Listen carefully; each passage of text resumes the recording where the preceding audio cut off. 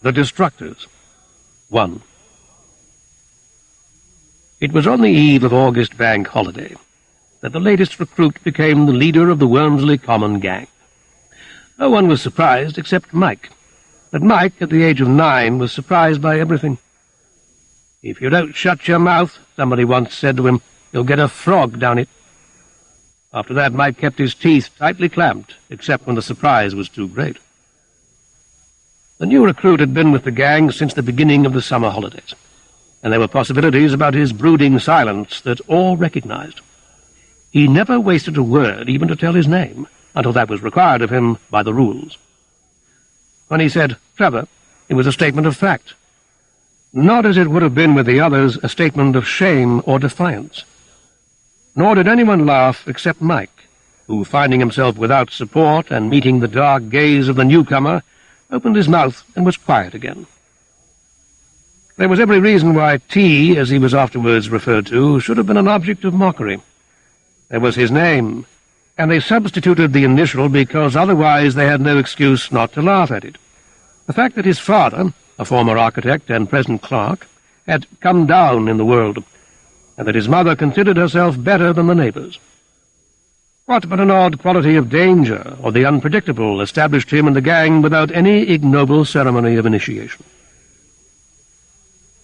The gang met every morning in an impromptu car park, the site of the last bomb of the first Blitz. The leader, who was known as Blackie, claimed to have heard it fall, and no one was precise enough in his dates to point out that he would have been 1 year old and fast asleep on the down platform of Wormsley Common Underground Station. On one side of the car park leant the first occupied house, number 3, of the shattered Northwood Terrace. Literally leant, for it had suffered from the blast of the bomb, and the side walls were supported on wooden struts.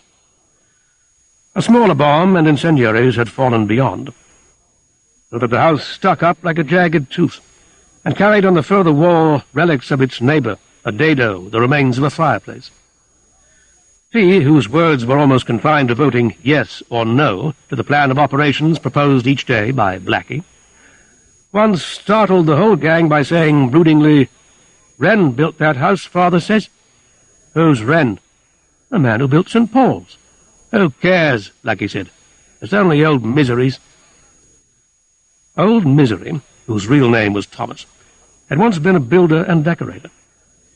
He lived alone in a crippled house, doing for himself. Once a week you could see him coming back across the common with bread and vegetables, and once as the boys played in the car park he put his head over the smashed wall of his garden and looked at them.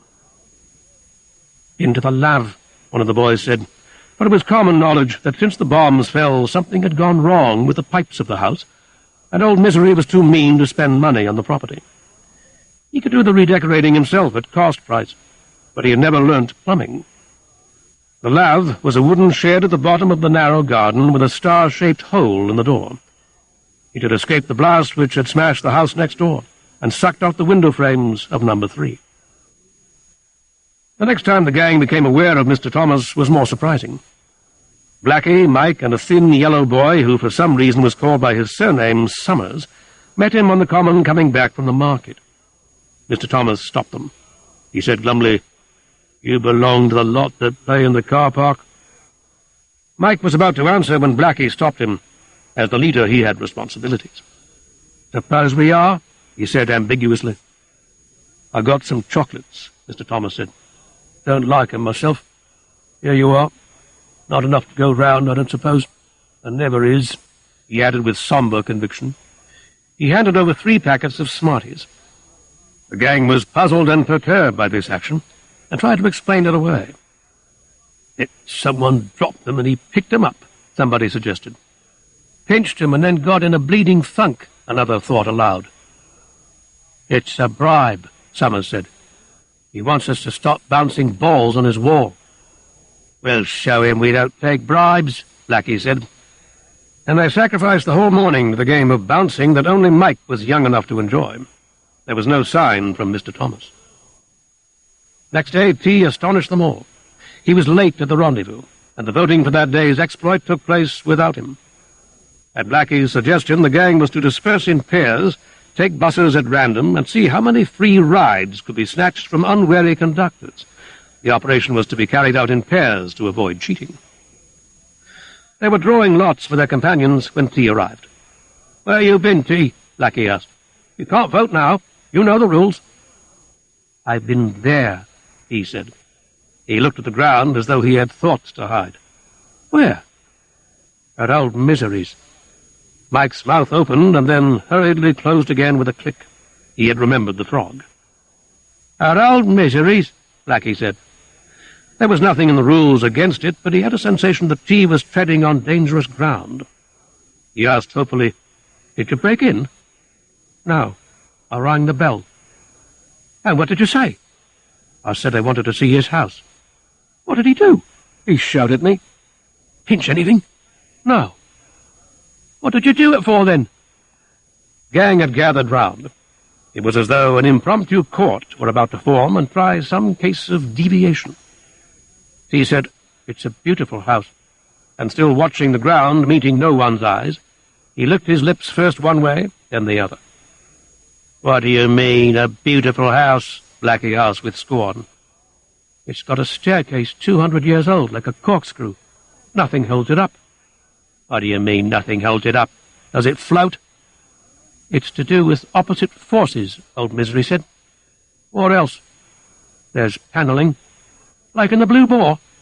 200 years old. "Is old Misery 200 years old?"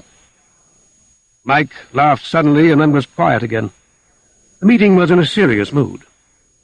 For the first time since T had strolled into the car park on the first day of the holidays, his position was in danger.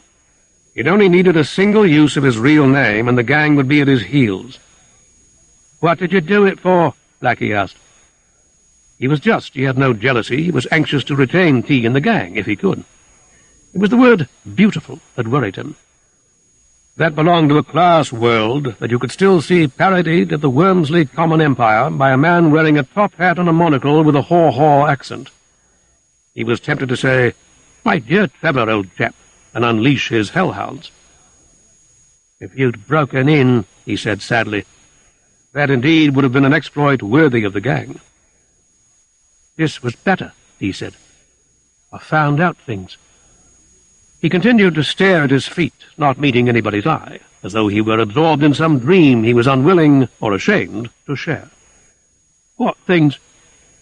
"Old Misery's going to be away all tomorrow and Bank Holiday," Blackie said with relief. "You mean we could break in?" "And pinch things?" somebody asked. Blackie said, "Nobody's got to pinch things. Breaking in. That's good enough, isn't it? We don't want any court stuff." "I don't want to pinch anything," he said. "I've got a better idea." "What is it?" T raised eyes as grey and disturbed as the drab August day. "We'll pull it down," he said. "We'll destroy it." Blackie gave a single hoot of laughter and then, like Mike, fell quiet, daunted by the serious, implacable gaze. "What'd the police be doing all the time?" he said. "They'd never know. We'd do it from inside. I found a way in," he said with a sort of intensity. "We'd be like worms, don't you see, in an apple. When we came out again, there'd be nothing there. No staircase, no panels, nothing but just walls. And then we'd make the walls fall down, somehow." "We'd go to Chug," Blackie said. "Who's to prove? Anyway, we wouldn't have pinched anything." He added without the smallest flicker of glee, "There wouldn't be anything to pinch after we'd finished." "I've never heard of going to prison for breaking things," Summers said. "There wouldn't be time," Blackie said. "I've seen housebreakers at work." "There are 12 of us," T said. "We'd organise." "None of us know how—" "I know," T said. He looked across at Blackie. "Have you got a better plan?" "Today," Mike said tactlessly, "we're pinching free rides." "Free rides," he said. "Kid stuff." "You can stand down, Blackie, if you'd rather. The gang's got to vote." "Put it up, then." Blackie said uneasily, "It's proposed that tomorrow and Monday we destroy old Misery's house." "Hear, hear," said a fat boy called Joe. "Who's in favour?" He said, "It's carried." "How do we start?" Summers asked. "He'll tell you," Blackie said. It was the end of his leadership. He went away to the back of the car park and began to kick a stone, dribbling it this way and that. There was only one old Morris in the park, for few cars were left there except lorries. Without an attendant, there was no safety. He took a flying kick at the car and scraped a little paint off the rear mudguard. Beyond, paying no more attention to him than to a stranger, the gang had gathered round tea. Blackie was dimly aware of the fickleness of favour. He thought of going home, of never returning, of letting them all discover the hollowness of T's leadership.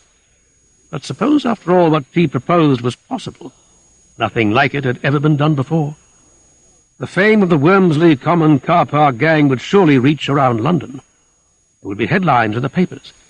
Even the grown-up gangs who ran the betting at the All-In Wrestling and the Barrow Boys would hear with respect of how old Misery's house had been destroyed. Driven by the pure, simple, and altruistic ambition of fame for the gang, Blackie came back to where T stood in the shadow of old Misery's wall. T was giving his orders with decision. It was as though this plan had been with him all his life, pondered through the seasons, now in his 15th year, crystallized with the pain of puberty. "You," he said to Mike, "bring some big nails, the biggest you can find, and a hammer. Anybody who can, better bring a hammer and a screwdriver. We'll need plenty of them. Chisels, too. We can't have too many chisels. Can anybody bring a saw?" "I can," Mike said.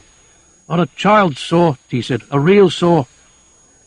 Blackie realized he had raised his hand like any ordinary member of the gang. "Right, you bring one, Blackie. But now there's a difficulty. You want a hacksaw." "What's a hacksaw?" someone asked. "You can get him at Woolworth's," Summers said. The fat boy called Joe said gloomily, "I knew it would end in a collection." "I'll get one myself," T said. "I don't want your money. But I can't buy a sledgehammer." Blackie said, "They are working on number 15. I'll know where they'll leave their stuff for bank holiday." "Then that's all," T said. "We meet here at 9 sharp." "I've got to go to church," Mike said. "Come over the wall and whistle. We'll let you in." 2. On Sunday morning, all were punctual except Blackie, even Mike. Mike had a stroke of luck. His mother felt ill, his father was tired after Saturday night. He was told to go to church alone, with many warnings of what would happen if he strayed. Blackie had difficulty in smuggling out the saw, and then in finding the sledgehammer at the back of number 15. He approached the house from a lane at the rear of the garden, for fear of the policeman's beat along the main road. The tired evergreens kept off a stormy sun. Another wet bank holiday was being prepared over the Atlantic, beginning in swirls of dust under the trees. Blackie climbed the wall into Misery's garden. There was no sign of anybody anywhere. The lab stood like a tomb in a neglected graveyard. The curtains were drawn. The house slept.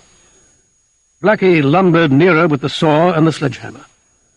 Perhaps, after all, nobody had turned up. The plan had been a wild invention. They had woken wiser. But when he came close to the back door, he could hear a confusion of sound hardly louder than a hive in a swarm. A clickety-clack, a bang-bang, a scraping, a creaking, a sudden painful crack.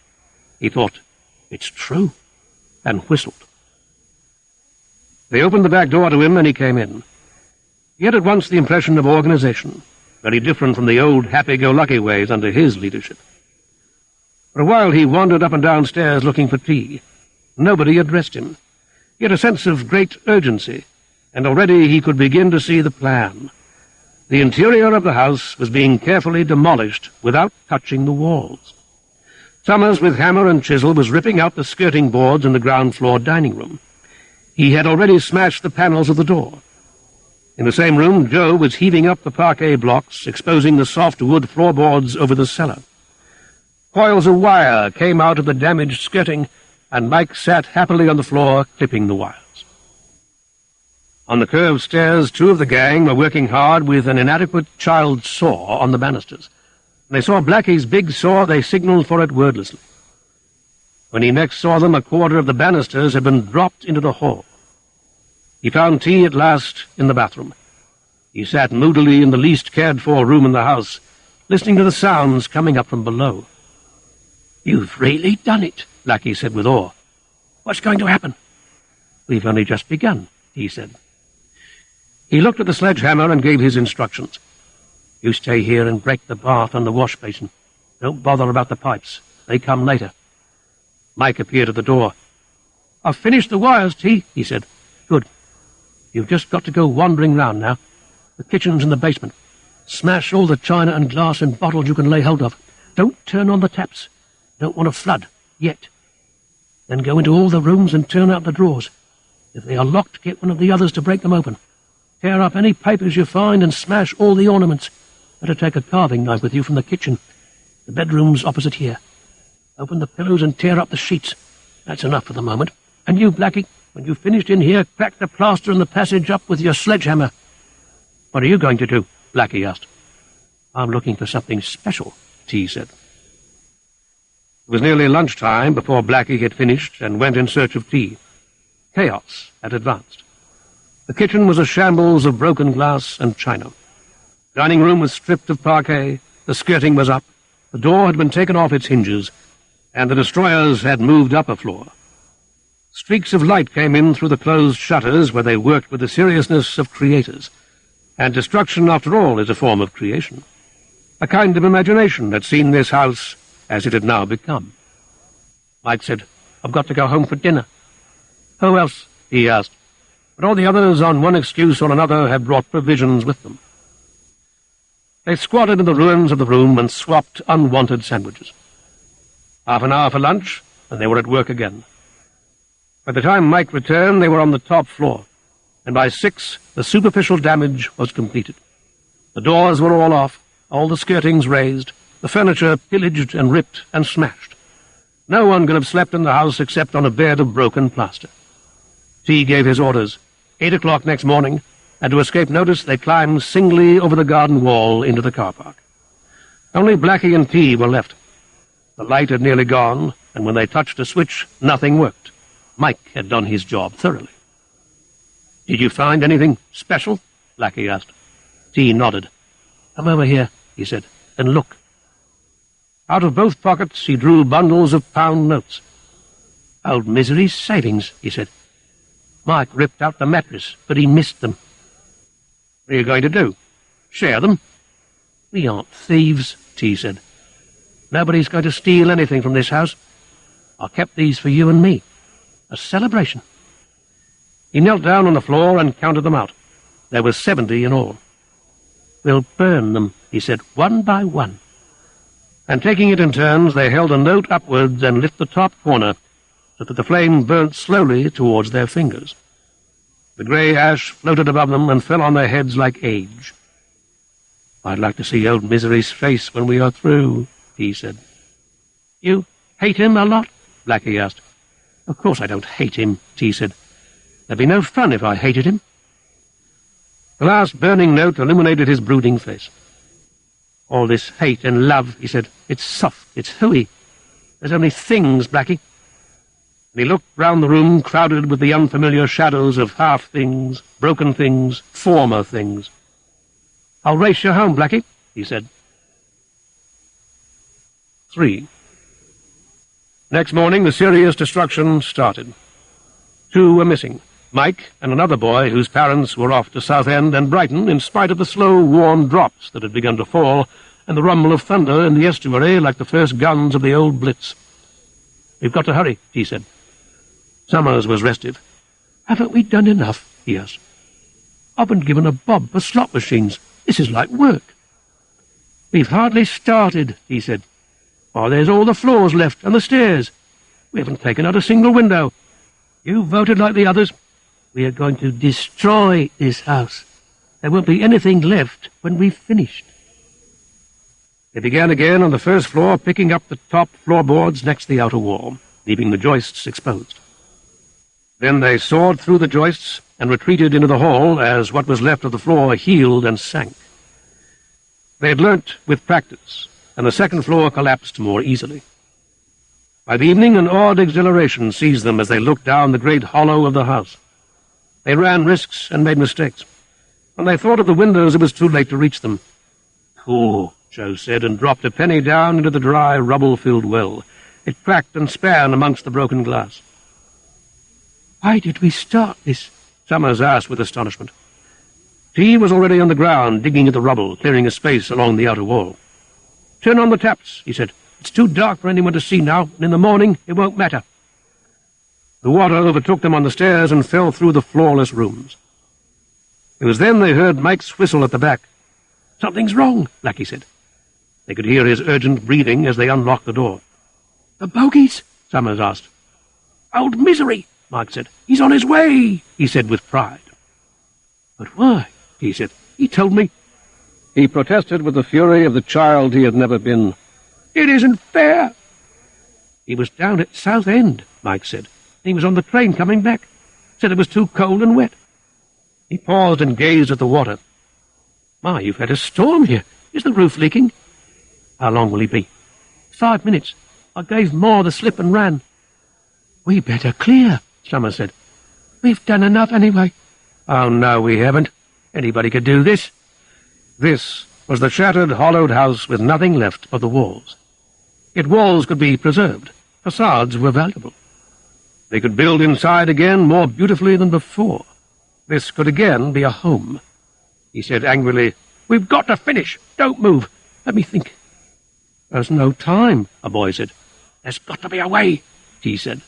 "We couldn't have got this far. We've done a lot." "Oh, no, we haven't. Somebody watch the front. We can't do any more. He may come in at the back."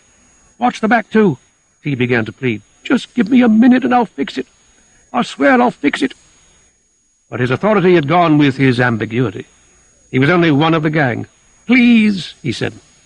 "Please," Summers mimicked him, and then suddenly struck home with a fatal name. "Run along home, Trevor." T stood with his back to the rubble like a boxer knocked groggy against the ropes. He had no words as his dreams shook and slid. Then Blackie acted before the gang had time to laugh, pushing Summers backward. "I'll watch the front, T," he said, and cautiously he opened the shutters of the hall. The grey, wet common stretched ahead, and the lamps gleamed in the puddles. "No one's coming, T." "No, it's not him. What's your plan, T?" "Tell Mike to go out to the lab and hide close beside it. When he hears me whistle, he's got to count 10 and start to shout." "Shout what?" "Oh, help, anything." "You hear, Mike?" Blackie said. He was the leader again. He took a quick look between the shutters. "He's coming, T." "Quick, Mike, the lav." "Stay here, Blackie, all of you, till I yell." "Where are you going, T?" "Don't worry, I'll see to this. I said I would, didn't I?" Old Misery came limping off the common. He had mud on his shoes, and he stopped to scrape them on the pavement's edge. He didn't want to soil his house, which stood jagged and dark between the bomb sites, saved so narrowly, as he believed, from destruction. Even the fanlight had been left unbroken by the bomb's blast. Somewhere somebody whistled. Old Misery looked sharply round. He didn't trust whistles. A child was shouting. It seemed to come from his own garden. And a boy ran into the road from the car park. "Mr. Thomas," he called. "Mr. Thomas." "What is it?"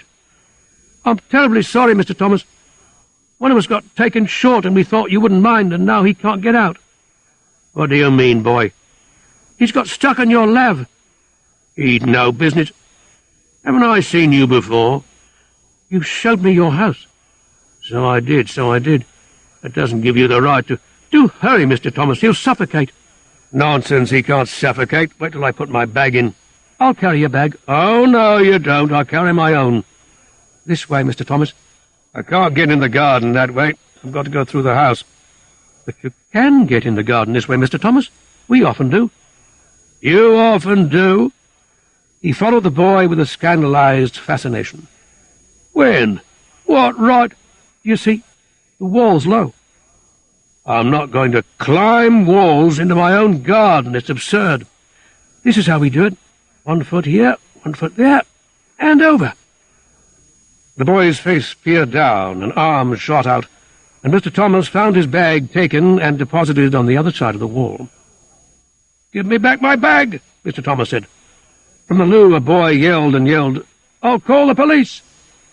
"Your bag's all right, Mr. Thomas. Look, 1 foot there, on your right, now just above, to your left." Mr. Thomas climbed over his own garden wall. "Here's your bag, Mr. Thomas." "I'll have the wall built up," Mr. Thomas said. "I'll not have you boys coming over here, using my loo." He stumbled on the path, but the boy caught his elbow and supported him. Thank you, my boy," he murmured automatically. Somebody shouted again through the dark. I'm coming, Mr. Thomas called. He said to the boy beside him, "I'm not unreasonable. Been a boy myself. As long as things are done regular. Don't mind you playing round the place Saturday mornings. Sometimes I like company. Only it's got to be regular. One of you asks leave and I say yes. Sometimes I'll say no, won't feel like it. And you come in at the front door and out of the back. No garden walls. Do get him out, Mr. Thomas." "He won't come to any harm in my loo," Mr. Thomas said, stumbling slowly down the garden. "Oh, my rheumatics," he said. "Always get 'em on bank holiday. I've got to be careful. There's loose stones here. Give me a hand. Do you know what my horoscope said yesterday? Abstain from any dealings in first half of week. Danger of serious crash." "That might be on this path," Mr. Thomas said. "They speak in parables and double meanings." He paused at the door of the loo. "What's the matter in there?" he called. There was no reply. "Perhaps he's fainted," the boy said. "Not in my loo. Here, you, come out," Mr. Thomas said. And giving a great jerk at the door, he nearly fell on his back when it swung easily open. A hand first supported him and then pushed him hard. His head hit the opposite wall and he sat heavily down. His bag hit his feet. A hand whipped the key out of the lock and the door slammed. "Let me out," he called, and heard the key turn in the lock. A serious crash, he thought, and felt dithery and confused and old. A voice spoke to him softly through the star-shaped hole in the door. "Don't worry, Mr. Thomas," it said. "We won't hurt you, not if you stay quiet." Mr. Thomas put his head between his hands and pondered. He had noticed that there was only one lorry in the car park, and he felt certain that the driver would not come for it before the morning. Nobody could hear him from the road in front, and the lane at the back was seldom used. Anyone who passed there would be hurrying home and would not pause for what they would certainly take to be drunken cries. And if he did call help, who on a lonely bank holiday evening would have the courage to investigate? Mr. Thomas sat on the loo and pondered with the wisdom of age. After a while it seemed to him that there were sounds in the silence. They were faint and came from the direction of his house. He stood up and peered through the ventilation hole. Between the cracks in one of the shutters he saw a light, not the light of a lamp, but the wavering light that a candle might give. Then he thought he heard the sound of hammering and scraping and chipping. He thought of burglars. Perhaps they had employed the boy as a scout. But why should burglars engage in what sounded more and more like a stealthy form of carpentry? Mr. Thomas let out an experimental yell, but nobody answered. The noise could not even have reached his enemies. 4. Mike had gone home to bed, but the rest stayed. The question of leadership no longer concerned the gang. With nails, chisels, screwdrivers, anything that was sharp and penetrating, they moved around the inner walls, worrying at the mortar between the bricks. They started too high, and it was Blackie who hit on the damp course and realized the work could be halved if they weakened the joints immediately above. It was a long, tiring, unamusing job, but at last it was finished. The gutted house stood there, balanced on a few inches of mortar between the damp course and the bricks. There remained the most dangerous task of all, out in the open at the edge of the bomb site. Summers was sent to watch the road for passers-by, and Mr. Thomas, sitting on the loo, heard clearly now the sound of sawing. It no longer came from the house, and that a little reassured him. He felt less concerned. Perhaps the other noises, too, had no significance. A voice spoke to him through the hole. "Mr. Thomas." "Let me out," Mr. Thomas said sternly. "Here's a blanket," the voice said, and a long grey sausage was worked through the hole and fell in swaths over Mr. Thomas's head. "There's nothing personal," the voice said. "We want you to be comfortable tonight." "Tonight?" Mr. Thomas repeated incredulously. "Catch," the voice said. "Penny buns. We've buttered them and sausage rolls. We don't want you to starve, Mr. Thomas." Mr. Thomas pleaded desperately. "A joke's a joke, boy. Let me out and I won't say a thing. I've got rheumatics. I've got to sleep comfortable." "You wouldn't be comfortable, not in your house. You wouldn't." "Not now." "What do you mean, boy?" But the footsteps receded. There was only the silence of night, no sound of sawing. Mr. Thomas tried one more yell, but he was daunted and rebuked by the silence. A long way off an owl hooted and made away again on its muffled flight through the soundless world. At 7 next morning the driver came to fetch his lorry. He climbed into the seat and tried to start the engine. He was vaguely aware of a voice shouting, but it didn't concern him. At last the engine responded, and he backed the lorry until it touched the great wooden shore that supported Mr. Thomas's house. That way he could drive right out and down the street without reversing. The lorry moved forward, was momentarily checked as though something were pulling it from behind, and then went on to the sound of a long, rumbling crash. The driver was astonished to see bricks bouncing ahead of him, while stones hit the roof of his cab. He put on his brakes. When he climbed out, the whole landscape had suddenly altered. There was no house beside the car park, only a hill of rubble. He went round and examined the back of his lorry for damage, and found a rope tied there that was still twisted at the other end round part of a wooden strut. The driver again became aware of somebody shouting. It came from the wooden erection which was the nearest thing to a house in that desolation of broken brick. The driver climbed the smashed wall and unlocked the door. Mr. Thomas came out of the loo. He was wearing a grey blanket to which flakes of pastry adhered. He gave a sobbing cry. "My house," he said. "Where's my house?" "Search me," the driver said. His eye lit on the remains of a bath and what had once been a dresser, and he began to laugh. There wasn't anything left anywhere.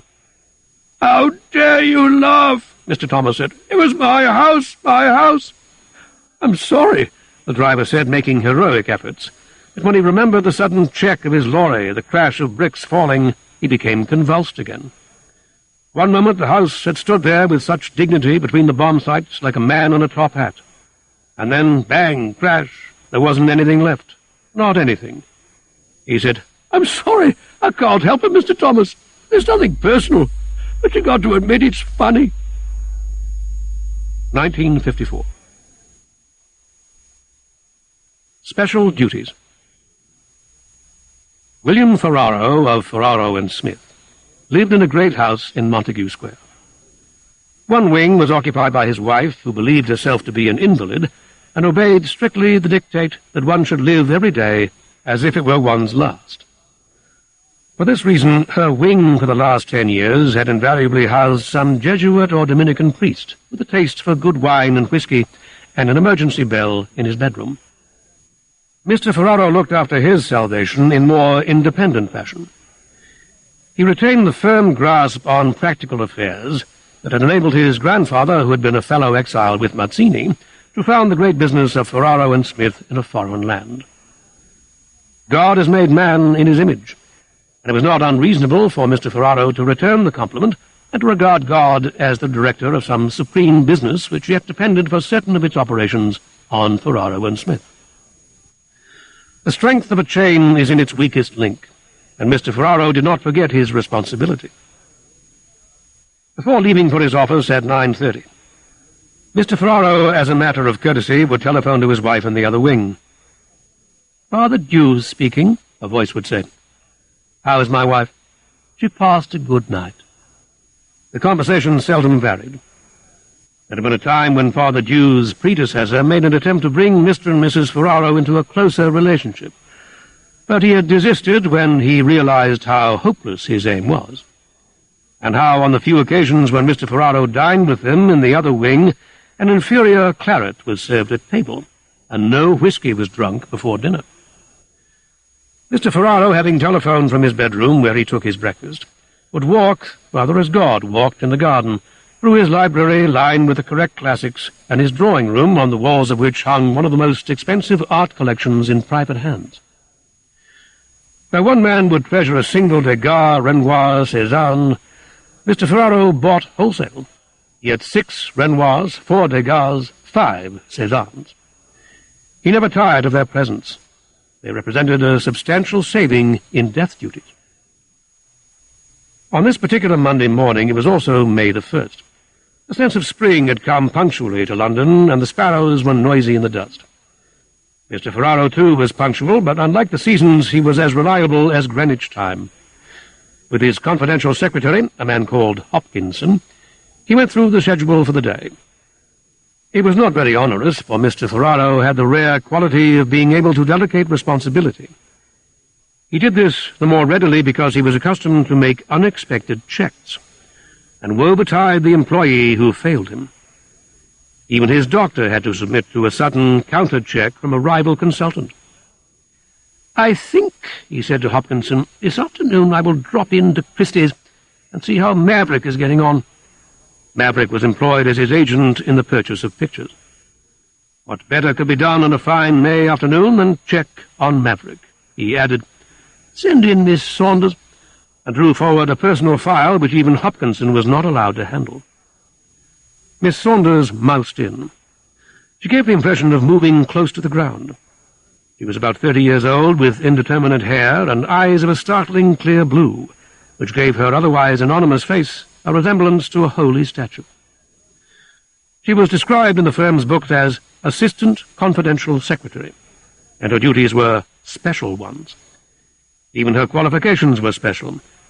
She had been head girl at the convent of St. Latitudinaria, Woking, where she had won in 3 successive years the special prize for piety, a little triptych of Our Lady with a background of blue silk, bound in Florentine leather and supplied by Burns, Oates and Washbourne. She also had a long record of unpaid service as a child of Mary. "Miss Saunders," Mr. Ferraro said, "I find no account here of the indulgences to be gained in June." "I have it here, sir. I was late home last night as the plenary indulgence at St. Etheldreda's entailed the Stations of the Cross." She laid a typed list on Mr. Ferraro's desk. In the first column, the date; in the second, the church or place of pilgrimage where the indulgence was to be gained; and in the third column, in red ink, the number of days saved from the temporal punishments of purgatory. Mr. Ferraro read it carefully. "I get the impression, Miss Saunders," he said, "that you are spending too much time on the lower brackets. 60 days here, 50 days there. Are you sure you are not wasting your time on these? One indulgence of 300 days will compensate for many such. I noticed just now that your estimate for May is lower than your April figures, and your estimate for June is nearly down to the March level. 5 plenary indulgences and 1,565 days. A very good April work. Don't want you to slacken off." "April is a very good month for indulgences, sir. There is Easter. In May we can depend only on the fact that it is Our Lady's month. June is not very fruitful, except at Corpus Christi. You will notice a little Polish church in Cambridgeshire. As long as you remember, Miss Saunders, that none of us is getting younger. I put a great deal of trust in you, Miss Saunders. If I were less occupied here, I could attend to some of these indulgences myself.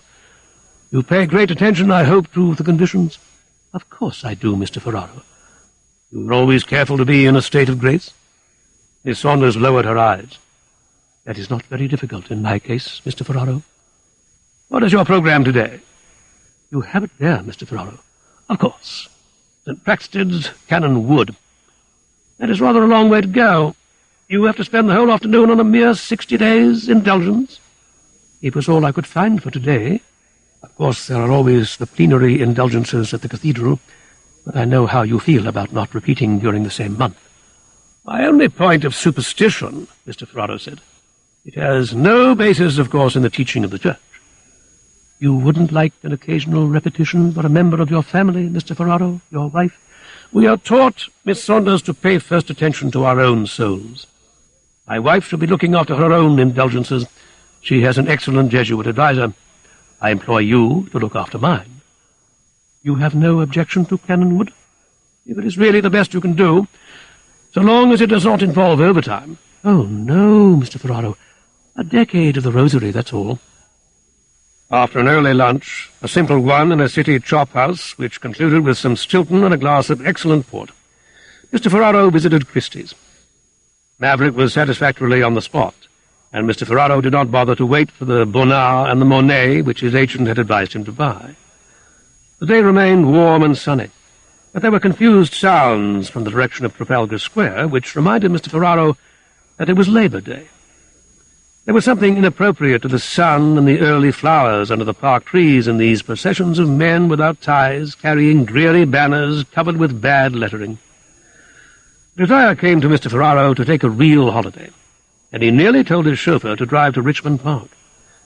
But he always preferred, if it were possible, to combine business with pleasure, and it occurred to him that if he drove out now to Cannon Wood, Miss Saunders should be arriving about the same time, after her lunch interval, to start the afternoon's work.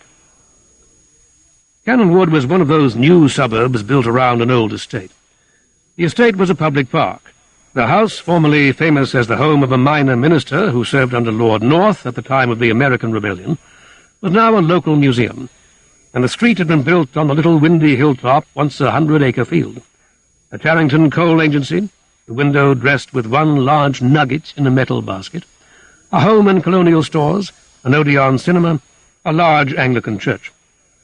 Mr. Ferraro told his driver to ask the way to the Roman Catholic Church. "There isn't one here," the policeman said. "St. Braxton's? There's no such place," the policeman said. Mr. Ferraro, like a biblical character, felt a loosening of the bowels. "St. Braxton's, Cannon Wood." "Doesn't exist, sir," the policeman said. Mr. Ferraro drove slowly back towards the city. This was the first time he had checked on Miss Saunders. 3 prizes for piety had won his trust. Now, on his homeward way, he remembered that Hitler had been educated by the Jesuits, and yet hopelessly he hoped. In his office, he unlocked the drawer and took out the special file. Could he have mistaken Cannonbury for Cannon Wood? But he had not been mistaken, and suddenly a terrible doubt came to him how often in the last 3 years Miss Saunders had betrayed her trust. It was after a severe attack of pneumonia 3 years ago that he had engaged her. The idea had come to him during the long insomnias of convalescence. Was it possible that not one of these indulgences had been gained? He couldn't believe that. Surely a few of that vast total of 36,892 days must still be valid. But only Miss Saunders could tell him how many. And what had she been doing with her office time, those long hours of pilgrimage? She had once taken a whole weekend at Walsingham. He rang for Mr. Hopkinson, who could not help remarking on the whiteness of his employer's face. "Are you feeling quite well, Mr. Ferraro?" "I have had a severe shock. Can you tell me where Miss Saunders lives?" "She lives with an invalid mother near Westbourne Grove." "The exact address, please." Mr. Ferraro drove into the dreary wastes of Bayswater. Great family houses had been converted into private hotels or fortunately bombed into car parks. In the terraces behind, dubious girls leant against the railings, and a street band blew harshly round a corner. Mr. Ferraro found the house, but he could not bring himself to ring the bell. He sat crouched in his Daimler, waiting for something to happen.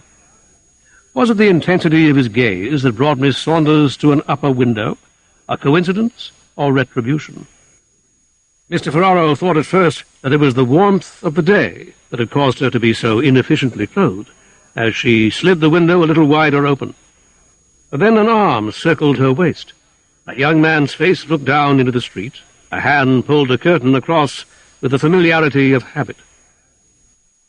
It became obvious to Mr. Ferraro that not even the conditions for an indulgence had been properly fulfilled.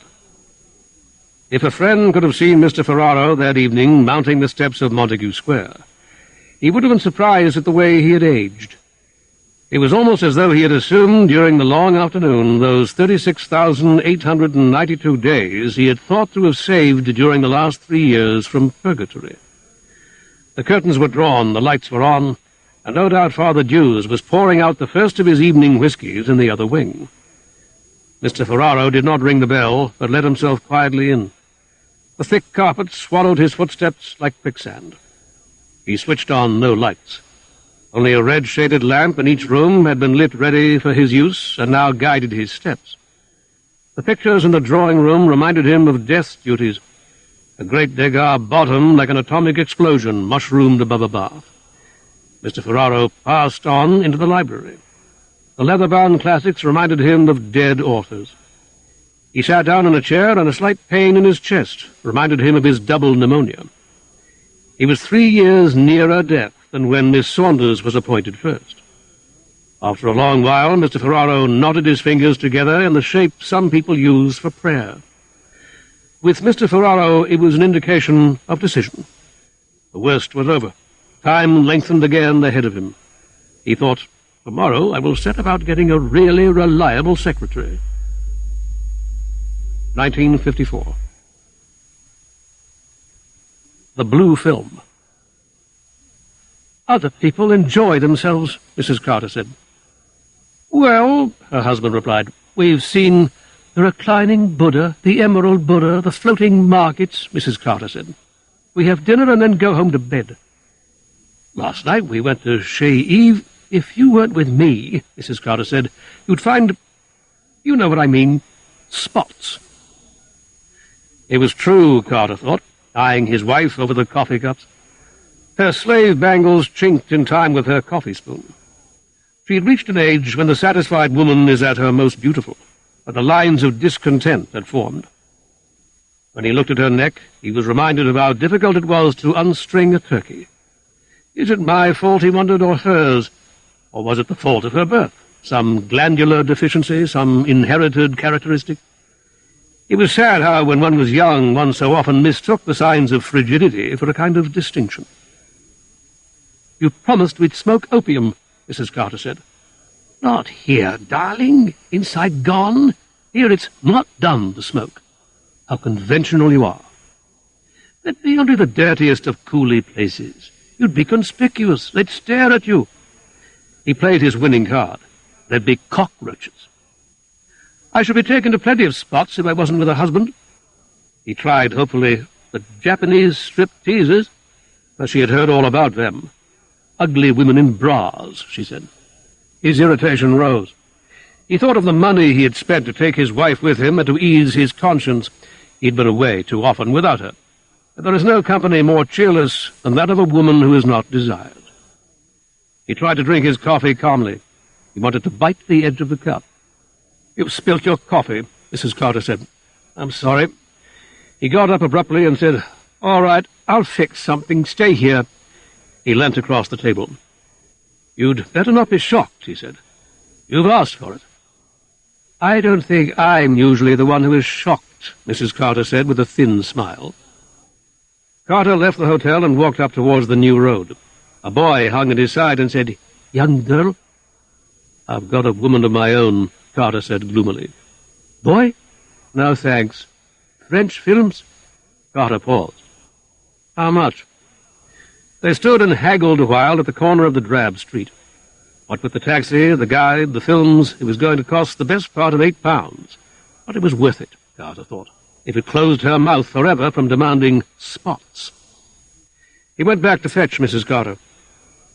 They drove a long way and came to a halt by a bridge over a canal, a dingy lane overcast with indeterminate smells. The guide said, Follow me. Mrs. Carter put a hand on Carter's arm. Is it safe? She asked. How would I know? He replied, stiffening under her hand. They walked about 50 unlighted yards and halted by a bamboo fence. The guide knocked several times. When they were admitted, it was to a tiny earth-floored yard and a wooden hut. Something, presumably human, was humped in the dark under a mosquito net. The owner showed them into a tiny, stuffy room with 2 chairs and a portrait of the king. The screen was about the size of a folio volume. The first film was peculiarly unattractive, and showed the rejuvenation of an elderly man at the hands of 2 blonde masseuses. From the style of the women's hairdressing, the film must have been made in the late 20s. Carter and his wife sat in mutual embarrassment as the film whirled and clicked to a stop. Not a very good one, Carter said, as though he were a connoisseur. That's what they call a blue film, Mrs. Carter said. Ugly and not exciting. A second film started. There was very little story in this. A young man, one couldn't see his face because of the period soft hat, picked up a girl in the street. Her cloche hat extinguished her like a meat cover, and accompanied her to her room. The actors were young. There was some charm and excitement in the picture. Carter thought, when the girl took off her hat, I know that face, and a memory which had been buried for more than a quarter of a century moved. A doll over a telephone, a pin-up girl of the period over the double bed. The girl undressed, folding her clothes very neatly. She leant over to adjust the bed, exposing herself to the camera's eye and to the young man. He kept his head turned from the camera. Afterwards, she helped him in turn to take off his clothes. It was only then he remembered that particular playfulness confirmed by the birthmark on the man's shoulder. Mrs. Carter shifted on her chair. "I wonder how they find the actors," she said hoarsely. "A prostitute," he said. "It's a bit raw, isn't it? Wouldn't you like to leave?" he urged her, waiting for the man to turn his head. The girl knelt on the bed and held the youth around the waist. She couldn't have been more than 20. No, he made a calculation, 21. "We'll stay," Mrs. Carter said. "We've paid." She laid a dry, hot hand on his knee. "I'm sure we could find a better place than this." "No." The young man lay on his back, and the girl for a moment left him. Briefly, as though by accident, he looked at the camera. Mrs. Carter's hand shook on his knee. "Good God," she said. "It's you." "It was me," Carter said. 30 years ago." The girl was climbing back onto the bed. "It's revolting," Mrs. Carter replied. "I don't remember it as revolting," Carter replied. "I suppose you went and gloated, both of you." "No, I never saw it." "Why did you do it?" "I can't look at you. It's shameful." "I asked you to come away." "Did they pay you?" "They paid her £50. She needed the money badly." "And you had your fun for nothing?" "Yes." "I'd never have married you if I'd known." "Never." "That was a long time afterwards." "You still haven't said why. Haven't you any excuse?" She stopped. He knew she was watching, leaning forward, caught up herself in the heat of that climax more than a quarter of a century old. Carter said it was the only way I could help her. She'd never acted in one before. She wanted a friend. "A friend," Mrs. Carter said. "I loved her." "You couldn't love a tart." "Oh, yes, you can. Make no mistake about that." "You queued for her, I suppose?" "You put it too crudely," Carter said. "What happened to her?" "She disappeared. They always disappear." End of side 1. To continue, turn the cassette over.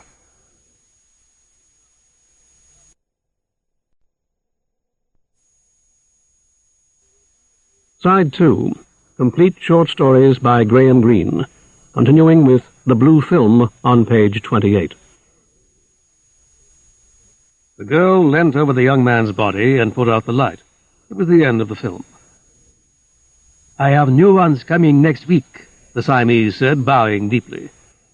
They followed their guide back down the dark lane to the taxi. In the taxi, Mrs. Carter said, "What was her name?" "I don't remember." A lie was easiest. As they turned into the new road, she broke her bitter silence again. "How could you have brought yourself? It's so degrading. Suppose someone you knew, in business, recognized you." "People don't talk about seeing things like that. Anyway, I wasn't in business in those days." "Did it never worry you?" "I don't believe I've thought of it once in 30 years. "How long did you know her?" 12 months, perhaps." "She must look pretty awful by now, if she's alive. After all, she was common even then." "I thought she looked lovely," Carter said. They went upstairs in silence. He went straight to the bathroom and locked the door. The mosquitoes gathered around the lamp and the great jar of water. As he undressed, he caught glimpses of himself in the small mirror. 30 years had not been kind. He felt his thickness and his middle age. He thought, "I hope to God she's dead. Please God," he said, "let her be dead. When I go back in there, the insults will start again." But when he returned, Mrs. Carter was standing by the mirror. She had partly undressed. Her thin, bare legs reminded him of a heron waiting for fish. She came and put her arms round him. A slave bangle joggled against his shoulder. She said, "I'd forgotten how nice you looked." "I'm sorry. One changes. I didn't mean that. I like you as you are." She was dry and hot and implacable in her desire. "Go on," she said. "Go on." And then she screamed like an angry and hurt bird. Afterwards she said, "It's years since that happened," and continued to talk for what seemed a long half-hour excitedly at his side. Carter lay in the dark, silent, with a feeling of loneliness and guilt. It seemed to him that he had betrayed that night the only woman he loved. 1954. The hint of an explanation. A long train journey on a late December evening in this new version of peace is a dreary experience. I suppose that my fellow traveller and I could consider ourselves lucky to have a compartment to ourselves, even though the heating apparatus was not working, even though the lights went out entirely in the frequent Pennine tunnels and were too dim anyway for us to read our books without straining the eyes, and though there was no restaurant car to give at least a change of scene. It was when we were trying simultaneously to chew the same kind of dry bun bought at the same station buffet that my companion and I came together. Before that we had sat at opposite ends of the carriage, both muffled to the chin in overcoats, both bent low over type we could barely make out. As I threw the remains of my cake under the seat, our eyes met, and he laid his book down. By the time we were halfway to Bedwell Junction, we had found an enormous range of subjects for discussion. Starting with buns and the weather, we had got on to politics, the government, foreign affairs, the atom bomb, and by an inevitable progression, God. We had not, however, become either shrill or acid. My companion, who now sat opposite me, leaning a little forward so that our knees nearly touched, gave such an impression of serenity that it would have been impossible to quarrel with him, however much our views differed, and differ they did profoundly. I soon realized I was speaking to a Roman Catholic, to someone who believed, how do they put it, in an omnipotent and omniscient deity, while I am what is loosely called an agnostic. I have a certain intuition, which I do not trust, founded as it may well be on childish experiences and needs, that a God exists. And I am surprised occasionally into belief by the extraordinary coincidences that beset our path like the traps set for leopards in the jungle. But intellectually, I am revolted at the whole notion of such a God who can so abandon his creatures to the enormities of free will. I found myself expressing this view to my companion, who listened quietly and with respect. He made no attempt to interrupt. He showed none of the impatience or the intellectual arrogance I have grown to expect from Catholics. When the lights of a wayside station flashed across his face, which had escaped hitherto the rays of the one globe working in the compartment, I caught a glimpse suddenly of... what? I stopped speaking, so strong was the impression. I was carried back 10 years, to the other side of the great useless conflict, to a small town, Gisors, in Normandy. I was again for a moment walking on the ancient battlements and looking down across the grey roofs, and for my eyes for some reason lit on one stony back out of the many, where the face of a middle-aged man was pressed against a window-pane. I suppose that face has ceased to exist now, just as perhaps the whole town with its medieval memories has been reduced to rubble. I remembered saying to myself with astonishment, that man is happy, completely happy. I looked across the compartment at my fellow traveller, but his face was already again in shadow. I said weakly, when you think what God, if there is a God, allows, it's not merely the physical agonies. Think of the corruption, even of children. He said, our view is so limited, and I was disappointed at the conventionality of his reply. He must have been aware of my disappointment. It was as though our thoughts were huddled as closely as ourselves for warmth. But he went on, of course there is no answer here. We catch hints. Then the train roared into another tunnel, and the lights again went out. It was the longest tunnel yet. We went rocking down it, and the cold seemed to become more intense with the darkness, like an icy fog. When one sense of sight is robbed, the others grow more acute. When we emerged into the mere grey of night and the globe lit up once more, I could see that my companion was leaning back on his seat. I repeated his last word as a question. Hints? Oh, they mean very little in cold print or cold speech, he said, shivering in his overcoat. And they mean nothing at all to another human being than the man who catches them. They are not scientific evidence, or evidence at all for that matter. Events that don't somehow turn out as they were intended. By the human actors, I mean. Or by the thing behind the human actors. The thing. Word Satan is so anthropomorphic. I had to lean forward now. I wanted to hear what he had to say. I really am, God knows, open to conviction. He said, one's words are so crude. I sometimes feel pity for that thing. It is so continually finding the right weapon to use against its enemy, and the weapon breaks in its own breast. It sometimes seems to me so powerless. You said something just now about the corruption of children. It reminded me of something in my own childhood. You were the first person, except for one, that I have thought of telling it to. Perhaps because you are anonymous. It's not a very long story, and in a way it's relevant. I said, I'd like to hear it. You mustn't expect too much meaning, but to me there seems to be a hint. That's all. A hint. He went slowly on, turning his face to the pane.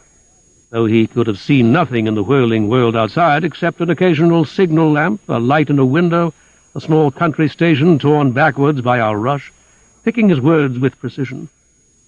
He said, when I was a child, they taught me to serve at Mass. The church was a small one, for there were very few Catholics where I lived. It was a market town in East Anglia, surrounded by flat, chalky fields and ditches. So many ditches. And I suppose there were 50 Catholics all told, and for some reason there was a tradition of hostility to us. Perhaps it went back to the burning of a Protestant martyr in the 16th century. There was a stone marking the place near where the meat stalls stood on Wednesdays.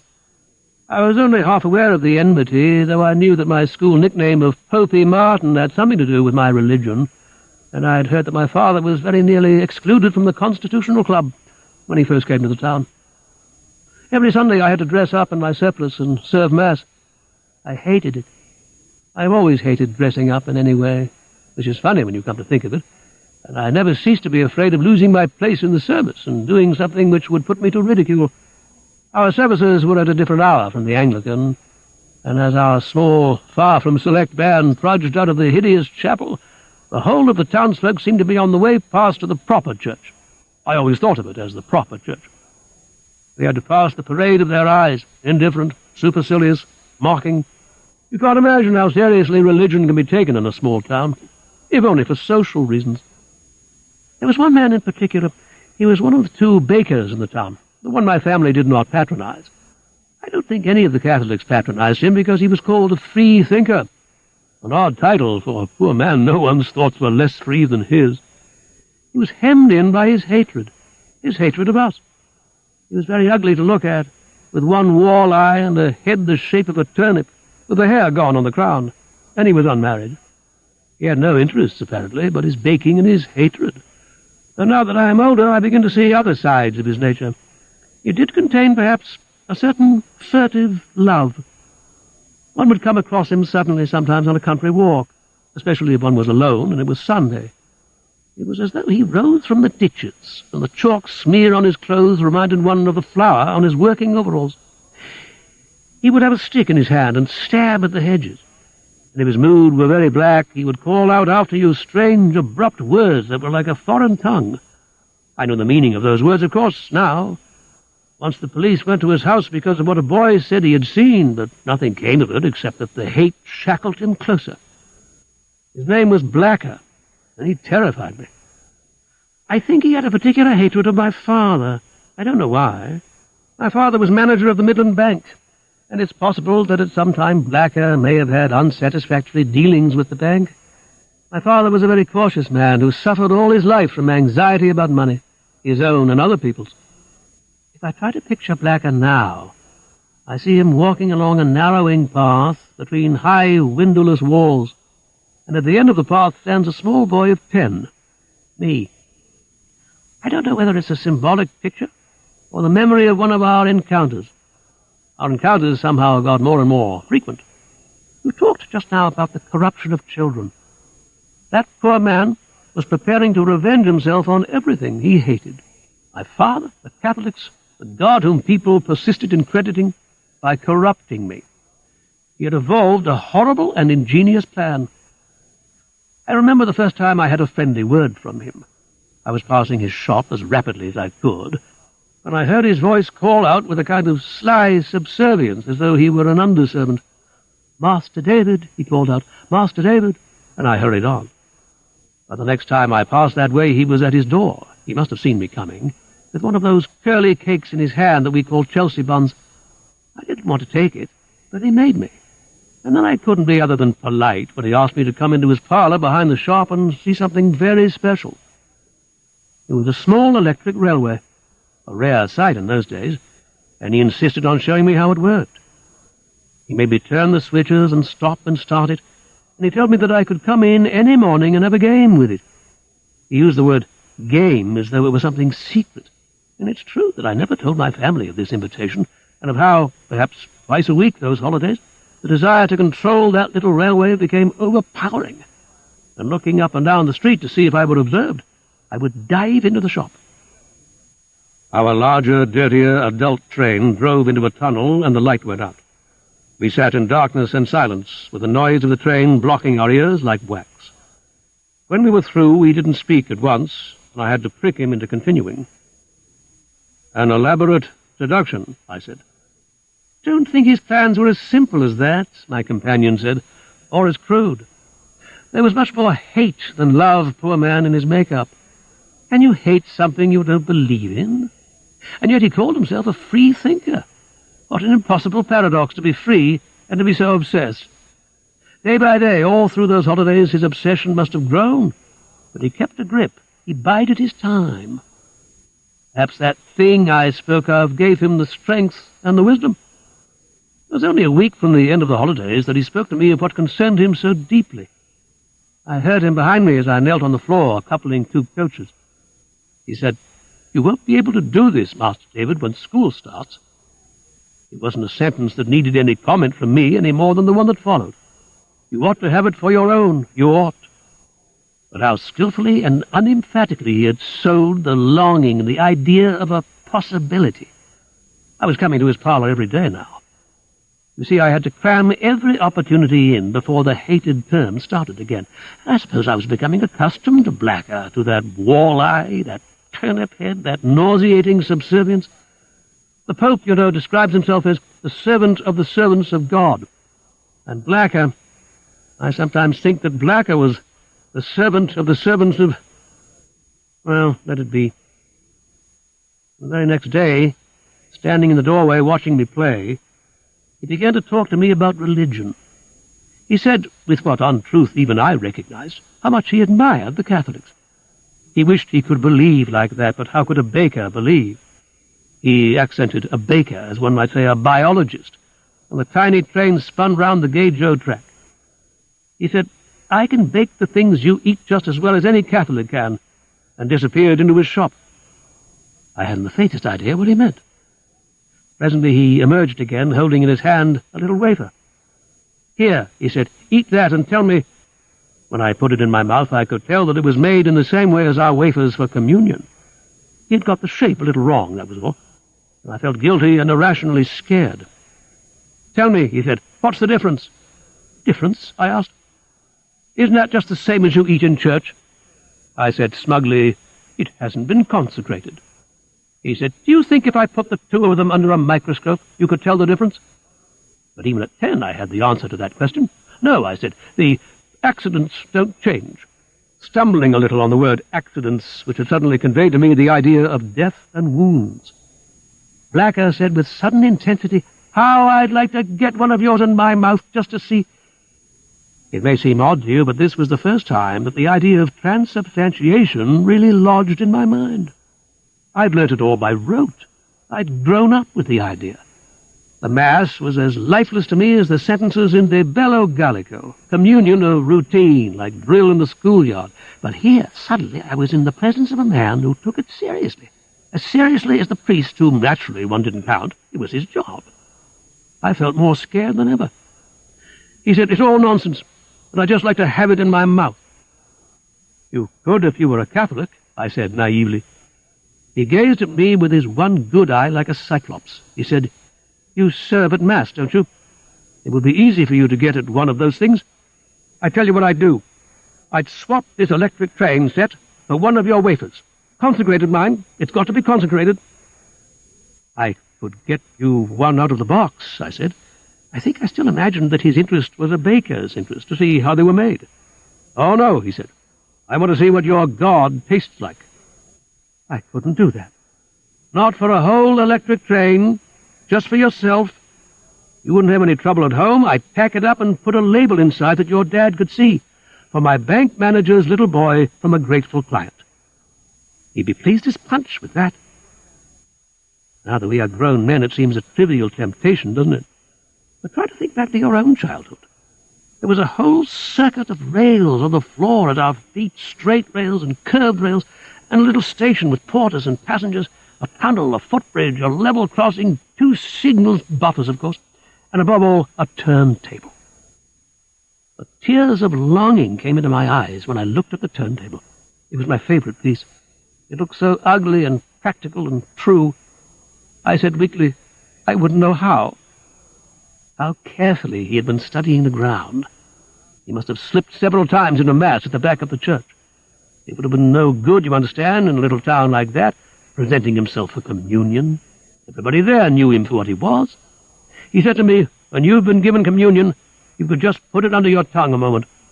He serves you and the other boy first, and I saw you once go out behind the curtain straight afterwards. You'd forgotten one of those little bottles. Look through it, I said. Pepper and salt. He grinned at me jovially, and I looked at the little railway, which I could no longer come and play with when term started. I said, you'd just swallow it, wouldn't you? Oh, yes, he said. I'd just swallow it. Somehow I didn't want to play with the train any more that day. I got up and made for the door, but he detained me, gripping my lapel. He said this would be a secret between you and me. Tomorrow's Sunday. You come along here in the afternoon, put it in an envelope and post it in. Monday morning, the train will be delivered bright and early. Not tomorrow, I implored him. I'm not interested in any other Sunday, he said. It's your only chance. He shook me gently backwards and forwards. It will always have to be a secret between you and me, he said. Why, if anyone knew, they'd take away the train, and there'd be me to reckon with. I bleed you something awful. You know how I'm always about on Sunday walks. You can't avoid a man like me. I crop up. You wouldn't even be safe in your own house. I know ways to get into houses when people are asleep. He pulled me into the shop after him and opened a drawer. In the drawer was an odd-looking key and a cut-throat razor. He said, that's a master key that opens all locks, and that's what I bleed people with. Then he patted my cheek with his plump, floury fingers and said, forget it. You and me are friends. That Sunday Mass stays in my head, every detail of it, as though it had happened only a week ago. From the moment of the confession to the moment of consecration, it had a terrible importance. Only one other Mass has ever been so important to me. Perhaps not even one, for this was a solitary Mass which could never happen again. It seemed as final as the last sacrament when the priest bent down and put the wafer in my mouth where I knelt before the altar with my fellow server.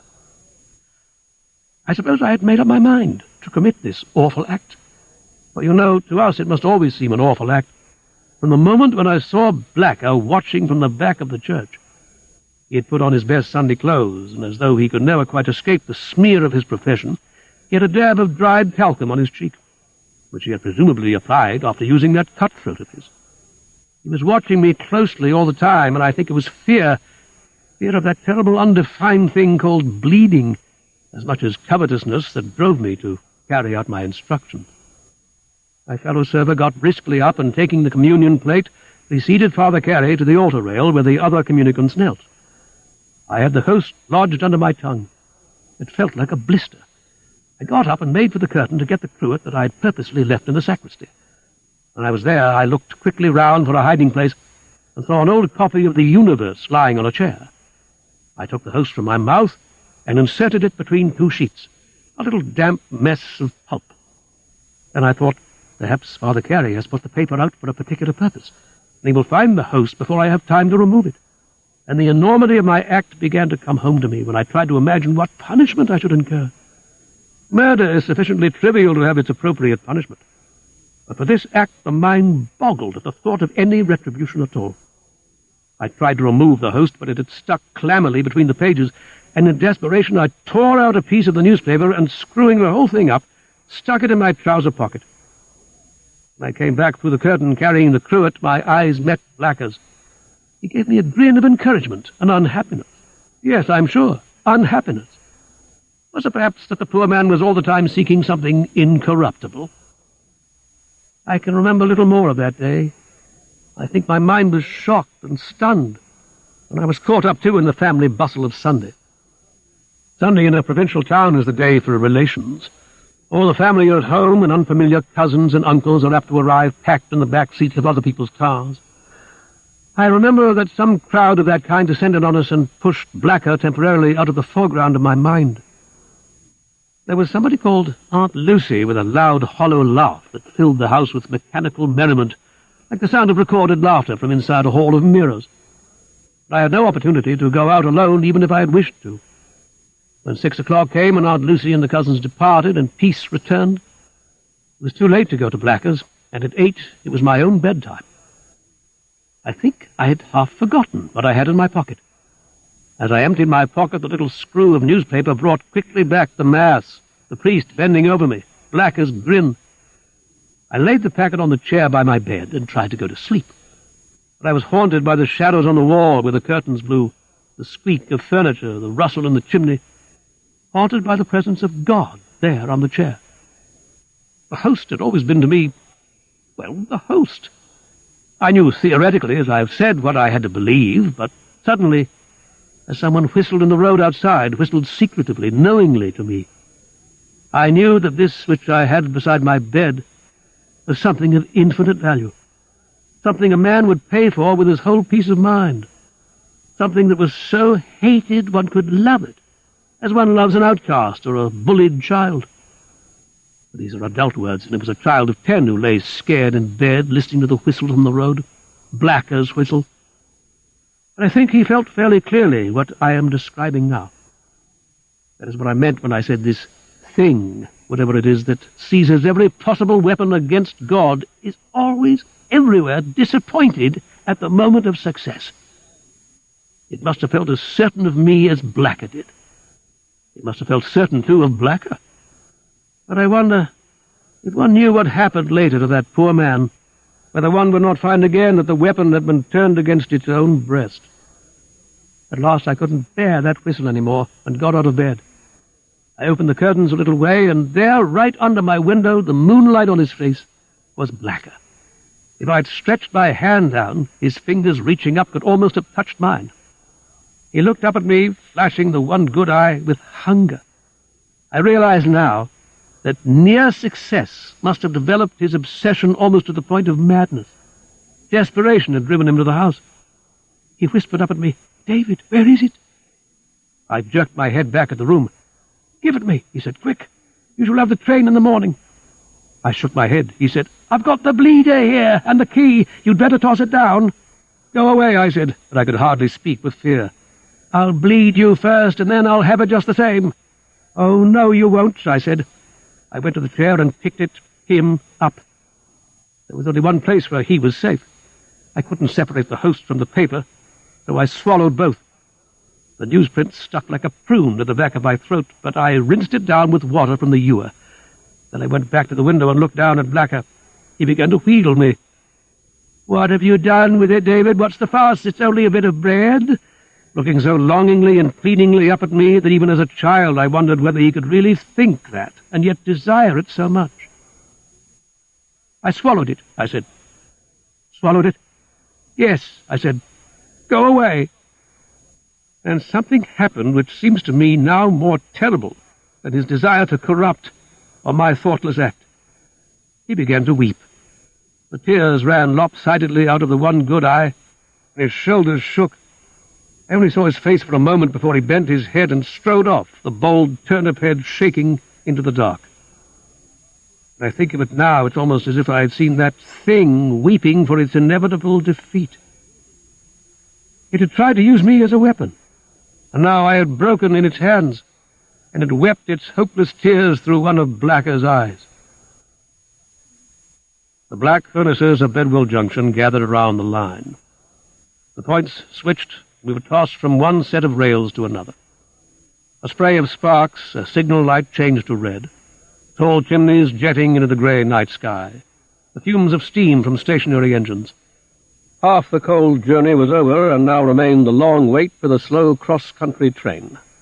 I said, "It's an interesting story. I think I should have given Blacker what he wanted.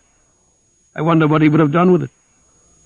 "I really believe," my companion said, "that he would first of all have put it under his microscope before he did all the other things I expect he had planned."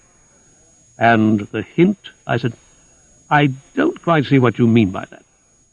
"Oh, well," he said vaguely, "you know, for me it was an odd beginning, that affair, when you come to think of it.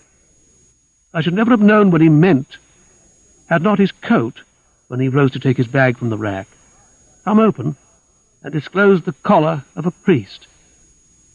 I said, "I suppose you think you owe a lot to Blacker." "Yes," he said. "You see, I'm a very happy man." 1948.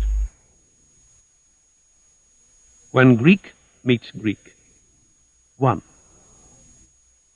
When the chemist had shut his shop for the night, he went through a door at the back of the hall that served both him and the flats above, and then up 2 flights and a half of stairs, carrying an offering of a little box of pills. The box was stamped with his name and address, Priskett, 14 UN Street, Oxford. He was a middle-aged man with a thin moustache and scared, evasive eyes. He wore his long white coat even when he was off duty, as if it had the power of protecting him like a king's uniform from his enemies. So long as he wore it, he was free from summary trial and execution. On the top landing was a window. Outside, Oxford spread through the spring evening, the peevish noise of innumerable bicycles, the gasworks, the prison, and the grey spires beyond the bakers and confectioners like paper frills. A door was marked with a visiting card, Mr. Nicholas Fenwick, B.A. The chemist rang 3 short times. The man who opened the door was 60 years old at least, with snow-white hair and a pink babyish skin. He wore a mulberry velvet dinner jacket, and his glasses swung on the end of a wide black ribbon. He said with a kind of boisterousness, "Ah, Priskett, step in, Priskett. I had just sported my oak for a moment." "I brought you some more of my pills." "Invaluable, Priskett. If only you had taken a degree, the Society of Apothecaries would have been enough. I would have appointed you resident medical officer of St. Ambrose's."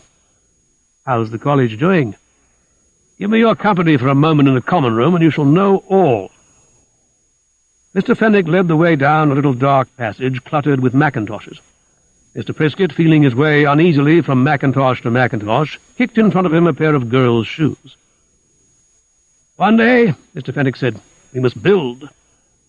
And he made a broad, confident gesture with his glasses that seemed to press back the walls of the common room.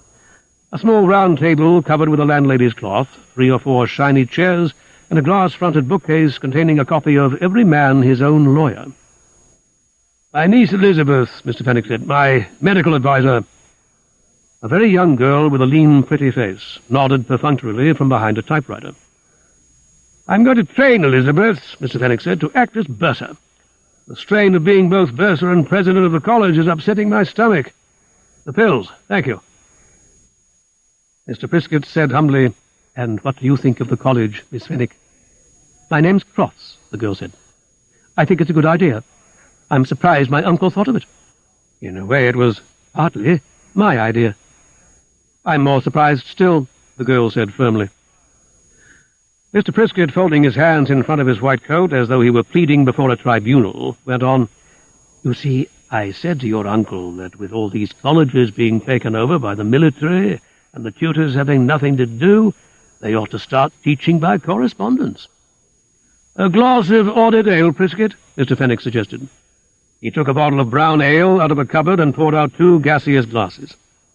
"Of course," Mr. Priskett pleaded, "I hadn't thought of all this. The common room, I mean, and St. Ambrose's." "My niece," Mr. Fenwick said, "knows very little of the set-up." He began to move restlessly around the room, touching things with his hand. He was rather like an aged bird of prey, inspecting the grim components of its nest. The girl said briskly, "As I see it, Uncle is running a swindle called St. Ambrose's College, Oxford." "Not a swindle, my dear. The advertisement was very carefully worded." He knew it by heart. Every phrase had been carefully checked with his copy of Every Man His Own Lawyer open on the table. He repeated it now in a voice full and husky with bottled brown ale. "War conditions prevent you going to Oxford. St. Ambrose's, Tom Brown's old college, has made an important break with tradition. For the period of the war only, it will be possible to receive tuition by post wherever you may be, whether defending the Empire on the cold rocks of Iceland or on the burning sands of Libya, in the main street of an American town or a cottage in Devonshire." "You've overdone it," the girl said. "You always do. That hasn't got a cultured ring.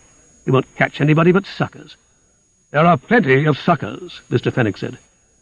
"Go on." "Well, I'll skip that bit. Degree diplomas will be granted at the end of 3 terms instead of the usual 3 years. He explained. "That gives a quick turnover. One can't wait for money these days. Gain a real Oxford education at Tom Brown's old college. For full particulars of tuition, fees, battles, etc., write to the bursar." "And do you mean to say the university can't stop that?" "Anybody," Mr. Fenwick said with a kind of pride, "can start a college anywhere. I've never said it was part of the university." "But battles? Battles mean board and lodgings." "In this case," Mr. Fenwick said, "it's quite a nominal fee. You keep your name in perpetuity on the books of the old firm. I mean the college. And the tuition?" "Priscott here is the science tutor. I take history and classics. I thought that you, my dear, might tackle economics." "I don't know anything about them." "The examinations, of course, have to be rather simple, within the capacity of the tutors. There is an excellent public library here. And another thing, the fees are returnable if the diploma degree is not granted." "You mean nobody will ever fail?" Mr. Priscott brought breathlessly out with scared excitement. "And you are really getting results?" "I waited, my dear, until I could see the distinct possibility of at least 600 a year for the 3 of us before I wired you. And today, beyond all my expectations, I have received a letter from Lord Driver. He is entering his son at St. Ambrose's." "But how can he come here?" "In his absence, my dear, on his country's service. The Drivers have always been a military family. I looked them up in Debrett." "What do you think of it?" Mr. Priscott asked with anxiety and triumph. "I think it's rich. Have you arranged a boat race?" "There, Priscott," Mr. Fenwick said proudly, raising his glass of Audid ale. "I told you she was a girl of the old stock." 2. Directly he heard his landlady's feet upon the stairs, the elderly man with the grey shaven head began to lay his wet tea leaves round the base of the aspidistra. When she opened the door, he was dabbing the tea leaves in tenderly with his fingers. "A lovely plant, my dear." But she wasn't going to be softened at once, he could tell that. She waved a letter at him. "Listen," she said, "what's this Lord Driver business?" "My name, my dear. A good Christian name like Lord George Sanger had." "Then why don't they put Mr. Lord Driver on the letter?" "Ignorance, just ignorance. I don't want any hanky-panky from my house. It's always been honest. Perhaps they didn't know if I was an Esquire or just a plain Mister, so they left it blank. It's sent from St. Ambrose's College, Oxford. People like that ought to know. It comes, my dear, of having such a good address, W1, and all the gentry live in Muses." He made a half-hearted snatch at the letter, but the landlady held it out of reach. "What are the likes of you riding to Oxford College about?" "My dear," he said with strained dignity, "I may have been a little unfortunate. It may even be that I have spent a few years in Turkey, but I have the rights of a free man, and a son in Quad." "Not in Quad, my dear. Borstal is quite another institution. It is a kind of college, like St. Ambrose's. Perhaps not quite of the same rank." He was too much for her. He was usually, in the end, too much for her. Before his first stay at the Scrubs, he had held a number of positions as manservant and even butler. The way he raised his eyebrows he had learned from Lord Charles Manville. He wore his clothes like an eccentric peer, and you might say that he had even learned the best way to pilfer from old Lord Bellon, who had a penchant for silver spoons. "And now, my dear, if you'd just let me have my letter." He put his hand tentatively forward. He was as daunted by her as she was by him. They sparred endlessly and lost to each other. Interminably the battle was never won. They were always afraid. This time it was his victory. She slammed the door. Suddenly, ferociously, when the door had closed, he made a little vulgar noise at the aspidistra. Then he put on his glasses and began to read. His son had been accepted for St. Ambrose's, Oxford. The great fact stared up at him above the sprawling, decorative signature of the President.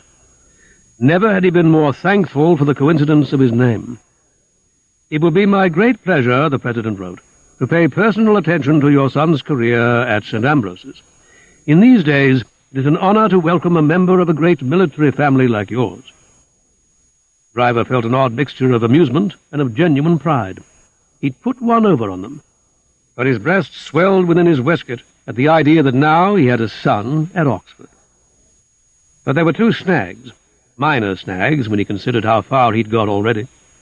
It was apparently an old Oxford custom that fees should be paid in advance. And then there were the examinations. His son couldn't do them himself. Borstal would not allow it, and he wouldn't be out for another 6 months. Besides, the whole beauty of the idea was that he should receive the gift of an Oxford degree as a kind of welcome home. Like a chess player who was always several moves ahead, he was already seeing his way around these difficulties. The fees, he felt sure in his case, were only a matter of bluff. A peer could always get credit, and if there was any trouble after the degree had been awarded, he could just tell them to sue and be damned. No Oxford college would like to admit that it had been imposed on by an old lag. But the examinations? A funny little knowing smile twitched the corners of his mouth. A memory of the scrubs 5 years ago and the man they called Daddy, the Reverend Simon Malan. He was a short-time prisoner. They were all short-time prisoners at the scrubs. No sentence of over 3 years was ever served there. He remembered the tall, lean, aristocratic parson with his iron-grey hair and his narrow face like a lawyer's, which had gone somehow soft inside with too much love. A prison, when you came to think of it, contained as much knowledge as a university. There were doctors, financiers, clergy. He knew where he could find Mr. Milan. He was employed in a boarding-house near Euston Square. And for a few drinks he would do most things. He would certainly make out some fine examination papers. "I can just hear him now," Driver reminded himself ecstatically, talking Latin to the warders. 3. It was autumn in Oxford. People coughed in the long queues for sweets and cakes, and the mists from the river seeped into the cinemas past the commissionaires on the lookout for people without gas masks. A few undergraduates picked their way through the evacuated swarm. They always looked in a hurry. So much had to be got through in so little time before the army claimed them. There were lots of pickings for racketeers, Elizabeth Cross thought, but not much of a chance for a girl to find a husband. The oldest Oxford racket had been elbowed out by the black markets in woodbines, toffees, tomatoes. There had been a few days last spring when she had treated St. Ambrose's as a joke, but when she saw the money actually coming in, the whole thing seemed less amusing. Then for some weeks she was acutely unhappy, until she realized that of all the wartime rackets, this was the most harmless. They were not reducing supplies like the Ministry of Food, or destroying confidence like the Ministry of Information. Her uncle paid income tax, and they, even to some extent, educated people. The suckers, when they took their diploma degrees, would know several things they hadn't known before. But that didn't help a girl to find a husband. She came moodily out of the matinee, carrying a bunch of papers she should have been correcting. There was only one student who showed any intelligence at all, and that was Lord Driver's son. The papers were forwarded from somewhere in England, via London, by his father. She had nearly found herself caught out several times on points of history, and her uncle, she knew, was straining his rusty Latin to the limit. When she got home, she knew that there was something in the air. Mr. Priscott was sitting in his white coat on the edge of a chair, and her uncle was finishing a stale bottle of beer. When something went wrong, he never opened a new bottle. He believed in happy drinking. They watched her in silence. Mr. Priscott's silence was gloomy, her uncle's preoccupied. Something had to be got round. It couldn't be the university authorities. They had stopped bothering him long ago. A lawyer's letter, an irascible interview, and their attempt to maintain a monopoly of local education, as Mr. Fenwick put it, had ceased. "Good evening," Elizabeth said. Mr. Priscott looked at Mr. Fenwick, and Mr. Fenwick frowned. "Has Mr. Priscott run out of pills?" Mr. Priscott winced. "I've been thinking," Elizabeth said, "that as we are now in the 3rd term of the academic year, I should like a rise in salary." Mr. Priscott drew in his breath sharply, keeping his eyes on Mr. Fenwick. "I should like another £3 a week." Mr. Fenwick rose from his table. He glared ferociously into the top of his dark ale, his frown beetled. The chemist scraped his chair a little backward, and then Mr. Fenwick spoke.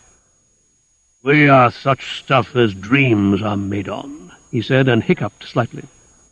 "Kidneys," Elizabeth said. "Rounded by a sleep. And these are cloud-capped towers," you are misquoting. "Vanished into air, into thin air." You've been correcting the English papers. "Unless you allow me to think rapidly and deeply, there won't be any more examination papers," Mr. Fenwick said. "Trouble?"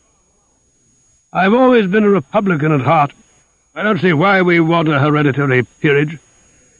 "A la lanterne," Elizabeth said. "This man Lord Driver.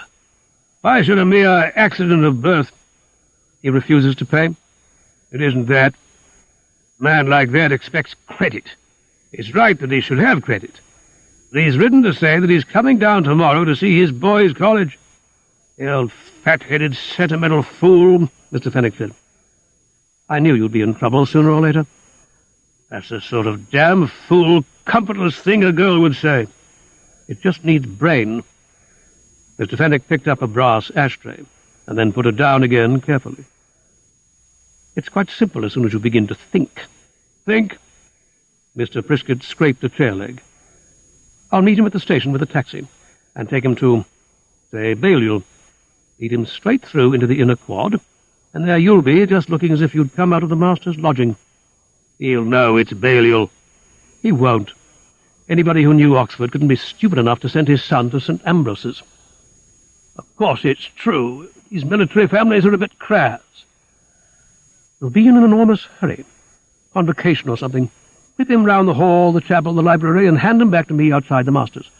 I'll take him out to lunch and see him into his train. It's simple." Mr. Fenwick said broodingly, "Sometimes I think you're a terrible girl, terrible. Is there nothing you wouldn't think up?" "I believe," Elizabeth said, "that if you're going to play your own game in a world like this, you've got to play it properly. Of course," she said, "if you were going to play a different game, you'd go to a nunnery or to the wall and like it.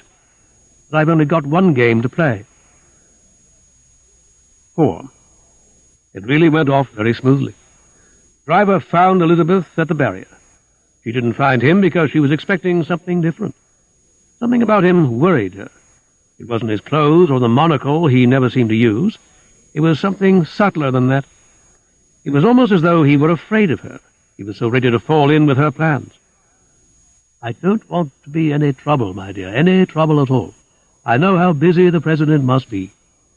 When she explained that they would be lunching together in town, he even seemed relieved. "It's just the bricks of the dear old place," he said. "You mustn't mind my being a sentimentalist, my dear." "Were you at Oxford?"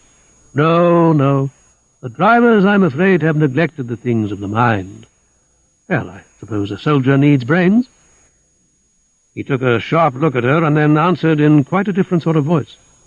"We believe so in the Lancers." Then he strolled beside her to the taxi, twirling his monocle, and all the way up from the station he was silent, taking little quiet sideways peeks at her, appraising, approving. "So this is St. Ambrose's," he said in a hearty voice just before the porter's lodge, and he pushed him quickly by, through the first quad, towards the master's house, where on the doorstep, with a B.A. gown over his arm, stood Mr. Fenwick, permanently posed like a piece of garden statuary.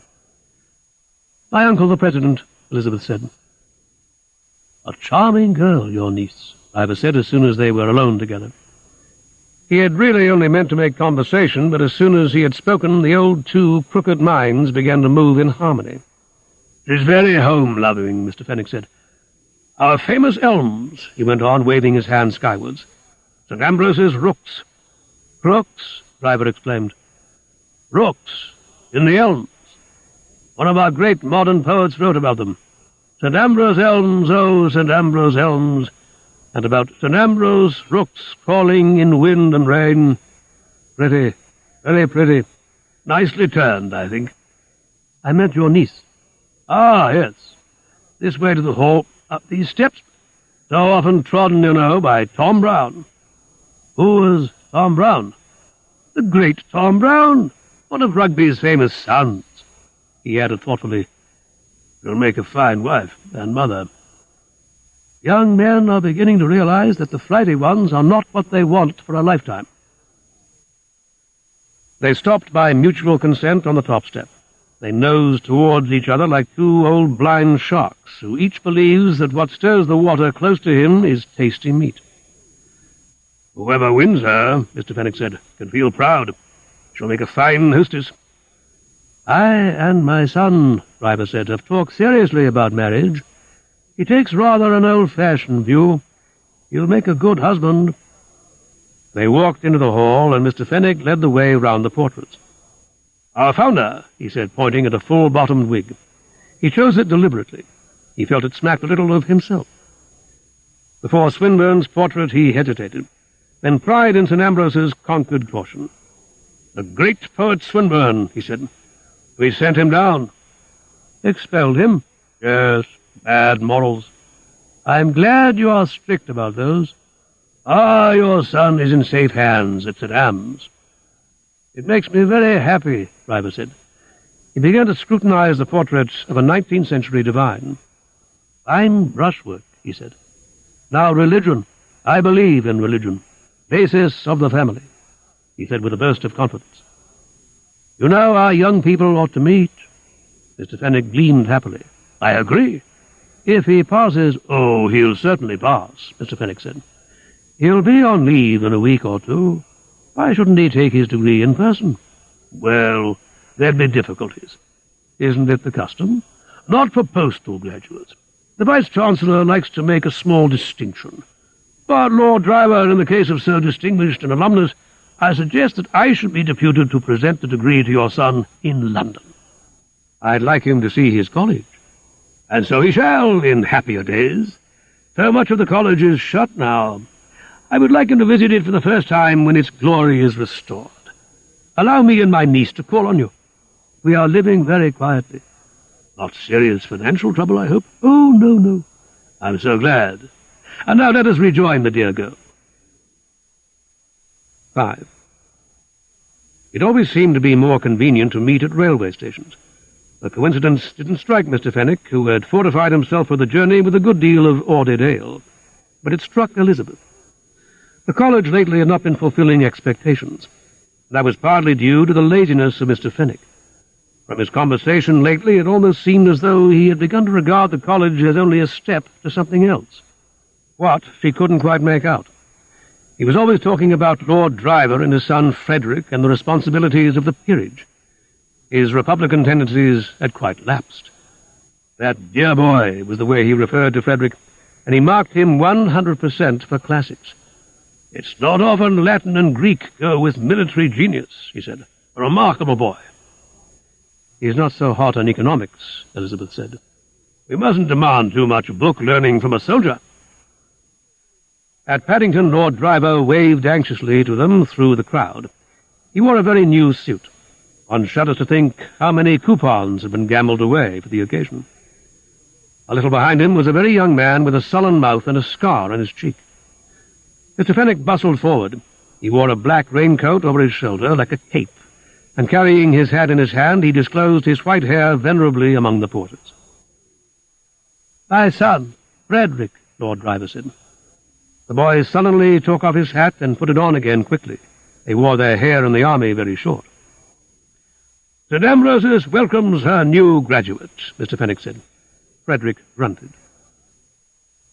The presentation of the degree was made in a private room at Mount Royal. Lord Driver explained that his house had been bombed. A time bomb, he added, a rather necessary explanation since there had been no raids recently. Mr. Fenwick was satisfied if Lord Driver was. He had brought up a B.A. gown, a mortar board, and a Bible in his suitcase, and he made quite an imposing little ceremony between the book table, the sofa, and the radiator, reading out a Latin oration and tapping Frederick lightly on the head with the Bible. The degree diploma had been expensively printed in 2 colors by an Anglo-Catholic firm. Elizabeth was the only uneasy person there. Could the world, she wondered, really contain 2 such suckers?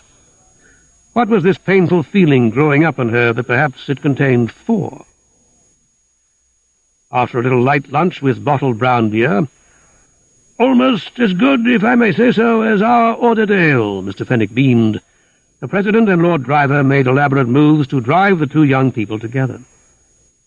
"We've got to talk a little business," Mr. Fenwick said, and Lord Driver hinted, "You've not been to the movies for a year, Frederick." They were driven out together into bombed, shabby Oxford Street, while the old men rang cheerfully down for whisky. "What's the idea?" Elizabeth said. He was good-looking. She liked his scar and his sullenness. There was almost too much intelligence and purpose in his eyes. Once he took off his hat and scratched his head. Elizabeth again noticed his short hair. He certainly didn't look a military type, and his suit, like his father's, looked new and ready-made. Hadn't he had any clothes to wear when he came on leave? "I suppose," she said, "they are planning a wedding." His eyes lit gleefully up. "I wouldn't mind," he said. "You'd have to get leave from your CO, wouldn't you?" "CO?" he asked in astonishment, flinching a little like a boy who has been caught out, who hasn't been prepared beforehand with that question. She watched him carefully, remembering all the things that had seemed to her odd since the beginning. "So you haven't been to the movies for a year," she said. "I've been on service." "Not even an Ensa show?" "Oh, I don't count those." "It must be awfully like being in prison." He grinned weakly, walking faster all the time, so that she might easily have been pursuing him through the Hyde Park gates. "Come clean," she said. "Your father's not Lord Driver." "Oh, yes, he is. Any more than my uncle's president of a college." "What?" He began to laugh. It was an agreeable laugh. A laugh you couldn't trust, but a laugh which made you laugh back and agree that in a crazy world like this all sorts of things didn't matter a hang. "I'm just out of Borstal," he said. "What's yours?" "Oh, I haven't been in prison yet." He said, "You'll never believe me, but all that ceremony, it looked phony to me. Of course Dad swallowed it." "And my uncle swallowed you?" "I couldn't quite." "Well, the wedding's off." "Anyway, I'm sorry. I'm still free." "Well," he said, "we might discuss it." And there in the pale autumn sunlight of the park, they did discuss it, from all sorts of angles. There were bigger frauds all round them. Officials of the ministries passed carrying little portfolios. Controllers of this and that purred by in motor cars, and men with the big blank faces of advertisement hoardings strode purposefully in khaki with scarlet tabs down Park Lane from the Dorchester. Their fraud was a small one by the world's standard, and a harmless one. The boy from Borstal and the girl from nowhere at all, from the draper's counter and the semi-detached villa. "He's got a few hundred stored away, I'm sure of that," said Fred. "He'd make a settlement if he thought he could get the president's niece." "I wouldn't be surprised if Uncle had 500. He'd put it all down for Lord Driver's son. We'd take over this college business. With a bit of capital, we could really make it go. It's just chicken feed now."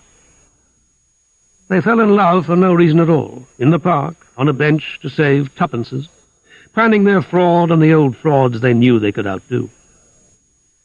Then they went back, and Elizabeth declared herself before she'd got properly inside the door. "Frederick and I want to get married." He almost felt sorry for the old fools as their faces lit up suddenly, simultaneously, because everything had been so easy, and then darkened with caution as they squinted at each other.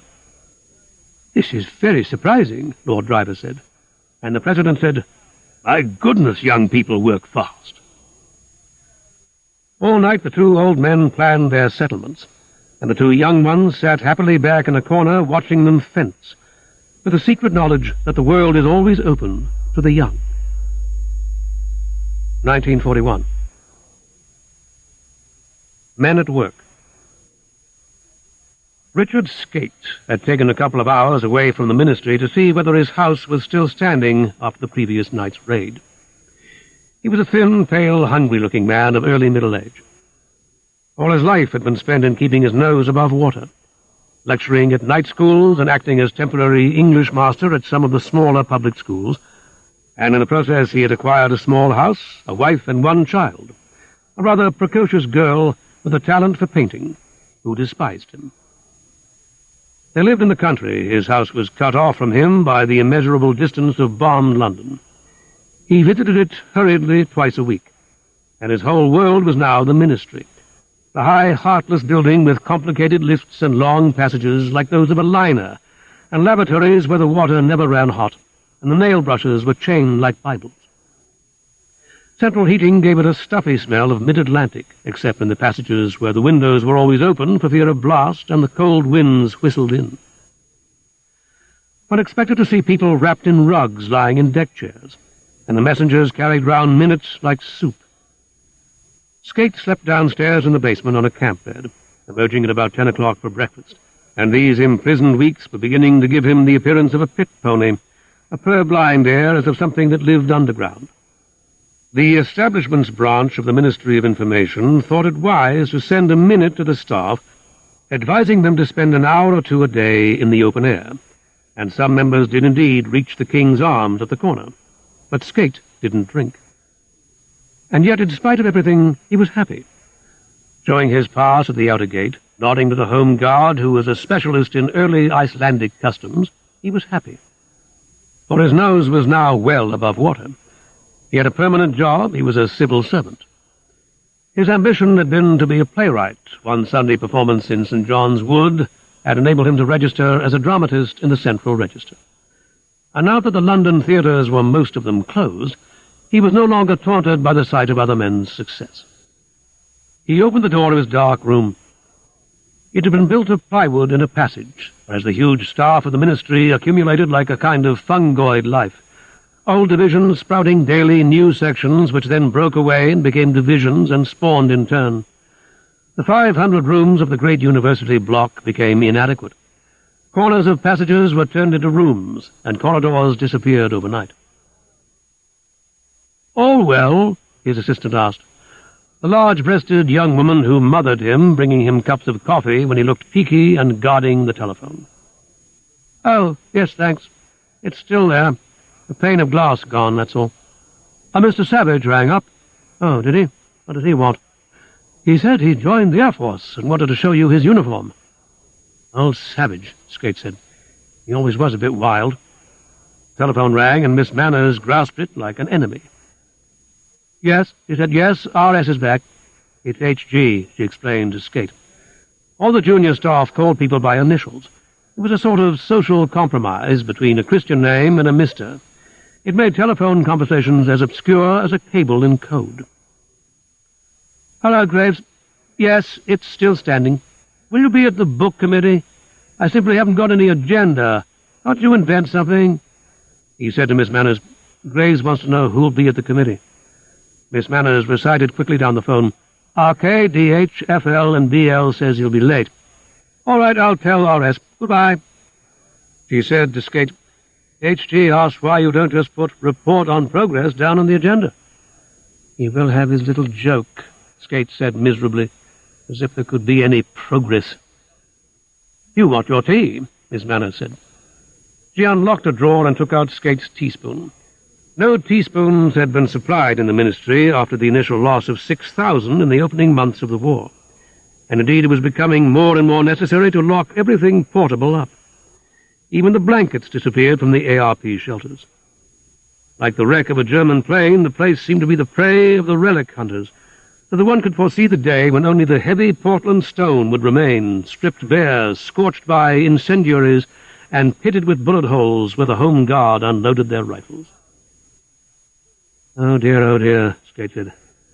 I must get this agenda done." His worry was only skin-deep. It was all a game played in a corner under the gigantic shadow. Propaganda was a means of passing the time. Work was not done for its usefulness, but for its own sake, simply as an occupation. He wrote wearily down, "The problem of India," on the agenda. Leaving his room, Skate stood aside for an odd little procession of old men in robes, led by a mace-bearer. They passed, one of them sneezing, towards the Chancellor's Hall, like humble ghosts still carrying out the ritual of another age. They had once been kings in this palace. The gigantic building had been built to house them, and now the civil servants passed up and down through their procession as though it had no more consistency than smoke. Long before he reached the room where the book committee sat, he heard a familiar voice saying, "What we want is a really colossal campaign." It was King, of course, putting his shoulder to the war effort. These outbreaks occurred periodically, like desire. King had been an advertising man, and the need to sell something would regularly overcome him. Memories of Ovaltine and halitosis and the Mustard Club sought an outlet all the time, until suddenly, overwhelmingly, he would begin to sell the war. The Treasury and the Stationery Office always saw to it that his great schemes came to nothing.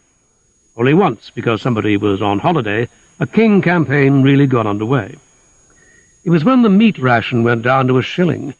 The hoardings all over London carried a curt King message: "Don't grouse about mutton. What's wrong with your greens?" A ribald Labour member asked a question in Parliament. The posters were withdrawn at a cost of £20,000. The Permanent Secretary resigned. The Prime Minister stood by the Minister, who stood by his staff. "I consider we are one of the fighting services." And King, after being asked to resign, was instead put in charge of the books division of the ministry at a higher salary. Here it was felt he could do no harm. Skate slid in and handed round copies of the agenda unobtrusively, like a maid laying napkins. He didn't bother to listen to King. Something about a series of pamphlets to be distributed free to 6 million people, really explaining what we were fighting for. "Tell them what freedom means," King said. "Democracy. Don't use long words." Hill said, "I don't think the Stationery Office—" Hill's thin voice was always the voice of reason. He was said to be the author of the official explanation and defense of the ministry's existence. A negative action may have positive results. On Skate's agenda was written: 1. A rising from the minutes. 2. Pamphlet in Welsh on German labour conditions. 3. Facilities for Wilkinson to visit the ATS. 4. Objections to proposed bone pamphlet. 5. Suggestion for a leaflet from Meat Marketing Board. 6. The problem of India. The list, Skate thought, looked quite impressive. "Of course," King went on, "the details need working out.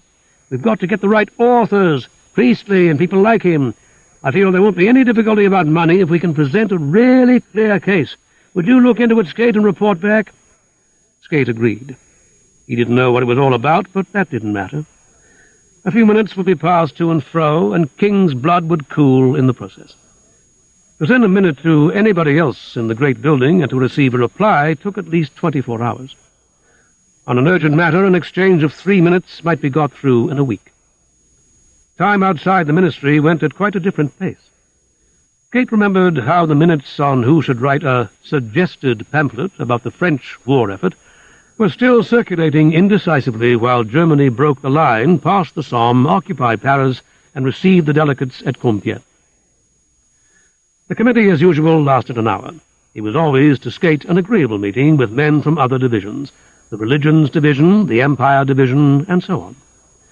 Sometimes they co-opted another man they thought was nice. It gave an opportunity for all sorts of interesting discussions, on books and authors and artists and plays and films. The agenda didn't really matter. It was quite easy to invent one at the last moment. Today everybody was in a good temper.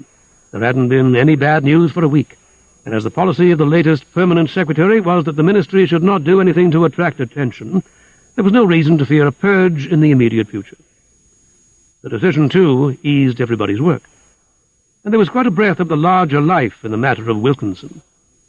Wilkinson was a very popular novelist who wanted to sound a clarion note to women, and he had asked permission to make a special study of the ATS. Now the military authorities refused permission.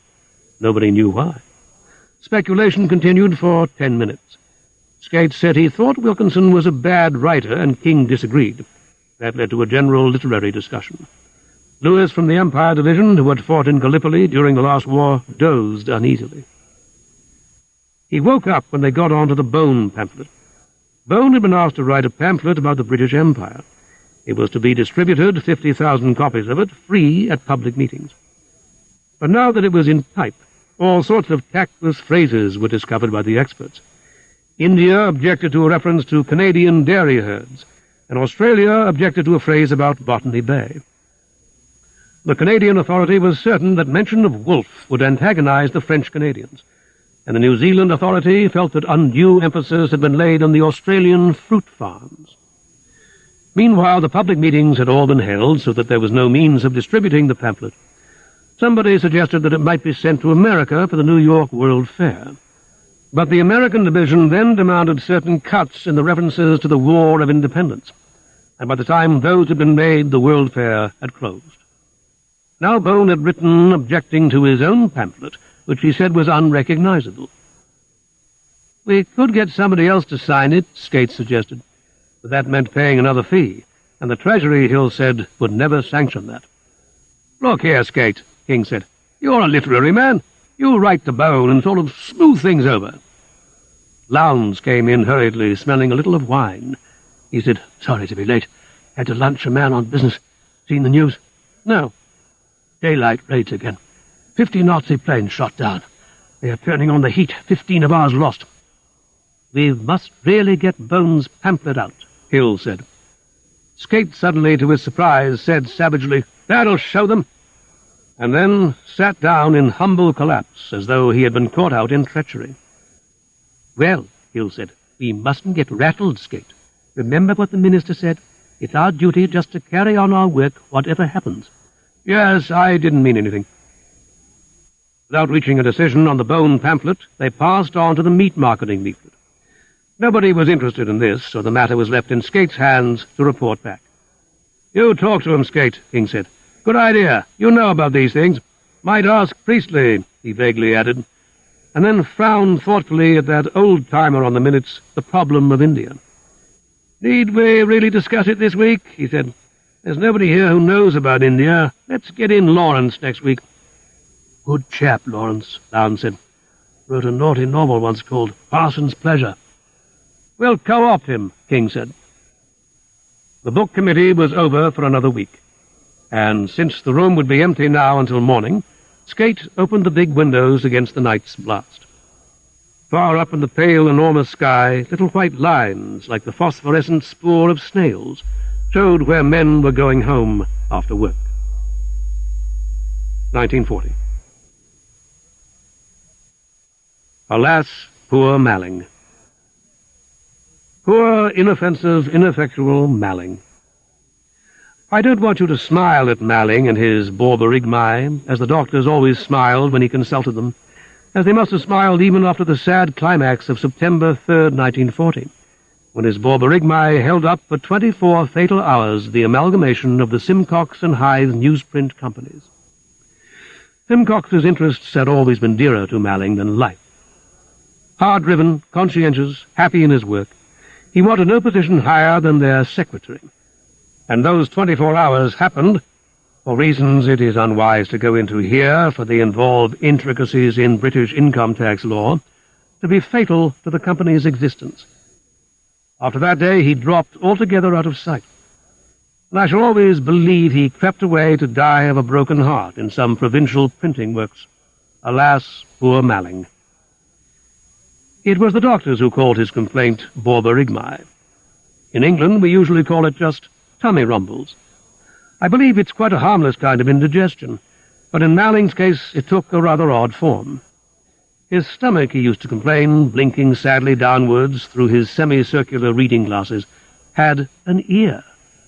It used to pick up notes in an extraordinary way and give them out again after meals. I shall never forget one embarrassing tea at the Piccadilly Hotel in honor of a party of provincial printers. It was the year before the war, and Malling had been attending the symphony concerts at Queen's Hall. He never went again. In the distance, a dance orchestra had been playing the Lambeth Walk.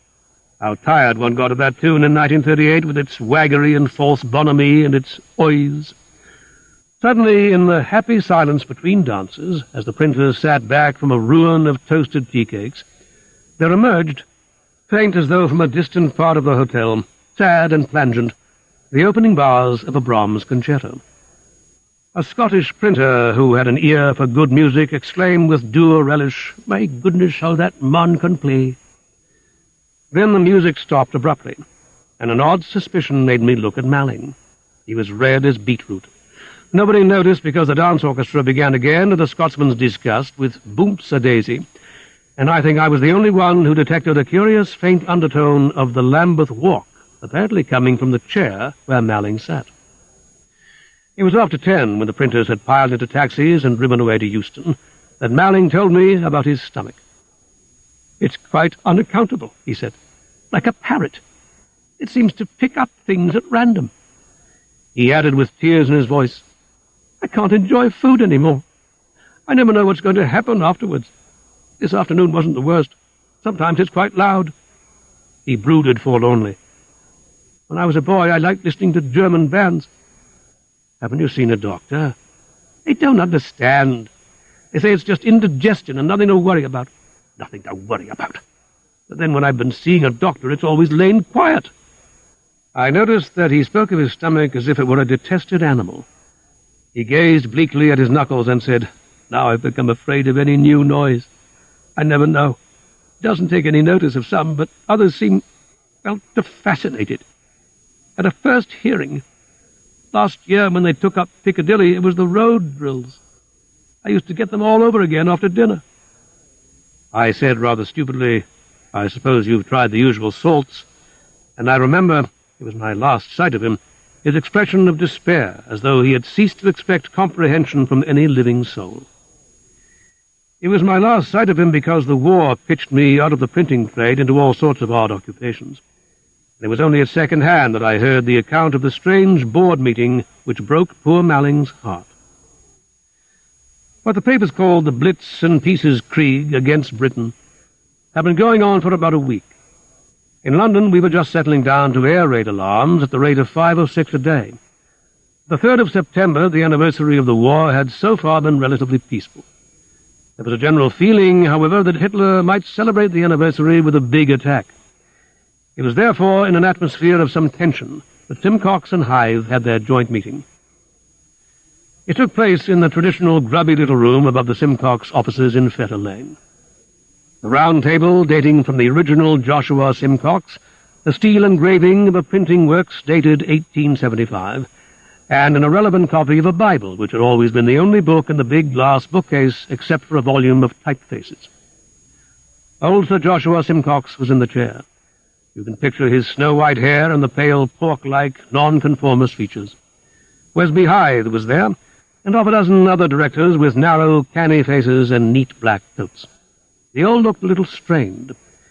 If the new income tax regulations were to be evaded, they had to work quickly. As for Malling, he crouched over his pad, nervously ready to advise anybody on anything. There was one interruption during the reading of the minutes. Wesby Hythe, who was an invalid, complained that a typewriter in the next room was getting on his nerves. Malling blushed and went out. I think he must have swallowed a tablet because the typewriter stopped. Hythe was impatient. "Hurry up," he said. "Hurry up. We haven't all night." But that was exactly what they had. After the minutes had been read, Sir Joshua began explaining elaborately in a Yorkshire accent that their motives were entirely patriotic. They hadn't any intention of evading tax. They just wanted to contribute to the war effort, drive, economy. He said, "The proof of the pudding," and at that moment the air raid siren started. As I have said, a mass attack was expected. It wasn't the time for delay. A dead man couldn't evade income tax. The directors gathered up their papers and bolted for the basement. All except Malling. You see, he knew the truth. I think it had been the reference to pudding which had roused the sleeping animal. Of course he should have confessed, but think for a moment. Would you have had the courage, after watching those elderly men with white slips to their waistcoats, helped with a horrifying lack of dignity to safety? I know I should have done exactly what Malling did. Have followed Sir Joshua down to the basement in the desperate hope that for once the stomach would do the right thing and make amends. But it didn't. The joint boards of Simcox and Hythe stayed in the basement for 12 hours, and Malling stayed with them, saying nothing.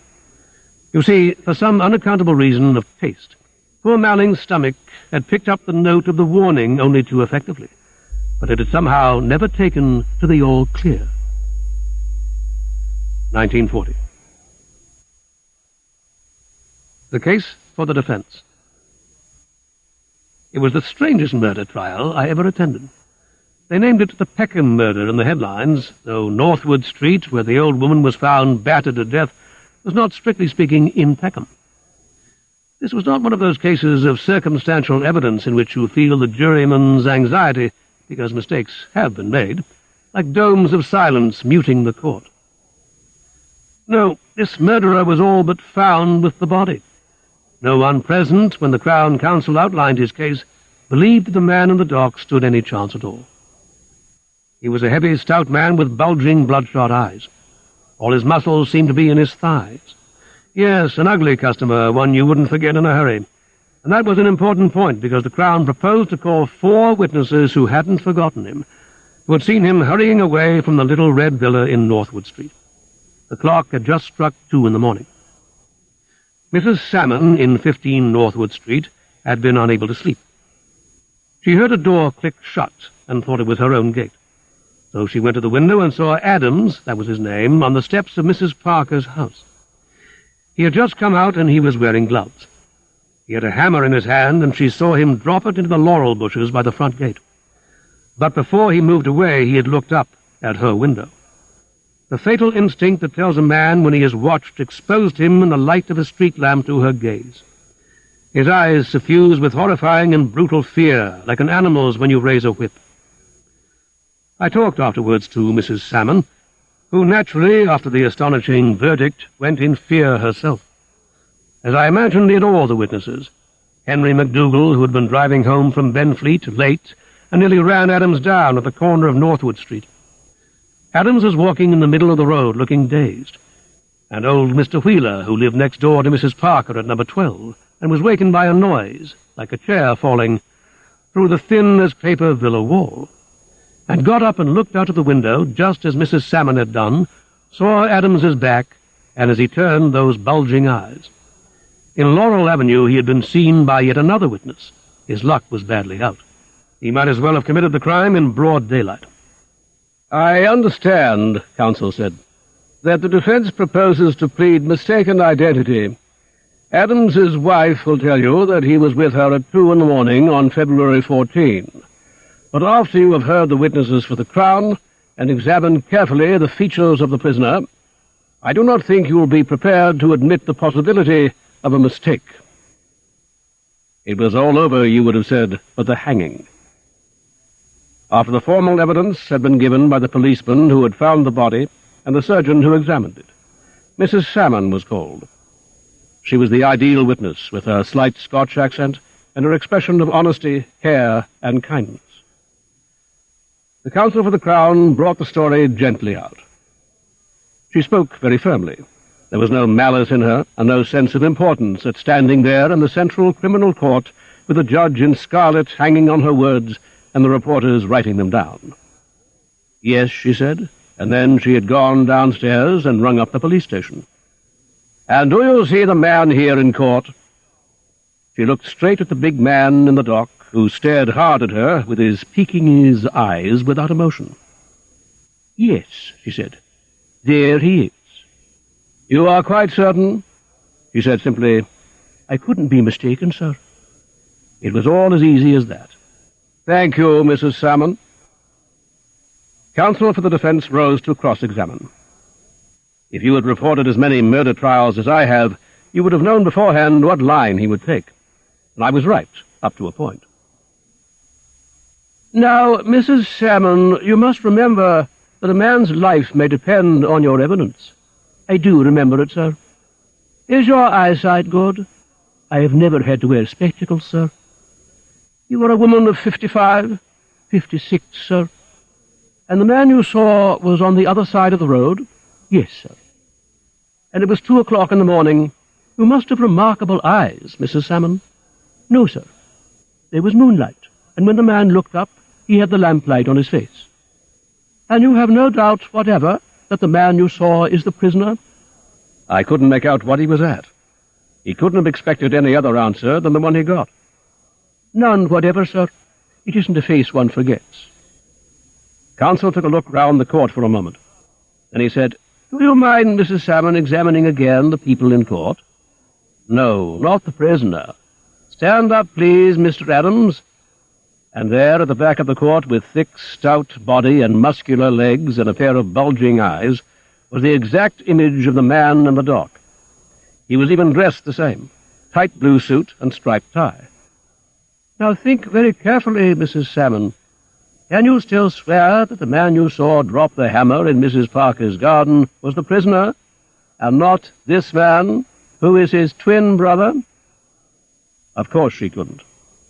She looked from one to the other and didn't say a word. There the big brute sat in the dock with his legs crossed, and there he stood, too, at the back of the court, and they both stared at Mrs. Salmon. She shook her head. What we saw then was the end of the case. There wasn't a witness prepared to swear that it was the prisoner he'd seen. And the brother? He had his alibi, too. He was with his wife. And so the man was acquitted for lack of evidence. But whether, if he did the murder and not his brother, he was punished or not, I don't know. That extraordinary day had an extraordinary end. I followed Mrs. Salmon out of court, and we got wedged in the crowd, who were waiting, of course, for the twins. The police tried to drive the crowd away, but all they could do was keep the roadway clear for traffic.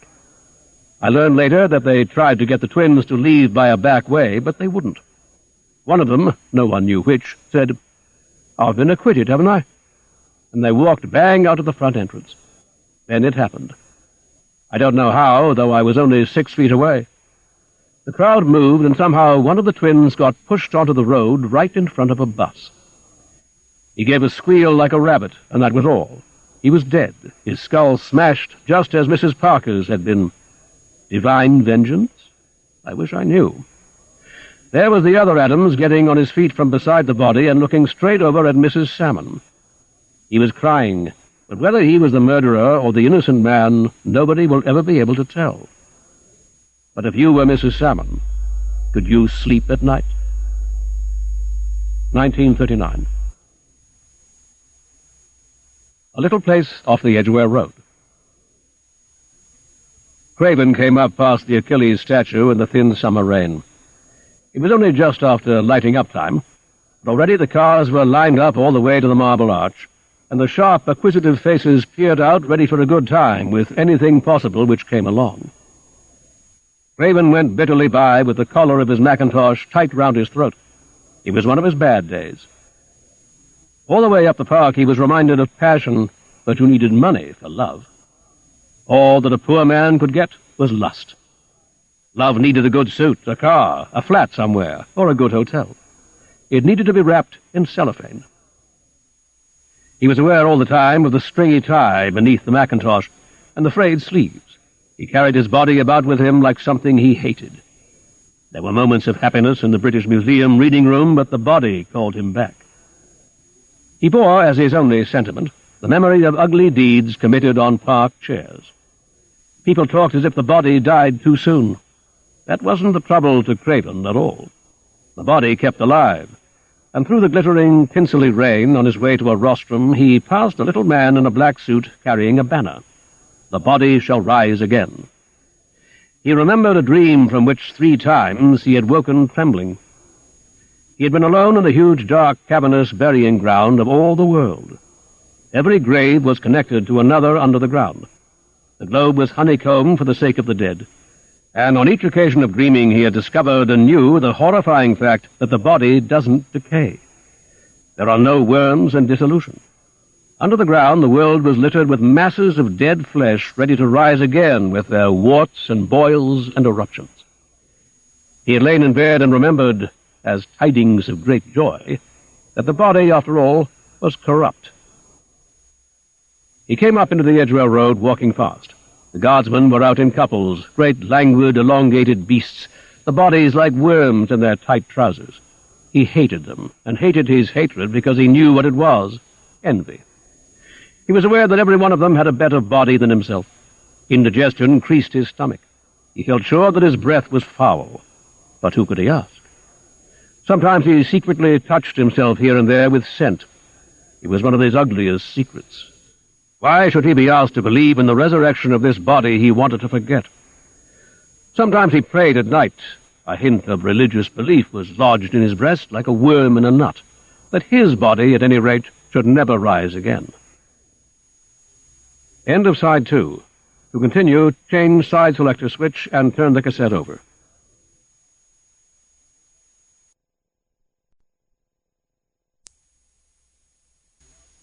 Side 3. Complete short stories by Graham Greene, continuing with A Little Place Off the Edgeware Road on page 72. He knew all the side streets round the Edgeware Road only too well.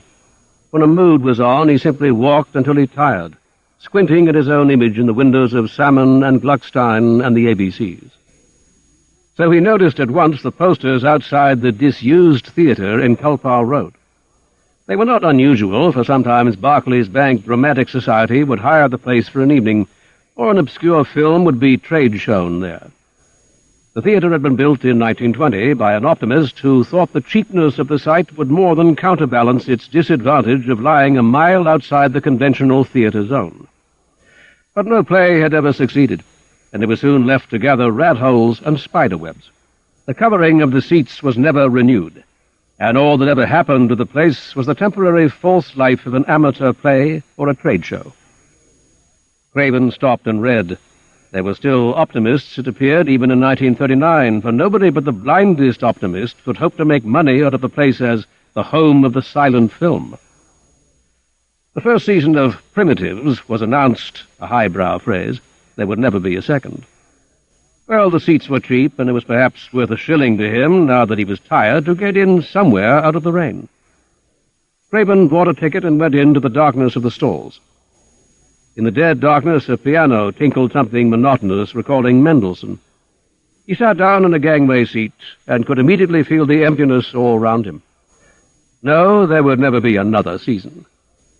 On the screen, a large woman in a kind of toga wrung her hands, then wobbled with furious, jerky movements towards a couch.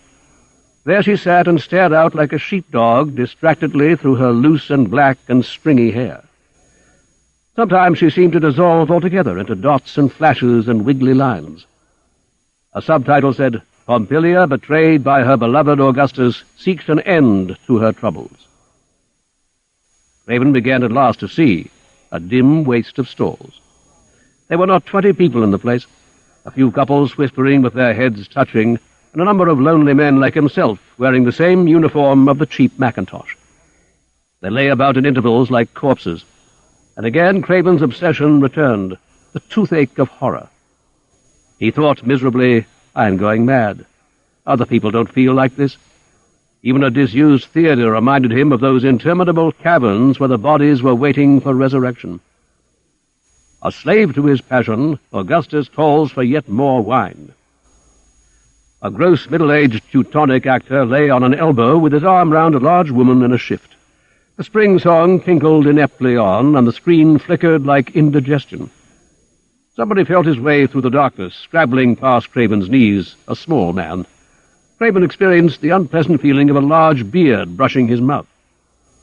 Then there was a long sigh as the newcomer found the next chair, and on the screen events had moved with such rapidity that Pompilia had already stabbed herself, or so Craven supposed, and lay still and buxom among her weeping slaves. A low, breathless voice sighed out close to Craven's ear. "What's happened? Is she asleep?" "No, dead." "Murdered?" the voice asked with a keen interest. "I don't think so. Stabbed herself." Nobody said, "Hush." Nobody was enough interested to object to a voice. They drooped among the empty chairs in attitudes of weary inattention. The film wasn't nearly over yet. There were children somehow to be considered. Was it all going on to a second generation? But the small bearded man in the next seat seemed to be interested only in Pompilia's death. The fact that he had come in at that moment apparently fascinated him. Craven heard the word coincidence twice, and he went on talking to himself about it in low, out-of-breath tones. Absurd, when you come to think of it. And then, no blood at all. Craven didn't listen. He sat with his hands clasped between his knees, facing the fact, as he had faced it so often before, that he was in danger of going mad.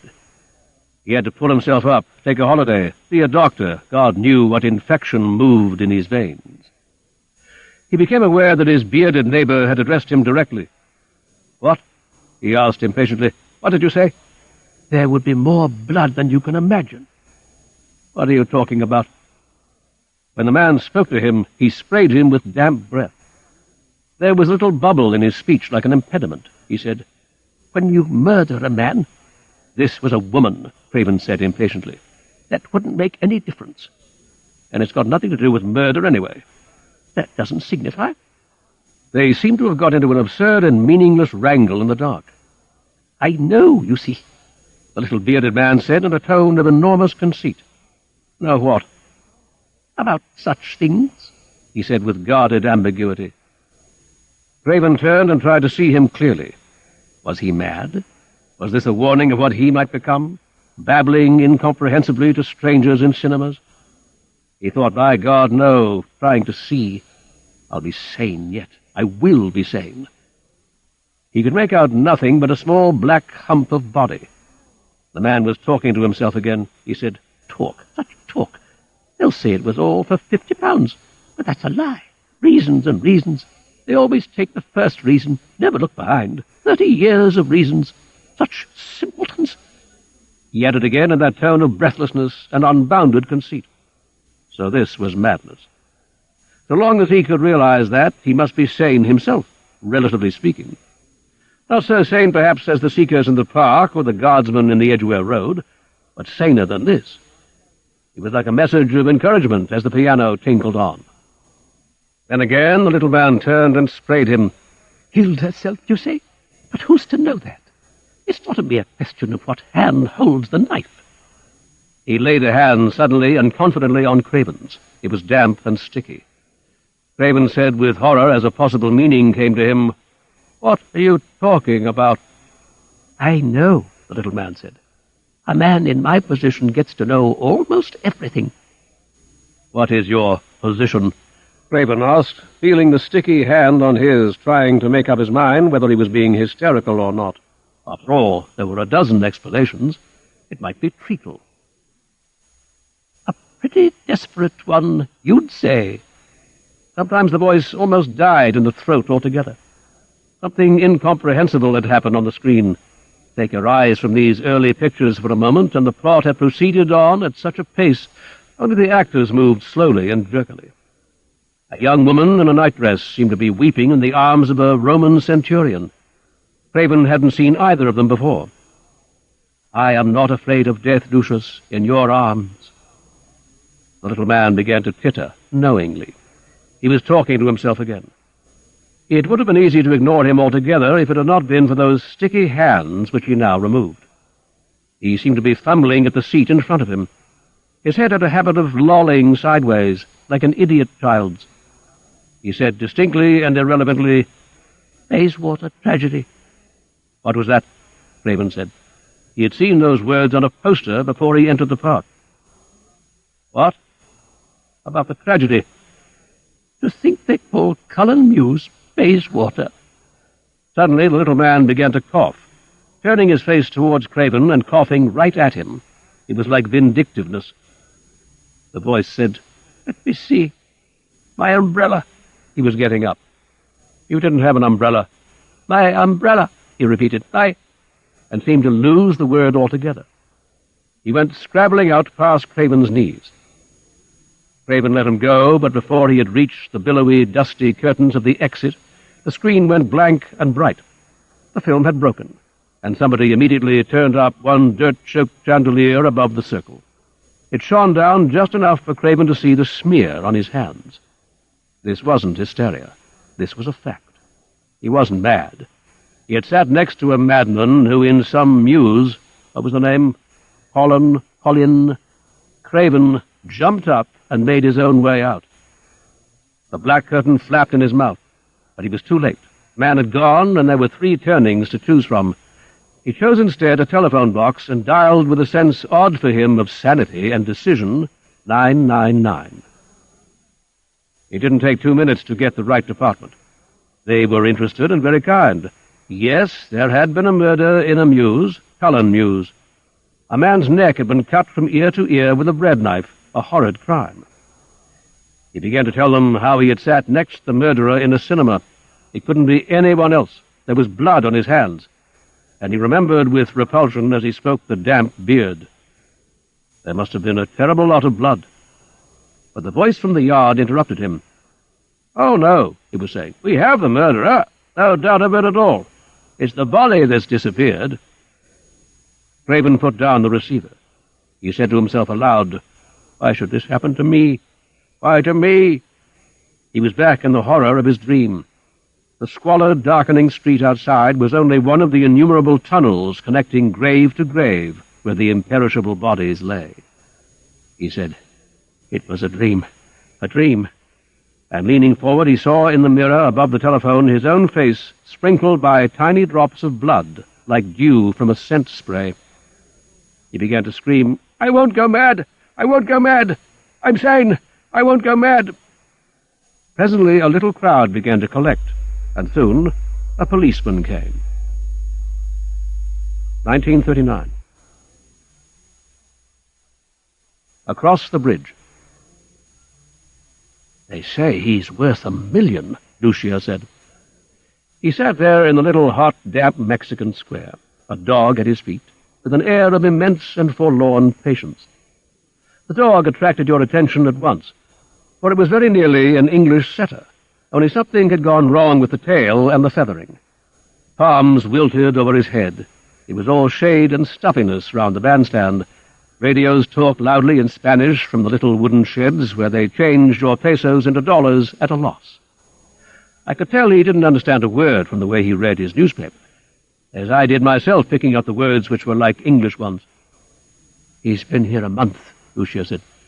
"They turned him out of Guatemala and Honduras." You couldn't keep any secrets for 5 hours in this border town. Lucia had only been 24 hours in the place, but she knew all about Mr. Joseph Calloway. The only reason I didn't know about him, and I'd been in the place 2 weeks, was because I couldn't talk the language any more than Mr. Calloway could. There wasn't another soul in the place who didn't know the whole story of Hauling Investment Trust and the proceedings for extradition. Any man doing dusty business in any of the wooden booths in the town is better fitted by long observation to tell Mr. Calloway's tale than I am, except that I was in, literally, at the finish. They all watched the drama proceed with immense interest, sympathy, and respect. For, after all, he had $1 million. Every once in a while through the long, steamy day, a boy came and cleaned Mr. Calloway's shoes. He hadn't the right words to resist them. They pretended not to know his English. He must have had his shoes cleaned the day Lucia and I watched him at least 6 times. At midday he took a stroll across the square to the Antonio bar and had a bottle of beer, the setter sticking to heel as if they were out for a country walk in England. He had, you may remember, one of the biggest estates in Norfolk. After his bottle of beer, he would walk down between the money changers' huts to the Rio Grande and look across the bridge into the United States. People came and went constantly in cars, then back to the square till lunchtime. He was staying in the best hotel, but you don't get good hotels in this border town. Nobody stays in them more than a night. The good hotels were on the other side of the bridge. You could see their electric signs 20 stories high from the little square at night, like lighthouses marking the United States. You may ask what I'd been doing in so drab a spot for a fortnight. There was no interest in the place for anyone. It was just damp and dust and poverty, a kind of shabby replica of the town across the river. Both had squares in the same spots. Both had the same number of cinemas. One was cleaner than the other, that was all, and more expensive, much more expensive. I'd stayed across there a couple of nights waiting for a man a tourist bureau said was driving down from Detroit to Yucatan and would sell a place in his car for some fantastically small figure, $20, I think it was. I don't know if he existed or was invented by the optimistic half-caste in the agency. Anyway, he never turned up, and so I waited, not much caring, on the cheap side of the river. It didn't much matter. I was living. One day I meant to give up the man from Detroit and go home or go south, but it was easier not to decide anything in a hurry. Lucia was just waiting for a car the other way, but she didn't have to wait so long. We waited together and watched Mr. Calloway waiting for God knows what. I don't know how to treat this story. It was a tragedy for Mr. Calloway. It was poetic retribution, I suppose, in the eyes of the shareholders whom he'd ruined with his bogus transactions. And to Lucia and me at this stage it was comedy, except when he kicked the dog. I'm not a sentimentalist about dogs. I prefer people to be cruel to animals rather than to human beings. But I couldn't help being revolted at the way he'd kick that animal, with a hint of cold-blooded venom, not in anger, but as if he were getting even for some trick it had played him a long while ago. That generally happened when he returned from the bridge. It was the only sign of anything resembling emotion he showed. Otherwise he looked a small, set, gentle creature, with silver hair and a silver moustache and gold-rimmed glasses, and one gold tooth, like a flaw in character. Lucia hadn't been accurate when she said he'd been turned out of Guatemala and Honduras. He'd left voluntarily when the extradition proceedings seemed likely to go through and moved north. Mexico is still not a very centralized state, and it is possible to get round governors as you can't get round cabinet ministers or judges. And so he waited there on the border for the next move. That earlier part of the story was, I suppose, dramatic, but I didn't watch it, and I can't invent what I haven't seen. Long waiting in anterooms, the bribes taken and refused, and growing fear of arrest, and then the flight in gold-rimmed glasses, covering his tracks as well as he could. But this wasn't finance, and he was an amateur at escape. And so he'd washed up here, under my eyes and Lucia's eyes, sitting all day under the bandstand, nothing to read but a Mexican paper, nothing to do but look across the river at the United States, quite unaware, I suppose, that everyone knew everything about him, once a day kicking his dog. Perhaps in its semi-setter way it reminded him too much of the Norfolk estate, though that too, I suppose, was the reason he kept it. And the next act again was pure comedy. I hesitate to think what this man worth $1 million was costing his country as they edged him out from this land and that. Perhaps somebody was getting tired of the business and careless. Anyway, they sent across 2 detectives with an old photograph.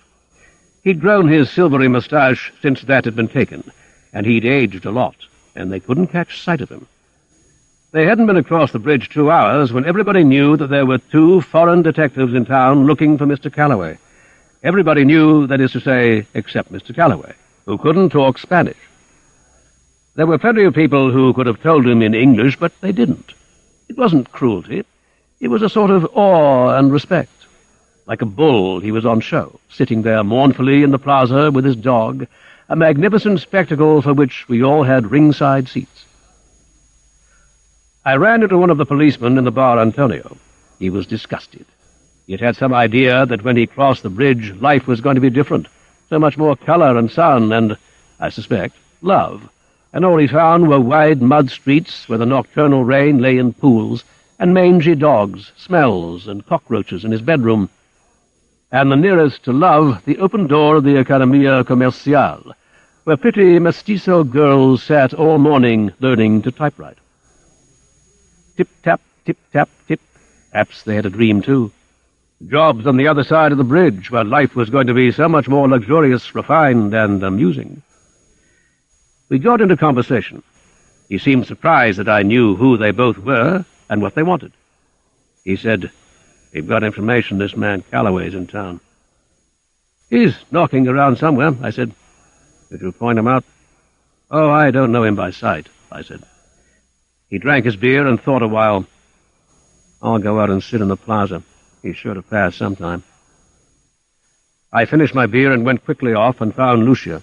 I said, "Hurry, we're going to see an arrest."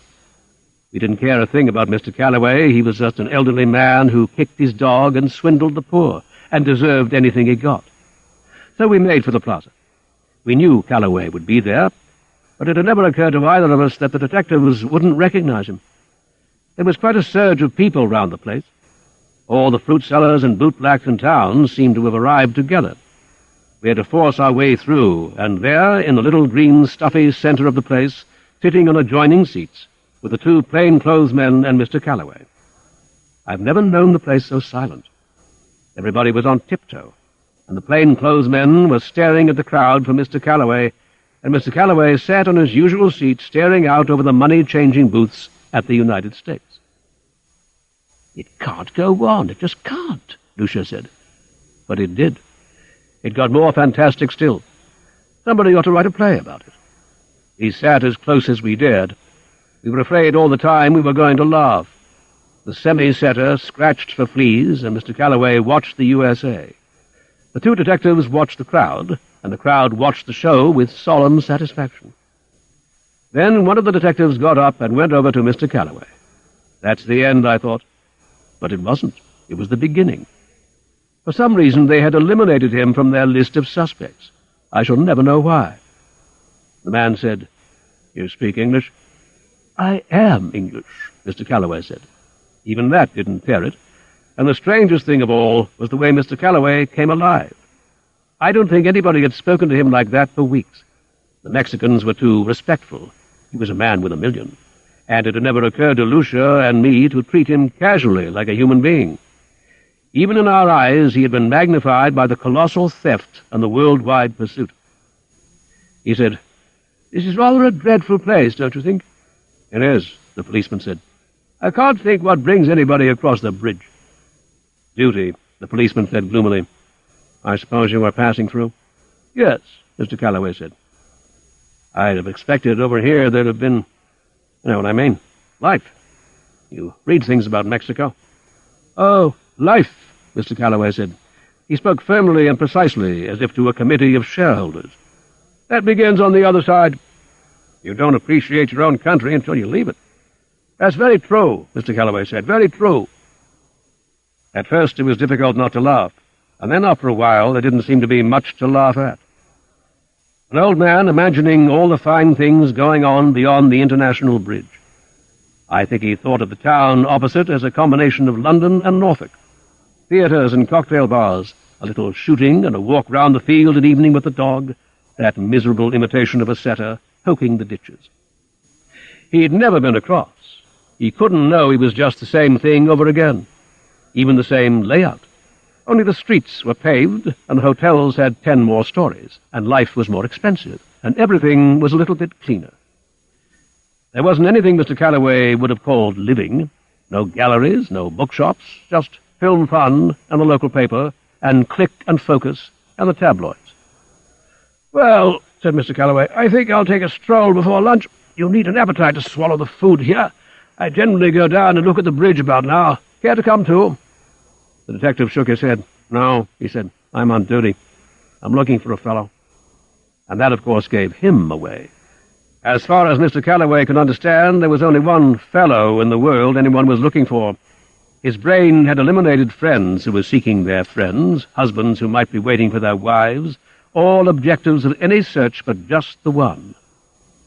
The power of elimination was what had made him a financier. He could forget the people behind the shares. That was the last we saw of him for a while. We didn't see him going into the Botica Paris to get his aspirin, or walking back from the bridge with his dog. He simply disappeared. And when he disappeared, people began to talk, and the detectives heard the talk. They looked silly enough, and they got busy after the very man they'd been sitting next to in the garden. Then they, too, disappeared. They, as well as Mr. Calloway, had gone to the state capitol to see the governor and the chief of police, and it must have been an amusing sight there, too, as they bumped into Mr. Calloway and sat with him in the waiting rooms. I suspect Mr. Calloway was generally shown in first, for everyone knew he was worth $1 million. Only in Europe is it possible for a man to be a criminal as well as a rich man. Anyway, after about a week, the whole pack of them returned by the same train. Mr. Calloway travelled Pullman, and the 2 policemen travelled in the day coach. It was evident that they hadn't got their extradition order. Lucia had left by that time. The car came and went across the bridge. I stood in Mexico and watched her get out at the United States Customs. She wasn't anything in particular, but she looked beautiful at a distance, and she gave me a wave out of the United States and got back into the car. And I suddenly felt sympathy for Mr. Calloway, as if there were something over there which you couldn't find here. And turning round, I saw him back on his old beat, with the dog at his heels. I said, "Good afternoon," as if it had been all along our habit to greet each other. He looked tired and ill and dusty, and I felt sorry for him. To think of the kind of victory he'd been winning with so much expenditure of cash and care, to prize this dirty and dreary town, the booths of the money changers, the awful little beauty parlours with their wicker chairs and sofas looking like the reception rooms of brothels, that hot and stuffy garden by the bandstand. He replied gloomily, "Good afternoon," and the dog started to sniff at some ordure, and he turned and kicked it with fury, with depression, with despair. And at that moment a taxi with the 2 policemen in it passed us on its way to the bridge. They must have seen that kick. Perhaps they were cleverer than I had given them credit for. Perhaps they were just sentimental about animals and thought they'd do a good deed, and the rest happened by accident. But the fact remains, those two pillars of the law set about the stealing of Mr. Calloway's dog. He watched them go by, and he said, "Why don't you go across?" "It's cheaper here," I said. "I mean just for an evening. Have a meal at that place we can see at night in the sky. Go to the theatre." "There isn't one," he said angrily, sucking his gold tooth. "Well, anyway, get away from here." He stared down the hill and up the other side. He couldn't see that the street climbing up from the bridge contained only the same money-changers' booths as this one. I said, "Why don't you go?" He said evasively, "Oh, business." I said, "It's only a question of money. You don't have to pass by the bridge." He said with faint interest, "I don't talk Spanish." "There isn't a soul here," I said, "who doesn't talk English." He looked at me with surprise. "Is that so?" he said. "Is that so?" It's as I have said. He'd never tried to talk to anyone, and they respected him too much to talk to him. He was worth $1 million. I don't know whether I'm glad or sorry that I told him that. If I hadn't, he might be there now, sitting by the bandstand, having his shoes cleaned, alive and suffering. 3 days later, his dog disappeared. I found him looking for it, calling softly and shamefacedly between the palms of the garden. He looked embarrassed. He said in a low, angry voice, "I hate that dog, that beastly mongrel," and called, "Rover! Rover!" in a voice which didn't carry 5 yards. He said, "I bred setters once. I'd have shot a dog like that." It reminded him I was right, of Norfolk, and he lived in the memory, and he hated it for its imperfection. He was a man without a family and without friends, and his only enemy was that dog. You couldn't call the law an enemy. You have to be intimate with an enemy. Late that afternoon, someone told him they'd seen the dog walking across the bridge. It wasn't true, of course, but we didn't know that then. They paid a Mexican 5 pesos to smuggle it across. So all that afternoon and the next, Mr. Calloway sat in the garden having his shoes cleaned over and over again, and thinking how a dog could just walk across like that, and a human being, an immortal soul, was bound here in the awful routine of the little walk and the unspeakable meals and the aspirin at the botica. That dog was seeing things he couldn't see, that hateful dog. It made him mad, I think literally mad. You must remember the man had been going on for months. He had $1 million, and he was living on £2 a week with nothing to spend his money on. He sat there and brooded on the hideous injustice of it. I think he'd have crossed over one day in any case, but the dog was the last straw. Next day, when he wasn't to be seen, I guessed he'd gone across, and I went too. The American town is as small as the Mexican. I knew I couldn't miss him if he was there, and I was still curious. A little sorry for him, but not too much. I caught sight of him first in the only drugstore having a Coca-Cola, and then once outside a cinema looking at the posters. He had dressed with extreme neatness, as if for a party, but there was no party. On my 3rd time round, I came on the detectives. They were having Coca-Colas in the drugstore, and they must have missed Mr. Calloway by inches. I went in and sat down at the bar. "Hello," I said. "You still about?" I suddenly felt anxious for Mr. Calloway. I didn't want them to meet. One of them said, "Where's Calloway?" "Oh," I said, "he's hanging on." "That's not his dog," he said, and laughed. The other looked a little shocked. He didn't like anyone to talk cynically about a dog. Then they got up. They had a car outside. "Have another?" I said. "No, thanks, we've got to keep going." The men bent close and confided to me. "Calloway's on this side." "No," I said. "And his dog." "He's looking for it," the other said. "I'm damned if he is," I said. And again one of them looked a little shocked, as if I'd insulted the dog.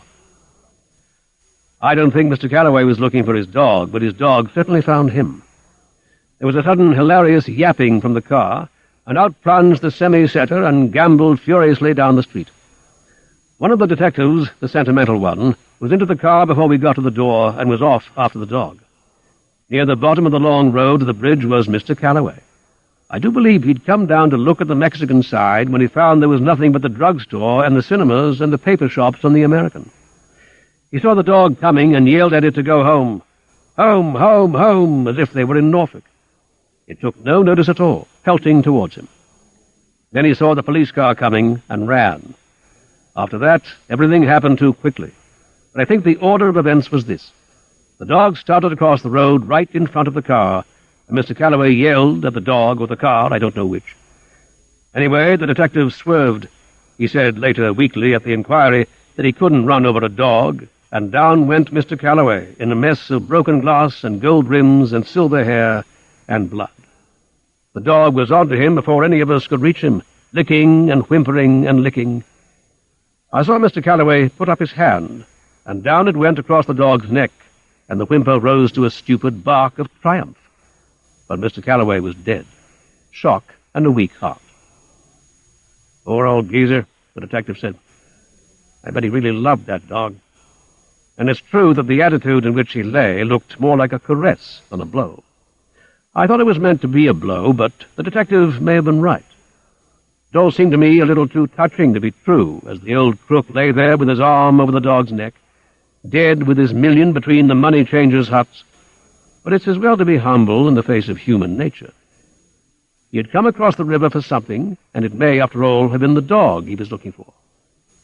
It sat there, baying its stupid and mongrel triumph across his body, like a piece of sentimental statuary. The nearest he could get to the fields, the ditches, the horizon of his home. It was comic, and it was pitiable. But it wasn't less comic because the man was dead. Death doesn't change comedy to tragedy, and if that last gesture was one of affection, I suppose it was only one more indication of a human being's capacity for self-deception, our baseless optimism that is so much more appalling than our despair. 1938. A drive in the country. As every other night, she listened to her father going round the house, locking the doors and windows. He was head clerk at Bergson's export agency, and lying in bed she would think with dislike that his home was like his office, run on the same lines, its safety preserved with the same meticulous care, so that he could present a faithful steward's account to the managing director. Regularly every Sunday he presented the account, accompanied by his wife and 2 daughters, in the little neo-Gothic church in Park Road. They always had the same pew, they were always 5 minutes early, and her father sang loudly with no sense of tune, holding an outsized prayer book on the level of his eyes. Singing songs of exultation. He was presenting the week's account, one household duly safeguarded, marching to the promised land. When they came out of church, she looked carefully away from the corner by the bricklayer's arms, where Fred always stood, a little lit because the arms had been open for half an hour, with his air of unbalanced exultation. She listened. The back door closed. She could hear the catch of the kitchen window click, and the restless pad of his feet going back to try the front door. It wasn't only the outside doors he locked the empty rooms, the bathroom, the lavatory. He was locking something out. But obviously it was something capable of penetrating his first defenses. He raised his second line all the way up to bed.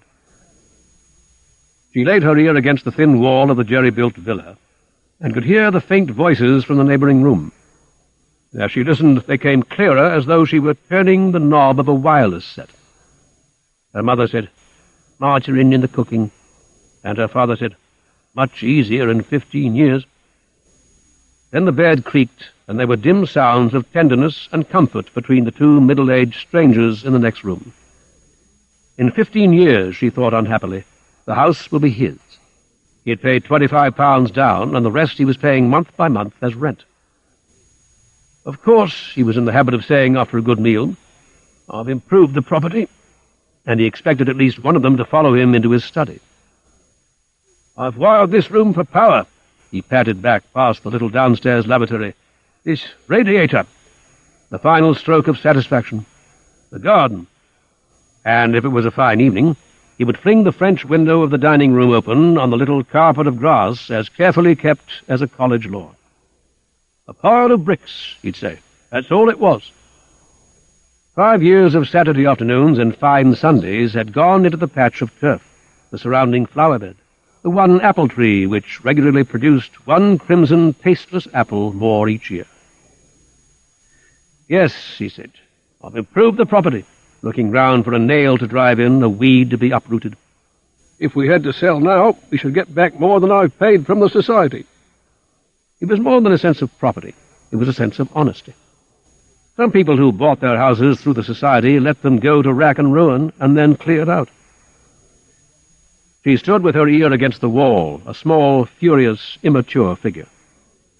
There was no more to be heard from the other room, but in her inner ear she still heard the chorus of a property owner, the tap-tap of a hammer, the scrape of a spade, the whistle of radiator steam, a key turning, a bolt pushed home, the little trivial sounds of men building barricades. She stood planning her treachery. It was 10:15. She had an hour in which to leave the house, but it did not take so long. There was really nothing to fear. They had played their usual rubber of three-handed bridge while her sister altered a dress for the local hop next night. After the rubber, she had boiled a kettle and brought in a pot of tea. Then she had filled the hot water bottles and put them in the beds while her father locked up. He had no idea whatever that she was an enemy. She put on a scarf and a heavy coat because it was still cold at night. The spring was late that year, as her father commented, watching for the buds on the apple tree. She didn't pack a suitcase. That would have reminded her too much of weekends at the sea, a family expedition to Ostend, from all of which one returned. She wanted to match the odd, reckless quality of Fred's mind. This time, she wasn't going to return. She went softly downstairs into the little crowded hall, unlocked the door. All was quiet upstairs, and she closed the door behind her. She was touched by a faint feeling of guilt because she couldn't lock it from the outside. But her guilt vanished by the time she reached the end of the crazy paved path and turned to the left down the road which, after 5 years, was still half-made, past the gaps between the villas where the wounded fields remained grimly alive in the form of thin grass and heaps of clay and dandelions. She walked fast, passing a long line of little garages like the graves in a Latin cemetery, where the coffin lies below the fading photograph of its occupant. The cold night air touched her with exhilaration. She was ready for anything as she turned by the Belisha beacon into the shuttered shopping street. She was like a recruit in the first months of a war. The choice made, she could surrender her will to the strange, the exhilarating, the gigantic event. Fred, as he had promised, was at the corner where the road turned down towards the church. She could taste the spirit on his lips as they kissed, and she was satisfied that no one else could have so adequately matched the occasion. His face was bright and reckless in the lamplight. He was as exciting and strange to her as the adventure. He took her arm and ran her into a blind, unlighted alley, then left her for a moment until 2 headlamps beamed softly at her out of the cabin. She cried with astonishment, "You've got a car?" and felt the jerk of his nervous hand urging her towards it. "Yes," he said. "Do you like it?" Grinding into second gear, changing clumsily into top as they came out between the shuttered windows. She said, "It's lovely. Let's drive a long way." "We will," he said, watching the speedometer needle go quivering to 55. "Does it mean you've got a job?" "There are no jobs," he said. "They don't exist any more than the dodo." "Did you see that bird?" he asked sharply, turning his headlights full on as they passed the turning to the housing estate, and quite suddenly came out into the country between a cafe, draw in here, a boot shop, buy the shoes worn by your favorite film star, and an undertaker's with a large white angel lit by a neon light. "I didn't see any bird." "Not flying at the windscreen?" "No. I nearly hit it," he said. "It would have made a mess. Bad as those fellows who run someone down and don't stop." "Should we stop?" he asked, turning out his switchboard lights so that they couldn't see the needle vibrate to 60.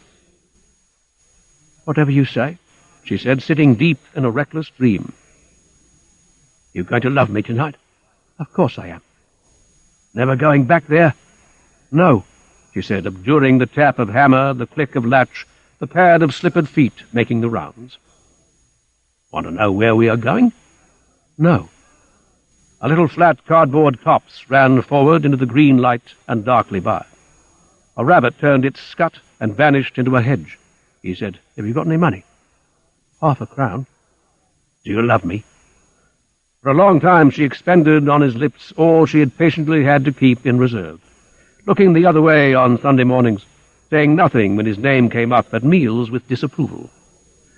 She expended herself against dry, unresponsive lips as the car leapt ahead and his foot trod down on the accelerator. He said, "It's the hell of a life." She echoed him. "The hell of a life," he said. "There's a bottle in my pocket. Have a drink." "I don't want one." "Give me one, then. It has a screw top." And with one hand on her and one on the wheel, he tipped his head so that she could pour a little whiskey into his mouth out of the quarter bottle. "Do you mind?" he said. "Of course I don't mind." "You can't save," he said, "on 10 shillings a week pocket money. I'll lay it out the best I can. It needs a hell of a lot of thought to give variety. 1/2 a crown on weights, 3 and 6 on whiskey, a shilling on the pictures. That leaves 3 shillings for beer. I'll take my fun once a week and get her over." The whiskey had dribbled onto his tie, and the smell filled the small coupe. It pleased her. It was his smell. He said, "They grudge at me.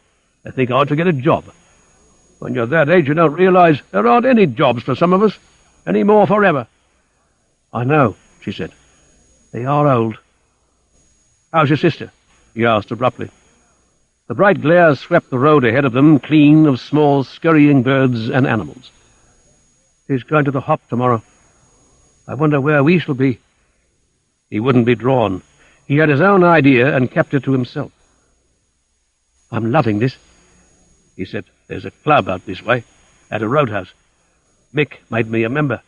Do you know Mick?" "No." "Mick's all right.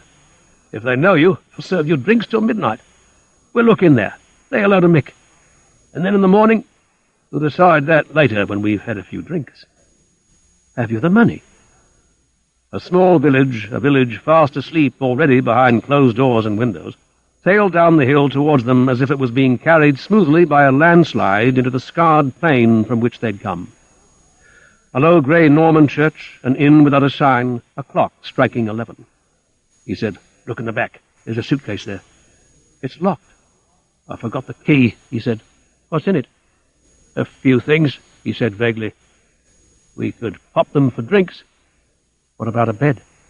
"There's the car. You are not scared, are you?" "No," she said. "I'm not scared. This is—" But she hadn't words for the damp, cold wind, the darkness, the strangeness, the smell of whiskey and the rushing car. "It moves," she said. "You must have gone a long way already. This is real country, seeing an owl sweep low on furry wings over a ploughed field." "You've got to go farther than this for real country," he said. "Won't find it yet on this road. We'll be at the roadhouse soon." He discovered in herself a nostalgia for their dark, windy, solitary progress. He said, "Need we go to the club? Can't we go farther into the country?" He looked sideways at her. He had always been open to any suggestion. Like some meteorological instrument, he was made for the winds to blow through. "Of course," he said. "Anything you like." He didn't give the club a second thought. They swept past it a moment later, a long-lit Tudor bungalow, a crash of voices, a bathing pool filled for some reason with hay.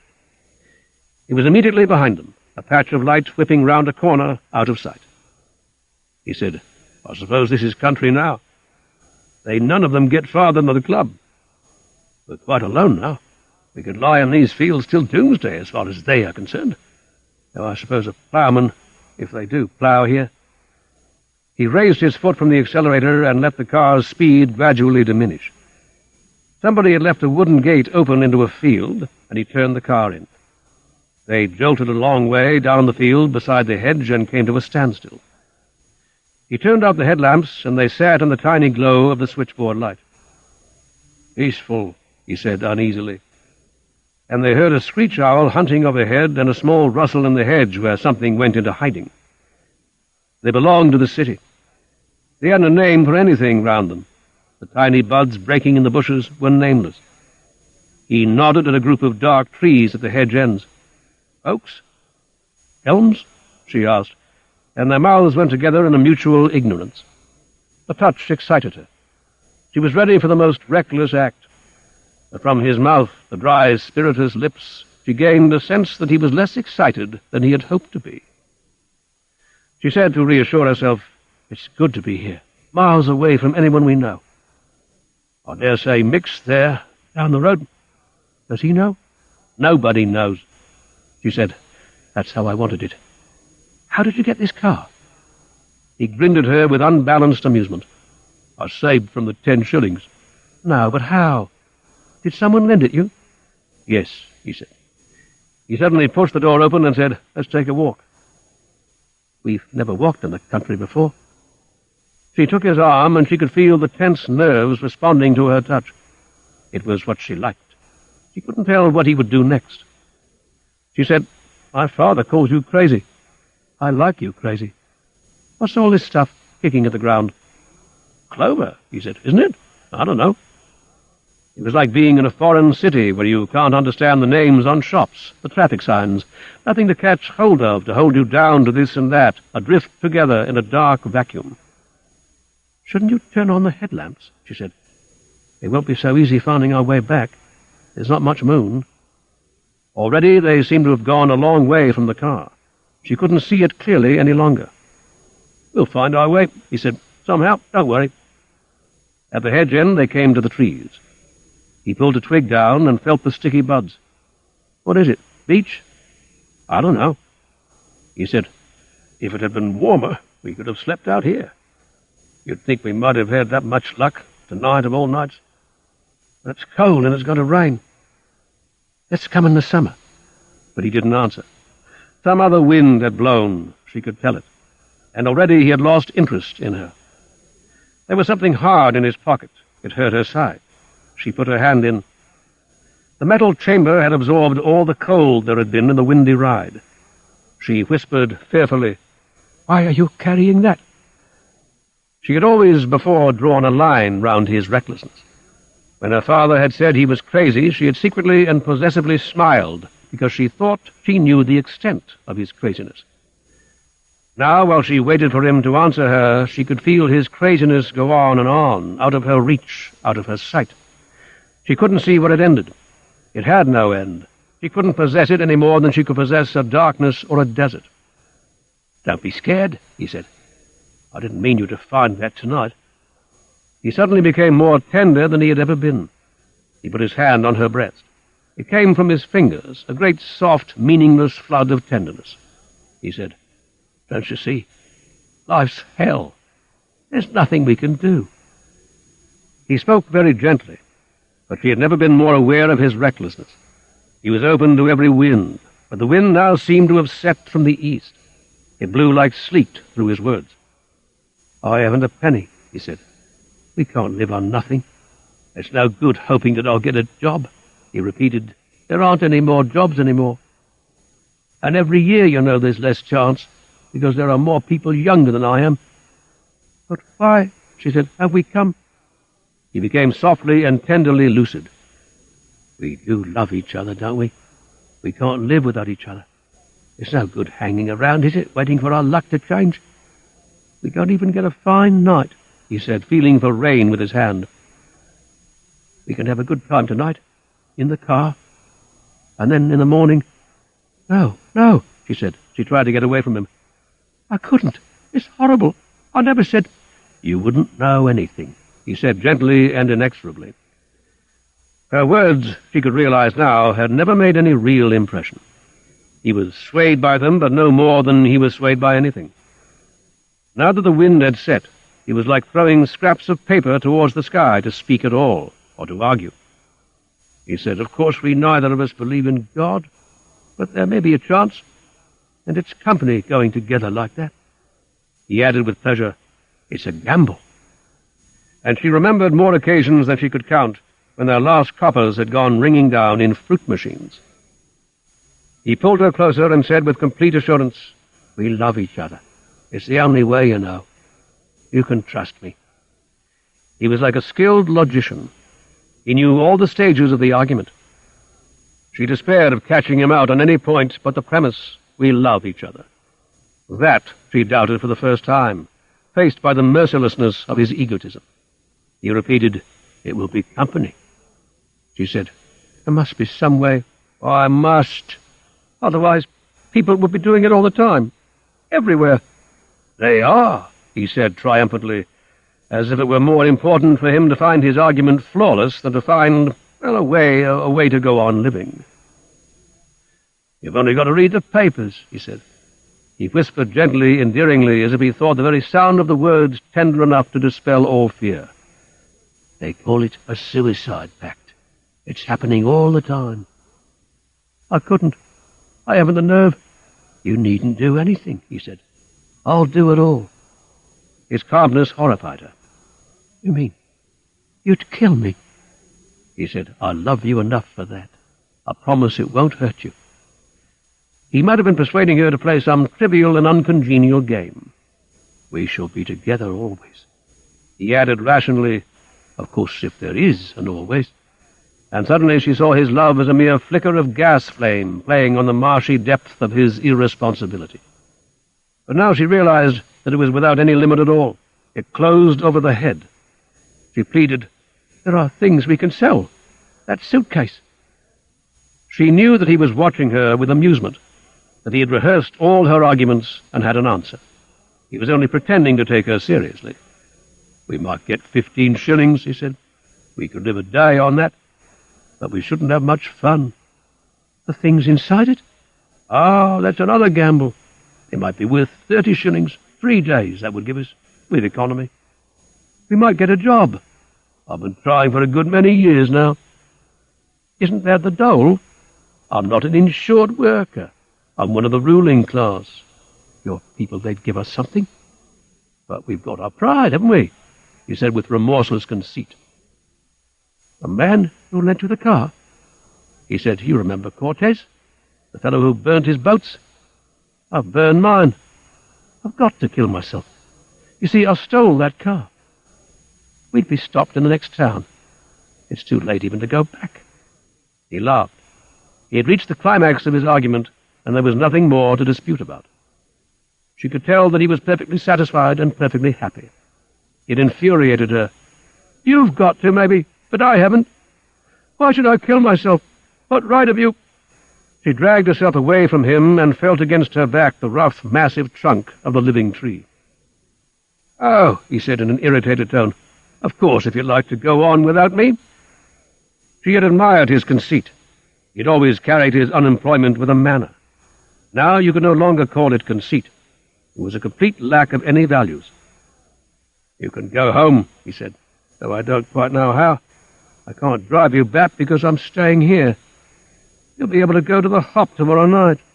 And there's a whist drive, isn't there, in the church hall? My dear, I wish you joy of home." There was a savagery in his manner. He took security, peace, order in his teeth, and worried them so that she couldn't help feeling a little pity for what they had joined in despising. A hammer tapped at her heart, driving in a nail here and a nail there. She tried to think of a better retort, for after all there was something to be said for the negative virtues of doing no injury, of simply going on, as her father was going on for another 15 years. But the next moment she felt no anger. They had trapped each other. He had always wanted this, the dark field, the weapon in his pocket, the escape and the gamble. But she less honestly had wanted a little of both worlds, irresponsibility and a safe love, danger and a secure heart. He said, "I'm going now. Are you coming?" "No," she said. He hesitated. The recklessness for a moment wavered. A sense of something lost and bewildered came to her through the dark. She wanted to say, "Don't be a fool. Leave the car where it is. Walk back with me, and we'll get a lift home." But she knew any thought of hers had occurred to him and been answered already. 10 shillings a week, no job, getting older. Endurance was a virtue of one's father's. He suddenly began to walk fast down the hedge. He couldn't see where he was going. He stumbled on a root, and she heard him swear, "Damnation!" The little commonplace sound in the darkness overwhelmed her with pain and horror. She cried out, "Fred! Fred, don't do it!" and began to run in the opposite direction. She couldn't stop him, and she wanted to be out of hearing. A twig broke under her foot like a shot, and the owl screamed across the ploughed field beyond the hedge. It was like a rehearsal with sound effects. But when the real shot came, it was quite different. A thud like a gloved hand striking a door, and no cry at all. She didn't notice it at first, and afterwards she thought that she had never been conscious of the exact moment when her lover ceased to exist. She bruised herself against the car, running blindly. A blue-spotted Woolworth handkerchief lay on the seat in the light of the switchboard bulb. She nearly took it, but no, she thought, no one must know that I have been here. She turned out the light and picked her way as quietly as she could across the clover. She could begin to be sorry when she was safe. She wanted to close a door behind her, thrust a bolt down, hear the catch grip. It wasn't 10 minutes' walk down the deserted lane to the roadhouse. Tipsy voices spoke a foreign language, though it was the language Fred had spoken. She could hear the clink of coins in fruit machines, the hiss of soda. She listened to these sounds like an enemy planning her escape. They frightened her like something mindless. There was no appeal one could make to that egotism. It was simply a want to be satisfied. It gaped at her like a mouth. A man was trying to wind up his car. The self-starter wouldn't work. He said, "I'm a Bolshie. Of course I'm a Bolshie. I believe—" A thin girl with red hair sat on the step and watched him. "You're all wrong," she said. "I'm a liberal conservative." "You can't be a liberal conservative." "Do you love me?" "I love Joe." "You can't love Joe." "Let's go home, Mike." The man tried to wind up the car again, and she came up to them as if she'd come out of the club and said, "Give me a lift." "Of course, delighted. Get in." "Won't the car go?" "No." "Have you flooded?" "That's an idea." He lifted the bonnet, and she pressed the self-starter. It began to rain slowly and heavily and drenchingly, the kind of rain you always expect to fall on graves, and her thoughts went down the lane towards the field, the hedge, the trees. Oak, beech, elm. She imagined the rain on his face, the pool collecting in each eye socket, and streaming down on either side the nose. But she could feel nothing but gladness because she had escaped from him. "Where are you going?" she said. "Devizes." "I thought you might be going to London." "Where do you want to go to?" "Goldings Park." "Let's go to Goldings Park." The red-haired girl said, "I'm going in, Mike. It's raining." "Aren't you coming?" "I'm going to find Joe." "All right." He smashed his way out of the little car park, bending his mud guard on a wooden post, scraping the paint of another car. "That's the wrong way," she said. "We'll turn." He backed the car into a ditch and out again. "It was a good party," he said. The rain came down harder. It blinded the windscreen and the electric wiper wouldn't work. But her companion didn't care. He drove straight on at 40 miles an hour. It was an old car, it wouldn't do any more. The rain leaked through the hood. He said, "Twist that knob. Have a tune." And when she turned it and the dance music came through, he said, "That's Harry Roy, know him anywhere," driving into the thick, wet night, carrying the hot music with them. Presently he said, "A friend of mine, one of the best. You know him, Peter Wetherall. You know him?" "No." "You must know Peter. Haven't seen him about lately. Goes off on the drink for weeks. They sent out an SOS for Peter once in the middle of the dance music. Missing from home. We were in the car. We had a laugh about that." He said, "Is that what people do, when people are missing?" "No, this tune," he said. "This isn't Harry Roy, this is Alf Cohen." She said suddenly, "You're Mike, aren't you? Wouldn't you lend—" He sobered up.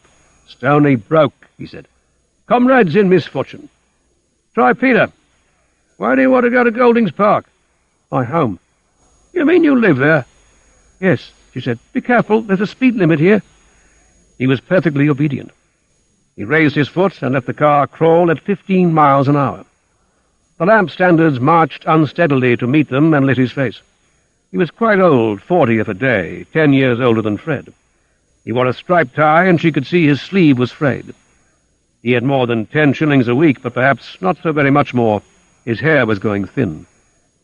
"You can drop me here," she said. He stopped the car, and she got out, and the rain went on. He followed her onto the road. "Let me come in?" he asked. She shook her head. The rain wetted them through. Behind her was the pillar box, the militia beacon, the road through the housing estate. "Hell of a life," he said politely, holding her hand while the rain drummed on the hood of the cheap car and ran down his face, across his collar and the school tie. But she felt no pity, no attraction, only a faint horror and repulsion. A kind of dim recklessness gleamed in his wet eye, as the hot music of Alf Cohen's band streamed from the car, a faded irresponsibility. "Let's go back," he said. "Let's go somewhere. Let's go for a ride in the country. Let's go to Maidenhead," holding her hand limply. She pulled it away. he didn't resist, and walked down the half-made road to number 64. The crazy paving in the front garden seemed to hold her feet firmly up. She opened the door and heard through the dark and the rain a car grind into second gear and drone away, certainly not towards Maidenhead or Devizes or the country. Another wind must have blown. Her father called down from the first landing. "Who's there?" "It's me," she said. She explained, "I had a feeling you'd left the door unbolted." "And had I?" "No," she said gently. "It's bolted all right," driving the bolt softly and firmly home. She waited till his door closed. She touched the radiator to warm her fingers. He had put it in himself. He had improved the property. In 15 years, she thought, it would be ours. He was quite free from pain, listening to the rain on the roof. He had been over the whole roof that winter, inch by inch. There was nowhere for the rain to enter. He was kept outside, drumming on the shabby hood, pitting the clover field. She stood by the door, feeling only the faint repulsion she always had for things weak and crippled, thinking, it isn't tragic at all, and looking down with an emotion like tenderness at the flimsy bolt from a sixpenny store any man could have broken, but which a man had put in, the head clerk of Bergson's. 1937. The Innocent. It was a mistake to take Lola there. I knew it the moment we alighted from the train at a small country station. On an autumn evening one remembers more of childhood than at any other time of year. And her bright veneered face, the small bag which hardly pretended to contain our things for the night, simply didn't go with the old grain warehouses across the small canal, the few lights up the hill, the posters of an ancient film. But she said, "Let's go into the country." And Bishop's Hendren was, of course, the first name which came into my head. Nobody would know me there now, and it hadn't occurred to me that it would be I who remembered. Even the old porter touched a chord. I said, "There'll be a four-wheeler at the entrance." And there was, though at first I didn't notice it, seeing the two taxis and thinking, the old place is coming on. It was very dark, and the thin autumn mist, the smell of wet leaves and canal water were deeply familiar. Lola said, "Oh, why did you choose this place? It's grim."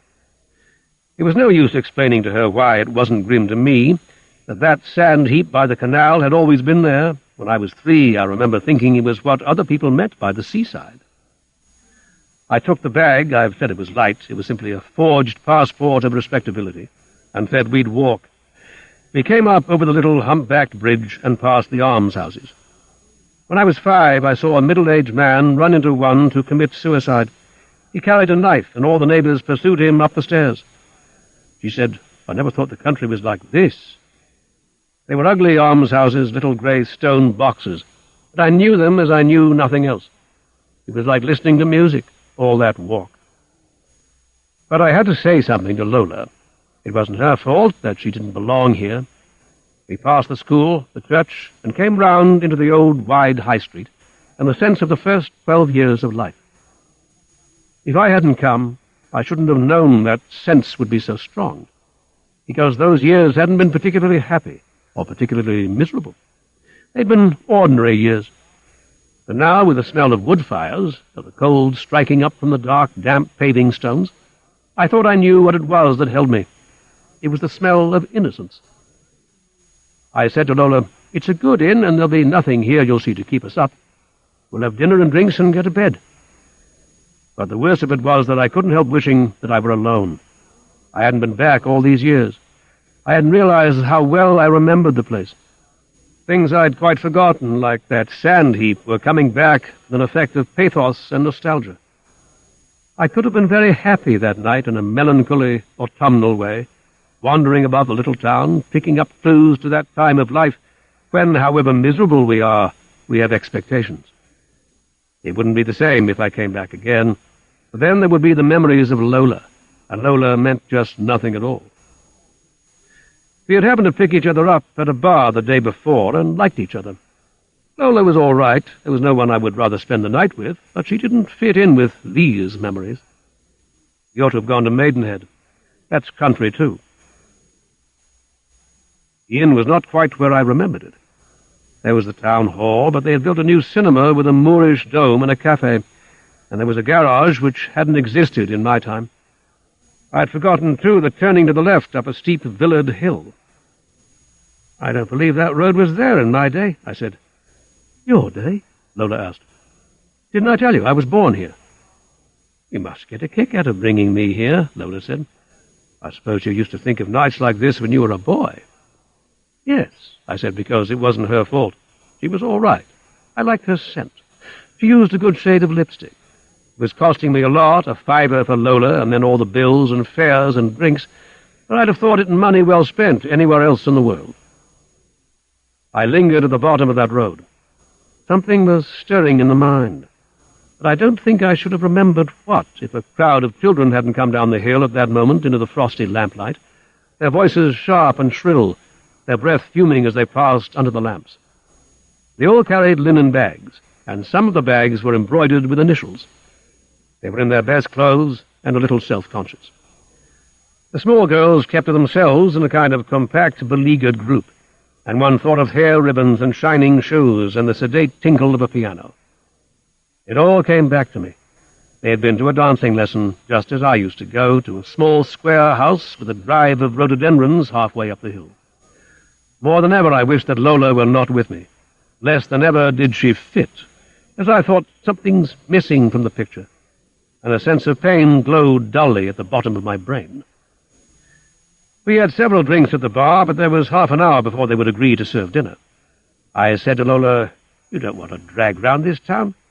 If you don't mind, I'll just slip out for 10 minutes and look at a place I used to know." She didn't mind. There was a local man, perhaps a schoolmaster, at the bar, simply longing to stand her a drink. I could see how he envied me coming down with her like this from town just for a night. I walked up the hill. The first houses were all new. I resented them. They hid such things as fields and gates I might have remembered. It was like a map which had got wet in the pocket, and pieces had stuck together. When you opened it, there were whole patches hidden. But halfway up, there the house really was, the drive. Perhaps the same old lady was giving lessons. Children exaggerate age. She may not in those days have been more than 35. I could hear the piano. She was following the same routine. Children under 8, 6 to 7 p.m. Children 8 to 13, 7 to 8. I opened the gate and went in a little way. I was trying to remember. I don't know what brought it back.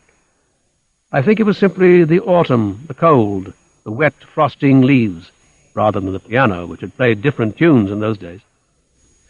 I remembered the small girl as well as one remembers anyone without a photograph to refer to. She was a year older than I was. She must have been just on the point of 8. I loved her with an intensity I have never felt since, I believe, for anyone. At least I have never made the mistake of laughing at children's love. It has a terrible inevitability of separation because there can be no satisfaction. Of course, one invents tales of houses on fire, of war and forlorn charges which prove one's courage in her eyes, but never of marriage. One knows without being told that that can't happen. But the knowledge doesn't mean that one suffers less. I remembered all the games of blind man's buff at birthday parties when I vainly hoped to catch her, so that I might have the excuse to touch and hold her. But I never caught her. She always kept out of my way. But once a week for 2 winters I had my chance. I danced with her. That made it worse, was cutting off our only contact, when she told me during one of the last lessons of the winter that next year she would join the older class. She liked me too, I knew it, but we had no way of expressing it. I used to go to her birthday parties and she would come to mine, but we never even ran home together after the dancing class. It would have seemed odd. I don't think it occurred to us. I had to join my own boisterous, teasing male companions, and she, the besieged, the hustled, the shrilly indignant sex on the way down the hill. I shivered there in the mist and turned my coat collar up. The piano was playing a dance from an old C.B. Cochrane review. It seemed a long journey to have taken to find only Lola at the end of it. There is something about innocence one is never quite resigned to lose. Now, when I am unhappy about a girl, I can simply go and buy another one. Then the best I could think of was to write some passionate message and slip it into a hole, it was extraordinary how I began to remember everything, in the woodwork of the gate. I had once told her about the hole, and sooner or later I was sure she would put in her fingers and find the message. I wondered what the message could have been. One wasn't able to express much, I thought, in those days. But because the expression was inadequate, it didn't mean that the pain was shallower than what one sometimes suffered now. I remembered how for days I had felt in the hole and always found the message there. Then the dancing lessons stopped. Probably by the next winter I had forgotten. As I went out of the gate, I looked to see if the hole existed. It was there. I put in my finger, and in its safe shelter from the seasons and the years, the scrap of paper rested yet. I pulled it out and opened it. Then I struck a match, a tiny glow of heat in the mist and dark. It was a shock to see by its diminutive flame a picture of crude obscenity. There could be no mistake. There were my initials below the childish, inaccurate sketch of a man and woman. But it woke fewer memories than the fume of breath, the linen bags, the damp leaf, or the pile of sand. I didn't recognize it. It might have been drawn by a dirty-minded stranger on a lavatory wall. All I could remember was the purity, the intensity, the pain of that passion. I felt at first as if I'd been betrayed. After all, I told myself that Lola's not so much out of place here. But later that night, when Lola turned away from me and fell asleep, I began to realize the deep innocence of that drawing. I had believed I was drawing something with a meaning and beautiful. It was only now, after 30 years of life, that the picture seemed obscene. 1937. The basement room. 1. When the front door had shut the two of them out, and the butler Baines had turned back into the dark and heavy hall, Philip began to live. He stood in front of the nursery door, listening until he heard the engine of the taxi die out along the street. His parents were safely gone for a fortnight's holiday. He was between nurses, one dismissed and the other not arrived. He was alone in the great Belgravia house with Baines and Mrs. Baines. He could go anywhere, even through the green baize door to the pantry, or down the stairs to the basement living room. He felt a happy stranger in his home because he could go into any room, and all the rooms were empty. You could only guess who had once occupied them. The rack of pipes in the smoking room beside the elephant tusks, the carved wood tobacco jar, in the bedroom the pink hangings and the pale perfumes, and 3/4 finished jars of cream, which Mrs. Baines had not yet cleared away for her own use. The high glaze on the never-opened piano in the drawing-room, the china clock, the silly little tables and the silver. But here Mrs. Baines was already busy, pulling down the curtains, covering the chairs in dust sheets. "Be off out of here, Master Philip," and she looked at him with her peevish eyes while she moved round, getting everything in order, meticulous and loveless, and doing her duty. Philip Lane went downstairs and pushed at the baize door. He looked into the pantry, but Baines was not there. Then he set foot for the first time on the stairs to the basement. Again he had the sense, this is life. All his 7 nursery years vibrated with the strange, the new experience. His crowded brain was like a city which feels the earth tremble at a distant earthquake shock. He was apprehensive, but he was happier than he had ever been. Everything was more important than before.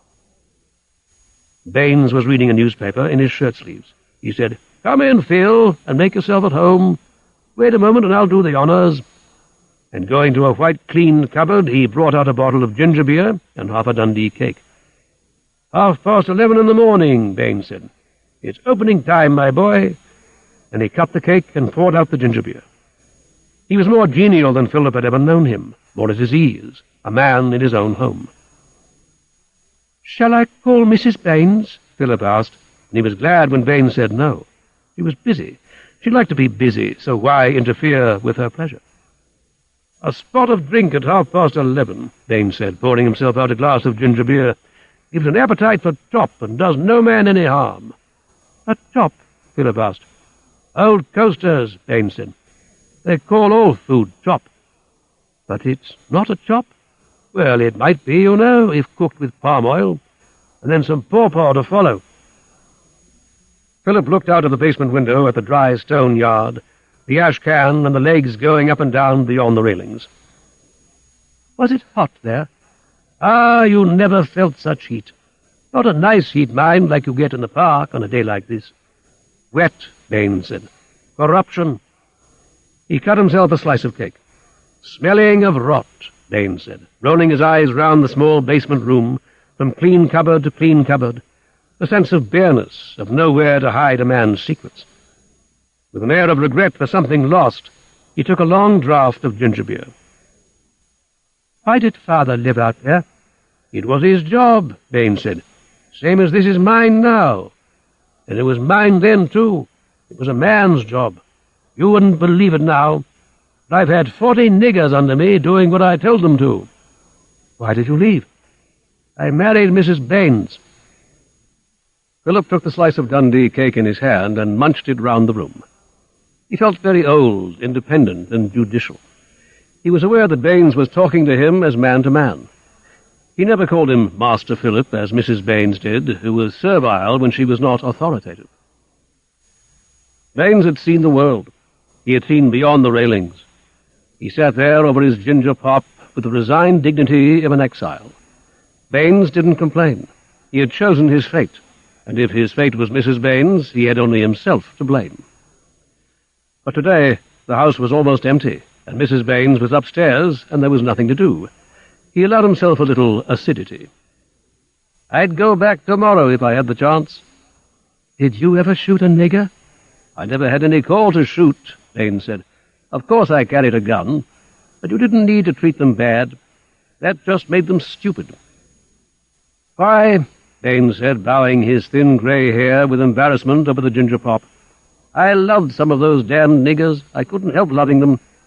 There they'd be, laughing, holding hands. They liked to touch each other. It made them feel fine to know the other fellow was around. It didn't mean anything we could understand. Two of them would go about all day without loosing hold. Grown men. But it wasn't love. It didn't mean anything we could understand. Eating between meals, Mrs. Baines said. What would your mother say, Master Philip?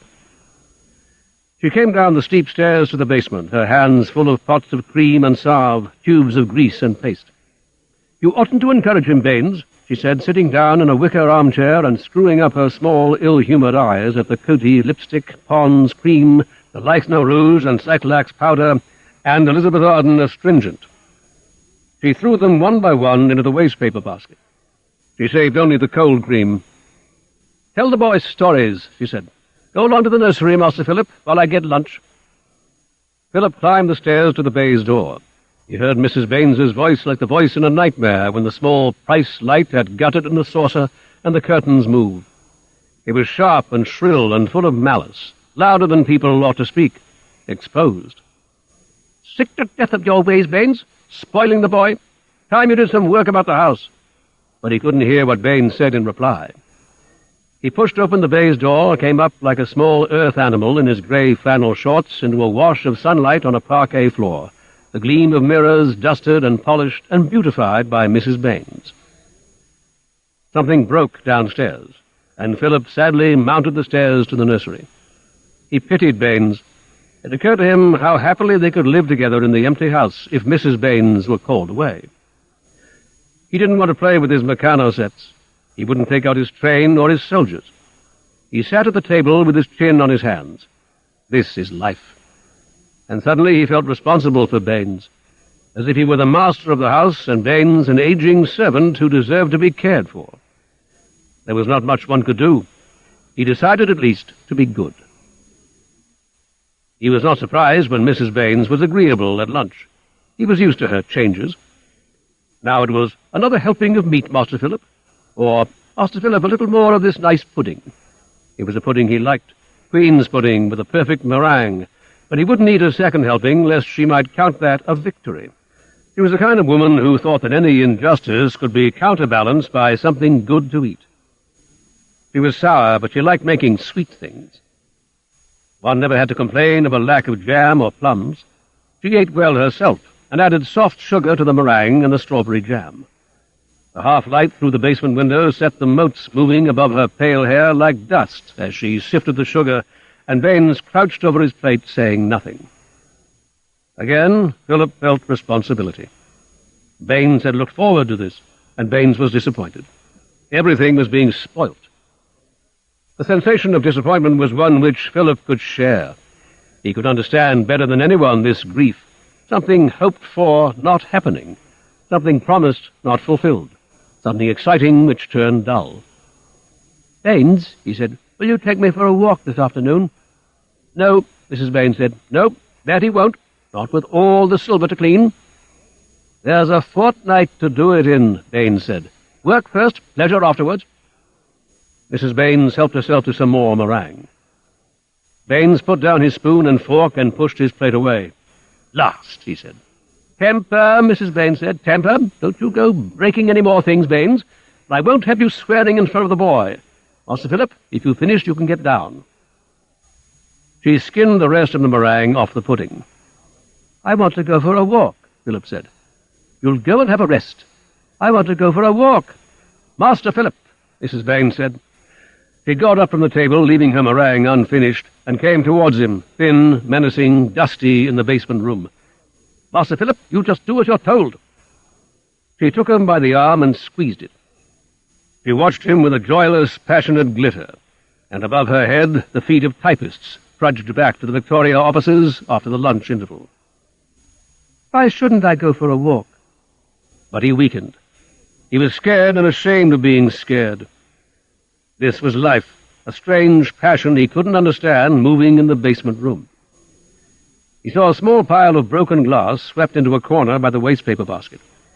He looked at Baines for help and only intercepted hate, the sad, hopeless hate of something behind bars.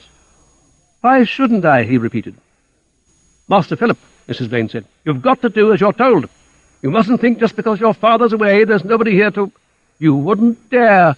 Philip cried, and was startled by Baines's low interjection. "There's nothing she wouldn't dare." "I hate you," Philip said to Mrs. Baines. He pulled away from her and ran to the door, but she was there before him. She was old, but she was quick. "Master Philip," she said, "you'll say you're sorry." She stood in front of the door, quivering with excitement. "What would your father do if he heard you say that?"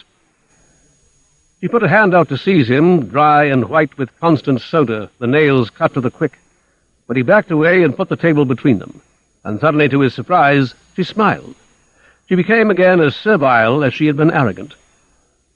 "Get along with you, Master Philip," she said with glee. "I see I'm going to have my hands full till your father and mother come back." She left the door unguarded, and when he passed her, she slapped him playfully. "I've got too much to do today to trouble about you. I haven't covered half the chairs." And suddenly even the upper part of the house became unbearable to him as he thought of Mrs. Baines moving around, shrouding the sofas, laying out the dust sheets. So he wouldn't go upstairs to get his cap, but walked straight out across the shining hall into the street. And again, as he looked this way and looked that way, it was life he was in the middle of. 2. The pink sugar cakes in the window on a paper doily, the ham, the slab of mauve sausage, the wasps driving like small torpedoes across the pane, caught Philip's attention.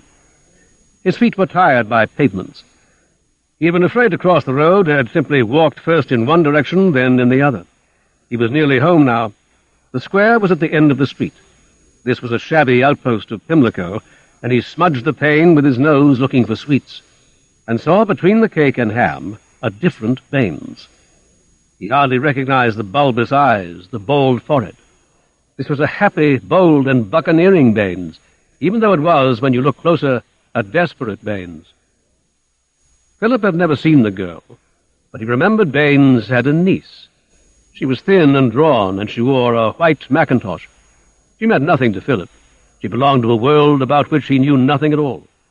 He couldn't make up stories about her, as he could make them up about withered Sir Hubert Reed, the permanent secretary, about Mrs. Wince Dudley, who came up once a year from Penn Stanley in Suffolk with a green umbrella and an enormous black handbag, as he could make them up about the upper servants in all the houses where he went to tea and games. She just didn't belong. He thought of mermaids and Undine, but she didn't belong there either. nor to the adventures of Emile, nor to the Bastables. She sat there looking at an iced pink cake in the detachment and mystery of the completely disinherited, looking at the half-used pots of powder which Baines had set out on the marble-top table between them. Baines was urging, hoping, entreating, commanding, and the girl looked at the tea and the china pots and cried. Baines passed his handkerchief across the table, but she wouldn't wipe her eyes. She screwed it in her palm and let the tears run down. Wouldn't do anything, wouldn't speak, but only put up a silent resistance to what she dreaded and wanted and refused to listen to at any price. The two brains battled over the teacups, loving each other.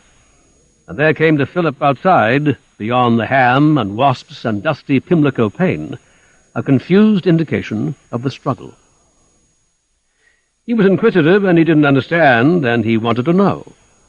He went and stood in the doorway to see better. He was less sheltered than he had ever been. Other people's lives, for the first time, touched and pressed and molded. He would never escape that scene. In a week he had forgotten it, but it conditioned his career, the long austerity of his life. When he was dying, rich and alone, it was said that he asked, "Who is she?" Baines had won. He was cocky, and the girl was happy. She wiped her face, she opened a pot of powder, and their fingers touched across the table.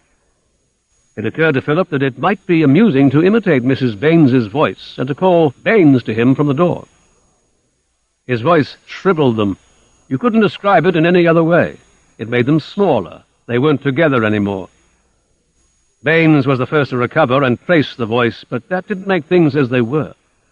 The sawdust was spilled out of the afternoon. Nothing you did could mend it, and Philip was scared. I didn't mean... He wanted to say that he loved Baines, that he had only wanted to laugh at Mrs. Baines. But he had discovered you couldn't laugh at Mrs. Baines. End of side 3. To continue, turn the cassette over.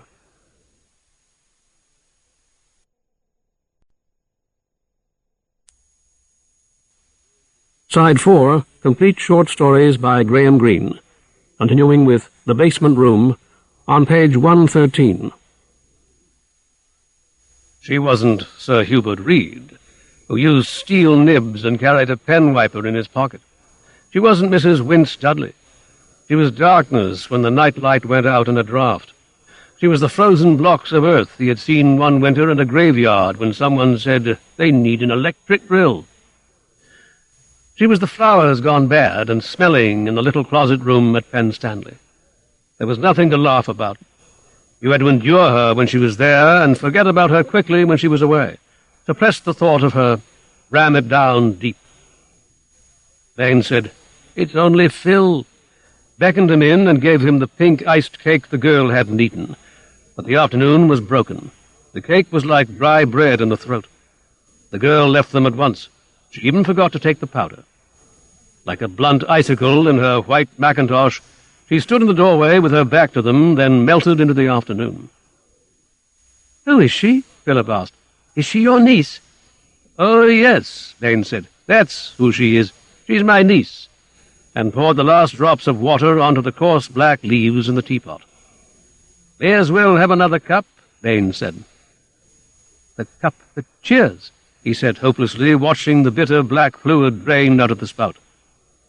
"Have a glass of ginger pop, Phil." I'm sorry, Baines." "It's not your fault, Phil. Why, I could really believe it wasn't you at all, but her. She creeps in everywhere." He fished 2 leaves out of his cup and laid them on the back of his hand, a thin, soft flake and a hard stalk. He beat them with his hand. "Today," and the stalk detached itself. "Tomorrow, Wednesday, Thursday, Friday, Saturday, Sunday." But the flake wouldn't come, stayed where it was, drying under his blows, with a resistance you wouldn't believe it to possess. "The tough one wins," Baines said. He got up and paid the bill, and out they went into the street. Baines said, "I don't ask you to say what isn't true, but you needn't actually tell Mrs. Baines you met us here." "Of course not," Philip said, and catching something of Sir Hubert Reed's manner, "I understand, Baines." But he didn't understand a thing. He was caught up in other people's darkness. "It was stupid," Baines said. so near home that I hadn't time to think, you see. I'd got to see her. I haven't time to spare, Baines said. I'm not young. I've got to see that she's all right. Of course you have, Baines. Mrs. Baines will get it out of you if she can. You can trust me, Baines, Philip said in a dry, important reed voice. And then, look out. She's at the window watching. And there indeed she was, looking up at them, between the lace curtains, from the basement room, speculating. Need we go in, Baines? Philip asked, cold lying heavy on his stomach like too much pudding. He clutched Baines's arm. Careful, Baines said softly, careful. But need we go in, Baines? It's early. Take me for a walk in the park. Better not. But I'm frightened, Baines. You haven't any cause, Baines said. Nothing's going to hurt you. You just run along upstairs to the nursery. I'll go down by the area and talk to Mrs. Baines. But he stood hesitating at the top of the stone steps, pretending not to see her, where she watched between the curtains. In at the front door, Phil, and up the stairs. Philip didn't linger in the hall. He ran, slithering on the parquet Mrs. Baines had polished, to the stairs. Through the drawing-room doorway on the first floor he saw the draped chairs. Even the china clock on the mantel was covered like a canary's cage. As he passed, it chimed the hour, muffled and secret under the duster. On the nursery table he found his supper laid out. A glass of milk and a piece of bread and butter, a sweet biscuit, and a little cold Queen's pudding without the meringue. He had no appetite. He strained his ears for Mrs. Baines's coming with the sound of voices, but the basement held its secrets.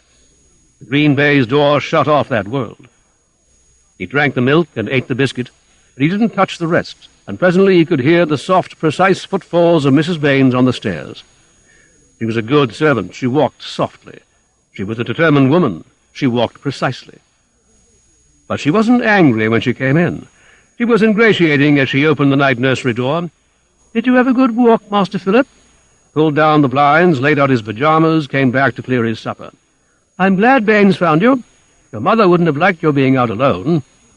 She examined the tray. "Got much appetite, have you, Master Philip? Why don't you try a little of this nice pudding? I'll bring you up some more jam for it." No, thank you, Mrs. Baines," Philip said. "You ought to eat more," Mrs. Baines said. She sniffed round the room like a dog. "You didn't take any pots out of the waste-paper basket in the kitchen, did you, Master Philip?" "No," Philip said. "Of course you wouldn't. I just wanted to make sure." She patted his shoulder and her fingers flashed to his lapel. She picked off a tiny crumb of pink sugar. "Oh, Master Philip," she said, "that's why you haven't any appetite. You've been buying sweet cakes. That's not what your pocket money's for." "But I didn't," Philip said. "I didn't." She tasted the sugar with the tip of her tongue. "Don't tell lies to me, Master Philip. I won't stand for it any more than your father would." I didn't, Philip said. "They gave it me. I mean Baines." But she had pounced on the word they. She had got what she wanted. There was no doubt about that, even when you didn't know what it was she wanted. Philip was angry and miserable and disappointed because he hadn't kept Baines's secret. Baines oughtn't to have trusted him. Grown-up people should keep their own secrets. And yet here was Mrs. Baines immediately entrusting him with another. "Let me tickle your palm and see if you can keep a secret." But he put his hand behind him. He wouldn't be touched. "It's a secret between us, Master Philip, that I know all about them.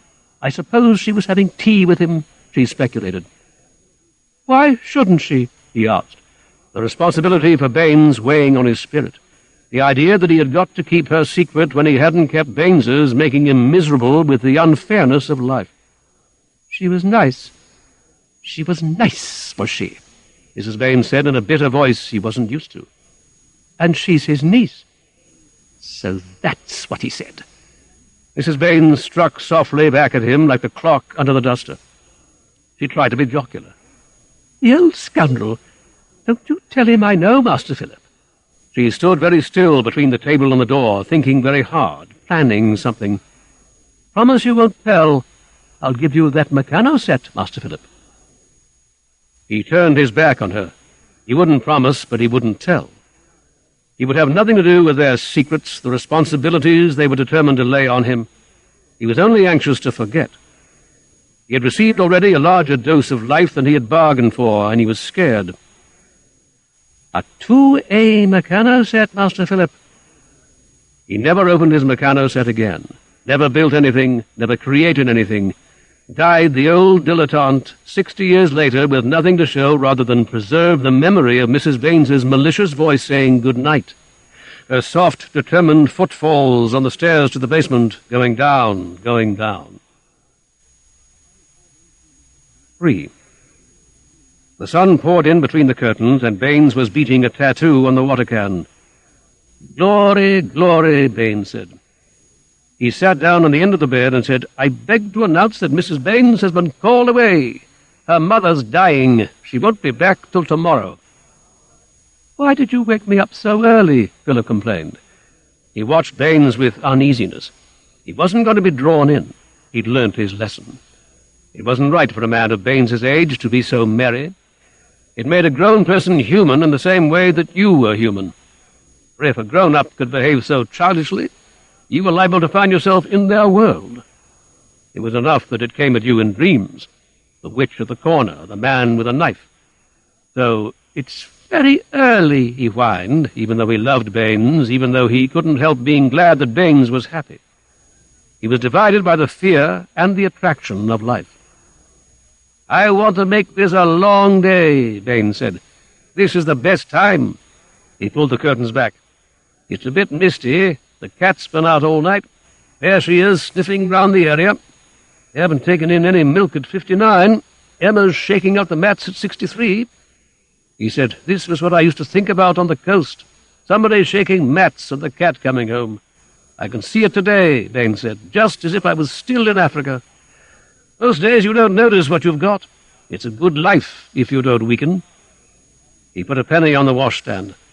"When you've dressed, Phil, run and get a mail from the barrow at the corner. I'll be cooking the sausages." "Sausages?" "Sausages," Baines said. "We're going to celebrate today." He celebrated at breakfast, restless, cracking jokes, unaccountably merry and nervous. It was going to be a long, long day. He kept on coming back to that. For years he had waited for a long day. He had sweated in the damp coast heat, changed shirts, gone down with fever, lain between the blankets and sweated, all in the hope of this long day, that cat sniffing round the area, a bit of mist, the mats beaten at 63. He propped the mail in front of the coffee-pot and read pieces aloud. He said, "Cora Down's been married for the 4th time." He was amused, but it wasn't his idea of a long day. His long day was the park, watching the riders in the Row, seeing Sir Arthur Stillwater pass beyond the rails. He dined with us once in Bow, up from Freetown. He was governor there. Lunch at the corner house for Philip's sake. He'd have preferred himself a glass of stout and some oysters at the York Bar. The zoo, the long bus ride home in the last summer light. The leaves in the Green Park were beginning to turn, and the motors nuzzled out of Berkeley Street with the low sun gently glowing on their windscreens. Baines envied no one. Not Cora Down, or Sir Arthur Stillwater, or Lord Sandale, who came out onto the steps of the Army and Navy and then went back again. He hadn't anything to do, and might as well look at another paper. I said, "Don't let me see you touch that black again." Baines had led a man's life. Everyone on top of the bus pricked his ears when he told Philip all about it. "Would you have shot him?" Philip asked. And Baines put his head back and tilted his dark, respectable manservant's hat to a better angle as the bus swerved round the artillery memorial. "I wouldn't have thought twice about it. I'd have shot to kill," he boasted. And the bowed figure went by, the steel helmet, the heavy cloak, the downturned rifle, and the folded hands. "Have you got the revolver?" "Of course I've got it," Baines said. "Don't I need it with all the burglaries there've been?" This was the Baines whom Philip loved. Not Baines singing and carefree, but Baines responsible, Baines behind barriers, living his man's life. All the buses streamed out from Victoria like a convoy of aeroplanes to bring Baines home with honour. 40 blacks under me, and there waiting near the area steps was the proper reward, love at lighting-up time. "It's your niece," Philip said, recognizing the white mackintosh, but not the happy, sleepy face. She frightened him like an unlucky number. He nearly told Baines what Mrs. Baines had said, but he didn't want to bother. He wanted to leave things alone. "Why, so it is," Baines said. "I shouldn't wonder if she was going to have a bit of supper with us." But he said they'd play a game, pretend they didn't know her, slip down the area steps, and here, Baines said, we are. Lay the table, put up the cold sausages, a bottle of beer, a bottle of ginger pop, a flagon of harvest burgundy. "Everyone his own drink," Baines said. "Run upstairs, Phil, and see if there's been a post." Philip didn't like the empty house at dusk before the lights went on. He hurried. He wanted to be back with Baines. The hall lay there in quiet and shadow, prepared to show him something he didn't want to see. Some letters rustled down, and someone knocked. "Open in the name of the Republic." The tumbrils rolled, the head bobbed to the bloody basket. Knock, knock, and the postman's footsteps going away. Philip gathered the letters. The slit in the door was like the grating in the jeweller's window. He remembered the policeman he had seen peer through. He had said to his nurse, "What's he doing?" And when she said, "He's seeing if everything's all right," his brain immediately filled with images of all that might be wrong. He ran to the baize door and the stairs. The girl was already there, and Baines was kissing her. She leant breathless against the dresser. "Here's Emmy, Phil." "There's a letter for you, Baines." "Emmy," Baines said. "It's from her," but he wouldn't open it. "You bet she's coming back." "We'll have supper anyway," Emmy said. "She can't harm that." "You don't know her," Baines said. "Nothing's safe. Damn it," he said. "I was a man once." And he opened the letter. "Can I start?" Philip asked, but Baines didn't hear. He presented in his stillness an example of the importance grown-up people attach to the written word. You had to write your thanks, not wait and speak them as if letters couldn't lie. But Philip knew better than that. Sprawling his thanks across a page to Aunt Alice, who had given him a teddy bear he was too old for. Letters could lie, all right, but they made the lie permanent. They lay as evidence against you. They made you meaner than the spoken word. "She's not coming back till tomorrow night," Baines said. He opened the bottles, he pulled up the chairs, he kissed Emmy again against the dresser. "You oughtn't to," Emmy said, "with the boy here." "He's got to learn," Baines said, "like the rest of us." And he helped Philip to 3 sausages. He only took one himself. He said he wasn't hungry. But when Emmy said she wasn't hungry either, he stood over her and made her eat. He was timid and rough with her and made her drink the harvest burgundy because he said she needed building up. He wouldn't take no for an answer. And when he touched her, his hands were light and clumsy, too, as if he was afraid to damage something delicate and didn't know how to handle anything so light. "This is better than milk and biscuits, eh?" "Yes," Philip said. But he was scared. Scared for Baines as much as for himself. He couldn't help wondering at every bite, at every draught of the ginger pop, what Mrs. Baines would say if she ever learnt of this meal. He couldn't imagine it. There was a depth of bitterness and rage in Mrs. Baines you couldn't sound. He said, "She won't be coming back tonight." But you could tell by the way they immediately understood him that she wasn't really away at all. She was there in the basement with them, driving them to longer drinks and louder talk, biding her time for the right cutting word. Baines wasn't really happy. He was only watching happiness from close to instead of from far away. "No," he said, "she'll not be back till late tomorrow." He couldn't keep his eyes off happiness. He played around as much as other men. He kept on reverting to the coast as if to excuse himself for his innocence. He wouldn't have been so innocent if he'd lived his life in London, so innocent when it came to tenderness. "If it was you, Emmy," he said, looking at the white dresser, the scrub chairs, "this'd be like a home." Already the room was not quite so harsh. There was a little dust in corners, the silver needed a final polish. The morning's paper lay untidily on a chair. "You'd better go to bed, Phil. It's been a long day." They didn't leave him to find his own way up through the dark, shrouded house. They went with him, turning on lights, touching each other's fingers on the switches. Floor after floor, they drove the night back. They spoke softly among the covered chairs. They watched him undress. They didn't make him wash or clean his teeth. They saw him into bed and lit his nightlight and left his door ajar.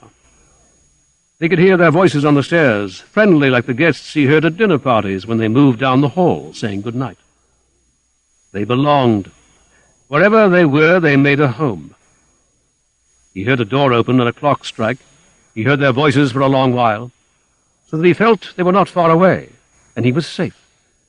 The voices didn't dwindle, they simply went out, and he could be sure that they were still somewhere not far from him, silent together in one of the many empty rooms, growing sleepy together as he grew sleepy after the long day. He just had time to sigh faintly with satisfaction, because this, too, perhaps, had been life, before he slept and the inevitable terrors of sleep came round him. A man with a tricolour hat beat at the door in His Majesty's service. A bleeding head lay on the kitchen table in a basket, and the Siberian wolves crept closer. He was bound hand and foot and couldn't move.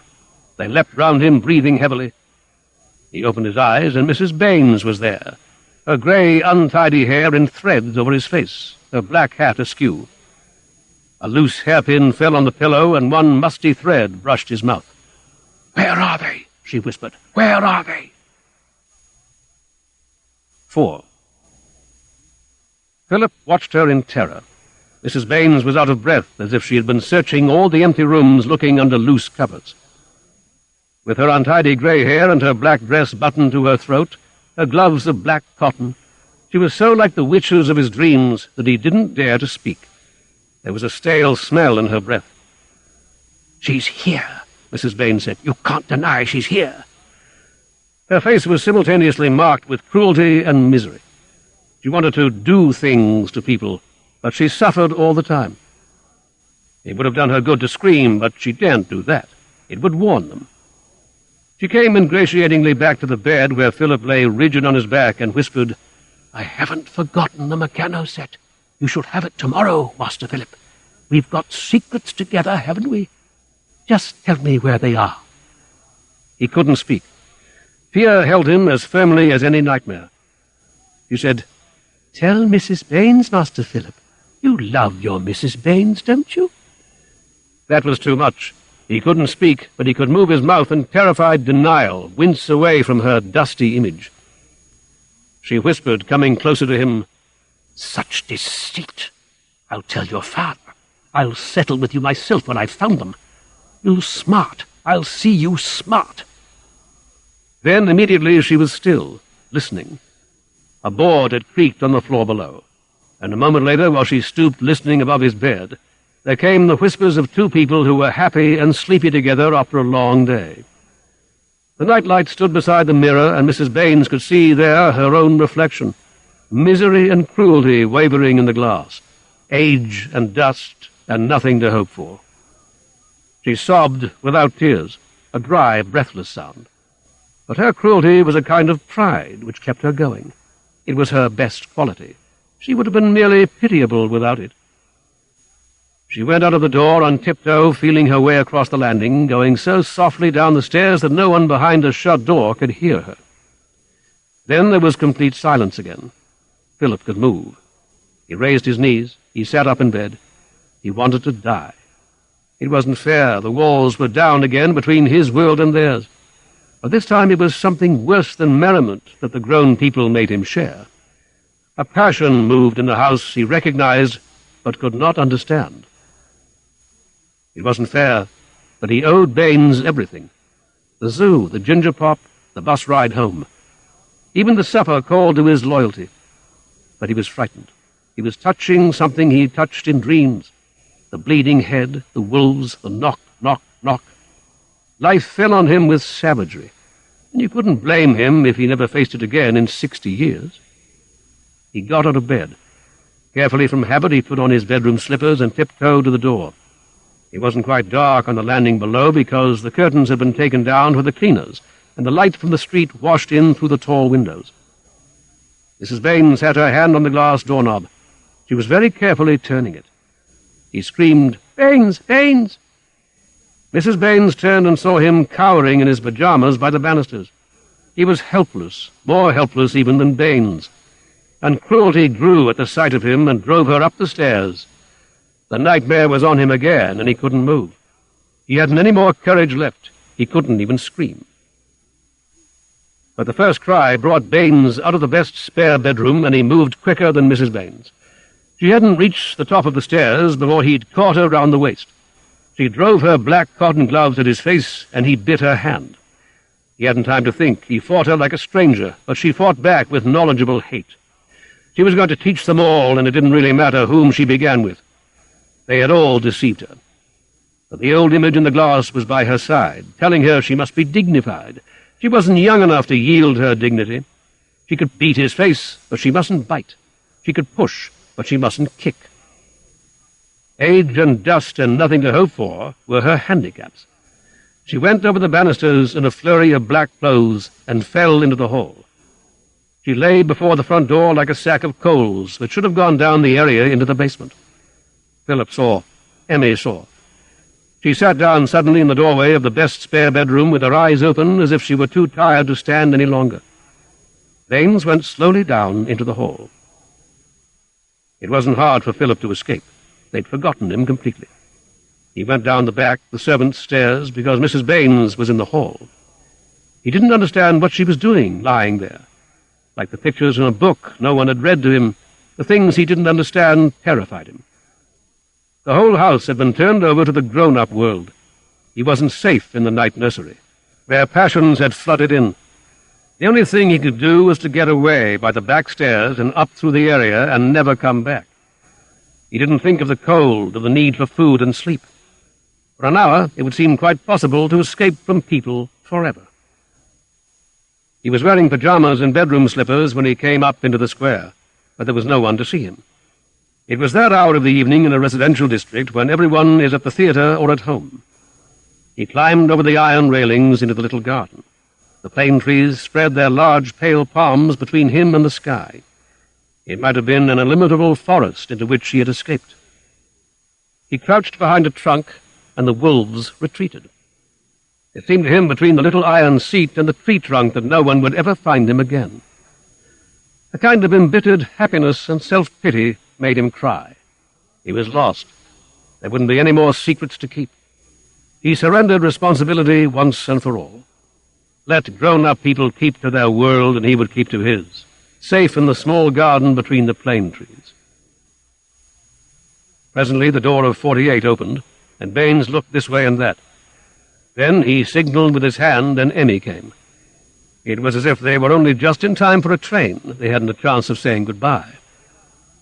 She went quickly by like a face at a window swept past the platform, pale and unhappy and not wanting to go. Baines went in again and shut the door. Light was lit in the basement, and a policeman walked round the square looking into the areas. You could tell how many families were at home by the lights behind the first-floor curtains. Philip explored the garden. It didn't take long. A 20-yard square of bushes and plane trees, 2 iron seats and a gravel path, a padlocked gate at either end, a scuffle of old leaves. But he couldn't stay. Something stirred in the bushes, and 2 illuminated eyes peered out at him like a Serbian wolf. And he thought how terrible it would be if Mrs. Baines found him there. He'd have no time to climb the railings. She'd seize him from behind. He left the square at the unfashionable end and was immediately among the fish and chip shops, the little stationers selling bagatelle, among the accommodation addresses and the dingy hotels with open doors. There were few people about because the pubs were open, but a blousy woman carrying a parcel called out to him across the street, and the commissionaire outside a cinema would have stopped him if he hadn't crossed the road. He went deeper. You could go farther and lose yourself more completely here than among the plane trees. On the fringe of the square he was in danger of being stopped and taken back. It was obvious where he belonged, but as he went deeper he lost the marks of his origin. It was a warm night. Any child in those free-living parts might be expected to play truant from bed. He found a kind of camaraderie even among grown-up people. He might have been a neighbor's child as he went quickly by, but they weren't going to tell on him. They'd been young once themselves. He picked up a protective coating of dust from the pavements, of smuts from the trains which passed along the backs in a spray of fire. Once he was caught in a knot of children running away from something or somebody, laughing as they ran. He was whirled with them round a turning and abandoned with a sticky fruit drop in his hand. He couldn't have been more lost, but he hadn't the stamina to keep on. At first he feared that someone would stop him. After an hour he hoped that someone would. He couldn't find his way back, and in any case he was afraid of arriving home alone. He was afraid of Mrs. Baines, more afraid than he had ever been. Baines was his friend, but something had happened which gave Mrs. Baines all the power. He began to loiter on purpose to be noticed, but no one noticed him. Families were having a last breather on the doorsteps. The refuse bins had been put out, and bits of cabbage stalks soiled his slippers. The air was full of voices, but he was cut off. These people were strangers, and would always now be strangers. They were marked by Mrs. Baines, and he shied away from them into a deep-class consciousness. He had been afraid of policemen, but now he wanted one to take him home. Even Mrs. Baines could do nothing against a policeman. He sidled past a constable who was directing traffic, but he was too busy to pay him any attention. Philip sat down against a wall and cried. It hadn't occurred to him that that was the easiest way, that all you had to do was to surrender, to show you were beaten and accept kindness. It was lavished on him at once by 2 women and a pawnbroker.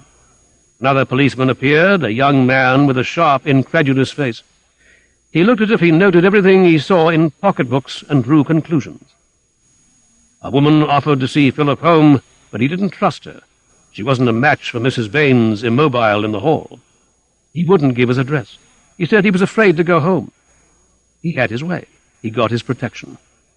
"Oh, take him to the station," the policeman said, and holding him awkwardly by the hand — he wasn't married, he had his career to make — he led him round the corner, up the stone stairs, into the little bare, overheated room where Justice lived. 5. Justice waited behind a wooden counter on a high stool. It wore a heavy mustache. It was kindly and had 6 children, 3 of them nippers like yourself. It wasn't really interested in Philip, but it pretended to be. It wrote the address down and sent a constable to fetch a glass of milk. But the young constable was interested. He had a nose for things. "Your home's on the telephone, I suppose," Justice said. "We'll ring them up and say you are safe. They'll fetch you very soon. What's your name, sonny?" "Philip." "Your other name?" "I haven't got another name." He didn't want to be fetched. He wanted to be taken home by someone who would impress even Mrs. Baines. The constable watched him, watched the way he drank the milk, watched him when he winced away from questions. "What made you run away? Playing truant, eh?" "I don't know." "You oughtn't to do it, young fellow. Think how anxious your father and mother will be." "They are away." "Well, your nurse." "I haven't got one." "Who looks after you, then?" The question went home. Philip saw Mrs. Baines coming up the stairs at him, the heap of black cotton in the hall. He began to cry. Now, the sergeant said. He didn't know what to do. He wished his wife were with him. Even a policewoman might have been useful. "Don't you think it's funny," the constable said, "that there hasn't been an inquiry?" "They think he's tucked up in bed." "You are scared, aren't you?" the constable said. "What scared you?" "I don't hurt you." "No." "He's had bad dreams," the sergeant said. "Thought the house was on fire, I expect. I've brought up 6 of them. Rose is due back. She'll take him home." "I want to go home with you," Philip said. He tried to smile at the constable, but the deceit was immature and unsuccessful. "I'd better go," the constable said. "There may be something wrong." "Nonsense," the sergeant said. "It's a woman's job. Tact is what you need. Here's Rose. Pull up your stockings, Rose. You're a disgrace to the force. I've got a job of work for you." Rose shambled in, black cotton stockings drooping over her boots, a gawky girl guide manner, a hoarse, hostile voice. "More tots, I suppose." "No, you've got to see this young man home." She looked at him owlishly. "I won't go with her," Philip said. He began to cry again. "I don't like her." "More of that womanly charm, Rose," the sergeant said. The telephone rang on his desk. He lifted the receiver. "What? What's that?" he said. "Number 48. You've got a doctor?" He put his hand over the telephone mouth. "No wonder this nipper wasn't reported," he said. "They've been too busy. An accident. Woman slipped on the stairs." "Serious?" the constable asked. The sergeant mouthed at him. "You didn't mention the word death before a child. Didn't he know he had 6 of them? You made noises in the throat. You grimaced. a complicated shorthand for a word of only 5 letters anyway. "You'd better go, after all," he said, "and make a report. The doctor's there." Rose shambled from the stove. Pink, aptly-dapply cheeks, loose stockings. She stuck her hands behind her. Her large, morgue-like mouth was full of blackened teeth. "You tell me to take him in now just because something interesting. I don't expect justice from a man." "Who's at the house?" the constable asked. "The butler." "You don't think," the constable said, "he saw—" "Trust me," the sergeant said. "I've brought up 6. I know him through and through. You can't teach me anything about children." He seemed scared about something. "Dreams," the sergeant said. "What name?" "Baines." "This Mr. Baines," the constable said to Philip. "You like him, eh? He's good to you?" They were trying to get something out of him. He was suspicious of the whole roomful of them. He said yes, without conviction, because he was afraid at any moment of more responsibilities, more secrets. "And Mrs. Baines?" "Yes." They consulted together by the desk. Rose was hoarsely aggrieved. She was like a female impersonator. She bore her womanhood with an unnatural emphasis, even while she scorned it in her creased stockings and her weather-exposed face. The charcoal shifted in the stove. The room was overheated in the mild, late summer evening. A notice on the wall described a body found in the Thames, or rather the body's clothes. Wool vest, wool pants, wool shirt with blue stripes, size 10 boots, blue serge suit worn at the elbows, 15.5 celluloid collar. They couldn't find anything to say about the body, except its measurements. It was just an ordinary body. "Come along," the constable said. He was interested. He was glad to be going. But he couldn't help being embarrassed by his company, a small boy in pyjamas. His nose smelt something. He didn't know what. But he smarted at the sight of the amusement they caused. The pubs had closed, and the streets were full again of men making as long a day of it as they could. He hurried through the less frequented streets, chose the darker pavements, wouldn't loiter, and Philip wanted more and more to loiter, pulling at his hand, dragging with his feet. He dreaded the sight of Mrs. Baines waiting in the hall. He knew now that she was dead. The sergeant's mouthing had conveyed that. But she wasn't buried. She wasn't out of sight. He was going to see a dead person in the hall when the door opened. The light was on in the basement, and to his relief, the constable made for the area steps. Perhaps he wouldn't have to see Mrs. Baines at all. The constable knocked on the door because it was too dark to see the bell, and Baines answered. He stood there in the doorway of the neat, bright basement room, and you could see the sad, complacent, plausible sentence he had prepared wither at the sight of Philip. He hadn't expected Philip to return like that in the policeman's company. He had to begin thinking all over again. He wasn't a deceptive man. If it hadn't been for Emmy, he would have been quite ready to let the truth lead him where it would. "Mr. Baines?" the constable asked. He nodded. He hadn't found the right words. He was daunted by the shrewd, knowing face, the sudden appearance of Philip there. "This little boy from here?" "Yes," Baines said. Philip could tell that there was a message he was trying to convey, but he shut his mind to it. He loved Baines, but Baines had involved him in secrets, in fears he didn't understand.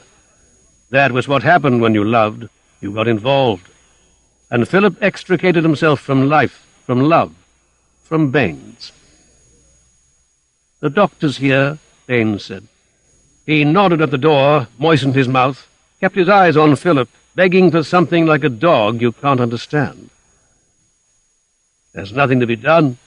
She slipped on these stone basement stairs. I was in here. I heard her fall." He wouldn't look at the notebook, at the constable's spidery writing, which got a terrible lot on one page. "Did the boy see anything?" "He can't have done. I thought he was in bed." "Hadn't he better go up? It's a shocking thing." "Oh," Baines said, losing control, "it's a shocking thing for a child." "She's through there?" the constable asked. "I haven't moved her an inch," Baines said. "He'd better then—" "Go up the area and through the hall," Baines said, and again he begged dumbly like a dog. "One more secret. Keep this secret. Do this for old Baines. He won't ask another." "Come along," the constable said. "I'll see you up to bed. You're a gentleman. You must come in the proper way through the front door, like the master should. Or will you go along with him, Mr. Baines, while I see the doctor?" "Yes," Baines said. "I'll go." He came across the room to Philip, begging all the way with his old soft, stupid expression. "This is Baines, the old coaster. What about a palm-oil chop, eh? A man's life, 40 niggers, never used a gun.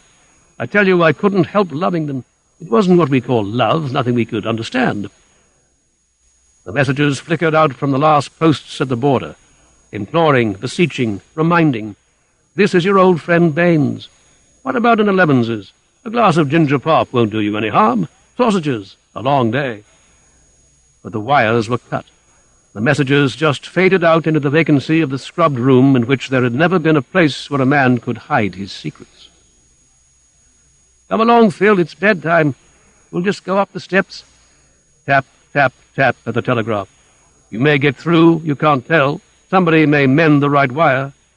And in at the front door. "No," Philip said. "No, I won't go. You can't make me go. I'll fight. I won't see her." The constable turned on them quickly. "What's that? Why won't you go?" "She's in the hall," Philip said. "I know she's in the hall, and she's dead. I won't see her." "You moved her, then?" the constable said to Baines. "All the way down here? You've been lying, eh? That means you had to tidy up. Were you alone?" "Emmy," Philip said. "Emmy." He wasn't going to keep any more secrets. He was going to finish once and for all with everything, with Baines and Mrs. Baines and the grown-up life beyond him. "It was all Emmy's fault," he protested with a quaver which reminded Baines that, after all, he was only a child. It had been hopeless to expect help there. He was a child. He didn't understand what it all meant. He couldn't read this shorthand of terror. He'd had a long day, and he was tired out. You could see him dropping asleep where he stood against the dresser, dropping back into the comfortable nursery peace. You couldn't blame him. When he woke in the morning, he'd hardly remember a thing. "Out with it," the constable said, addressing Baines with professional ferocity. "Who is she?" Just as the old man, 60 years later, startled his secretary, his only watcher, asking, "Who is she? Who is she?" Dropping lower and lower to death. Passing on the way, perhaps, the image of Baines. Baines hopeless, Baines letting his head drop, Baines coming clean. 1936.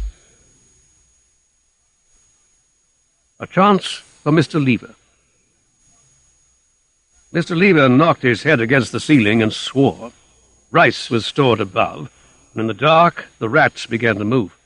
Grains of rice fell between the slats onto his Revelation suitcase, his bald head, his cases of tinned food, the little square box in which he kept his medicines. His boy had already set up the camp bed and mosquito net, and outside in the warm, damp dark his folding table and chair. The thatched, pointed huts streamed away towards the forest, and a woman went from hut to hut carrying fire. The glow lit her old face, her sagging breasts, her tattooed, diseased body. It was incredible to Mr. Lever that 5 weeks ago he had been in London. He couldn't stand upright. He went down on hands and knees in the dust and opened his suitcase. He took out his wife's photograph and stood it on the chop box. He took out a writing pad and an indelible pencil.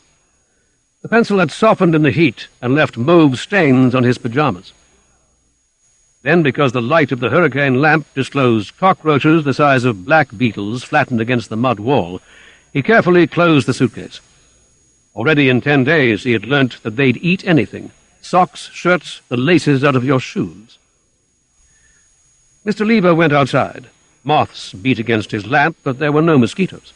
He hadn't seen or heard one since he landed. He sat in a circle of light, carefully observed. The blacks squatted outside their huts and watched him. They were friendly, interested, amused, but their strict attention irritated Mr. Lever. He could feel the small waves of interest washing round him when he began to write, when he stopped writing, when he wiped his damp hands with a handkerchief. He couldn't touch his pocket without a craning of necks. "Dearest Emily," he wrote, "I've really started now. I'll send this letter back with the carrier when I've located Davidson. I'm very well. Of course, everything's a bit strange. Look after yourself, my dear, and don't worry." "Massa bite chicken," his cook said, appearing suddenly between the huts. A small, stringy fowl struggled in his hands. "Well," Mr. Lever said, "I gave you a shilling, didn't I?" "They no like," the cook said. "These low bush people."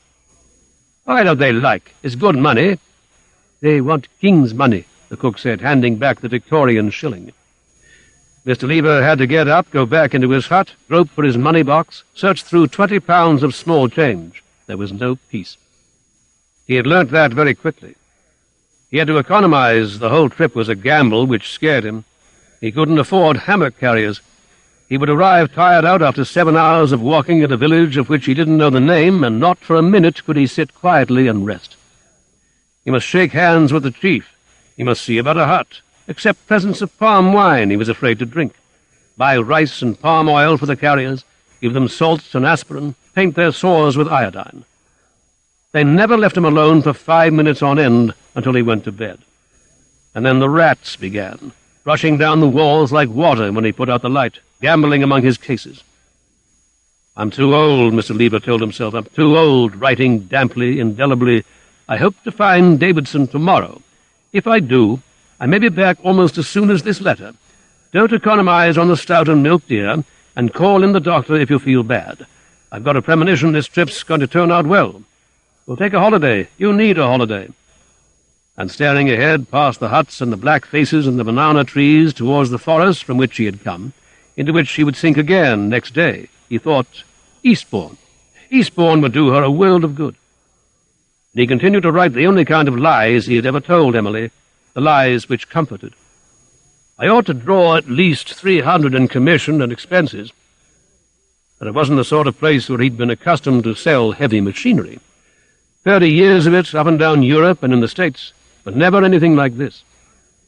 He could hear his filter dripping in the hut, and somewhere somebody was playing something. He was so lost he hadn't got the simplest terms to his hands, something monotonous, melancholy, superficial, a twanging of palm fibres which seemed to convey that you weren't happy. But it didn't matter. Everything would always be the same. "Look after yourself, Emily," he repeated. It was almost the only thing he found himself capable of writing to her. He couldn't describe the narrow, steep, lost paths, the snakes sizzling away like flames, the rats, the dust, the naked, diseased bodies. He was unbearably tired of nakedness. Don't forget, it was like living with a lot of cows. "The chief," his boy whispered, and between the huts under a waving torch came an old stout man wearing a robe of native cloth and a battered bowler hat. Behind him his men carried 6 bowls of rice, a bowl of palm oil, 2 bowls of broken meat. "Chop for the labourers," the boy explained. And Mr. Lever had to get up and smile and nod and try to convey without words that he was pleased, that the chop was excellent, that the chief would get a good dash in the morning. At first the smell had been almost too much for Mr. Lever. "Ask him," he said to his boy, "if he's seen a white man come through here lately. Ask him if a white man's been digging around here." "Damn it!" Mr. Lever burst out, the sweat breaking on the backs of his hands and on his bald head. "Ask him if he's seen Davidson." "Davidson?" "Oh, hell," Mr. Lever said. "You know what I mean. The white man I'm looking for." "White man?" "What do you imagine I'm here for, eh? White man, of course, white man. I'm not here for my health." A cow coughed, rubbed its horns against the hut, and 2 goats broke through between the chief and him, upsetting the bowls of meat scraps. Nobody cared. They picked the meat out of the dust and dung. Mr. Lever sat down and put his hands over his face, fat, white, well-cared-for hands with wrinkles of flesh over the rings. He felt too old for this. "Chief say no white man been here long time." "How long?" "Chief say not since he pay hut tax." "How long's that?" "Long, long time." "Ask him how far it is to Grey tomorrow." "Chief say too far." "Nonsense," Mr. Lever said. "Chief say too far. Better stay here. Fine town. No humbug." Mr. Lever groaned. Every evening there was the same trouble. The next town was always too far. They would invent any excuse to delay him, to give themselves a rest. Ask the chief how many hours. "Plenty, plenty." They had no idea of time. "This fine chief, fine chop. Labourers tired. No humbug." "We are going on," Mr. Lever said. "This fine town, chief say."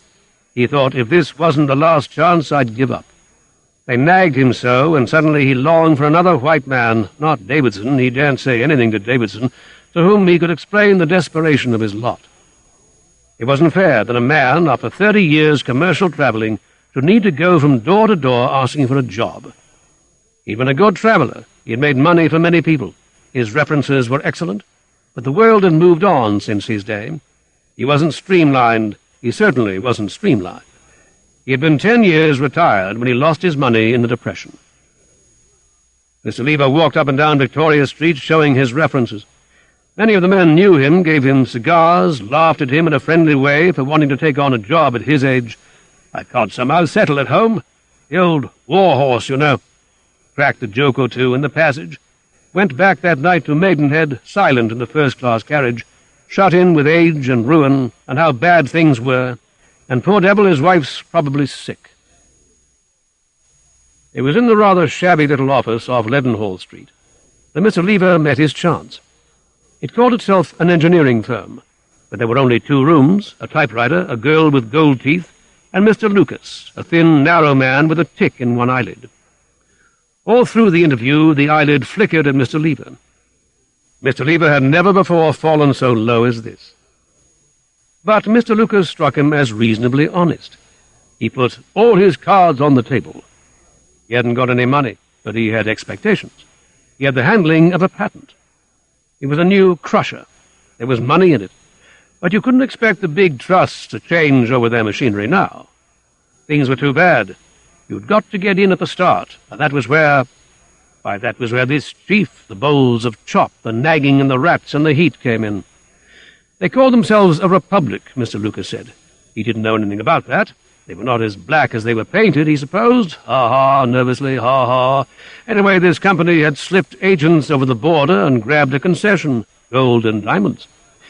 He could tell Mr. Lever in confidence that the trust was frightened of what they'd found. Now an enterprising man could just slip across. Mr. Lucas liked the word slip. It made everything sound easy and secret, and introduce this new crusher to them. It would save them thousands when they started work. There'd be a fat commission, and afterwards, with that start, there was a fortune for them all. "But can't you fix it up in Europe?" Tick, tick, went Mr. Lucas's eyelid. "A lot of Belgians. They are leaving all decisions to the man on the spot, an Englishman called Davidson." "How about expenses?" "That's the trouble," Mr. Lucas said. "We are only beginning. What we want is a partner. We can't afford to send a man. But if you like a gamble, 20% commission." Chiefs say, "Excuse him." The carriers squatted round the basins and scooped up the rice in their left hands. Of course," Mr. Lever said absent-mindedly. "Very kind, I'm sure." He was back out of the dust and dark, away from the stink of goats and palm oil and whelping bitches, back among the Rotarians and lunch at Stone's, the pint of old, and the trade papers. He was a good fellow again, finding his way back to Golders Green just a bit lit. His Masonic emblem rattled on his watch chain, and he bore with him from the tube station to his house in Finchley Road a sense of companionship, of broad stories and belches, a sense of bravery. He needed all his bravery now. The last of his savings had gone into the trip. After 30 years he knew a good thing when he saw it, and he had no doubts about the new crusher. What he doubted was his ability to find Davidson. For one thing, there weren't any maps. The way you travelled in the Republic was to write down a list of names and trust that someone in the villages you passed would understand and know the route. But they always said, "Too far." Good fellowship wilted before the phrase. "Quinine," Mr. Lever said. "Where's my quinine?" His boy never remembered a thing. They just didn't care what happened to you. Their smiles meant nothing. And Mr. Lever, who knew better than anyone the value of a meaningless smile in business, resented their heartlessness, and turned towards the dilatory boy an expression of disappointment and dislike. "Chiefs say white man in bush 5 hours away." "That's better," Mr. Lever said. "It must be Davidson. He's digging for gold?" "Yeah, white man dig for gold in bush." "We'll be off early tomorrow," Mr. Lever said. "Chiefs say better stop this town. Fever, humbug, white man." "Too bad," Mr. Lever said, and he thought with pleasure, "My luck's changed. He'll want help. He won't refuse me a thing. A friend in need is a friend indeed," and his heart warmed towards Davidson, seeing himself arrive like an answer to prayer out of the forest, feeling quite biblical and vox humana. He thought, prayer. I'll pray tonight. That's the kind of thing a fellow gives up, but it pays. There's something in it. Remembering the long, agonizing prayer on his knees by the sideboard under the decanters when Emily went to hospital. Chief say white man dead. Mr. Lever turned his back on them and went into his hut. His sleeve nearly overturned the hurricane lamp. He undressed quickly, stuffing his clothes into a suitcase away from the cockroaches. He wouldn't believe what he had been told. It wouldn't pay him to believe. If Davidson were dead, there was nothing he could do but return. He had spent more than he could afford. He would be a ruined man. He supposed that Emily might find a home with her brother, but he could hardly expect her brother. He began to cry, but you couldn't have told in the shadowy hut the difference between sweat and tears. He knelt down beside his camp bed and mosquito net and prayed on the dust of the earth floor. Up till now he had always been careful never to touch ground with his naked feet for fear of jiggers. There were jiggers everywhere. They only waited an opportunity to dig themselves in under the toenails, lay their eggs, and multiply. "Oh, God," Mr. Lever prayed, "don't let Davidson be dead. Let him be just sick and glad to see me." He couldn't bear the idea that he might not any longer be able to support Emily. "Oh, God, there's nothing I wouldn't do." But that was an empty phrase. He had no real notion as yet of what he would do for Emily. They had been happy together for 35 years. He had never been more than momentarily unfaithful to her when he was lit after a Rotarian dinner and egged on by the boys. Whatever skirt he'd been with in his time, he had never for a moment imagined that he could be happy married to anyone else. It wasn't fair if, just when you were old and needed each other most, you lost your money and couldn't keep together. But of course Davidson wasn't dead. What would he have died of? The blacks were friendly. People said the country was unhealthy, but he hadn't so much as heard a mosquito. Besides, you didn't die of malaria. You just lay between the blankets and took quinine and felt like death and sweated it out of you. There was dysentery, but Davidson was an old campaigner. You were safe if you boiled and filtered the water. The water was poisoned even to touch. It was unsafe to wet your feet because of guinea worm, but you didn't die of guinea worm. Miss Lever lay in bed, and his thoughts went round and round, and he couldn't sleep. He thought, you don't die of a thing like guinea worm. It makes a sore on your foot, and if you put your foot in water, you can see the eggs dropping out. You have to find the end of the worm, like a thread of cotton, and wind it round a match, and wind it out of your leg without breaking. It stretches as high as the knee. I'm too old for this country, Mr. Lever thought. Then his boy was beside him again. He whispered urgently to Mr. Lever through the mosquito net. "Massa, the laborers say they go home." "Go home?" Mr. Lever asked wearily. He had heard it so often before. Why do they want to go home? What is it now? But he didn't really want to hear the latest squabble. That the Bundy men were never sent to carry water because the headman was a Bundy. That someone had stolen an empty treacle tin and sold it in the village for a penny. That someone wasn't made to carry a proper load.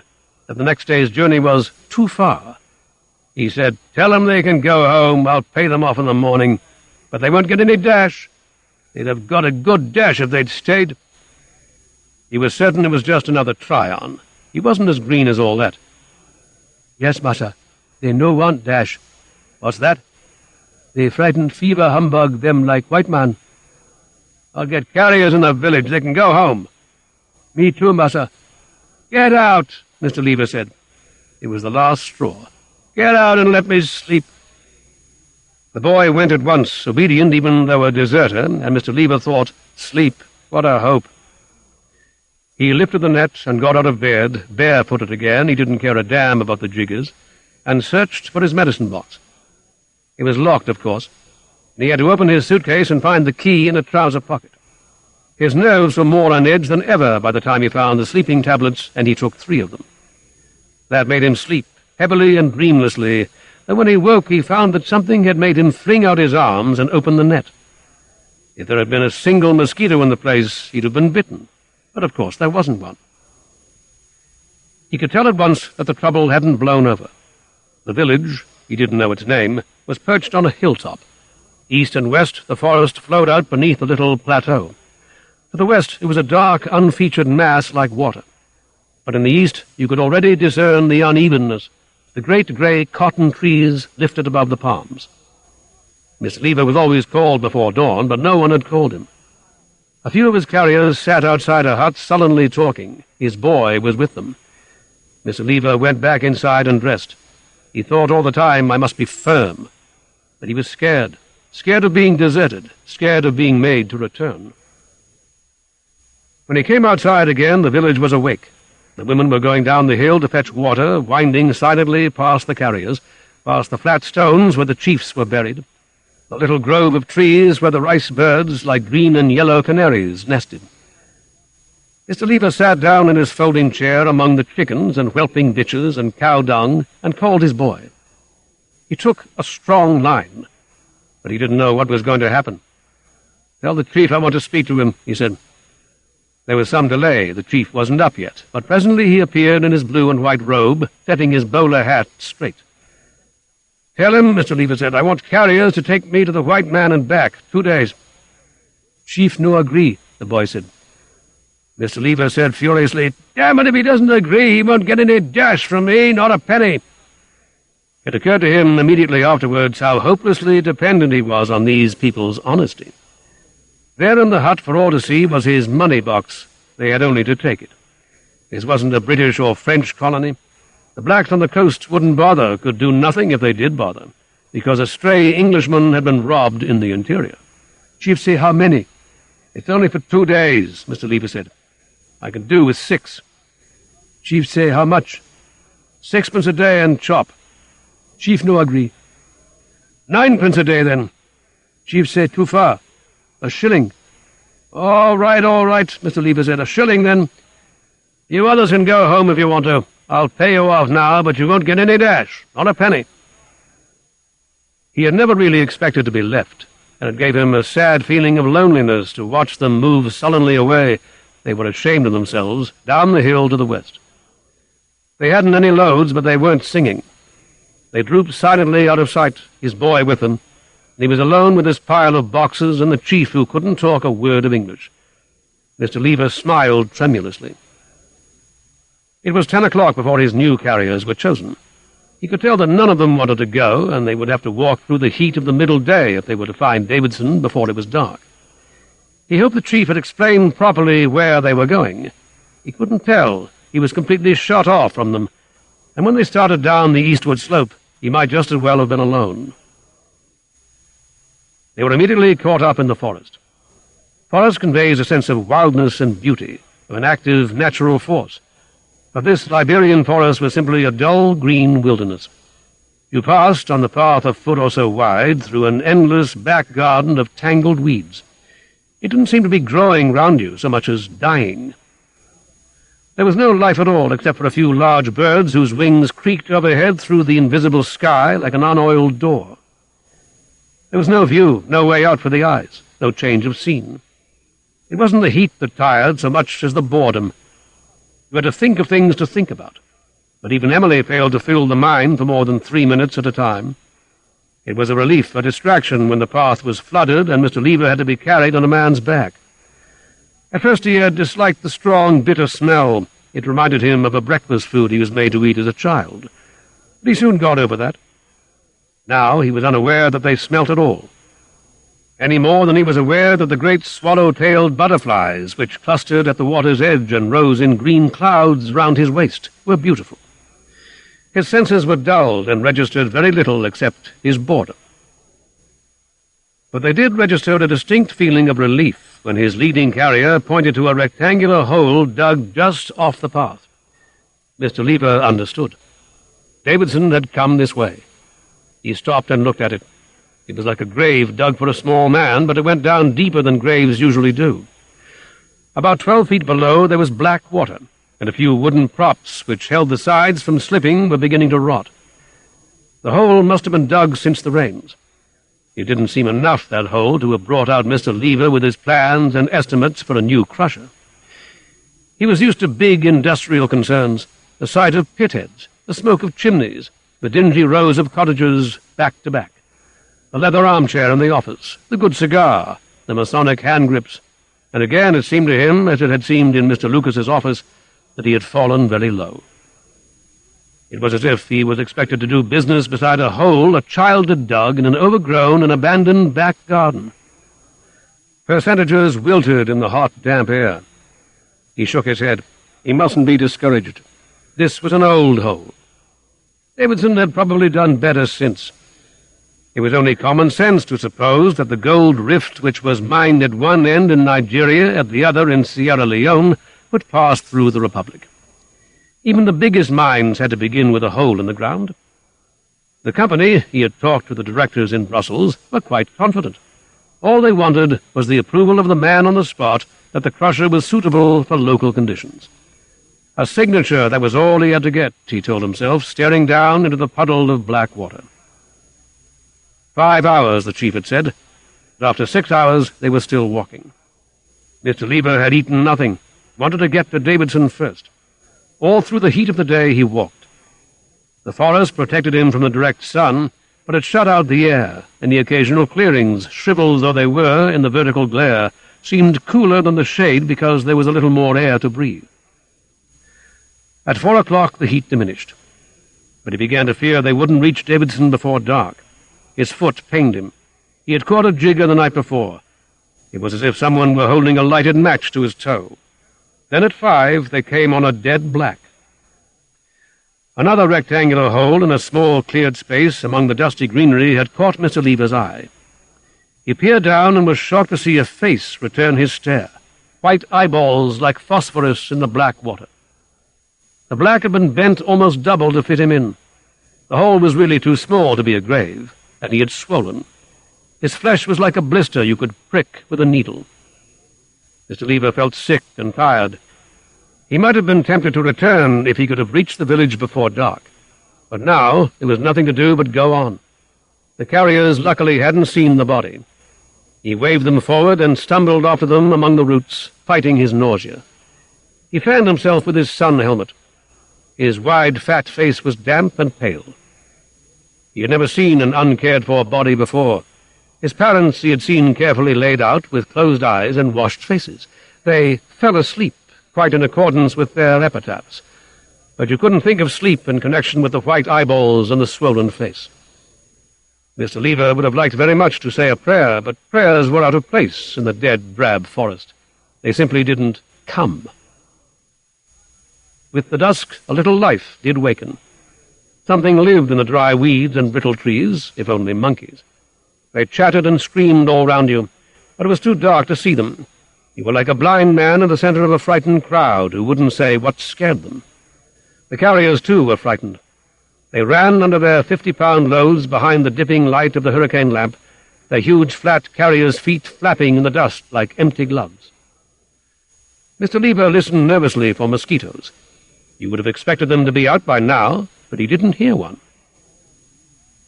Then at the top of a rise above a small stream they came on Davidson. The ground had been cleared and a square of 12 feet and a small tent pitched. He had dug another hole. The scene came dimly into view as they climbed the path. The chop boxes piled outside the tent, the siphon of soda water, the filter, an enamel basin. But there wasn't a light, there wasn't a sound. The flaps of the tent were not closed. And Mr. Lever had to face the possibility that, after all, the chief might have told the truth. Mr. Lever took the lamp and stooped inside the tent. There was a body on the bed. At first, Mr. Lever thought Davidson was covered with blood. But then he realized it was a black vomit which stained his shirt and khaki shorts, the fair stubble on his chin. He put out a hand and touched Davidson's face. And if he hadn't felt a slight breath on his palm, he would have taken him for dead. His skin was so cold. He moved the lamp closer, and now the lemon-yellow face told him all he wanted to know. He hadn't thought of that when his boy said fever. It was quite true that a man didn't die of malaria, but an odd piece of news read in New York in '98 came back to mind. There had been an outbreak of yellow jack in Rio, and 94% of the cases had been fatal. It hadn't meant anything to him then, but it did now. While he watched, Davidson was sick, quite effortlessly. He was like a tap out of which something flowed. It seemed at first to Mr. Lever to be the end of everything, of his journey, his hopes, his life with Emily. There was nothing he could do for Davidson. The man was unconscious. There were times when his pulse was so low and irregular that Mr. Lever thought that he was dead until another black stream spread from his mouth. It was no use even cleaning him. Mr. Lever laid his own blankets over the bed on top of Davidson's because he was so cold to the touch. But he had no idea whether he was doing the right or even the fatally wrong thing. The chance of survival, if there were any chance at all, depended on neither of them. Outside his carriers had built a fire and were cooking the rice they had brought with them. Mr. Lever opened his folding chair and sat by the bed. He wanted to keep awake. It seemed right to keep awake. He opened his case and found his unfinished letter to Emily. He sat by Davidson's side and tried to write, but he could think of nothing but what he had already written too often. Look after yourself. Don't forget that stout and milk. He fell asleep over his pad and woke at 2 and thought that Davidson was dead. But he was wrong again. He was very thirsty and missed his boy. Always the first thing his boy did at the end of a march was to light a fire and put on a kettle. After that, by the time his table and chair were set up, there was water ready for the filter. Mr. Lever found half a cup of soda water left in Davidson's siphon. If it had been only his health at stake, he would have gone down to the stream, but he had Emily to remember. There was a typewriter by the bed, and it occurred to Mr. Lever that he might just as well begin to write his report of failure now. It might keep him awake. It seemed disrespectful to the dying man to sleep. He found paper under some letters which had been typed and signed but not sealed. Davidson must have been taken ill very suddenly. Mr. Lever wondered whether it was he who had crammed the black into the hole. His boy, perhaps, for there was no sign of a servant. He balanced the typewriter on his knee and headed the letter, "In camp near Grey." It seemed to him unfair that he should have come so far, spent so much money, worn out a rather old body to meet his inevitable ruin in a dark tent beside a dying man, when he could have met it just as well at home with Emily in the plush parlour. The thought of the prayers he had uselessly uttered on his knees by the camp bed among the jiggers, the rats, and the cockroaches made him rebellious. A mosquito, the first he had heard, went humming round the tent. He slashed at it savagely. He wouldn't have recognized himself among the Rotarians. He was lost, and he was set free. Moralities were what enabled a man to live happily and successfully with his fellows. But Mr. Lever wasn't happy, and he wasn't successful. And his only fellow in the little stuffy tent wouldn't be troubled by untruth in advertising or by Mr. Lever coveting his neighbor's oxen. You couldn't keep your ideas intact when you discovered their geographical nature. The solemnity of death. Death wasn't solemn. It was a lemon-yellow skin and a black vomit. Honesty is the best policy. He saw quite suddenly how false that was. It was an anarchist who sat happily over the typewriter, an anarchist who recognized nothing but one personal relationship, his affection for Emily. Mr. Lever began to type. I have examined the plans and estimates of the new Lucas crusher. Mr. Lever thought with savage happiness, I win. This letter would be the last the company would hear from Davidson. The junior partner would open it in the dapper Brussels office. He would tap his false teeth with a Waterman pen and go in to talk to Monsieur Goltz. Taking all these factors into consideration, I recommend acceptance. They would telegraph to Lucas. As for Davidson, that trusted agent of the company would have died of yellow fever at some never accurately determined date. Another agent would come out, and the crusher... Mr. Lever carefully copied Davidson's signature on a spare sheet of paper. He wasn't satisfied. He turned the original upside down and copied it that way, so as not to be confused by his own idea of how a letter should be formed. That was better, but it didn't satisfy him. He searched until he found Davidson's own pen and began again to copy and copy the signature. He fell asleep copying it and woke again an hour later to find the lamp was out. It had burnt up all the oil. He sat there beside Davidson's bed till daylight. Once he was bitten by a mosquito in the ankle and clapped his hand to the place too late. The brute went humming out. With the light, Mr. Lever saw that Davidson was dead. Dear, dear, he said. Poor fellow. He spat out with the words, quite delicately in a corner, the bad morning taste in his mouth. It was like a little sediment of his conventionality. Mr. Lever got 2 of his carriers to cram Davidson tidily into his hole. He was no longer afraid of them, or of failure, or of separation. He tore up his letter to Emily. It no longer represented his mood in its timidity, its secret fear, its gentle fussing phrases. Don't forget the stout. Look after yourself. He would be home as soon as the letter. They were going to do things together now they'd never dreamt of doing. The money for the crusher was only the beginning. His ideas stretched farther now than Eastbourne. They stretched as far as Switzerland. He had a feeling that if he really let himself go, they'd stretch as far as the Riviera. How happy he was on what he thought of as the trip home. He was freed from what had held him back through a long, pedantic career. The fear of a conscious fate that notes the dishonesty, notes the skirt in Piccadilly, notes the glass too many of Stone's special. Now he had said boo to that goose. But you who are reading this, who know so much more than Mr. Lever, who can follow the mosquito's progress from the dead swollen black to Davidson's tent, to Mr. Lever's ankle, you may possibly believe in God, a kindly God, tender towards human frailty, ready to give Mr. Lever 3 days of happiness, 3 days off the galling chain, as he carried back through the forest his amateurish forgeries and the infection of yellow fever in the blood. The story might very well have encouraged my faith in that loving omniscience, if it had not been shaken by personal knowledge of the drab forest through which Mr. Lever now went so merrily, for it is impossible to believe in any spiritual life, in anything outside the nature dying round you, the shrivelling of the weeds. But, of course, there are 2 opinions about everything. It was Mr. Lever's favourite expression, drinking beer in the Ruhr, Pernod in Lorraine, selling heavy machinery. 1936. Brother. The Communists were the first to appear. They walked quickly, a group of about a dozen, up the boulevard which runs from Combat to Ménilmontant. A young man and a girl lagged a little way behind because the man's leg was hurt and the girl was helping him along. They looked impatient, harassed, hopeless, as if they were trying to catch a train which they knew already in their hearts they were too late to catch. The proprietor of the café saw them coming when they were still a long way off. The lamps at that time were still alight. It was later that the bullets broke the bulbs and dropped darkness over all that quarter of Paris. And the group showed up plainly in the wide, barren boulevard.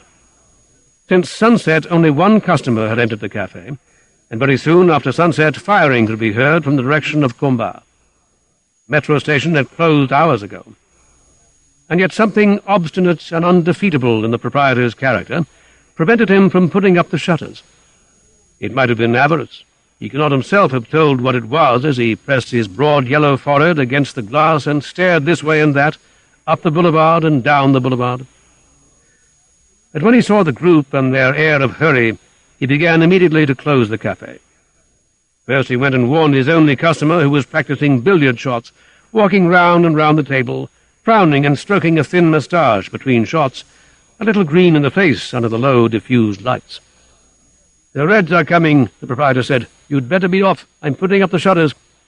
"Don't interrupt. They won't harm me," the customer said. "This is a trickish shot. Reds in balk. Off the cushion, screw on spot." He shot his ball straight into a pocket.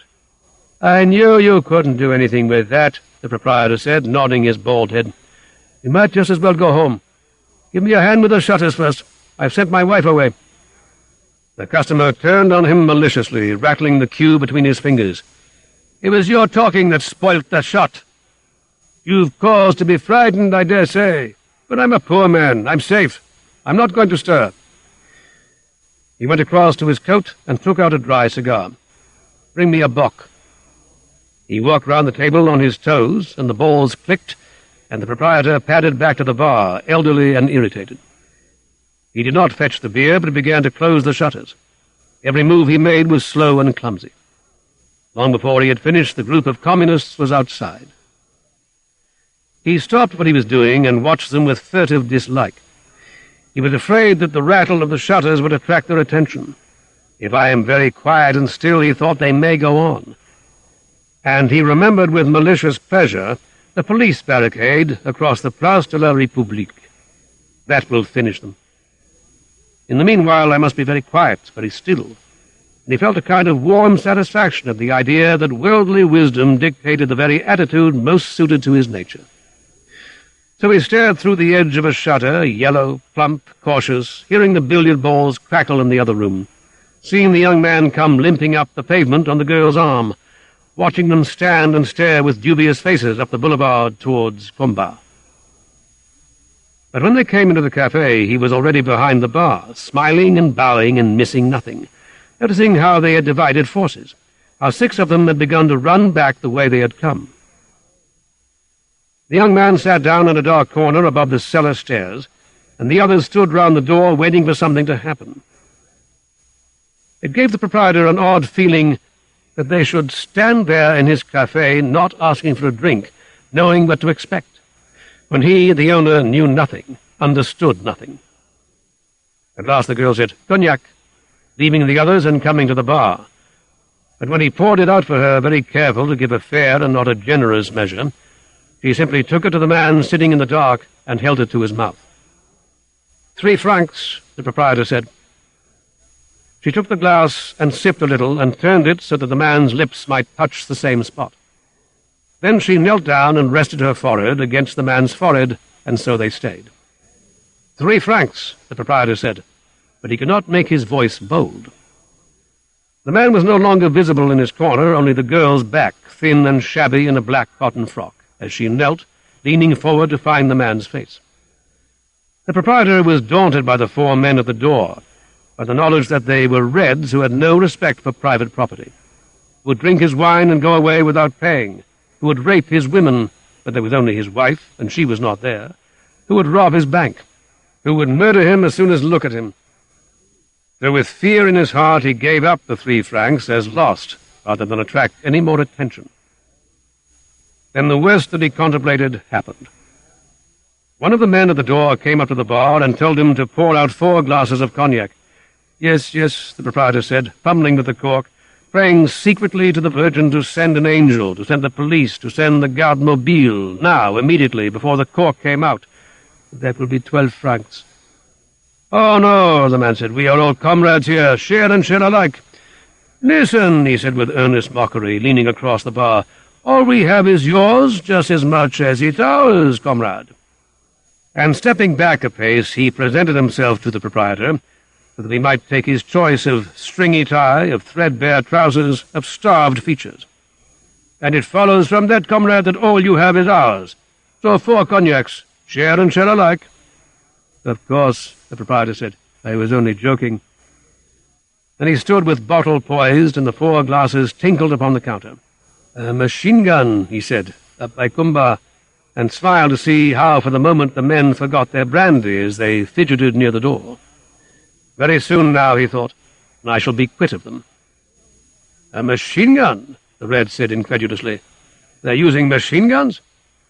Well, the proprietor said, encouraged by this sign that the garde mobile were not very far away. You can't pretend that you aren't armed yourselves. He leant across the bar in a way that was almost paternal. After all, you know, your ideas. They wouldn't do in France. Free love. Who's talking of free love? The Red said. The proprietor shrugged and smiled and nodded at the corner. The girl knelt with her head on the man's shoulder, her back to the room. They were quite silent, and the glass of brandy stood on the floor beside them. The girl's beret was pushed back on her head, and one stocking was laddered and darned from knee to ankle. What, those 2? They aren't lovers. I, the proprietor said, with my bourgeois notions, would have thought, he's her brother, the Red said. The men came clustering round the bar and laughed at him, but softly as if a sleeper or a sick person were in the house. All the time they were listening for something. Between their shoulders the proprietor could look out across the boulevard. He could see the corner of the Faubourg du Temple. What are you waiting for? For friends, the Red said. He made a gesture with open palm, as if to say, "You see, we share and share alike. We have no secrets." Something moved at the corner of the Faubourg du Temple. "4 more cognacs," the Red said.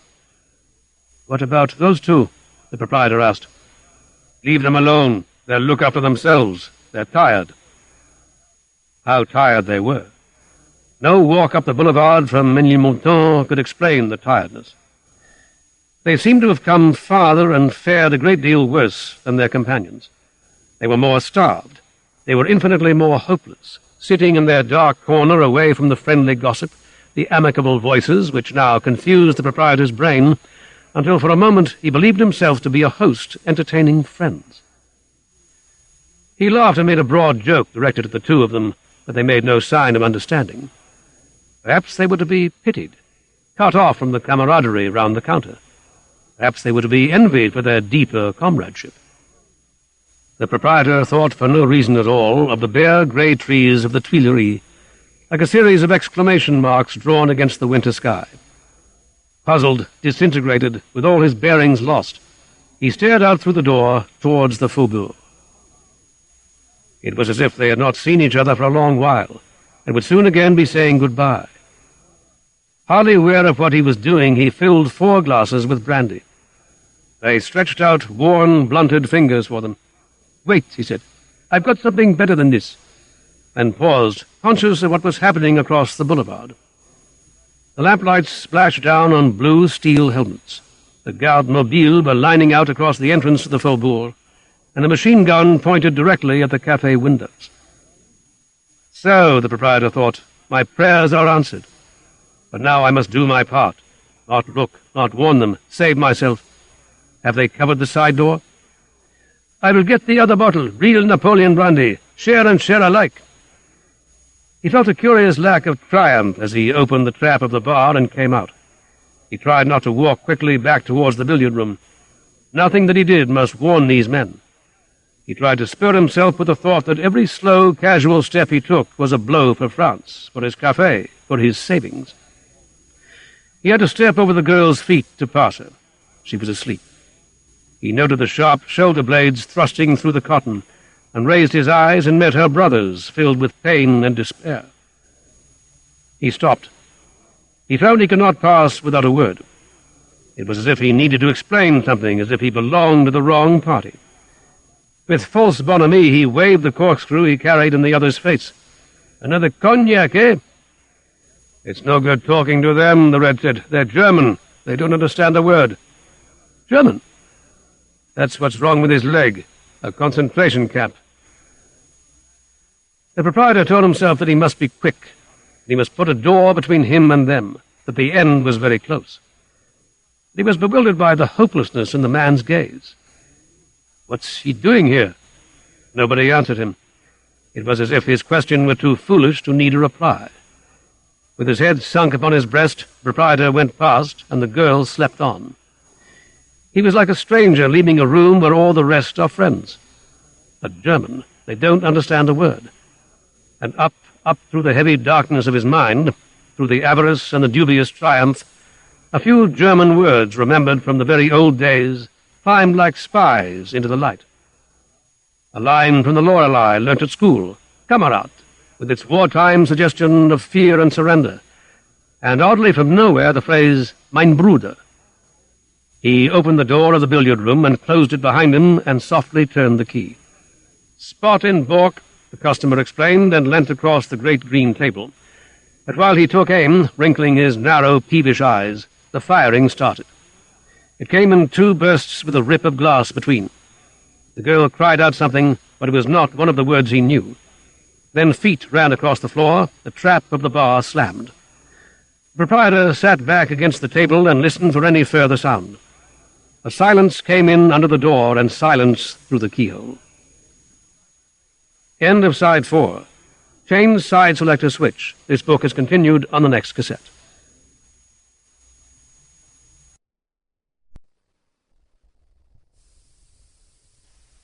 Side 5, complete short stories by Graham Greene, continuing with Brother on page 153.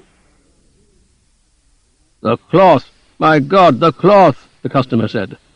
and the proprietor looked down at his own hand, which was working the corkscrew into the table. "Will this absurdity never end?" the customer said. "I shall go home." "Wait," the proprietor said. "Wait." He was listening to voices and footsteps in the other room. They were voices he did not recognize. Then a car drove up and presently drove away again. Somebody rattled the handle of the door. "Who is it?" the proprietor called. "Who are you? Open that door."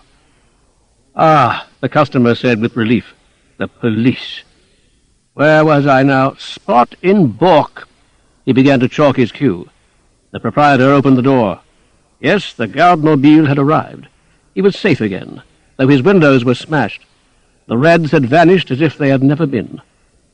He looked at the raised trap, at the smashed electric bulbs, at the broken bottle which dripped behind the bar.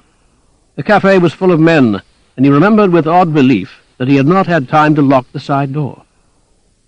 "Are you the owner?" the officer asked. "A buck for each of these men and a cognac for myself. Be quick about it." The proprietor calculated 9 francs 50, and watched closely with bent head the coins rattle upon the counter. "You see," the officer said with significance, "we pay." He nodded towards the side door. "Those others, did they pay?" No, the proprietor admitted. They had not paid. But as he counted the coins and slipped them into the till, he caught himself silently repeating the officer's order, "A buck for each of these men." Those others, he thought, one's got to say that for them, they weren't mean about the drink. It was 4 cognacs with them, but of course they did not pay. "And my windows," he complained aloud with sudden asperity. "What about my windows?"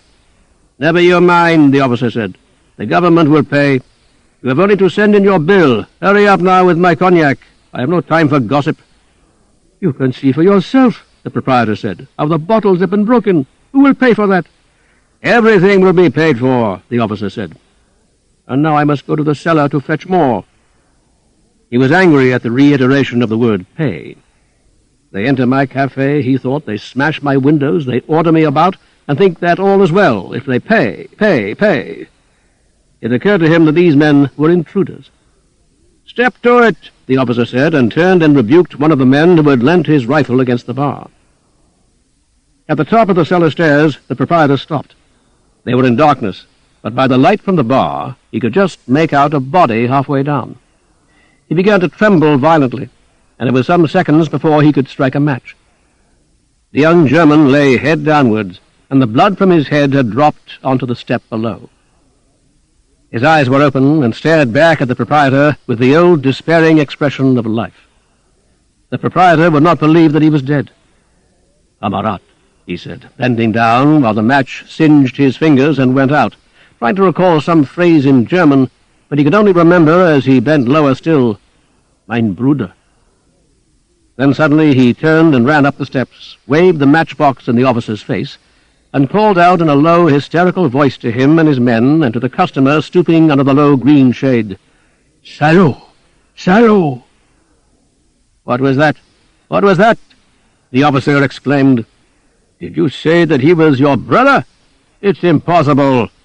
And he frowned incredulously at the proprietor and rattled the coins in his pocket. 1936. Jubilee. Mr. Chalfont ironed his trousers and his tie. Then he folded up his ironing board and put it away. He was tall, and he had preserved his figure. He looked distinguished even in his pants in the small, furnished bed-sitting room he kept off Shepherd's Market. He was 50, but he didn't look more than 45. He was stony broke, but he remained unquestionably Mayfair.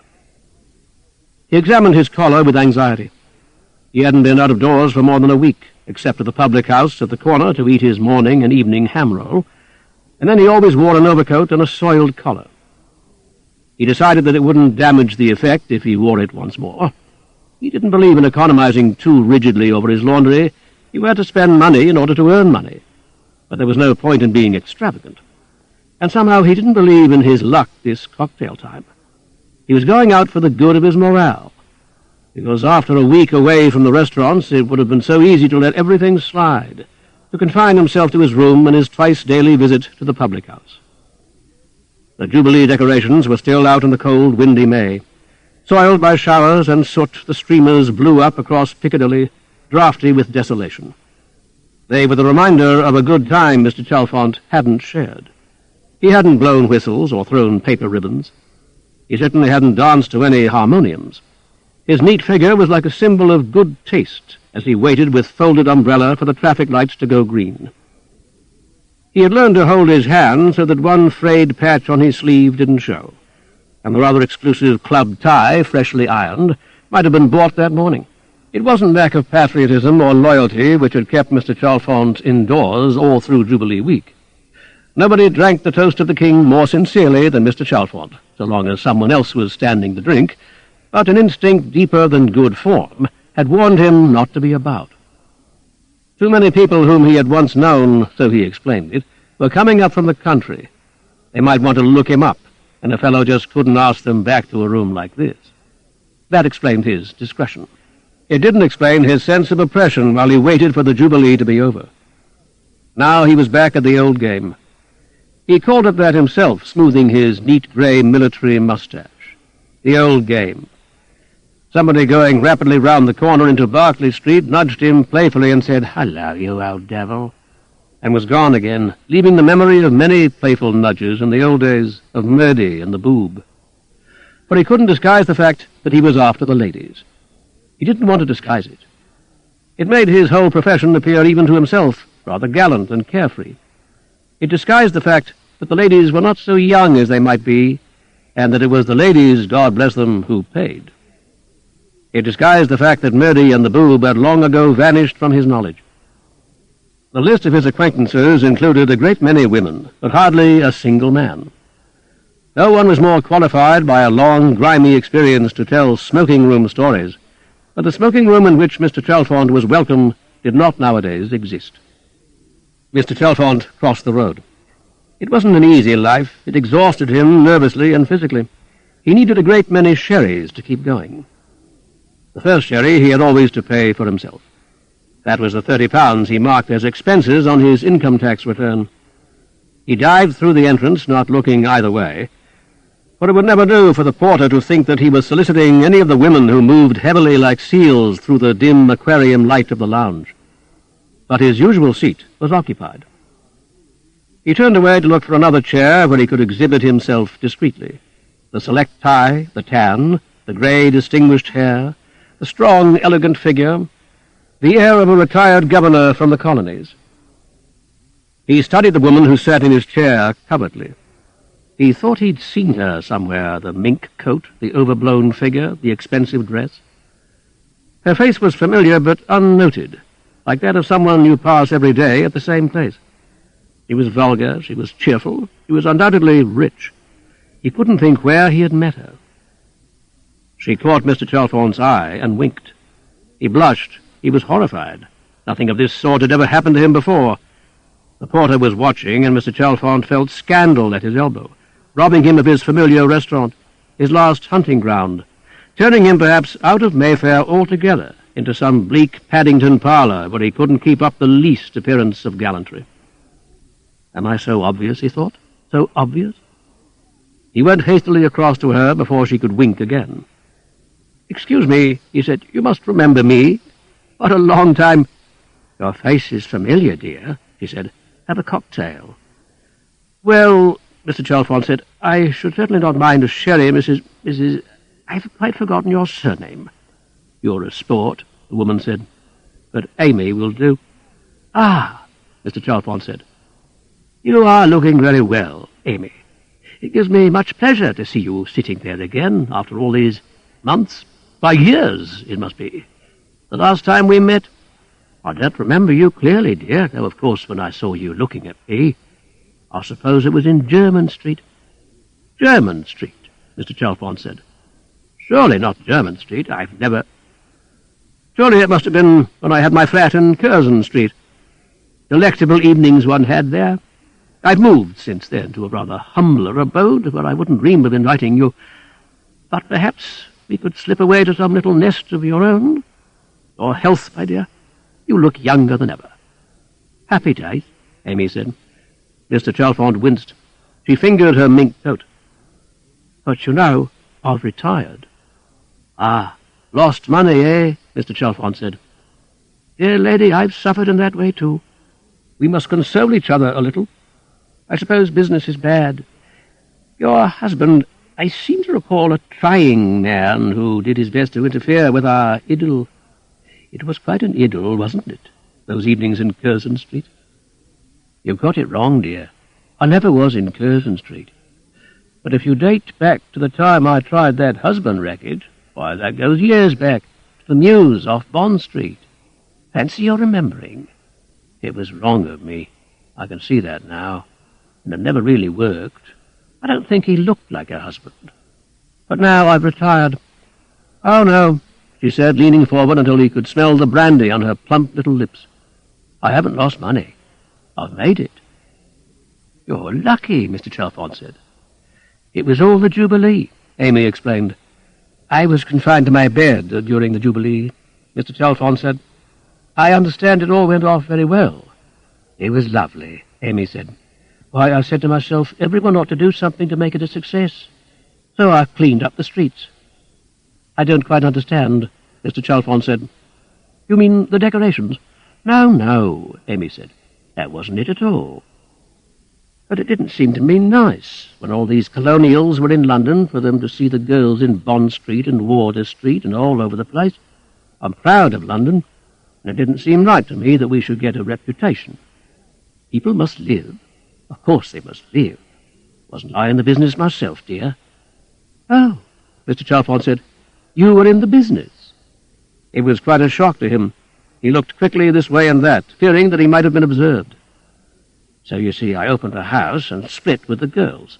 I took all the risk, and then, of course, I had my other expenses. I had to advertise." How did you get it known?" He couldn't help having a kind of professional interest.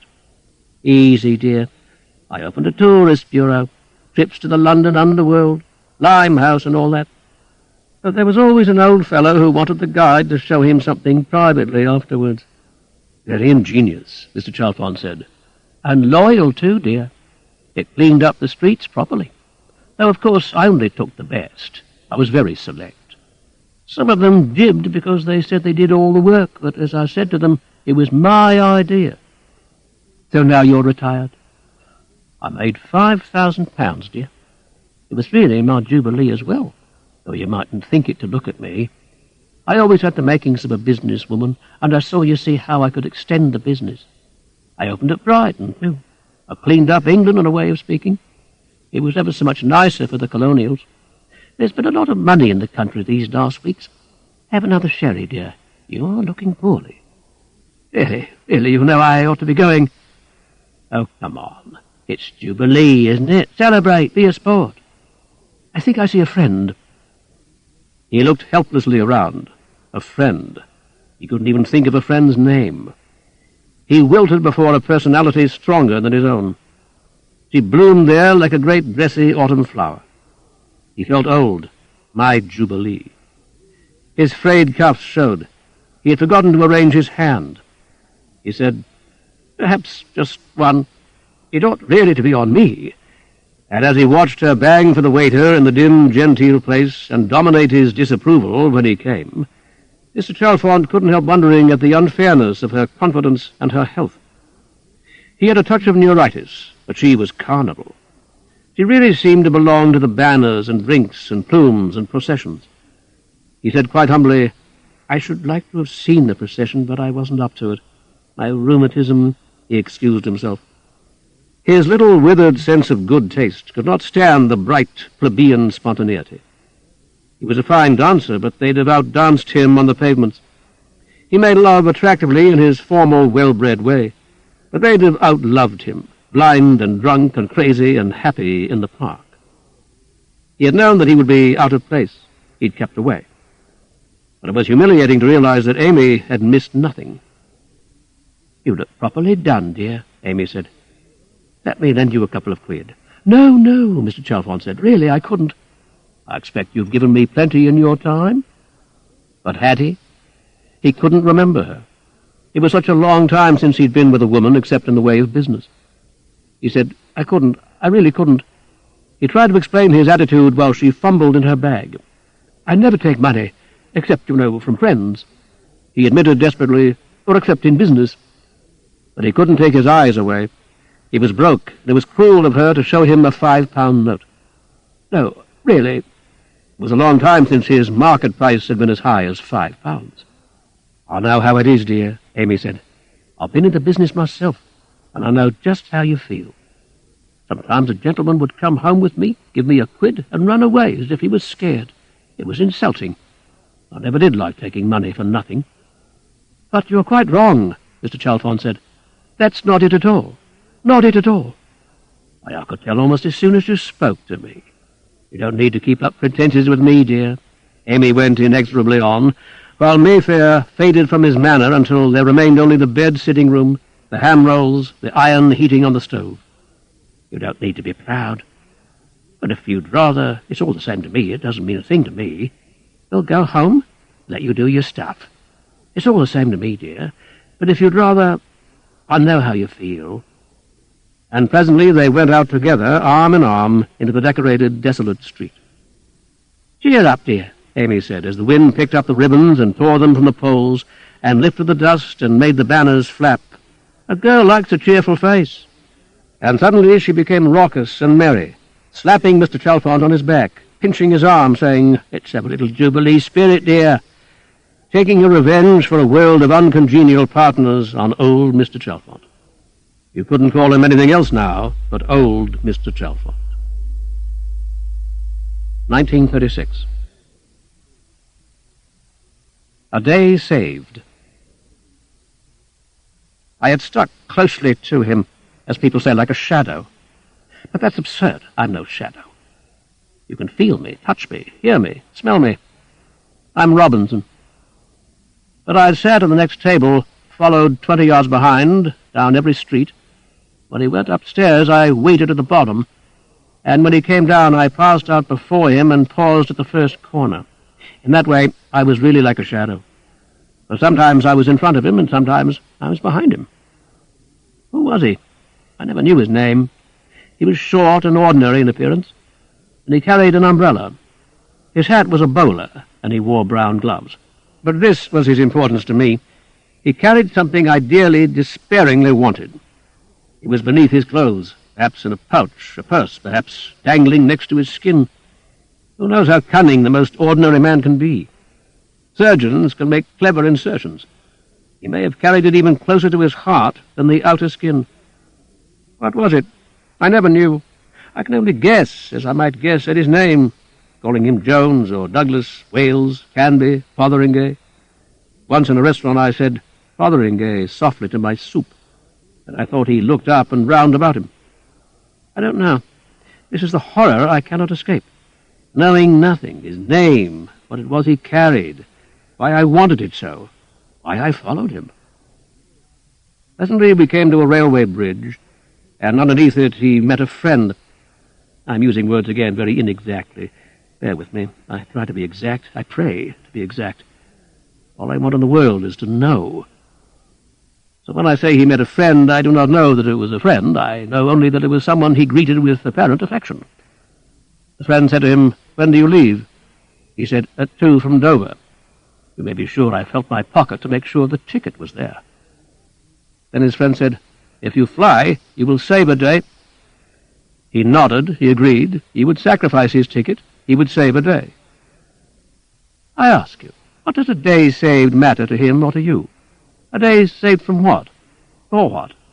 Instead of spending the day travelling, you will see your friend a day earlier. But you cannot stay indefinitely. You will travel home 24 hours sooner, and is all. But you will fly home and again save a day. Save it from what? For what? You will begin work a day earlier, but you cannot work on indefinitely. It only means that you will cease work a day earlier. And then what? You cannot die a day earlier. So you will realize perhaps how rash it was of you to save a day, and you discover how you cannot escape those 24 hours you have so carefully preserved. You may push them forward and push them forward, but sometime they must be spent, and then you may wish you had spent them as innocently as in the train from Ostend. But this thought never occurred to him. He said, Yes, that's true. It would save a day. I'll fly. I nearly spoke to him then. The selfishness of the man. For that day which he thought he was saving might be his despair years later. But it was my despair at the instant. For I'd been looking forward to the long train journey in the same compartment. It was winter, and the train would be nearly empty. And with the least luck, we should be alone together. I had planned everything. I was going to talk to him. Because I knew nothing about him. I should begin in the usual way by asking whether he minded the window being raised a little or a little lowered. That would show him that we spoke the same language, and he would probably be only too ready to talk, feeling himself in a foreign country. He would be grateful for any help I might be able to give him, translating this or that word. Of course, I never believed that talk would be enough. I should learn a great deal about him, but I believed that I should have to kill him before I knew all. I should have killed him, I think, at night, between the two stations which are the farthest parted.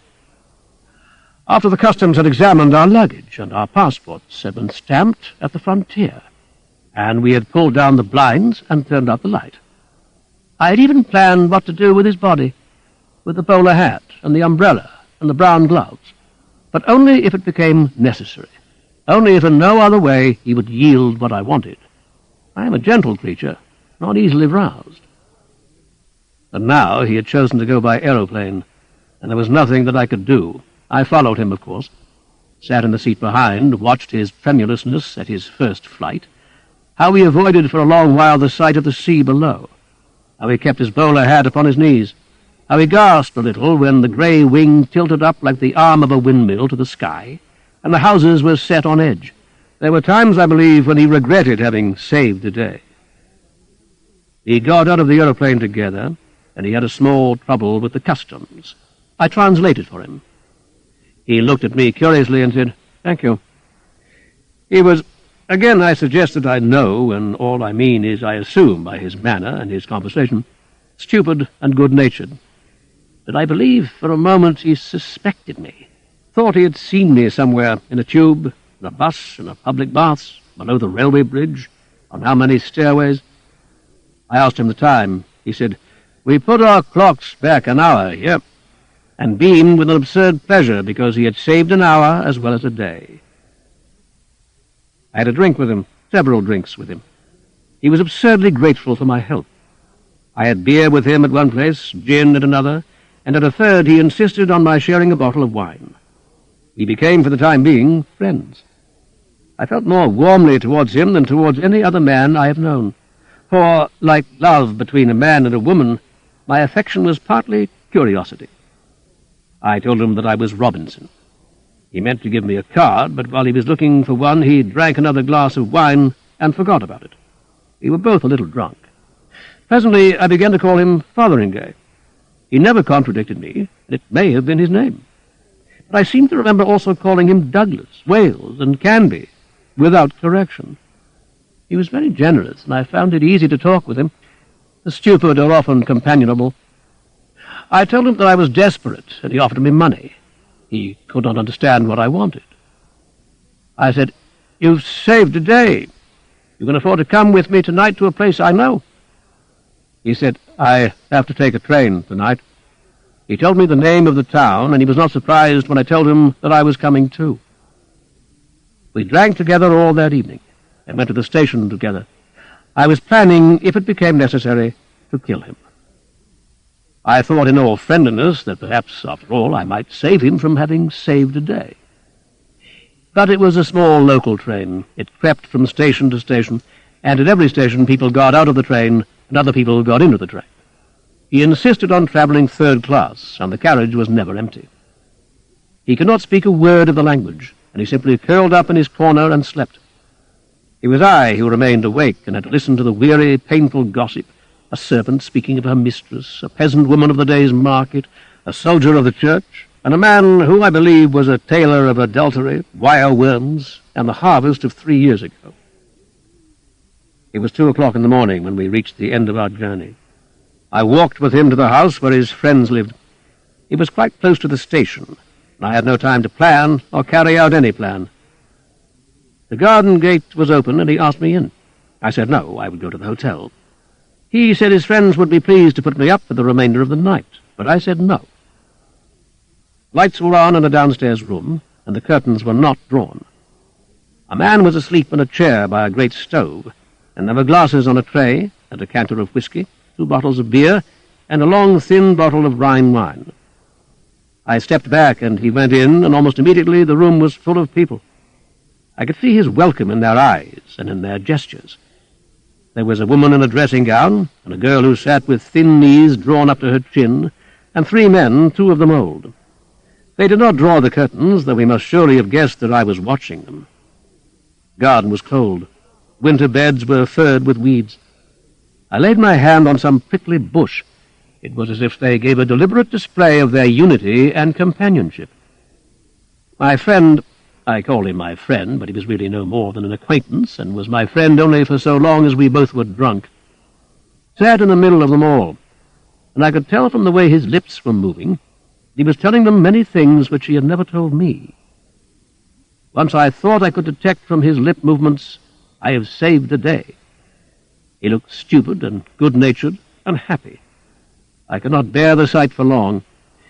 It was an impertinence to display himself like that to me. I have never ceased to pray from that moment that the day he saved may be retarded and retarded until eventually he suffers its 86,400 seconds when he has the most desperate need, when he is following another as I followed him, closely, as people say, like a shadow, so that he has to stop, as I have had to stop, to reassure himself. You can smell me, you can touch me, you can hear me. I am not a shadow.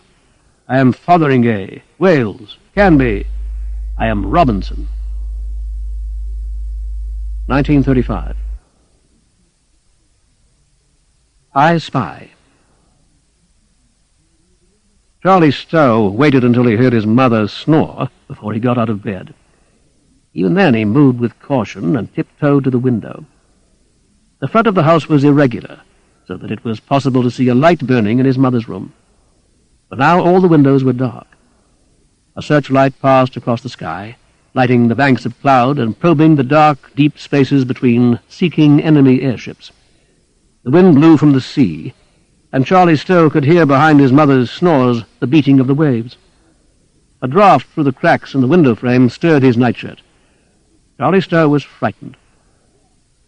But the thought of the tobacconist's shop, which his father kept down a dozen wooden stairs, drew him on. He was 12 years old, and already boys at the county school mocked him because he had never smoked a cigarette. The packets were piled 12 deep below, Goldflake and Players, Dureski, Abdullah, Woodbines, and the little shop lay under a thin haze of stale smoke, which would completely disguise his crime. That it was a crime to steal some of his father's stock, Charlie Stow had no doubt, but he did not love his father.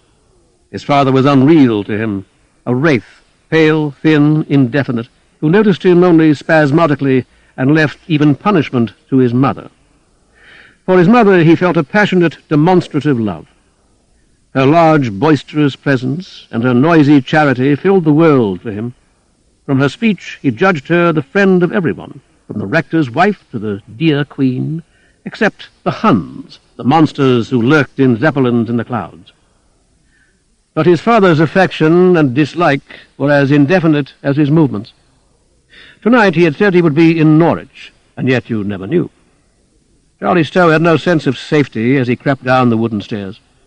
When they creaked, he clenched his fingers on the collar of his nightshirt. At the bottom of the stairs he came out quite suddenly into the little shop. It was too dark to see his way, and he did not dare touch the switch. For half a minute he sat in despair on the bottom step with his chin cupped in his hands.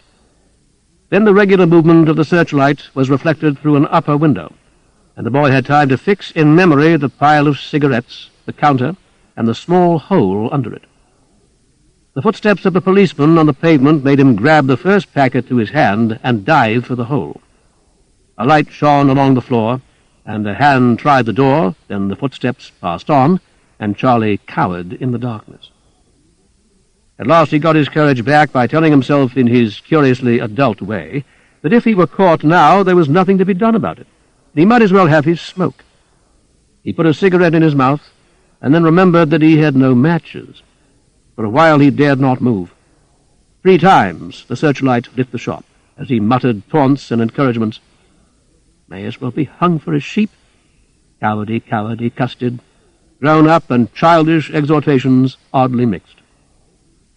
But as he moved, he heard footfalls in the street, the sound of several men walking rapidly. Charlie Stow was old enough to feel surprised that anybody was about. The footsteps came nearer, stopped. A key was turned in the shop door. A voice said, "Let him in." And then he heard his father. "If you wouldn't mind being quiet, gentlemen, I don't want to wake up the family." There was a note unfamiliar to Charlie in the undecided voice. A torch flashed, and the electric globe burst into blue light. The boy held his breath. He wondered whether his father would hear his heart beating, and he clutched his nightshirt tightly and prayed, "Oh, God, don't let me be caught." Through a crack in the counter he could see his father where he stood, one hand held to his high, stiff collar, between 2 men in bowler hats and belted macintoshes. They were strangers. "Have a cigarette," his father said in a voice dry as a biscuit. One of the men shook his head. "It wouldn't do, not when we are on duty. Thank you all the same." He spoke gently, but without kindness. Charlie Stow thought his father must be ill. "Mind if I put a few in my pocket?" Mr. Stow asked, and when the man nodded, he lifted a pile of goldflake and players from a shelf and caressed the packets with the tips of his fingers. "Well," he said, "there's nothing to be done about it, and I may as well have my smokes." For a moment Charlie Stow feared discovery. His father stared round the shop so thoroughly. He might have been seeing it for the first time. "It's a good little business," he said, "for those that like it. The wife will sell out, I suppose, else the neighbours will be wrecking it. Well, you want to be off. A stitch in time? I'll get my coat." "One of us will come with you, if you don't mind," said the stranger gently. "You needn't trouble, it's on the peg here." "There, I'm all ready." The other man said in an embarrassed way, "Don't you want to speak to your wife?" The thin voice was decided. "Not me. Never do today what you can put off till tomorrow. She'll have her chance later, won't she?" "Yes, yes," one of the strangers said, and he became very cheerful and encouraging. "Don't you worry too much. While there's life." And suddenly his father tried to laugh. When the door had closed, Charlie Stow tiptoed upstairs and got into bed. He wondered why his father had left the house again so late at night, and who the strangers were. Surprise and awe kept him for a little while awake. It was as if a familiar photograph had stepped from the frame to reproach him with neglect. He remembered how his father had held tight to his collar and fortified himself with proverbs, and he thought for the first time that while his mother was boisterous and kindly, his father was very like himself, doing things in the dark which frightened him. It would have pleased him to go down to his father and tell him that he loved him. He could hear through the window the quick steps going away. He was alone in the house with his mother, and he fell asleep. 1930. Proof positive. The tired voice went on. It seemed to surmount enormous obstacles to speech. The man's sick, Colonel Crashaw thought, with pity and irritation. When a young man, he had climbed in the Himalayas, and he remembered how at great heights several breaths had to be taken for every step advanced. The 5-foot-high platform in the music rooms of the spa seemed to entail for the speaker some of the same effort. He should never have come out on such a raw afternoon, thought Colonel Crashaw, pouring out a glass of water and pushing it across the lecturer's table. The rooms were badly heated, and yellow fingers of winter fog felt for cracks in the many windows. There was little doubt that the speaker had lost all touch with his audience. It was scattered in patches about the hall, elderly ladies who made no attempt to hide their cruel boredom, and a few men with the appearance of retired officers who put up a show of attention. Colonel Crashaw, as president of the local psychical society, had received a note from the speaker a little more than a week before. Written by a hand which trembled with sickness, age, or drunkenness, it asked urgently for a special meeting of the society. An extraordinary, a really impressive experience was to be described while still fresh in the mind, though what the experience had been was left vague. Colonel Crashaw would have hesitated to comply if the note had not been signed by a Major Philip Weaver, Indian Army, retired. One had to do what one could for a brother officer. The trembling of the hand must be either age or sickness. It proved principally to be the latter when the two men met for the first time on the platform. Major Weaver was not more than 60, thin and dark, with an ugly, obstinate nose and satire in his eye. The most unlikely person to experience anything unexplainable. What antagonized Crashaw most was that Weaver used scent. A white handkerchief, which drooped from his breast pocket, exhaled as rich and sweet an odor as a whole altar of lilies. Several ladies prinked their noses, and General Leadbitter asked loudly whether he might smoke. It was quite obvious that Weaver understood. He smiled provocatively and asked very slowly, "Would you mind not smoking? My throat has been bad for some time." Crashaw murmured that it was terrible weather. Influenza throats were common. The satirical eye came round to him and considered him thoughtfully, while Weaver said in a voice which carried halfway across the hall, "It's cancer in my case." In the shocked, vexed silence that followed the unnecessary intimacy, he began to speak without waiting for any introduction from Crashaw. He seemed at first to be in a hurry. It was only later that the terrible impediments were placed in the way of his speech. He had a high voice which sometimes broke into a squeal, and must have been peculiarly disagreeable on the parade ground. He paid a few compliments to the local society. His remarks were just sufficiently exaggerated to be irritating. He was glad, he said, to give them the chance of hearing him. What he had to say might alter their whole view of the relative values of matter and spirit. Mystic stuff, thought Crashaw. Weaver's high voice began to shoot out hurried platitudes. The spirit, he said, was stronger than anyone realized. The physiological action of heart and brain and nerves was subordinate to the spirit. The spirit was everything. He said again, his voice squeaking up like bats into the ceiling, "The spirit is so much stronger than you think." He put his hand across his throat and squinted sideways at the window panes and the nuzzling fog, and upwards at the bare electric globe sizzling with heat and poor light in the dim afternoon. "It's immortal," he told them very seriously, and they shifted, restless, uncomfortable, and weary in their chairs. It was then that his voice grew tired and his speech impeded. The knowledge that he had entirely lost touch with his audience may have been the cause. An elderly lady at the back had taken her knitting from a bag, and her needles flashed along the walls when the light caught them, like a bright, ironic spirit. Satire for a moment deserted Weaver's eyes, and Crashaw saw the vacancy it left as though the ball had turned to glass. "This is important," the lecturer cried to them. "I can tell you a story." His audience's attention was momentarily caught by his promise of something definite, but the stillness of the lady's needles did not soothe him. He sneered at them all. "Signs and wonders," he said. Then he lost the thread of his speech altogether. His hand passed to and fro across his throat, and he quoted Shakespeare and then St. Paul's epistle to the Galatians. His speech, as it grew slower, seemed to lose all logical order, though now and then Crashaw was surprised by the shrewdness in the juxtaposition of two irrelevant ideas. It was like the conversation of an old man which flits from subject to subject, the thread a subconscious one. "When I was at Simla," he said, bending his brows as though to avoid the sun flash on the barrack square, but perhaps the frost, the fog, the tarnished room broke his memories. He began to assure the wearied faces all over again that the spirit did not die when the body died, and that the body only moved at the spirit's will. One had to be obstinate to grapple. Pathetic, Crashaw thought, the sick man's clinging to his belief. It was as if life were an only son who was dying and with whom he wished to preserve some form of communication.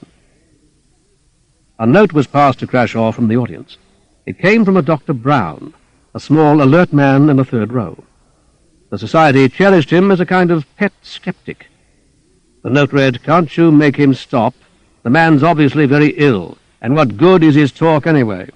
Crashaw turned his eyes sideways and upwards, and felt his pity vanish at sight of the roving, satirical eyes that gave the lie to the tongue, and at the smell, overpoweringly sweet, of the scent in which Weaver had steeped his handkerchief. The man was an outsider. He would look up his record in the old army lists when he got home. Proof positive, Weaver was saying, sighing a shrill breath of exhaustion between the words. Crashaw laid his watch upon the table, but Weaver paid him no attention. He was supporting himself on the rim of the table with one hand. "I'll give you," he said, speaking with increasing difficulty, "proof His voice scraped into stillness, like a needle at a record's end. But the quiet did not last. From an expressionless face, a sound which was more like a high mew than anything else, jerked the audience into attention.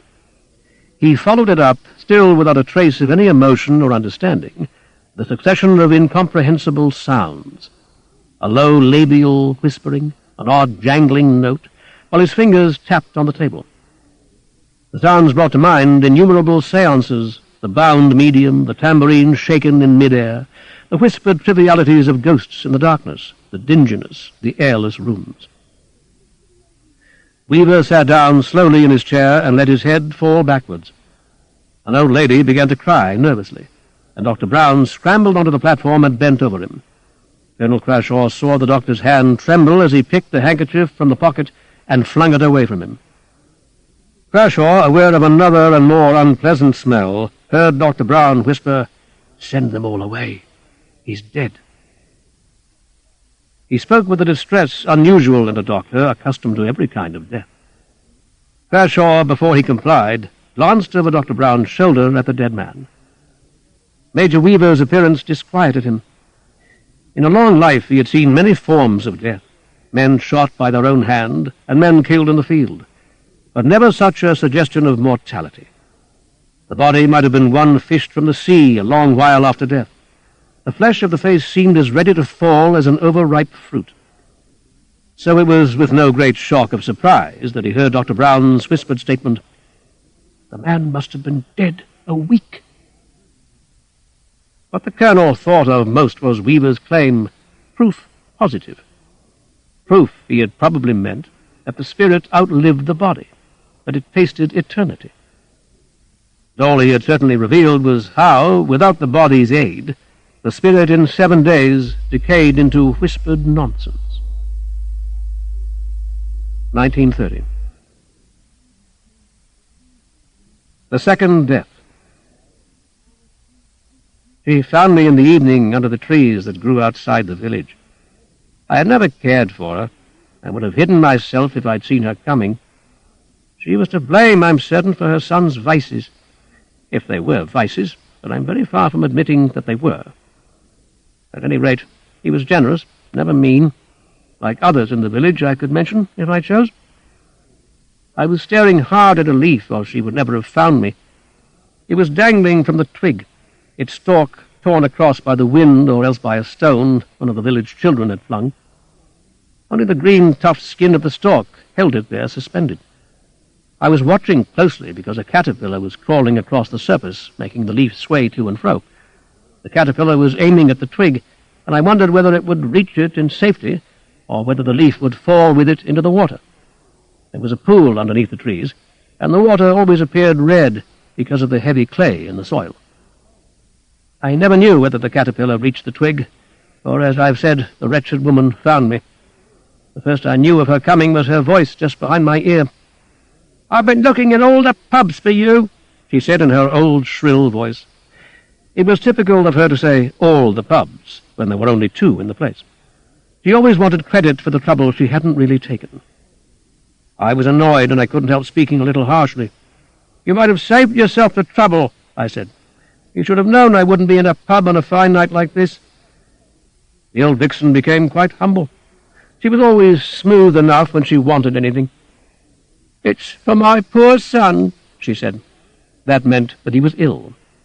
When he was well, I never heard her say anything better than, "That dratted boy." She'd make him be in the house by midnight every day of the week, as if there were any serious mischief a man could get up to in a little village like ours. Of course, we soon found a way to cheat her. But it was the principle of the thing I objected to. A grown man of over 30 ordered about by his mother just because she hadn't a husband to control. But when he was ill, though it might be with only a small chill, it was "my poor son." "He's dying," she said, "and God knows what I shall do without him." "Well, I don't see how I can help you," I said. I was angry because he'd been dying once before, and she'd done everything but actually bury him. I imagined it was the same sort of dying this time, the sort a man gets over. I'd seen him about the week before on his way up the hill to see the big-breasted girl at the farm. I'd watched him till he was like a little black dot, which stayed suddenly by a square box in a field. That was the barn where they used to meet. I have very good eyes, and it amuses me to try how far and how clearly they can see. I met him again some time after midnight and helped him get into the house without his mother knowing, and he was well enough then, only a little sleepy and tired. The old vixen was at it again. "He's been asking for you," she shrilled at me. "If he's as ill as you make out," I said, "it would be better for him to ask for a doctor." "Doctor's there, but he can't do anything." That startled me for a moment, I'll admit it, until I thought, the old devil's malingering. He's got some plan or other. He was quite clever enough to cheat a doctor. I'd seen him throw a fit that would have deceived Moses. "For God's sake, come," she said. "He seems frightened." Her voice broke quite genuinely, for I suppose in her way she was fond of him.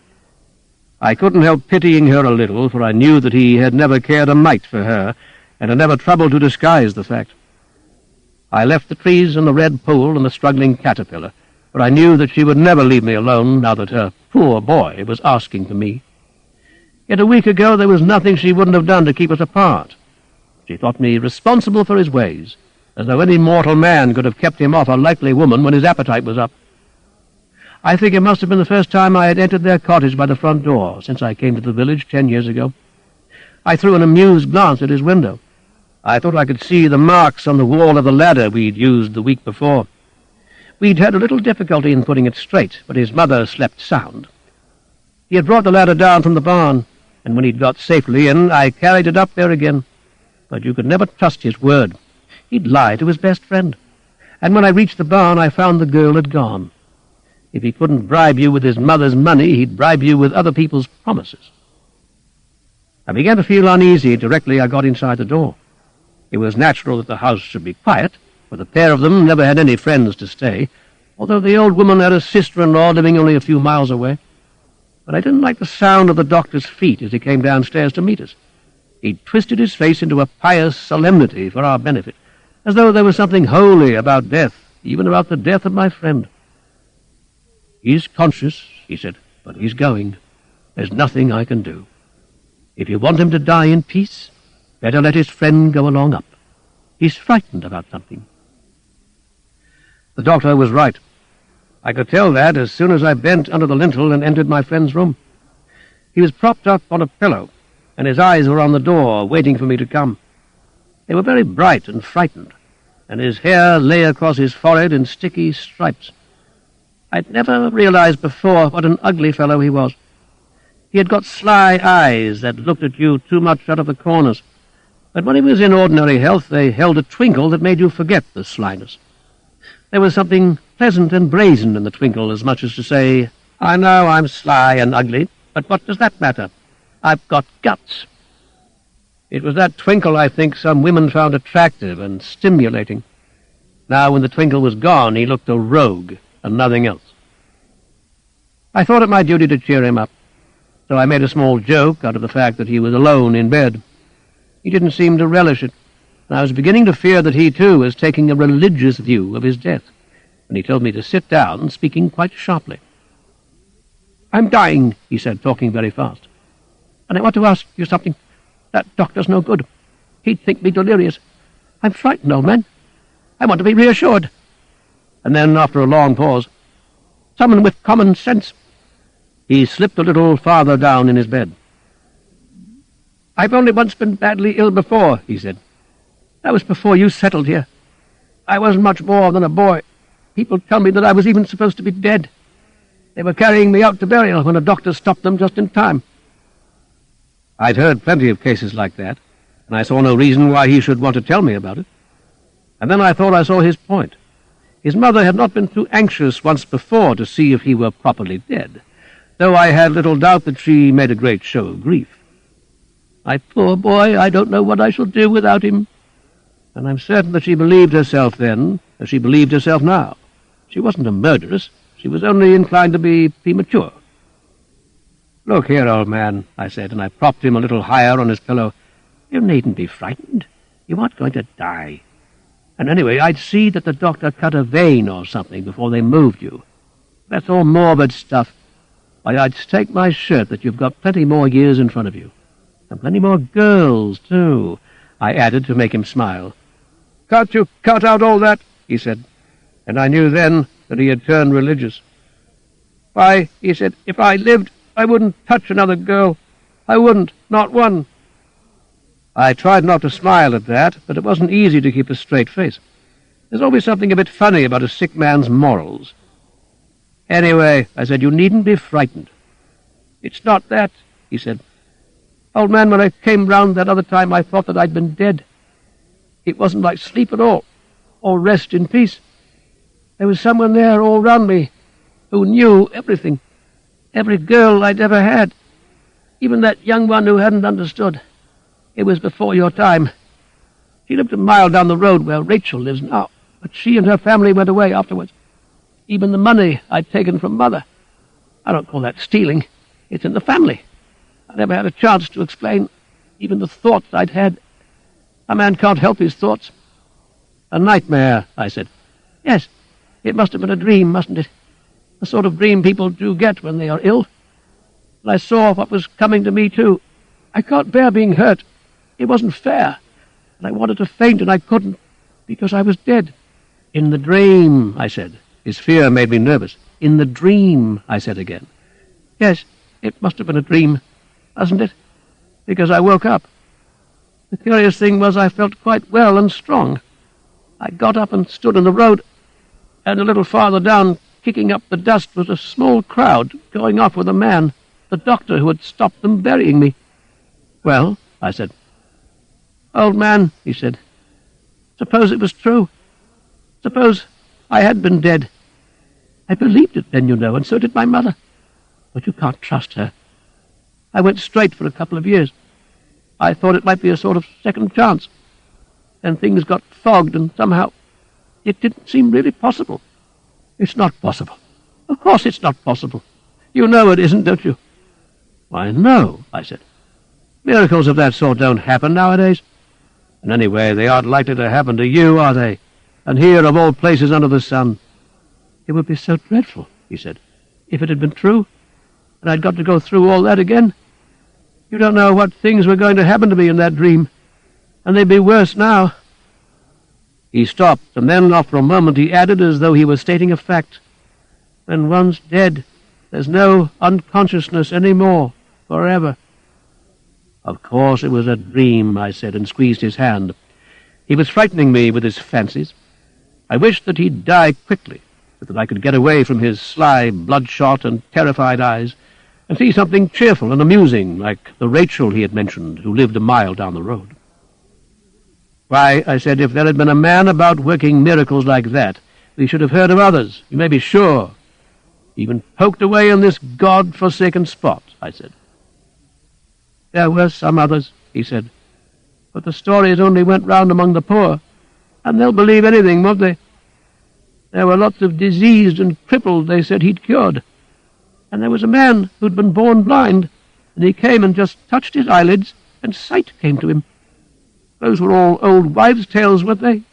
he asked me, stammering with fear, and then lying suddenly still and bunched up at the side of the bed. I began to say, of course they were all lies, but I stopped, because there was no need. All I could do was to go downstairs and tell his mother to come up and close his eyes. I wouldn't have touched them for all the money in the world. It was a long time since I thought of that day, ages and ages ago, when I felt a cold touch like spittle on my lids, and opening my eyes, had seen a man like a tree surrounded by other trees walking away. 1929. The end of the party. Peter Morton woke with a start to face the first light. Rain tapped against the glass. It was January the 5th. He looked across a table on which a nightlight had guttered into a pool of water at the other bed. Francis Morton was still asleep, and Peter lay down again with his eyes on his brother. It amused him to imagine it was himself whom he watched, the same hair, the same eyes, the same lips and line of cheek. But the thought palled, and the mind went back to the fact which lent the day importance. It was the 5th of January. He could hardly believe a year had passed since Mrs. Hen Falcon had given her last children's party. Francis turned suddenly upon his back and threw an arm across his face, blocking his mouth. Peter's heart began to beat fast, not with pleasure now, but with uneasiness. He sat up and called across the table, "Wake up!" Francis's shoulders shook with a clenched fist in the air, but his eyes remained closed. To Peter Morton the whole room seemed to darken. He had the impression of a great bird swooping. He cried again, "Wake up!" And once more there was silver light and the touch of rain on the windows. Francis rubbed his eyes. "Did you call out?" he asked. "You were having a bad dream," Peter said. Already experience had taught him how far their minds reflected each other. But he was the elder by a matter of minutes, and that brief extra interval of light, while his brother still struggled in pain and darkness, had given him self-reliance and an instinct of protection towards the other who was afraid of so many things. "I dreamed that I was dead," Francis said. "What was it like?" Peter asked. "I can't remember," Francis said. "You dreamed of a big bird." "Did I?" The two lay silent in bed, facing each other, the same green eyes, the same nose tilting at the tip, the same firm lips, and the same premature modelling of the chin. The 5th of January, Peter thought again, his mind drifting idly from the image of cakes to the prizes which might be won. Egg and spoon races, spearing apples in basins of water, blind man's buff. "I don't want to go," Francis said suddenly. "I suppose Joyce will be there. Mabel Warren." Hateful to him, the thought of a party shared with those two. They were older than he. Joyce was 11 and Mabel Warren 13. The long pigtails swung superciliously to a masculine stride. Their sex humiliated him as they watched him fumble with his egg from under lowered, scornful lids. And last year he turned his face away from Peter, his cheeks scarlet. "What's the matter?" Peter asked. "Oh, nothing. I don't think I'm well. I've got a cold. I oughtn't to go to the party." Peter was puzzled. "But, Francis, is it a bad cold?" "It will be a bad cold if I go to the party. Perhaps I shall die." "Then you mustn't go," Peter said, prepared to solve all difficulties with one plain sentence. And Francis let his nerves relax, ready to leave everything to Peter. But though he was grateful, he did not turn his face towards his brother. His cheeks still bore the badge of a shameful memory, of the game of hide-and-seek last year in the darkened house, and of how he had screamed when Mabel Warren put her hand suddenly upon his arm. He had not heard her coming. Girls were like that. Their shoes never squeaked. No boards whined under the tread. They slunk like cats on padded claws. When the nurse came in with hot water, Francis lay tranquil, leaving everything to Peter. Peter said, "Nurse, Francis has got a cold." The tall, starched woman laid the towels across the cans and said, without turning, "The washing won't be back till tomorrow. You must lend him some of your handkerchiefs." "But, nurse," Peter asked, "hadn't he better stay in bed?" "We'll take him for a good walk this morning," the nurse said. "Wind'll blow away the germs. Get up now, both of you." And she closed the door behind her. "I'm sorry," Peter said. "Why don't you just stay in bed? I'll tell Mother you felt too ill to get up." But rebellion against destiny was not in Francis's power. If he stayed in bed, they would come up and tap his chest and put a thermometer in his mouth and look at his tongue. They would discover he was malingering.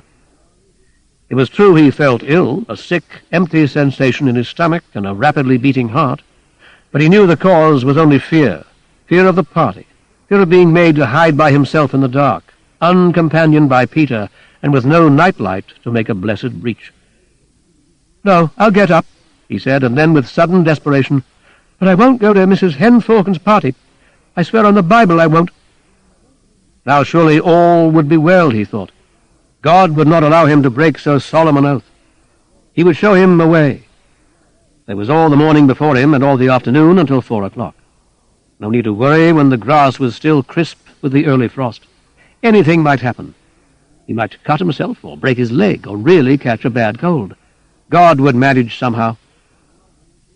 He had such confidence in God that when at breakfast his mother said, "I hear you have a cold, Francis," he made light of it. "We should have heard more about it," his mother said with irony, "if there was not a party this evening," and Francis smiled, amazed and daunted by her ignorance of him.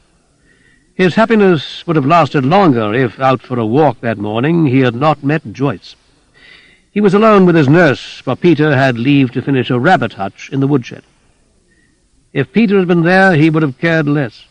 The nurse was Peter's nurse also, but now it was as though she were employed only for his sake, because he could not be trusted to go for a walk alone. Joyce was only 2 years older, and she was by herself.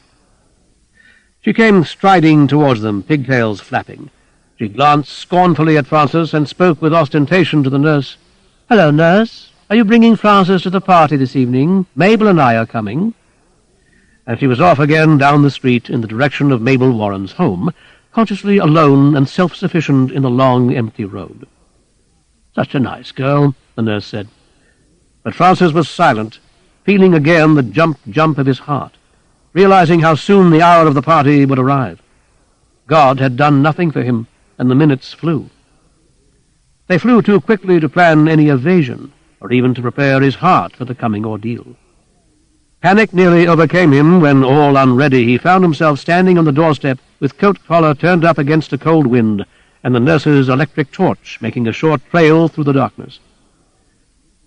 Behind him were the lights of the hall and the sound of a servant laying the table for dinner, which his mother and father would eat alone.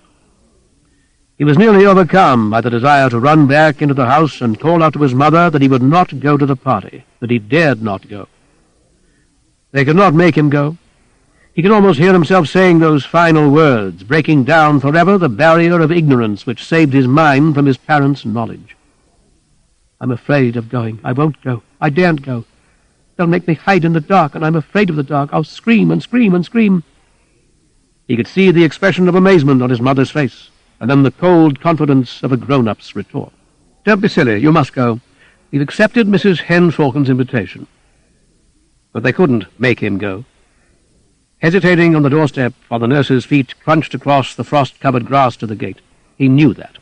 He would answer, "You can say I'm ill. I won't go. I'm afraid of the dark."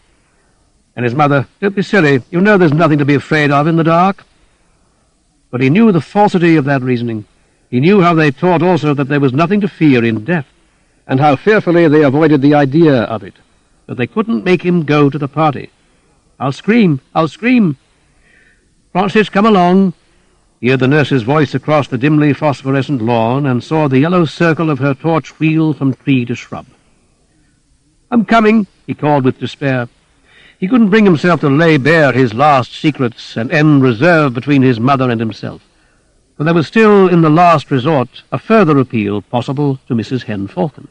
He comforted himself with that as he advanced steadily across the hall, very small, towards her enormous bulk.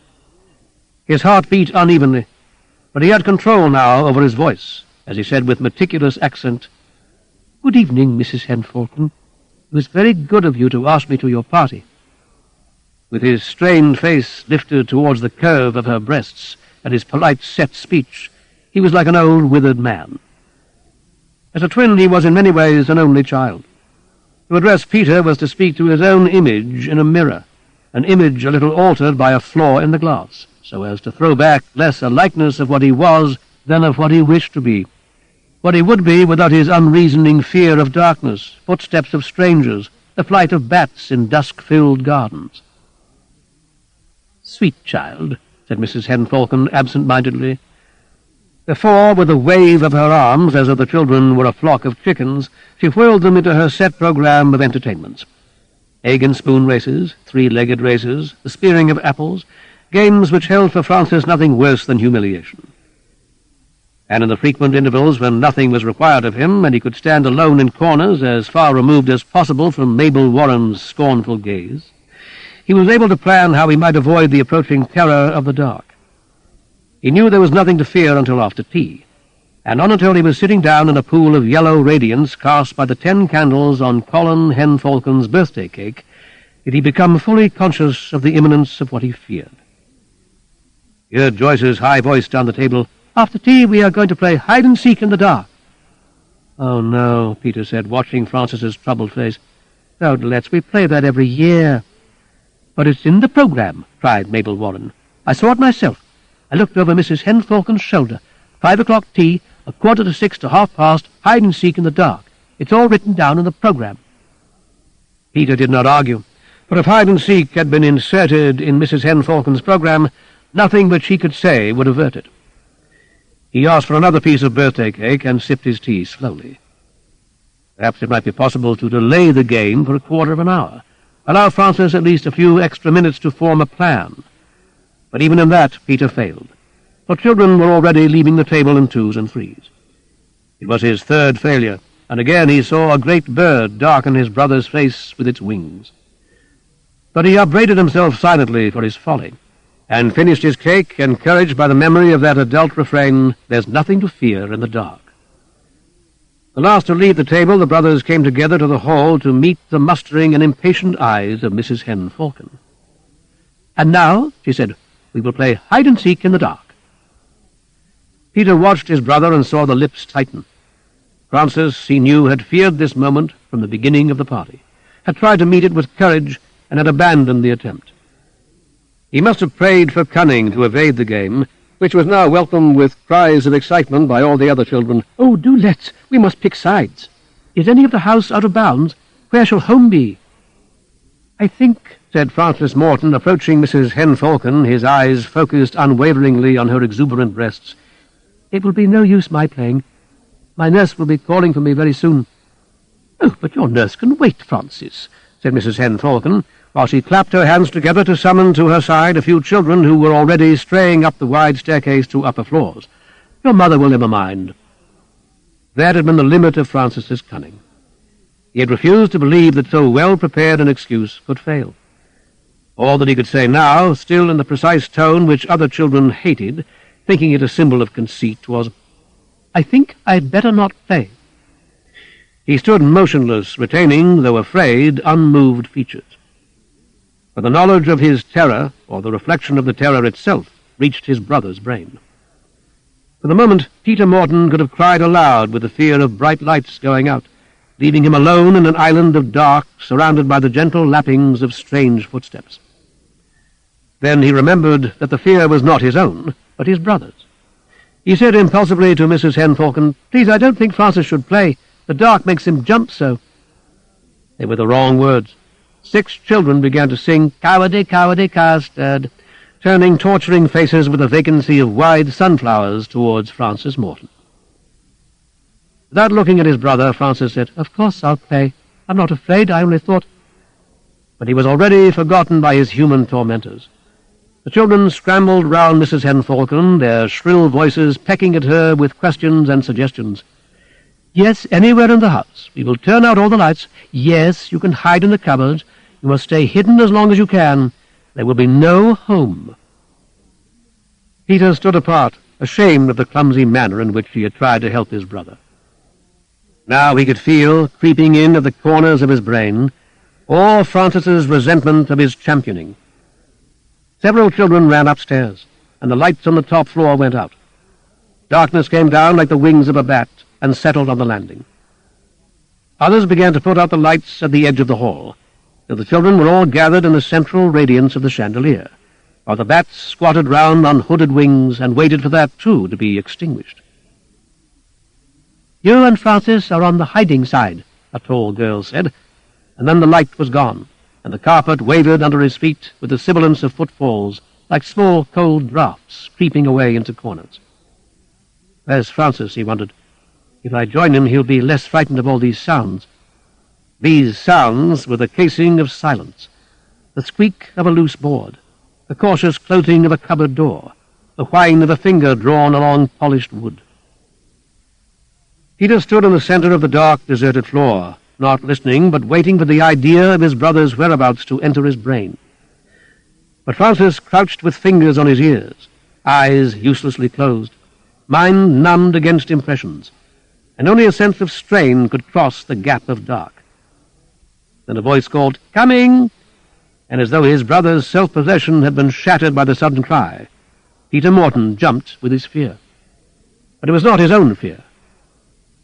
What in his brother was a burning panic? Was in him an altruistic emotion that left the reason unimpaired? Where, if I were Francis, should I hide? And because he was, if not Francis himself, at least a mirror to him, the answer was immediate. Between the oak bookcase on the left of the study door and the leather settee. Between the twins there could be no jargon of telepathy. They had been together in the womb, and they could not be parted. Peter Morton tiptoed towards Francis's hiding place. Occasionally a board rattled, and because he feared to be caught by one of the soft questers through the dark, he bent and untied his laces. A tag struck the floor, and the metallic sound set a host of cautious feet moving in his direction. But by that time he was in his stockings, and would have laughed inwardly at the pursuit had not the noise of someone stumbling on his abandoned shoes made his heart trip. No more boards revealed Peter Morton's progress. On stockinged feet, he moved silently and unerringly towards his object. Instinct told him he was near the wall, and extending a hand, he laid the fingers across his brother's face. Francis did not cry out, but the leap of his own heart revealed to Peter a proportion of Francis's terror. "It's all right," he whispered, feeling down the squatting figure until he captured a clenched hand. "It's only me. I'll stay with you." And grasping the other tightly, he listened to the cascade of whispers his utterance had caused to fall. A hand touched the bookcase close to Peter's head, and he was aware of how Francis's fear continued in spite of his presence. It was less intense, more bearable, he hoped, but it remained. He knew that it was his brother's fear and not his own that he experienced. The dark to him was only an absence of light. A groping hand, that of a familiar child. Patiently he waited to be found. He did not speak again, for between Francis and himself was the most intimate communion. By way of joined hands, thought could flow more swiftly than lips could shape themselves round words. He could experience the whole progress of his brother's emotion, from the leap of panic at the unexpected contact to the steady pulse of fear, which now went on and on with the regularity of a heartbeat. Peter Morton thought with intensity, "I am here. You needn't be afraid. The lights will go on again soon. That rustle, that movement is nothing to fear. Only Joyce, only Mabel Warren." He bombarded the drooping form with thoughts of safety, but he was conscious that the fear continued. "They are beginning to whisper together. They are tired of looking for us. The lights will go on soon. We shall have won. Don't be afraid. That was someone on the stairs. I believe it's Mrs. Hen Thornton. Listen. They are feeling for the lights." Feet moving on a carpet, hands brushing a wall, a curtain pulled apart, a clicking handle, the opening of a cupboard door. In the case above their heads, a loose book shifted under a touch. Only Joyce, only Mabel Warren, only Mrs. Hen Thornton. A crescendo of reassuring thought before the chandelier burst like a fruit tree into bloom. The voices of the children rose shrilly into the radiance. "Where's Peter? Have you looked upstairs? Where's Francis?" But they were silenced again by Mrs. Hen Thornton's scream. But she was not the first to notice Francis Morton's stillness, for he had collapsed against the wall at the touch of his brother's hand. Peter continued to hold the clenched fingers in an arid and puzzled grief. It was not merely that his brother was dead. His brain, too young to realize the full paradox, wondered with an obscure self-pity why it was that the pulse of his brother's fear went on and on, when Francis was now where he had always been told there was no more terror and no more darkness. 1929.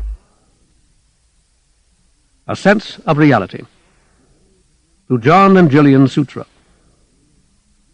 Under the Garden, Part 1.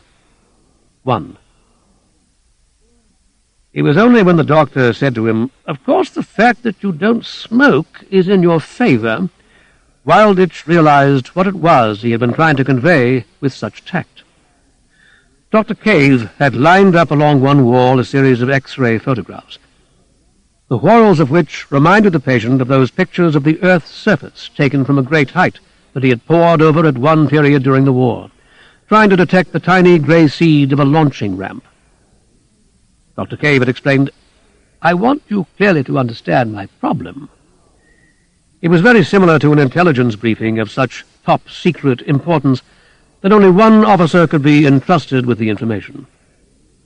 Wilditch felt gratified that the choice had fallen on him, and he tried to express his interest and enthusiasm, leaning forward and examining more closely than ever the photographs of his own interior. "Beginning at this end," Dr. Cave said.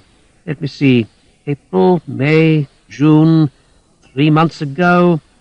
The scar left by the pneumonia is quite obvious. You can see it here." "Yes, sir," Wilditch said absent-mindedly. Dr. Cave gave him a puzzled look. "Now, if we leave out the intervening photographs for the moment and come straight to yesterday's, you will observe that this latest one is almost entirely clear. You can only just detect—" "Good," Wilditch said. The doctor's finger moved over what might have been tumuli or traces of prehistoric agriculture. "But not entirely, I'm afraid. If you look now along the whole series, you will notice how very slow the progress has been. Really, by this stage, the photographs should have shown no trace." "I'm sorry," Wilditch said.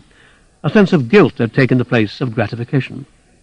"If we had looked at the last plate in isolation, I would have said there was no cause for alarm." The doctor told the last 3 words like a bell. Wilditch thought, is he suggesting tuberculosis? "It's only in relation to the others, the slowness. It suggests the possibility of an obstruction." "Obstruction?" "The chances are that it's nothing at all. Only I wouldn't be quite happy if I let you go without a deep examination. Not quite happy." Dr. Cave left the photographs and sat down behind his desk. The long pause seemed to Wilditch like an appeal to his friendship. "Of course," he said, "if it would make you happy—" It was then the doctor used those revealing words. "Of course, the fact that you don't smoke is in your favor." "Oh." "I think we'll ask Sir Nigel Sampson to make the examination. In case there is something there, we couldn't have a better surgeon for the operation." Wilditch came down from Wimpole Street into Cavendish Square, looking for a taxi. It was one of those summer days which he never remembered in childhood, grey and dripping. Taxis drew up outside the tall, liver-coloured buildings, partitioned by dentists, and were immediately caught by the commissionaires for the victims released. Gusts of wind, barely warmed by July, drove the rain aslant across the blank eastern gaze of Epstein's Virgin and dripped down the body of her fabulous son. "But it hurt," the child's voice said behind him. "You make a fuss about nothing," a mother or a governess replied. 2. This could not have been said of the examination Wilditch endured a week later, but he made no fuss at all, which perhaps aggravated his case in the eyes of the doctors who took his calm for lack of vitality. For the unprofessional to enter a hospital or to enter the services has very much the same effect. There is a sense of relief and indifference. One is placed quite helplessly on a conveyor belt with no responsibility any more for anything. Wilditch felt himself protected by an organization, while the English summer dripped outside on the coupés of the parked cars. He had not felt such freedom since the war ended.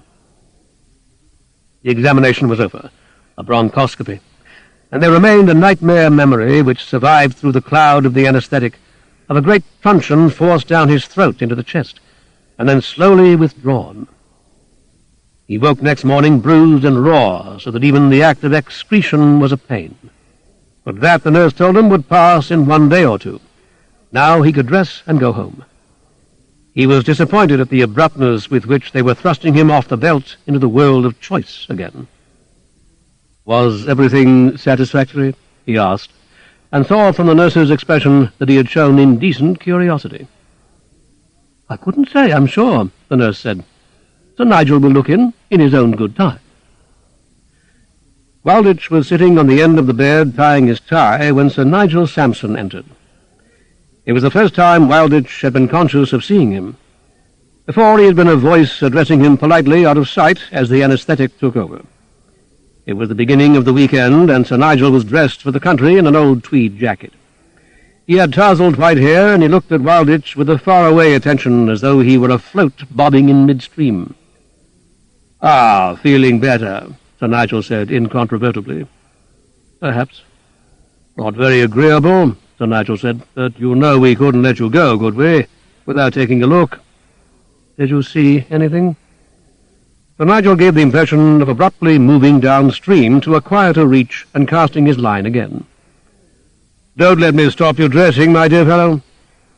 He looked vaguely around the room before choosing a strictly upright chair, then lowered himself onto it as though it were a tuffet which might give.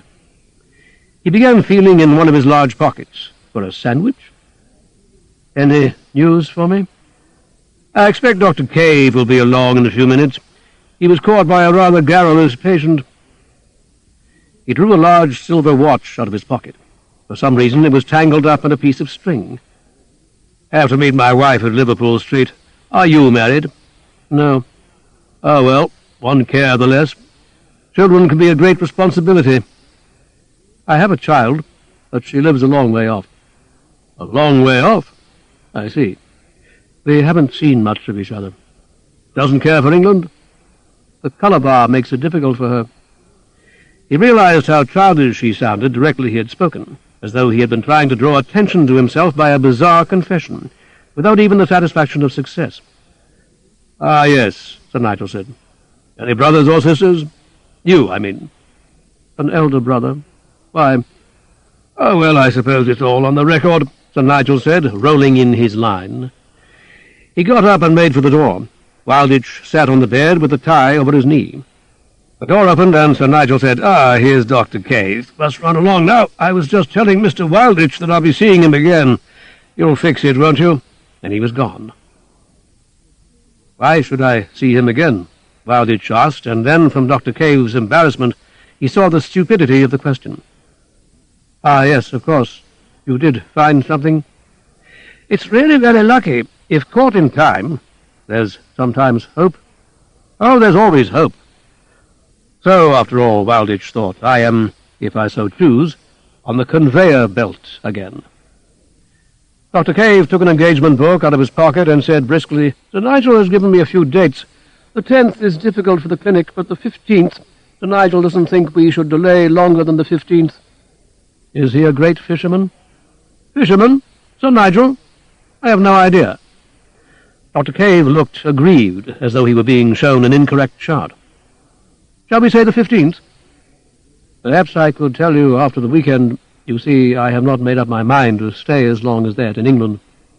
"I'm afraid I haven't properly conveyed to you that this is serious, really serious. Your only chance, I repeat, your only chance," he spoke like a telegram, "is to have the obstruction removed in time. And then, I suppose, life can go on for a few more years. It's impossible to guarantee, but there have been complete cures." "I don't want to appear dialectical," Wilditch said, "but I do have to decide, don't I, whether I want my particular kind of life prolonged." "It's the only one we have," Dr. Cave said. "I see you are not a religious man. Oh, please don't misunderstand me, nor am I. I have no curiosity at all about the future." 3. The past was another matter. Wilditch remembered a leader in the Civil War who rode from an undecided battle mortally wounded. He revisited the house where he was born, the house in which he was married, greeted a few retainers who did not recognize his condition, seeing him only as a tired man upon a horse, and finally— but Wilditch could not recollect how the biography had ended. He saw only a figure of exhaustion slumped over the saddle, as he also took, like Sir Nigel Sampson, a train from Liverpool Street. At Colchester he changed onto the branch line to Winton, and suddenly summer began, the kind of summer he always remembered as one of the conditions of life at Winton. Days had become so much shorter since then. They no longer began at 6 in the morning before the world was awake. Winton Hall had belonged, when Wilditch was a child, to his uncle, who had never married, and every summer he lent the house to Wilditch's mother. Winton Hall had been virtually Wilditch's until school cut the period short, from late June to early September. In memory, his mother and brother were shadowy background figures. They were less established even than the machine upon the platform of the Halt, from which he bought Fry's chocolates for a penny a bar. Then the oak tree spreading over the green in front of the red brick wall. Under its shade, as a child, he had distributed apples to soldiers halted there in the hot August of 1914. the group of silver birches on the Winton lawn, and the broken fountain green with slime. In his memory, he did not share the house with others. He owned it. End of side 5. To continue, turn the cassette over.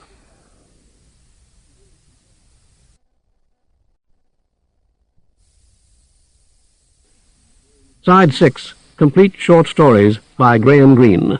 Continuing with Under the Garden on page 198. Nevertheless, the house had been left to his brother, not to him. He was far away when his uncle died, and he had never returned since. His brother married, had children. For them the fountain had been mended. The paddock behind the vegetable garden and the orchard, where he used to ride the donkey, had been sold, so his brother had written to him, for building council houses. But the hall and the garden, which he had so scrupulously remembered, nothing could change. Why then go back now and see it in other hands? Was it that the approach of death one must get rid of everything? If he had accumulated money, he would now have been in the mood to distribute it. Perhaps the man who had ridden the horse around the countryside had not been saying goodbye, as his biographer imagined, to what he valued most. He had been ridding himself of illusions by seeing them again with clear and moribund eyes, so that he might be quite bankrupt when death came. He had the will to possess at that absolute moment nothing but his wound. His brother, Wilditch knew, would be faintly surprised by this visit. He had become accustomed to the fact that Wilditch never came to Winton. They would meet at long intervals at his brother's club in London, for George was a widower by this time, living alone. He always talked of others of Wilditch as a man unhappy in the country, who needed a longer range and stranger people. He was lucky, he would indicate, that the house had been left to him, for Wilditch would probably have sold it in order to travel further. A restless man, never long in one place, no wife, no children, unless the rumors were true that in Africa, or it might have been in the East. Wilditch was well aware of how his brother spoke of him. His brother was the proud owner of the lawn, the goldfish pond, the mended fountain, the laurel path, which they had known when they were children as the Dark Walk, the lake, the island. Wilditch looked out at the flat, hard East Anglian countryside, the meagre hedges and the stubbly grass, which had always seemed to him barren from the salt of Danish blood. All these years his brother had been in occupation, and yet he had no idea of what might lie underneath the garden. 4.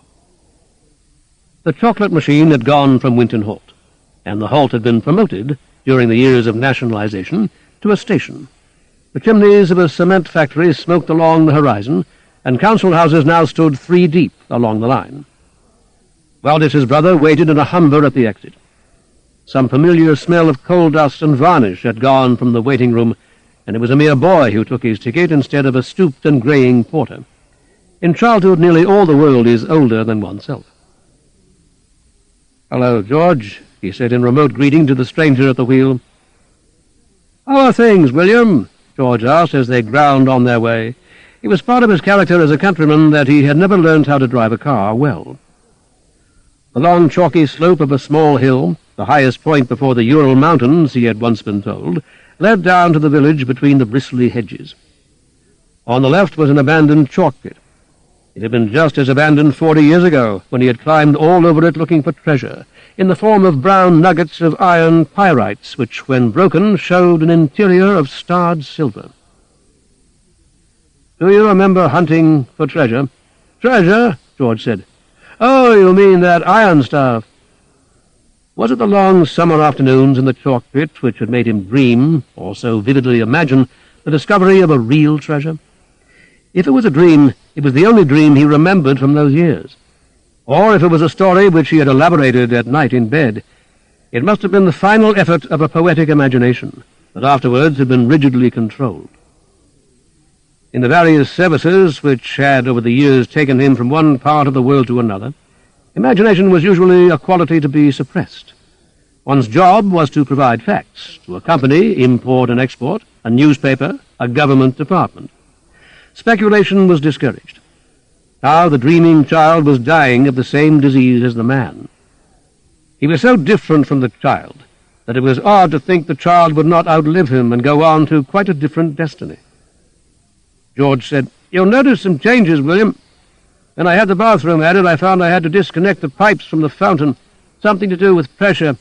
After all, there are no children now to enjoy it.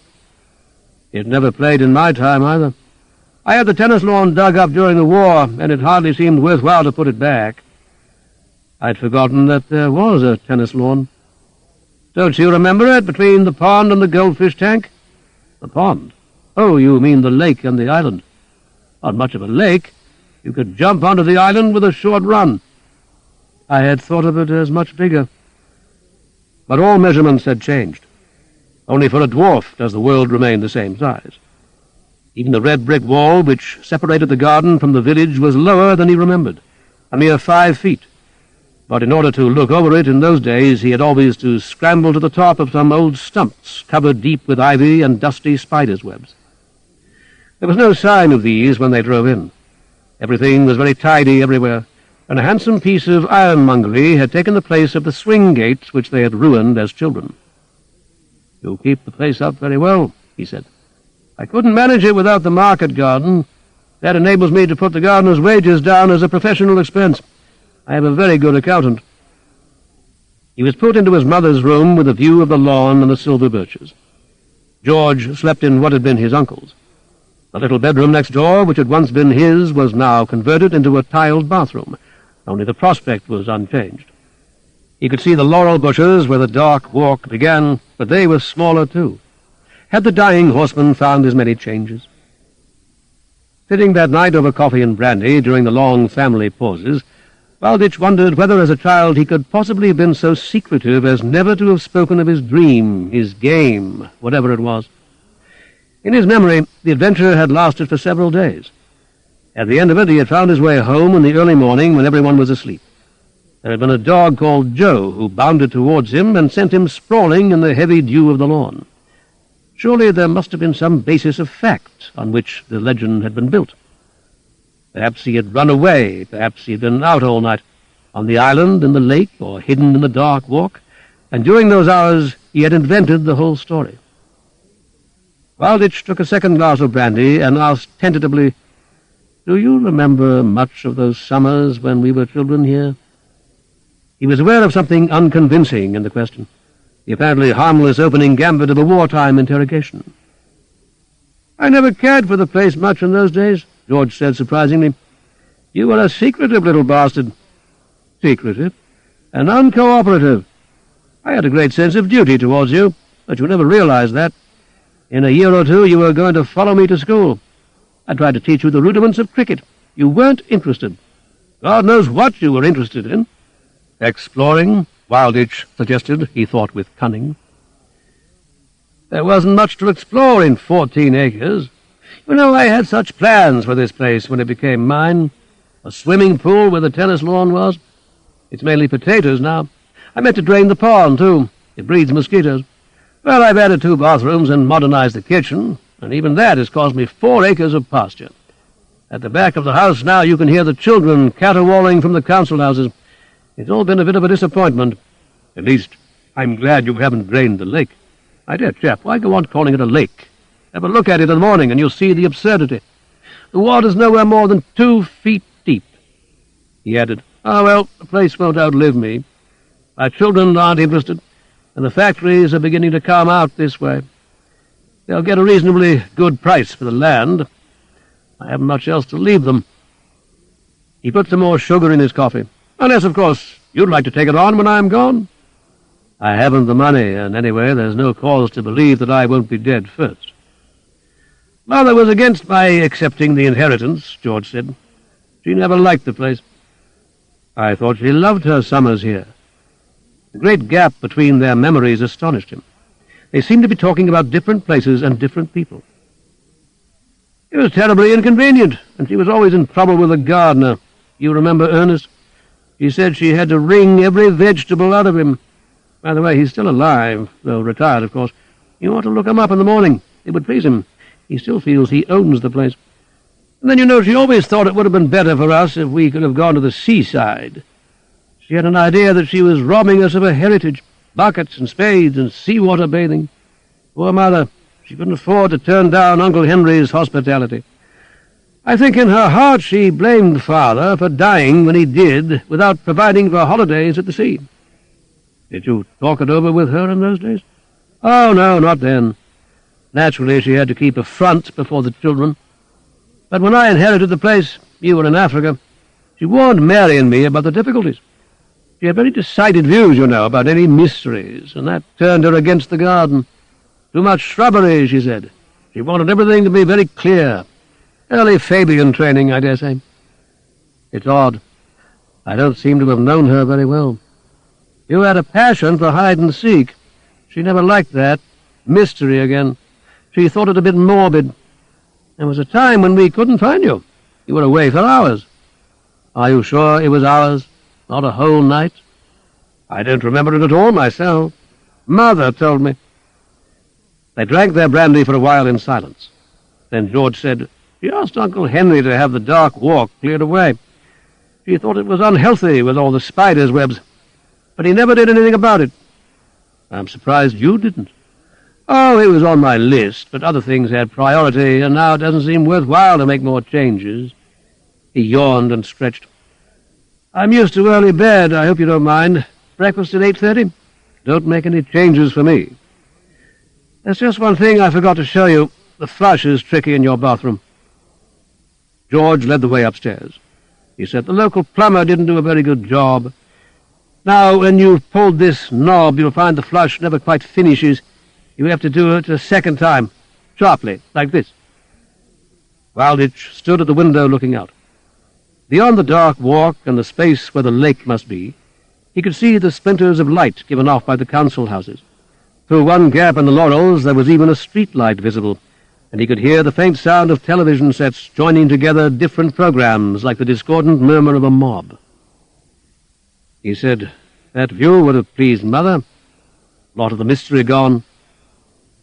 I rather like it this way myself, George said. On a winter's evening. It's a kind of companionship. As one gets older, one doesn't want to feel quite alone on a sinking ship. Not being a churchgoer myself, he added, leaving the sentence lying, like a torso on its side. At least we haven't shocked Mother in that way, either of us. Sometimes I wish I'd pleased her, though, about the dark walk and the pond. How she hated that pond, too. Why? Perhaps because you like to hide on the island, secrecy and mystery again. Wasn't there something you wrote about it once? A story? Me? A story? Surely not. I don't remember the circumstances. I thought in a school magazine? Yes, I'm sure of it now. She was very angry indeed, and she wrote rude remarks in the margin with a blue pencil. I saw them somewhere once. Poor Mother. George led the way into the bedroom. He said, I'm sorry there's no bedside light. It was smashed last week, and I haven't been into town since. It's all right. I don't read in bed. I've got some good detective stories downstairs if you wanted one. Mysteries? Oh, Mother never minded those. They came under the heading of puzzles, because there was always an answer. Beside the bed was a small bookcase. He said, I brought some of Mother's books here when she died and put them in her room, just the ones that she had liked and no bookseller would take. Wilditch made out a title, My Apprenticeship by Beatrice Webb. Sentimental, I suppose, but I didn't want actually to throw away her favorite books. Good night, he repeated. I'm sorry about the light. It really doesn't matter. George lingered at the door. He said, I'm glad to see you here, William. There were times when I thought you were avoiding the place. Why should I? Well, you know how it is. I never go to Harrods now because I was there with Mary a few days before she died. Nobody has died here, except Uncle Henry, I suppose. No, of course not. But why did you suddenly decide to come? A whim, Wilditch said. I suppose you'll be going abroad again soon? I suppose so. Well, good night. He closed the door. Wilditch undressed, and then, because he felt sleep too far away, he sat down on the bed under the poor centre light and looked along the rows of shabby books. He opened Mrs. Beatrice Webb at some account of a trade union congress and put it back. The foundations of the future welfare state were being truly and uninterestingly laid. There were a number of Fabian pamphlets heavily scored with the blue pencil which George had remembered. In one place, Mrs. Wilditch had detected an error of 1 decimal point in some statistics dealing with agricultural imports. What passionate concentration must have gone to that discovery. Perhaps because his own life was coming to an end, he thought how little of this, in the almost impossible event of a future, she would have carried with her. A fairy story in such an event would be a more valuable asset than a Fabian graph. But his mother had not approved of fairy stories. The only children's book on these shelves was a history of England. Against an enthusiastic account of the Battle of Agincourt, she had penciled furiously, "And what good came of it at last," said little Peterkin. The fact that his mother had quoted a poem was in itself remarkable. The storm which he had left behind in London had travelled east in his wake, and now overtook him in short gusts of wind and wet that slapped at the pane. He thought, for no reason, it will be a rough night on the island. Even disappointed to discover from George that the origin of the dream which had travelled with him round the world was probably no more than a story invented for a school magazine and forgotten again. And just as that thought occurred to him, he saw a bound volume called The Warburton on the shelf. He took it out, wondering why his mother had preserved it, and found a page turned down. It was the account of a cricket match against Lancing, and Mrs. Wilditch had scored the margin, "Wilditch won, did good work in deep field." Another turned-down leaf produced a passage under the heading, "Debating Society." Wilditch won spoke succinctly to the motion. The motion was that this House has no belief in the social policies of His Majesty's government. So George, in those days, had been a Fabian too. He opened the book at random this time, and a letter fell out. It had a printed heading, "Dean's House, Warbury," and it read, "Dear Mrs. Wilditch, I was sorry to receive your letter of the 3rd, and to learn that you were displeased with the little fantasy published by your younger son in the Warburton. I think you take a rather extreme view of the tale, which strikes me as quite a good imaginative exercise for a boy of 13. Obviously he has been influenced by the term's reading of The Golden Age, which, after all, fanciful though it may be, was written by a governor of the Bank of England." Mrs. Wilditch had made several blue exclamation marks in the margin, perhaps representing her view of the bank. Last term's Treasure Island, too, may have contributed. It is always our intention at Warbury to foster the imagination, which I think you rather harshly denigrate when you write of silly fancies. We have scrupulously kept our side of the bargain, knowing how strongly you feel, and the boy is not subjected, as you put it, to any religious instruction at all. Quite frankly, Mrs. Wilditch, I cannot see any trace of religious feeling in this little fancy. I have read it through a second time before writing to you. Indeed, the treasure, I'm afraid, is only too material, and quite at the mercy of those who break in and steal." Wilditch tried to find the place from which the letter had fallen, working back from the date of the letter. Eventually he found it, "The Treasure on the Island," by W.W. Wilditch began to read. 5. In the middle of the garden there was a great lake, and in the middle of the lake an island with a wood. Not everybody knew about the lake, for to reach it you had to find your way down a long, dark walk, and not many people's nerves were strong enough to reach the end. Tom knew that he was likely to be undisturbed in that frightening region, and so it was there that he constructed a raft out of old packing cases.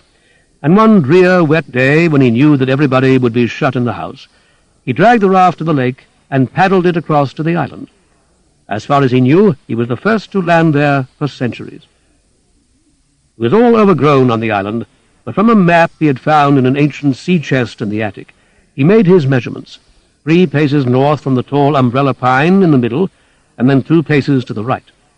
There seemed to be nothing but scrub, but he had brought with him a pick and a spade, and with the dint of almost superhuman exertions, he uncovered an iron ring sunk in the grass. At first he thought it would be impossible to move, but by inserting the point of the pick and levering it, he raised a kind of stone lid. There below, going into the darkness, was a long, narrow passage. Tom had more than the usual share of courage, but even he would not have ventured further if it had not been for the parlous state of the family fortunes since his father had died. His elder brother wanted to go to Oxford, but for lack of money he would probably have to sail before the mast, and the house itself, of which his mother was passionately fond, was mortgaged to the hilt to a man in the city called Sir Silas Dedham, whose name did not belie his nature. Wilditch nearly gave up reading. He could not reconcile this childish story with the dream which he remembered. Only the drear, wet night seemed true as the bushes rustled and dripped and the birches swayed outside. A writer, so he had always understood, was supposed to order and enrich the experience which was the source of his story. But in that case it was plain that the young Wilditch's talents had not been for literature. He read with growing irritation, wanting to exclaim again and again to this 13-year-old ancestor of his, "But why did you leave that out? Why did you alter this?" The passage opened out into a great cave, stacked from floor to ceiling with gold bars and chests overflowing with pieces of 8. There was a jeweled crucifix. Mrs. Wilditch had underlined the word in blue, set with precious stones which had once graced the chapel of a Spanish galleon, and on a marble table were goblets of precious metal.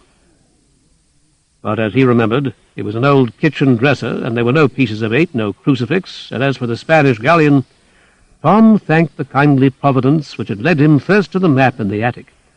But there had been no map. Wilditch wanted to correct the story page by page, much as his mother had done with her blue pencil. And then to this rich treasure trove his mother had written in the margin, referring to the kindly providence, no trace of religious feeling. He filled his pockets with the pieces of 8, and taking one bar under each arm, he made his way back along the passage. He intended to keep his discovery secret, and slowly, day by day, to transfer the treasure to the cupboard in his room, thus surprising his mother at the end of the holidays with all this sudden wealth. He got safely home unseen by anyone, and that night in bed he counted over his new riches, while outside it rained and rained. Never had he heard such a storm. It was as though the wicked spirit of his old pirate ancestor raged against him. Mrs. Wilditch had written, "Eternal punishment, I suppose." And indeed, the next day, when he returned to the island in the lake, whole trees had been uprooted, and now lay across the entrance to the passage. Worse still, there had been a landslide, and now the cabin must lie hidden forever below the waters of the lake. However, the young Wilditch had added briefly 40 years ago, the treasure already recovered was sufficient to save the family home and send his brother to Oxford. Wilditch undressed and got into bed, then lay on his back, listening to the storm. What a trivial, conventional daydream W.W. had constructed. Out of what? There had been no attic room, probably no raft. These were preliminaries which did not matter. But why had W.W. so falsified the adventure itself? Where was the man with the beard? The old squawking woman? Of course, it had all been a dream. It could have been nothing else but a dream. But a dream, too, was an experience. The images of a dream had their own integrity, and he felt professional anger at this false report, just as his mother had felt at the mistake in the Fabian statistics. All the same, while he lay there in his mother's bed and thought of her rigid interrogation of W.W.'s story, another theory of the falsifications came to him, perhaps a juster one. He remembered how agents parachuted into France during the bad years after 1940 had been made to memorize a cover story which they could give in case of torture, with enough truth in it to be checked. Perhaps 40 years ago the pressure to tell had been almost as great on W.W., so that he had been forced to find relief in fantasy. Well, an agent dropped into occupied territory was always given a time limit after capture. Keep the interrogators at bay with silence or lies for just so long, and then you may tell all. The time limit had surely been passed in his case a long time ago. His mother was beyond the possibility of hurt, and Wilditch, for the first time, deliberately indulged his passion to remember. He got out of bed, and after finding some notepaper stamped, presumably for income tax purposes, Winton Small Holdings Limited, in the drawer of the desk, he began to write an account of what he had found, or dreamed that he found, under the garden of Winton Hall. The summer night was nosing wetly around the window, just as it had done 50 years ago. But as he wrote, it began to turn grey and recede. The trees of the garden became visible, so that when he looked up after some hours from his writing, he could see the shape of the broken fountain and what he supposed were the laurels in the dark walk, looking like old men humped against the weather. Part 2. 1. Never mind how I came to the island in the lake. Never mind whether, in fact, as my brother says, it is a shallow pond with water only 2 feet deep. I suppose a raft can be launched on 2 feet of water, and certainly I must have always come to the lake by way of the dark walk, so that it is not at all unlikely that I built my raft there. Never mind what hour it was. I think it was evening, and I had hidden, as I remember it, in the dark walk because George had not got the courage to search for me there. The evening turned to rain, just as it's raining now, and George must have been summoned into the house for shelter. He would have told my mother that he couldn't find me, and she must have called from the upstairs windows, front and back. Perhaps it was the occasion George spoke about tonight. I'm not sure of these facts. They are plausible only. I can't yet see what I'm describing. But I know that I was not to find George and my mother again for many days. It cannot, whatever George says, have been less than 3 days and nights that I spent below the ground. Could he really have forgotten so inexplicable an experience? And here I am already checking my story as though it were something which had really happened. For what possible relevance has George's memory to the events of a dream? I dreamed that I crossed the lake. I dreamed. That is the only certain fact, and I must cling to it, the fact that I dreamed. How my poor mother would grieve if she could know that, even for a moment, I had begun to think of these events as true. But, of course, if it were possible for her to know what I am thinking now, there would be no limit to the area of possibility. I dreamed then that I crossed the water either by swimming — I could already swim at 7 years old — or by wading if the lake is really as small as George makes out, or by paddling a raft, and scrambled up the slope of the island. I can remember grass, scrub, brushwood, and at last a wood.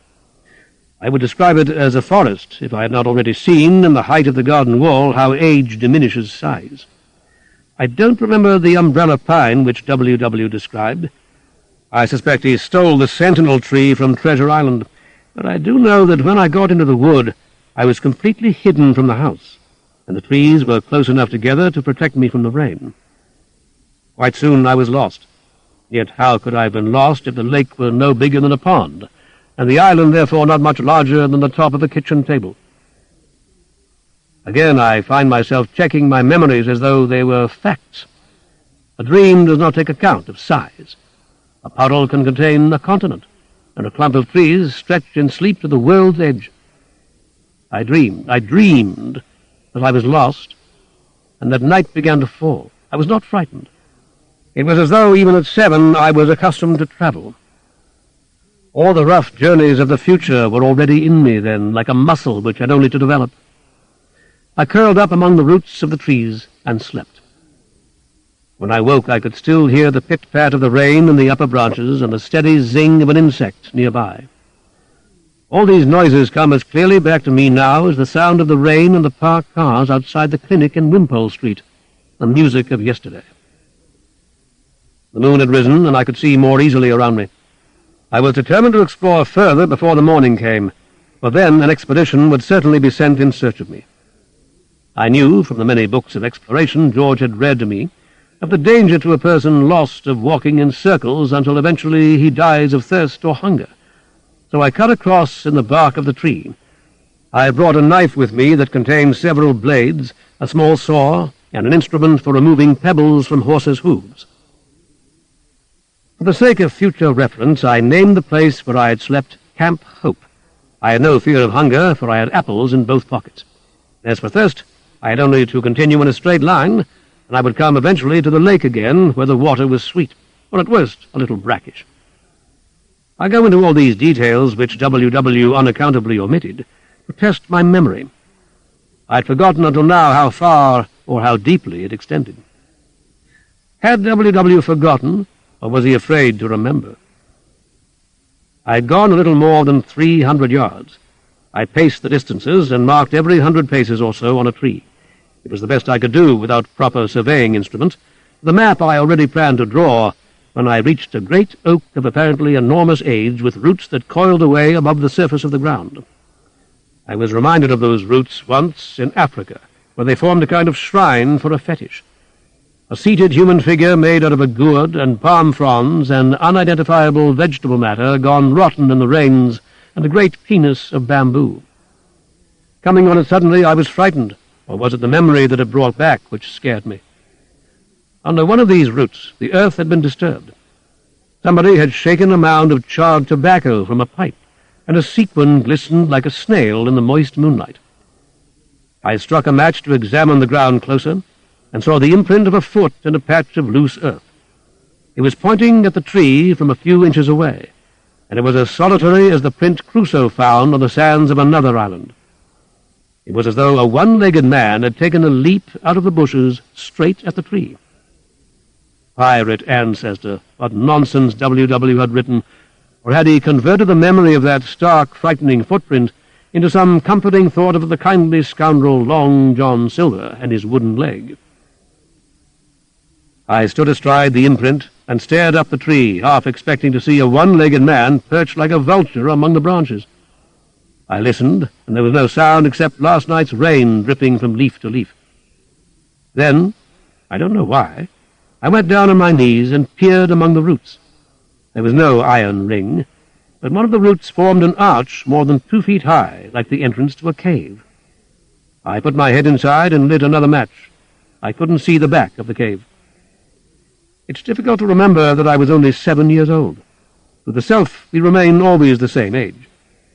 I was afraid at first to venture further, but so would any grown man have been, any one of the explorers I thought of as my peers.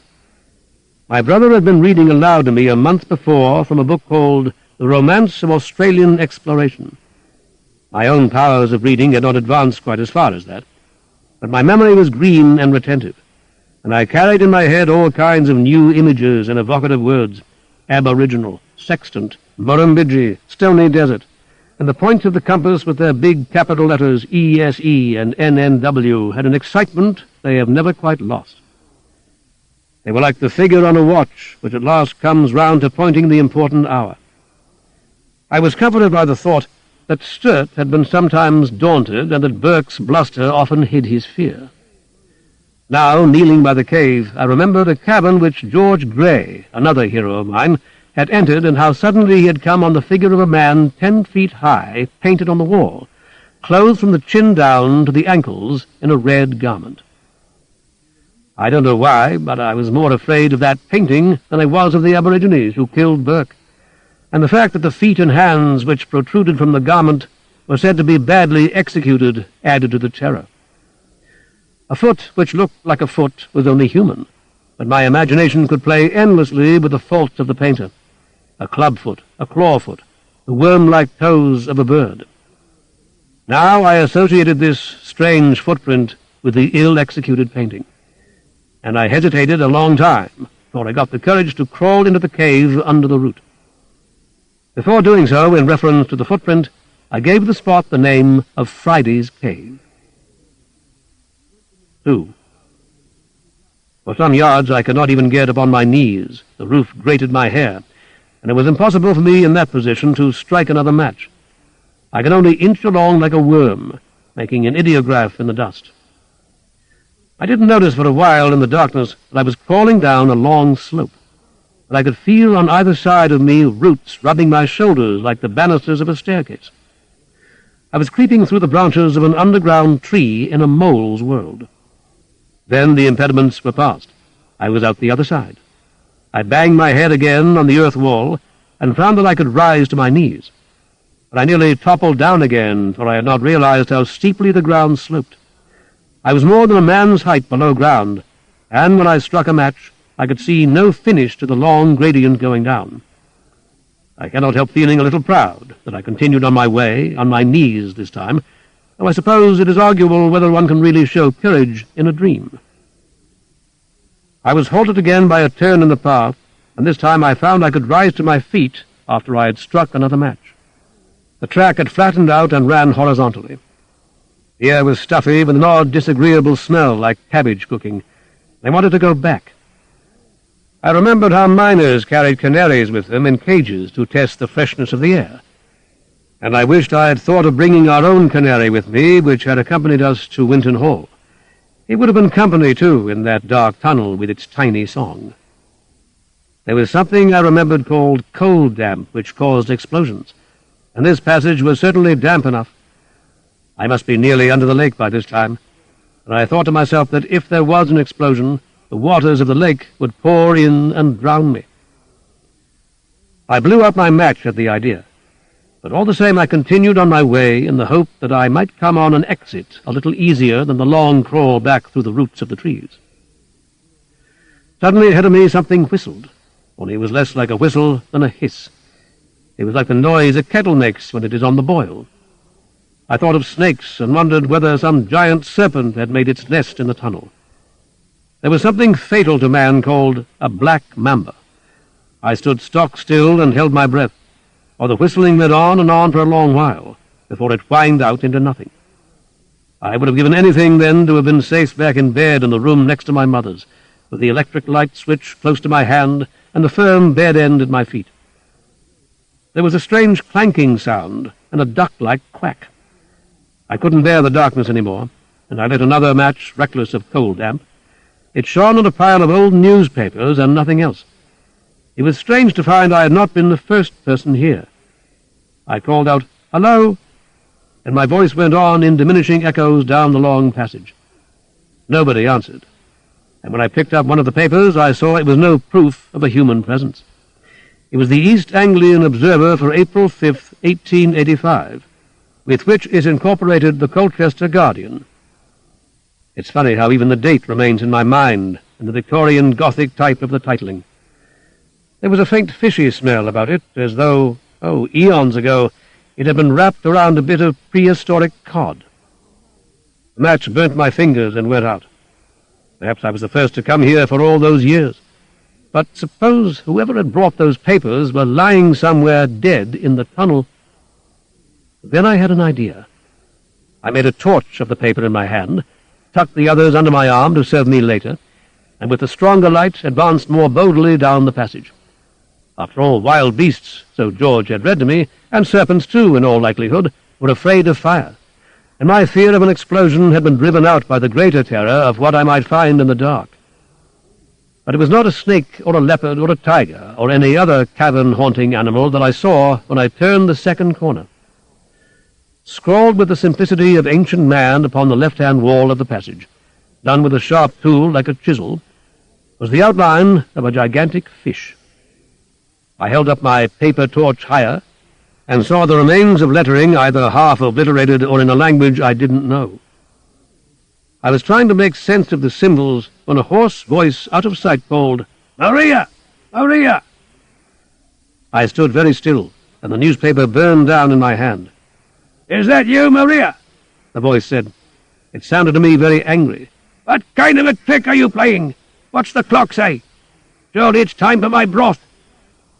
And then I heard again that strange quacking sound which I had heard before. There was a long whispering, and after that, silence. 3. I suppose I was relieved that there were human beings and not wild beasts down the passage. But what kind of human beings could they be except criminals hiding from justice or gypsies who are notorious for stealing children? I was afraid to think what they might do to anyone who discovered their secret. It was also possible, of course, that I had come on the home of some aboriginal tribe. I stood there, unable to make up my mind whether to go on or to turn back. It was not a problem which my Australian peers could help me to solve, for they had sometimes found the aboriginals friendly folk who gave them fish. I thought of the fish on the wall, and sometimes enemies who attacked with spears. In any case, whether these were criminals or gypsies or aboriginals, I had only a pocket-knife for my defense. I think it showed the true spirit of an explorer, that in spite of my fears, I thought of the map I must one day draw if I survived, and so named this spot Camp Indecision. My indecision was solved for me. An old woman appeared suddenly and noiselessly around the corner of the passage. She wore an old blue dress which came down to her ankles, covered with sequins, and her hair was grey and straggly, and she was going bald on top. She was every bit as surprised as I was. She stood there gaping at me, and then she opened her mouth and squawked. I learned later that she had no roof to her mouth, and was probably saying, "Who are you?" But then I thought it was some foreign tongue she spoke, perhaps Aborigine, and I replied with an attempt at assurance, "I'm English." The hoarse voice out of sight said, "Bring him along here, Maria. The old woman took a step towards me, but I couldn't bear the thought of being touched by her hands, which were old and curved like a bird's, and covered with the brown patches that Ernest the gardener had told me were grave marks. Her nails were very long and filled with dirt. Her dress was dirty too, and I thought of the sequin I'd seen outside, and imagined her scrabbling home through the roots of the tree. I backed up against the side of the passage and somehow squeezed around her. She quacked after me, but I went on. Round a second, or perhaps a third, corner, I found myself in a great cave some 8 feet high. On what I thought was a throne, but I later realized was an old lavatory seat, sat a big old man with a white beard yellowing round the mouth from what I suppose now to have been nicotine. He had one good leg, but the right trouser was sewn up and looked stuffed like a bolster. I could see him quite well because an oil lamp stood on a kitchen table beside a carving knife and 2 cabbages, and his face came vividly back to me the other day when I was reading Darwin's description of a carrier pigeon. Greatly elongated eyelids, very large external orifices to the nostrils, and a wide gape of mouth. He said, "And who would you be, and what are you doing here, and why are you burning my newspaper?" The old woman came squawking around the corner and then stood still behind me, barring my retreat. I said, "My name's William Wilditch, and I come from Winton Hall." "And where's Winton Hall?" he asked, never stirring from his lavatory seat. "Up there," I said, and pointed at the roof of the cave. "That means precious little," he said. "Why, everything is up there, China and all America too, and the Sandwich Islands." "I suppose so," I said. There was a kind of reason in most of what he said, as I came to realize later. "But down here there's only us. We are exclusive," he said, "Maria and me." I was less frightened of him now. He spoke English. He was a fellow countryman. I said, "If you'll tell me the way out, I'll be going on my way." "What's that you've got on your arm?" he asked me sharply. "More newspapers?" "I found them in the passage." "Finding's not keeping here," he said, "whatever it may be up there in China. You'll soon discover that. Why, that's the last lot of papers Maria brought in. What will we have for reading if we let you go and pinch them?" "I didn't mean—" "Can you read?" he asked, not listening to my excuses. "If the words aren't too long." "Maria can read, but she can't see very well any more than I can, and she can't articulate much." Maria went quack, quack behind me like a bullfrog, it seems to me now, and I jumped. If that was how she read, I wondered how we could understand a single word. He said, "Try a piece." "What do you mean?" "Can't you understand plain English? You'll have to work for your supper down here." "But it's not supper time. It's still early in the morning," I said. "What o'clock is it, Maria?" "Quack," he said. "6, that's supper time." "But it's 6 in the morning, not the evening." "How do you know? Where's the light? There aren't such things as mornings and evenings here." "Then how do you ever wake up?" I asked. His beard shook as he laughed. "What a shrewd little shaver he is!" he exclaimed. "Did you hear that, Maria? How do you ever wake up?" he said. "All the same, you'll find that life here isn't all beer and skittles and who's your Uncle Joe. If you are clever, you'll learn, and if you are not clever—" He brooded morosely. "We are deeper here than any grave was ever dug to bury secrets in. Under the earth or over the earth, it's here you'll find all that matters." He added angrily, "Why aren't you reading a piece as I told you to? If you are to stay with us, you've got to jump to it." "I don't want to stay." "You think you can just take a peek, is that it, and go away? You are wrong. But take all the peek you want and then get on with it." I didn't like the way he spoke, but all the same I did as he suggested. There was an old chocolate-stained chest of drawers, a tall kitchen cupboard, a screen covered with scraps and transfers, and a wooden crate which perhaps served Maria for a chair, and another larger one for a table. There was a cooking stove with a kettle pushed to one side, steaming yet. That would have caused the whistle I had heard in the passage. I could see no sign of any bed, unless a heap of potato sacks against the wall served their purpose. There were a lot of breadcrumbs on the earth floor, and a few bones had been swept into a corner as though awaiting interment. "And now," he said, "show your young paces. I've yet to see whether you are worth your keep." "But I don't want to be kept," I said. "I really don't. It's time I went home." "Home's where a man lies down," he said. and this is where you'll lie from now. Now take the first page that comes and read to me. I want to hear the news." "But the paper's nearly 50 years old," I said. "There's no news in it." "News is news, however old it is." I began to notice a way he had of talking in general statements, like a lecturer or a prophet. He seemed to be less interested in conversation than in the recital of some articles of belief. Odd, crazy ones, perhaps, yet somehow I could never put my finger convincingly on an error. "A cat's a cat even when it's a dead cat. We get rid of it when it's smelly, but news never smells, however long it's dead. News keeps, and it comes round again when you least expect, like thunder." I opened the paper at random and read, "Garden Fete at the Grange. The fete at the Grange, Long Wilson, in aid of distressed gentlewomen, was opened by Lady Isabel Montgomery." I was a bit put out by the long words coming so quickly, but I acquitted myself with fair credit. He sat on the lavatory seat with his head sunk a little, listening with attention. "The vicar presided at the White Elephant stall." The old man said with satisfaction, "They are royal beasts." "But these were not really elephants," I said. "A stall is part of a stable, isn't it? What do you want a stable for if they aren't real? Go on. Was it a good fate or an evil fate?" "It's not that kind of fate either," I said. "There's no other kind," he said. "It's your fate to read to me. It's her fate to talk like a frog, and mine to listen because my eyesight's bad. This is an underground fate we suffer from here, and that was a garden fate, but it all comes to the same fate in the end." It was useless to argue with him, and I read on. "Unfortunately, the festivities were brought to an untimely close by a heavy rainstorm." Maria gave a quack that sounded like a malicious laugh. "And, you see," the old man said, as though what I had read proved somehow he was right, "that's fate for you." The evening's events had to be transferred indoors, including the Morris dancing and the treasure hunt. "Treasure hunt?" the old man asked sharply. "That's what it says here." "The impudence of it," he said. "The sheer impudence. Maria, did you hear that?"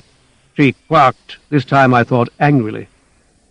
"It's time for my broth," he said with deep gloom, as though he were saying, "It's time for my death." "It happened a long time ago," I said, trying to soothe him. "Time!" he exclaimed. "You can blank time," using a word quite unfamiliar to me, which I guessed, I don't know how, was one that I could not with safety use myself when I returned home. Maria had gone behind the screen. There must have been other cupboards there, for I heard her opening and shutting doors and clanking pots and pans. I whispered to him quickly, "Is she your Luba?" "Sister, wife, mother, daughter," he said. "What difference does it make? Take your choice. She's a woman, isn't she?" He brooded there on the lavatory seat like a king on a throne. "There are two sexes," he said. "Don't try to make more than two with definitions." The statement sank into my mind with the same heavy mathematical certainty with which later on at school I learned the rule of Euclid about the sides of an isosceles triangle. There was a long silence. "I think I'd better be going," I said, shifting up and down. Maria came in. She carried a dish marked Fido, filled with hot broth. Her husband, her brother, whatever he was, nursed it on his lap a long while before he drank it. He seemed to be lost in thought again, and I hesitated to disturb him. All the same, after a while I tried again. "They'll be expecting me at home." "Home?" "Yes." "You couldn't have a better home than this," he said. "You'll see. In a bit of time, a year or two, you'll settle down well enough." I tried my best to be polite. "It's very nice here, I'm sure, but—" "It's no use your being restless. I didn't ask you to come, did I? But now you are here, you'll stay. Maria's a great hand with cabbage. You won't suffer any hardship."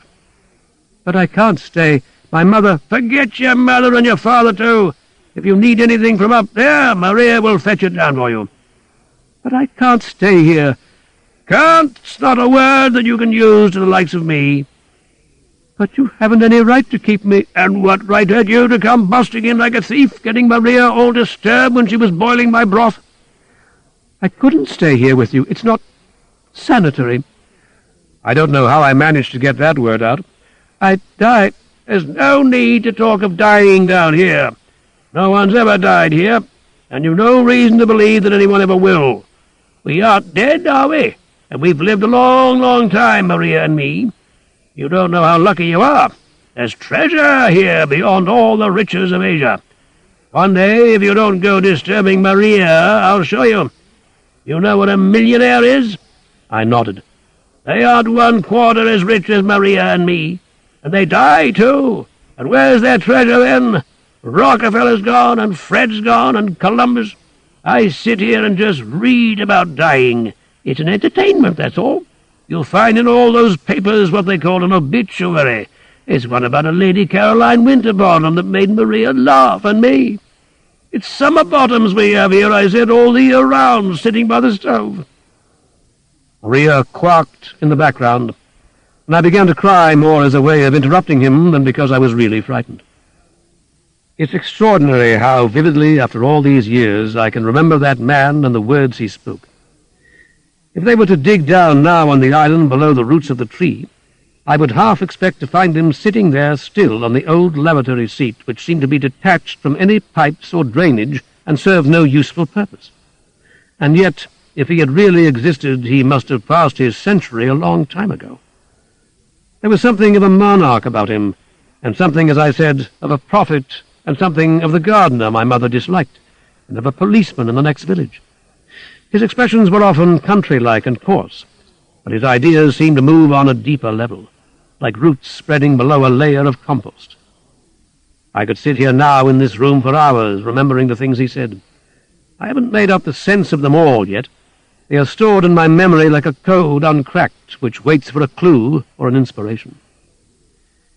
He said to me sharply, "We don't need salt here.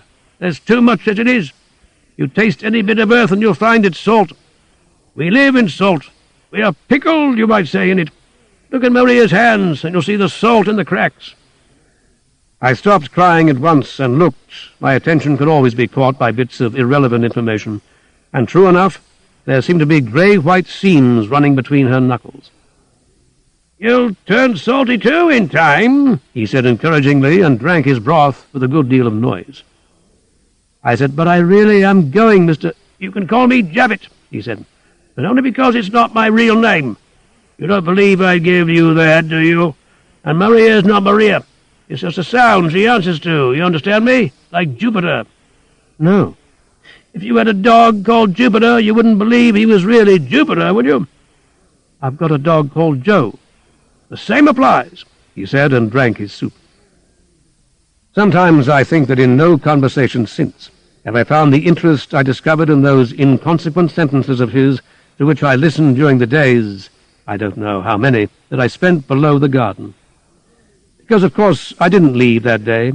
Jabbit had his way. He might be said to have talked me into staying, though if I had proved obstinate, I have no doubt at all that Maria would have blocked my retreat. And certainly I would not have fancied struggling to escape through the musty folds of her clothes. That was the strange balance, to and fro, of those days.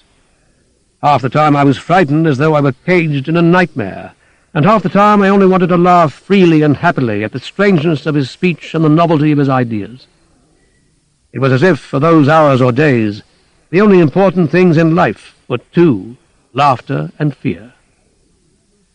Perhaps the same ambivalence was there when I first began to know a woman. There are people whose laughter has always a sense of superiority. But it was Jabbit who taught me that laughter is more often a sign of equality, of pleasure, and not of malice. He sat there on his lavatory seat, and he said, "I shit dead stuff every day, do I? How wrong you are!"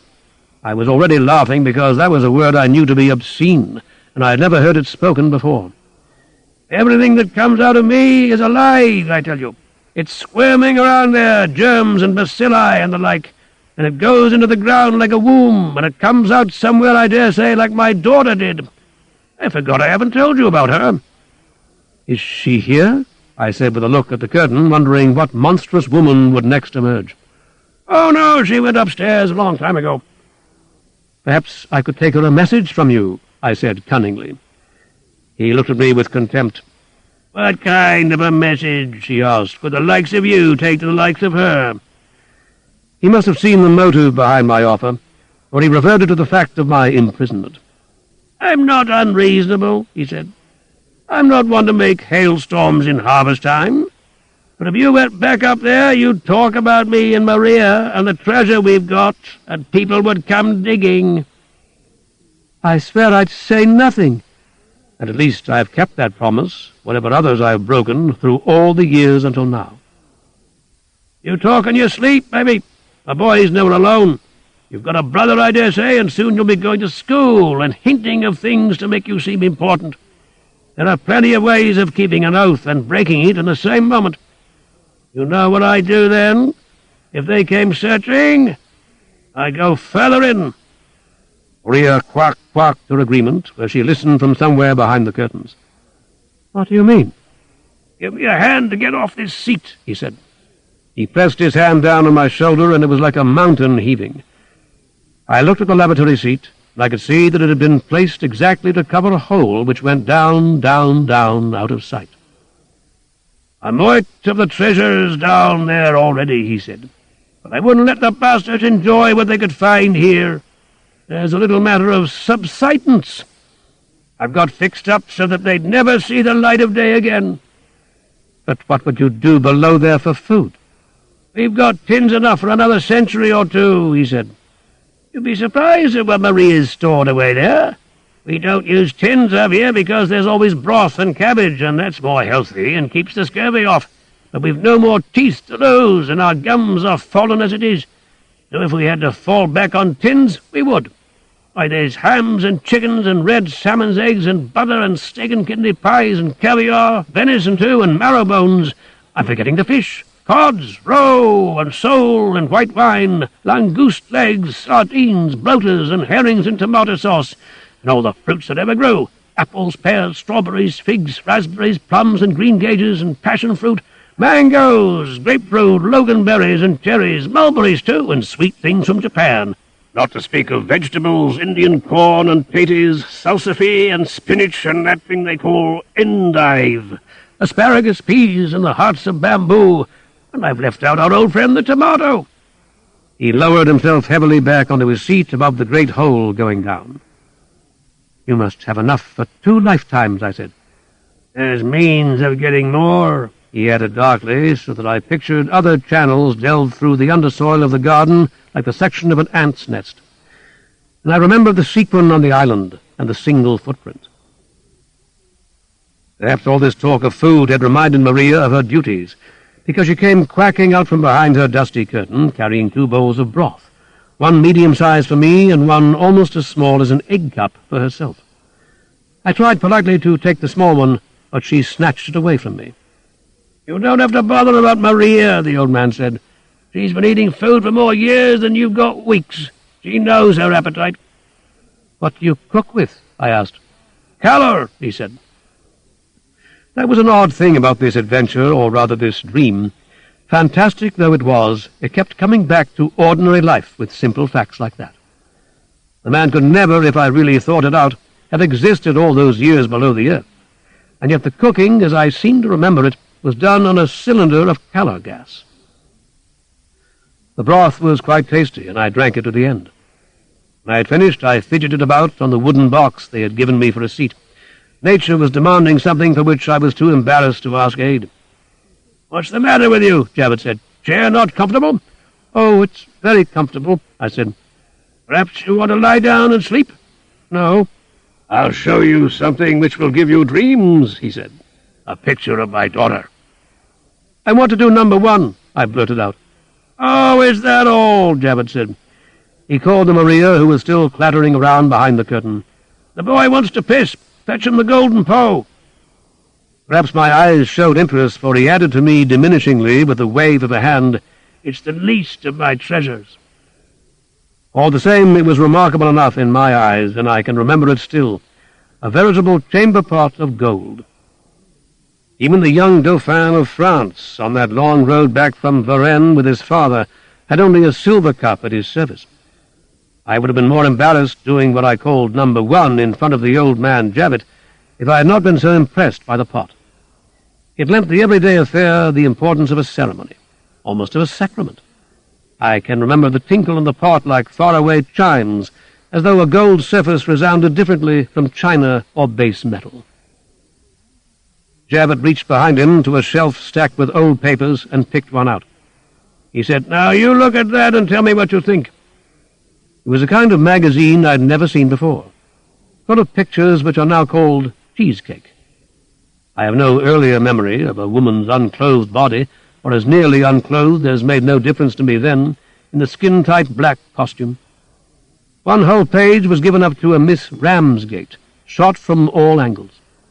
She was the favourite contestant for something called Miss England, and might later go on, if she were successful, to compete for the title of Miss Europe, Miss World, and after that, Miss Universe. I stared at her as though I wanted to memorize her forever, and that is exactly what I did. "That's our daughter," Jabbett said. "And did she become—" "She was launched," he said with pride and mystery, as though he was speaking of some moon rocket which had at last, after many disappointments, risen from the pad and soared to outer space.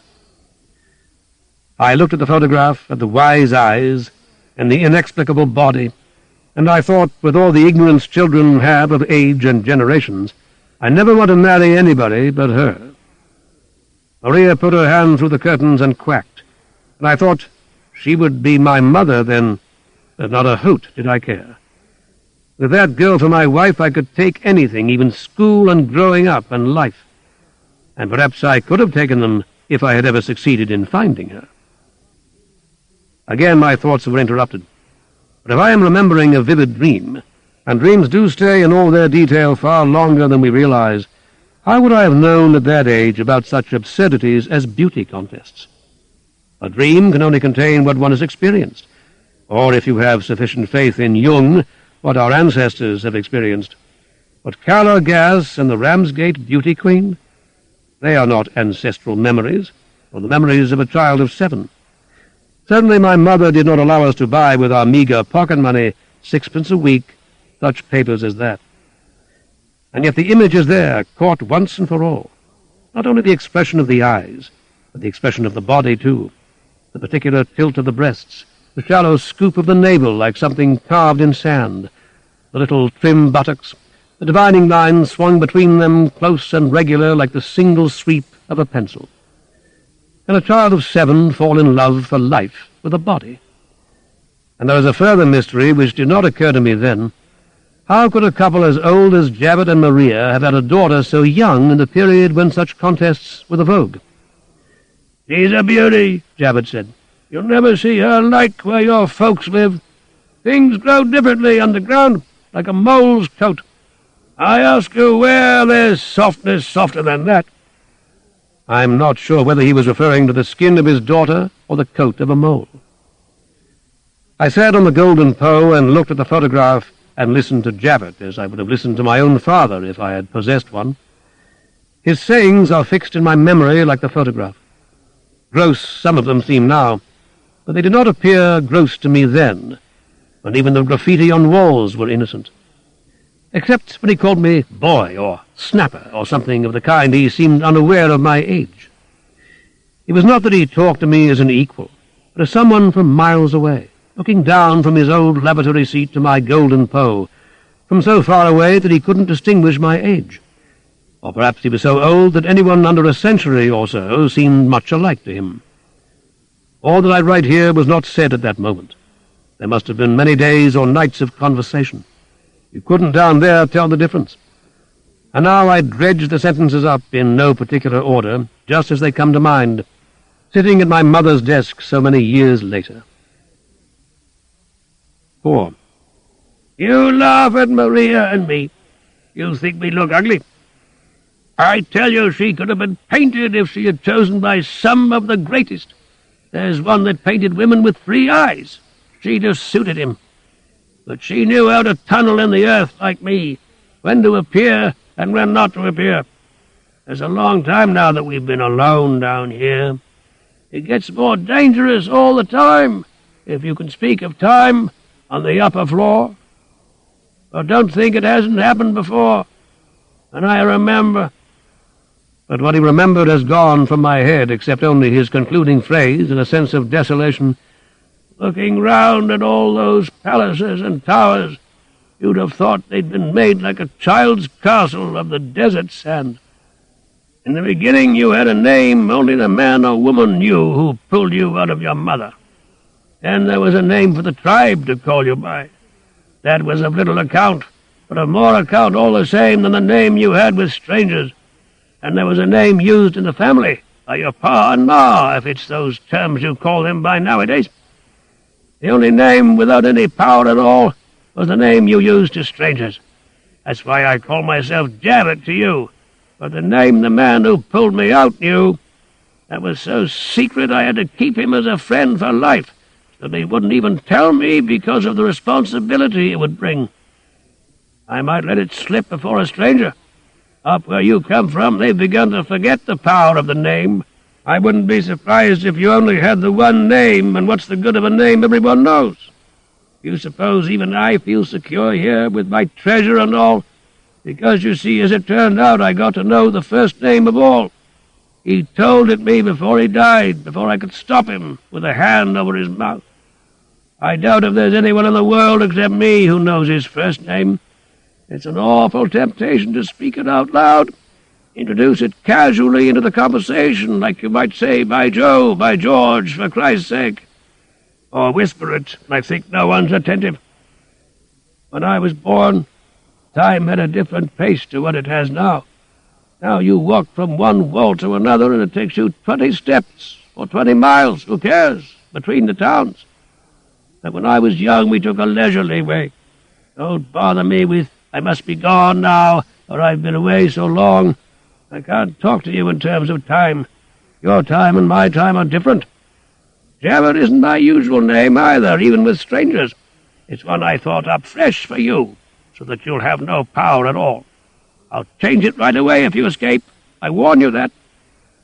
You get a sense of what I mean when you make love with a girl. The time isn't measured by clocks. Time is fast or slow, or it stops for a while altogether. 1 minute is different to every other minute. When you make love, it's a pulse in a man's part which measures time, and when you spill yourself, there's no time at all. That's how time comes and goes, not by an alarm clock made by a man with a magnifying glass in his eye. Haven't you ever heard them say, it's blank time up there? And he used again the word which I guessed was forbidden, like his name, perhaps because it had power too. I dare say you are wondering how Maria and me could make a beautiful girl like that one. That's an illusion people have about beauty. Beauty doesn't come from beauty. All that beauty can produce is prettiness. Have you never looked around upstairs and counted the beautiful women with their pretty daughters? Beauty diminishes all the time. It's the law of diminishing returns. And only when you get back to zero, to the real ugly base of things, there's a chance to start again, free and independent. Painters who paint what they call ugly things know that.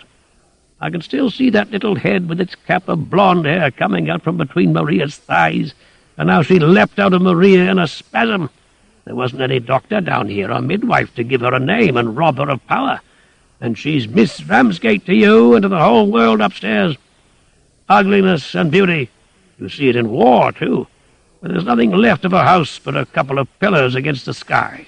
The beauty of it starts all over again, like before the builder ruined it. Perhaps when Maria and I go up there next, there'll only be pillars left, sticking up around the flattened world like it was fucking time.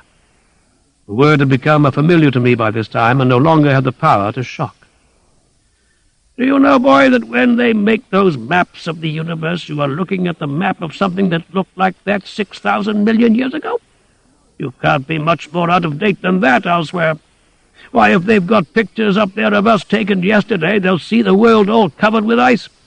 If their photos are a bit more up to date than ours, that is. Otherwise we won't be there at all, maybe. And it might just as well be a photo of the future.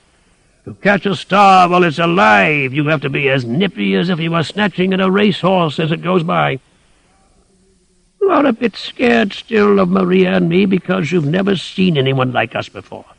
And you'd be scared to see our daughter, too. There's no other like her in whatever country she's in now. And what good would a scared man be to her?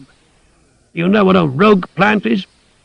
And do you know that white cats with blue eyes are deaf? People who keep nursery gardens look around all the time at the seedlings, and they throw away any oddities like weeds. They call them rogues. You won't find many white cats with blue eyes, and that's the reason. But sometimes you find someone who wants things different, who's tired of all the plus signs and wants to find zero, and he starts breeding away with the differences.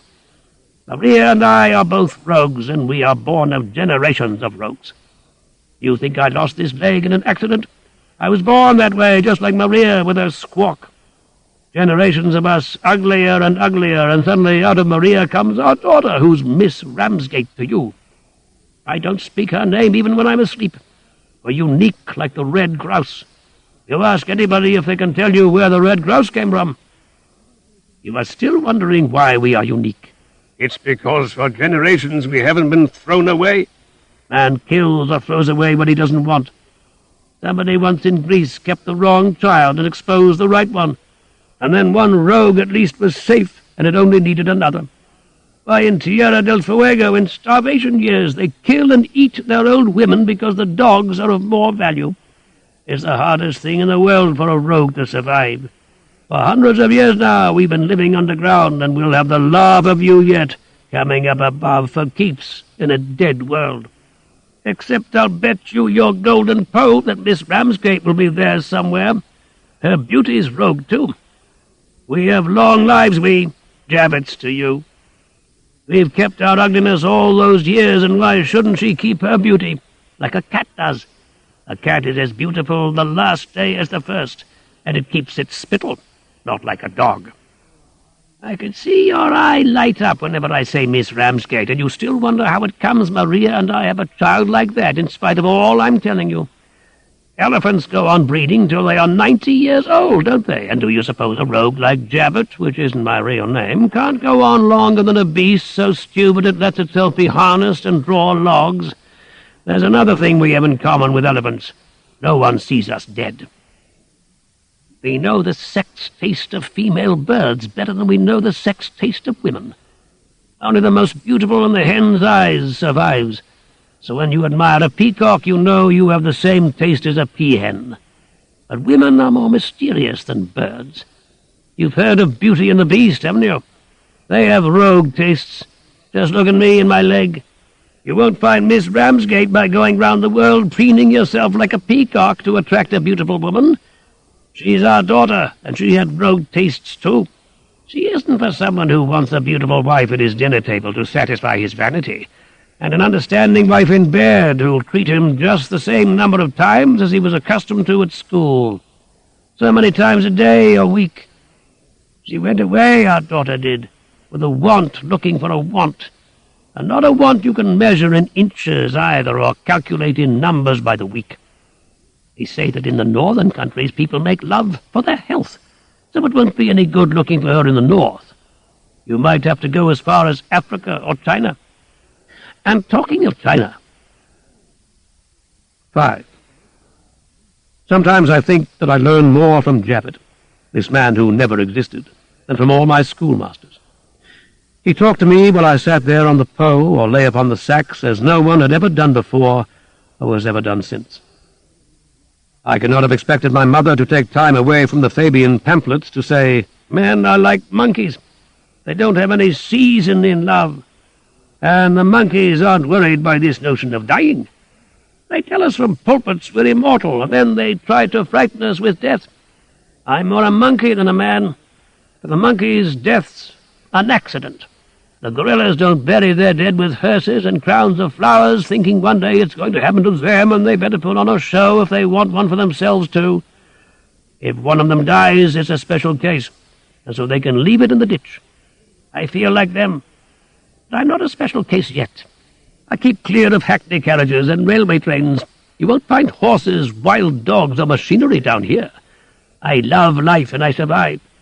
Up there they talk about natural death, but it's natural death that's unnatural. If we live for 1,000 years, and there's no reason we shouldn't, there'll always be a smash, a bomb, tripping over your left foot. Those are the natural deaths. All we need to live is a bit of effort, but nature sows booby traps in our way. You believe those skulls monks have in their cells are set there for contemplation? Not on your life. They don't believe in death any more than I do. The skulls are there for the same reason you'll see a queen's portrait in an embassy. They're just part of the official furniture. You believe an ambassador ever looked at that face on the wall with a diamond tiara and an empty smile? Be disloyal. It's your duty to the human race. The human race needs to survive, and it's the loyal man who dies first from anxiety or a bullet or overwork. If you have to earn a living, boy, and the price they make you pay is loyalty, be a double agent, and never let either of the two sides know your real name. The same applies to women and God. They both respect a man they don't own, and they'll go on raising the price they are willing to offer. Didn't Christ say that very thing? Was the prodigal son loyal, or the lost shilling, or the strayed sheep?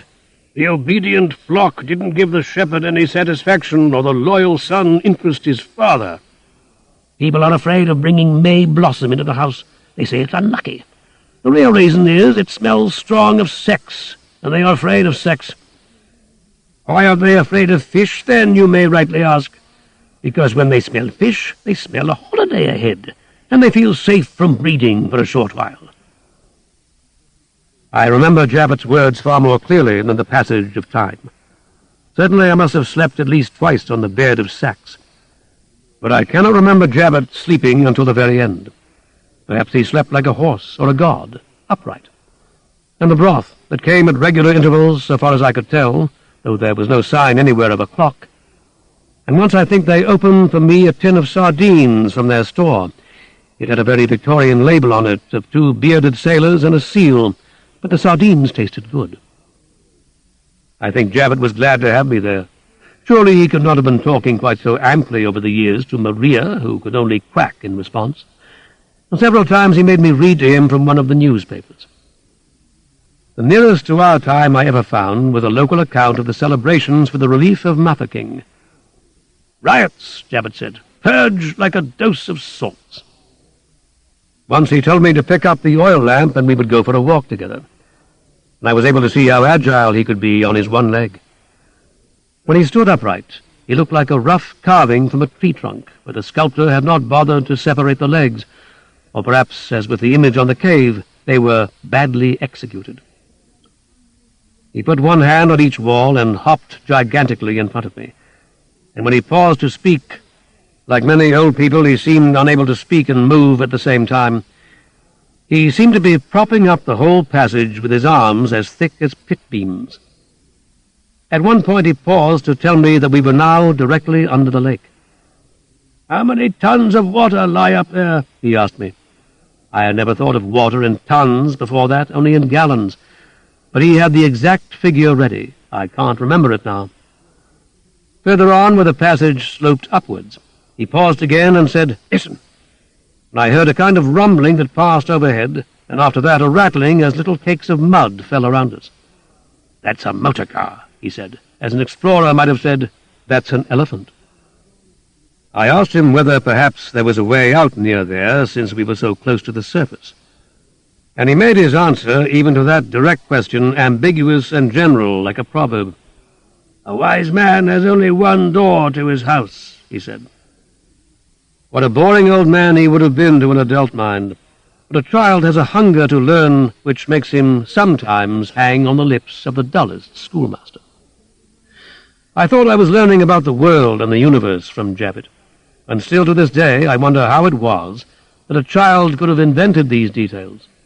Or have they accumulated year by year like coral in the sea of the unconscious around the original dream? There were times when he was in a bad humor for no apparent reason, or at any rate for no adequate reason.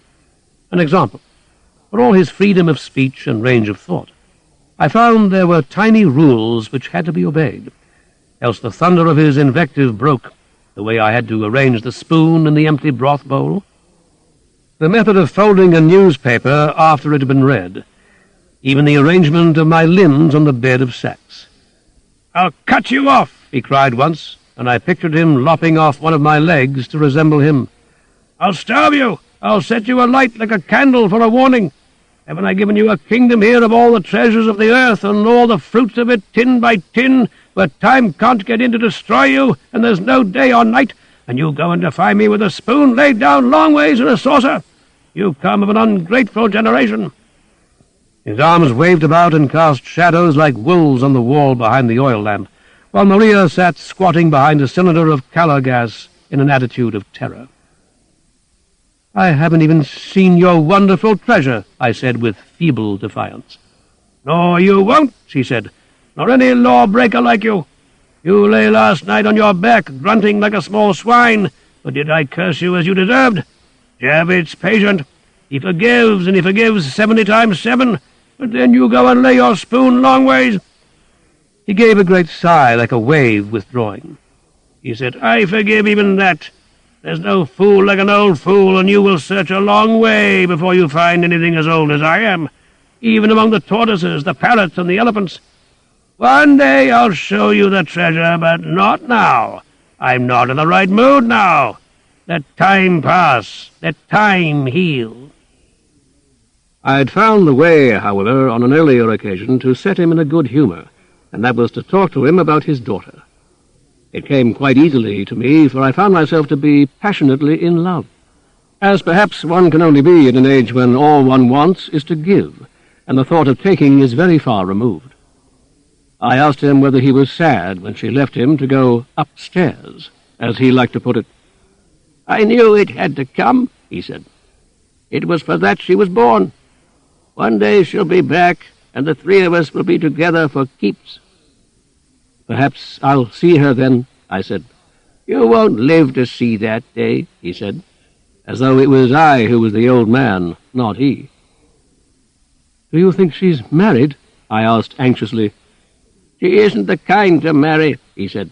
"Didn't I tell you she's a rogue, like Maria and me? She has her roots down here. No one marries who has his roots down here." "I thought Maria and you were married," I said anxiously. He gave a sharp, crunching laugh like a nutcracker closing. "There's no marrying in the ground," he said. "Where would you find the witnesses? Marriage is public. Maria and me, we just grew into each other, that's all, and then she sprouted." I sat silent for a long while, brooding on that vegetable picture. Then I said with all the firmness I could muster, "I'm going to find her when I get out of here." "If you get out of here," he said, "you'd have to live a very long time and travel a very long way to find her." "I'll do just that," I replied. He looked at me with a trace of humor. "You'll have to take a look at Africa," he said, "and Asia, and then there's America, North and South, and Australia. You might leave out the Arctic and the other pole. She was always a warm girl." And it occurs to me now, when I think of the life I have led since, that I have been in most of those regions, except Australia, where I have only twice touched down between planes. "I will go to the mall," I said, "and I'll find her." It was as though the purpose of life had suddenly come to me, as it must have come often enough to some future explorer when he noticed on a map for the first time an empty space in the heart of a continent. "You'll need a lot of money," Javet jeered at me. "I'll work my passage," I said, "before the mast." Perhaps it was a reflection of that intention which made the young author W.W. menace his elder brother with such a fate before preserving him for Oxford of all places. The mast was to be a career sacred to me. It was not for George. "It'll take a long time," Javet warned me. "I'm young," I said. I don't know why it is, but when I think of this conversation with Javet, the doctor's voice comes back to me saying hopelessly, "There's always hope." There's hope, perhaps, but there isn't so much time left now as there was then to fulfill a destiny.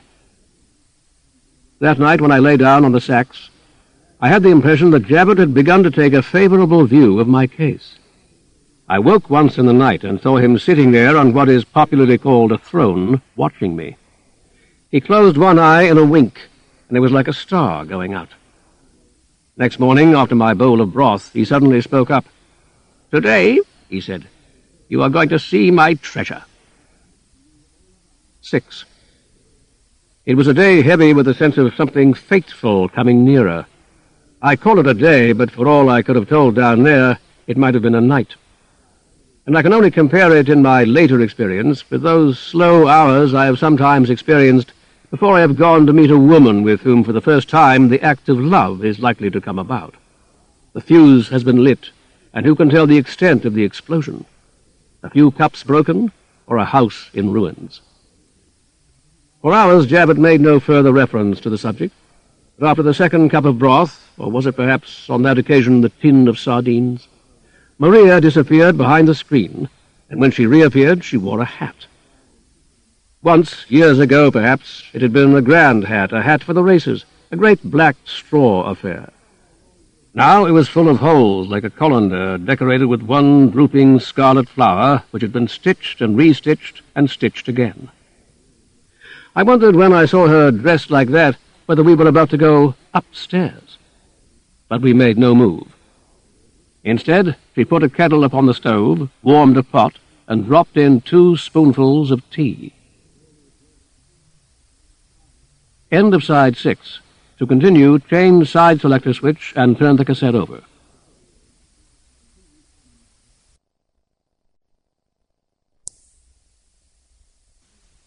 Side 7, Complete Short Stories by Graham Greene, continuing with Under the Garden on page 237.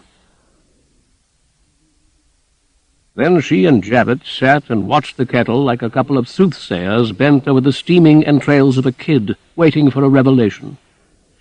The kettle gave a thin preliminary whine, and Jabbett nodded and the tea was made.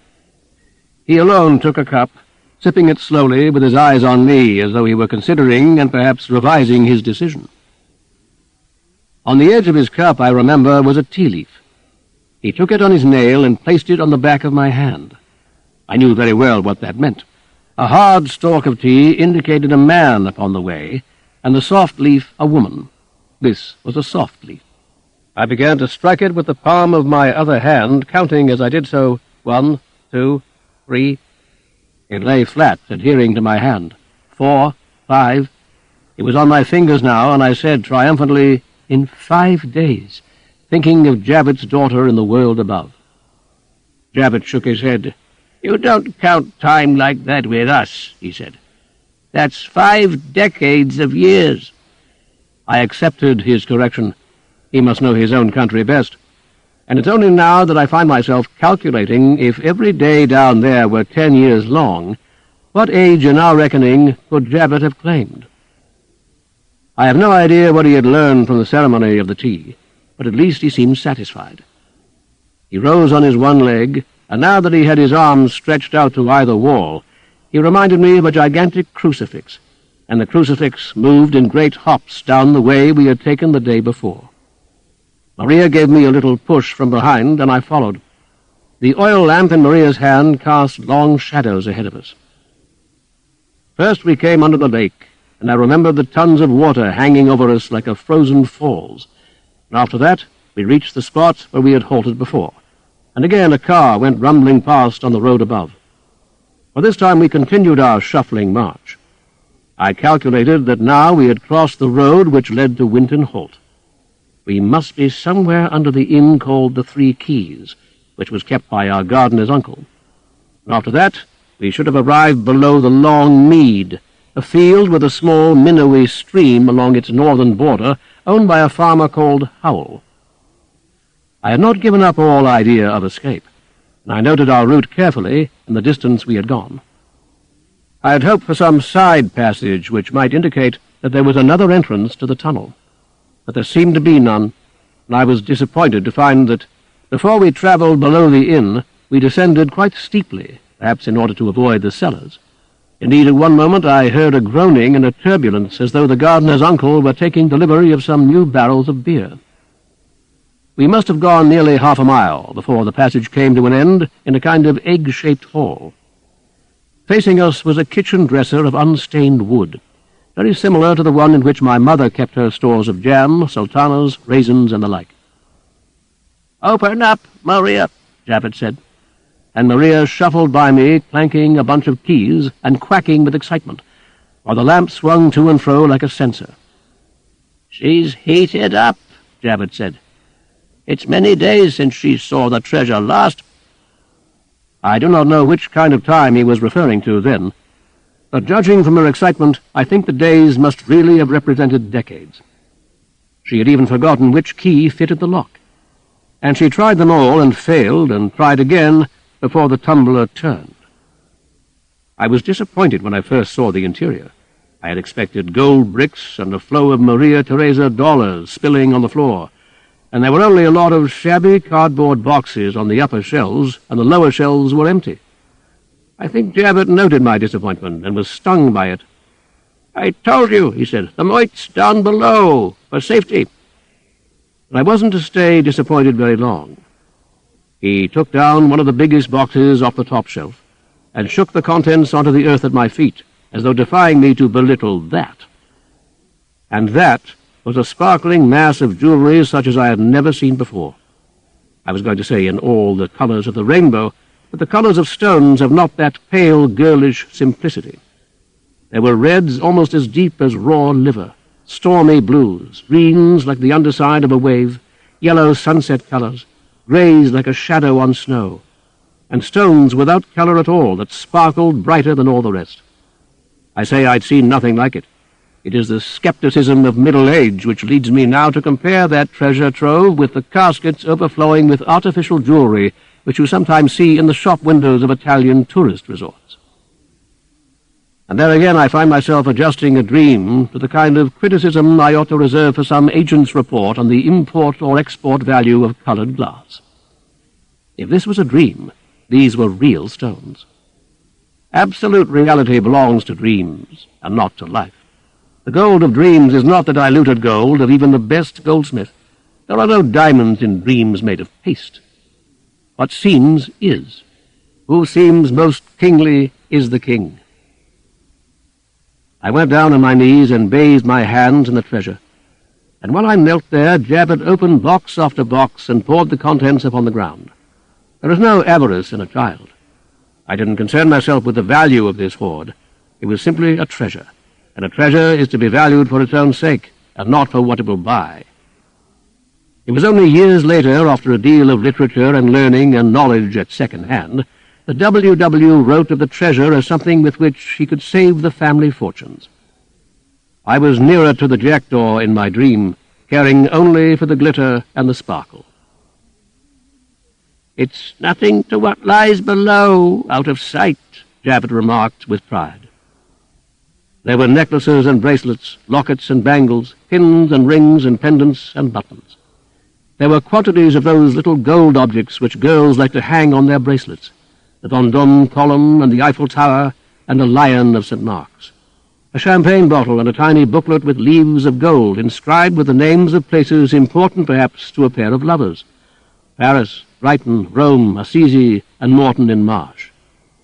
There were gold coins, too, some with the heads of Roman emperors and others of Victoria and George IV and Frederick Barbarossa.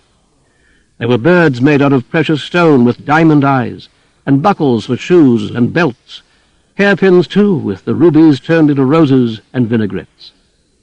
There were toothpicks of gold and swizzle sticks, and little spoons to dig the wax out of your ears of gold, too, and cigarette holders studded with diamonds, and small boxes of gold for pastilles and snuff, horseshoes for the ties of hunting men, and emerald hounds for the lapels of hunting women.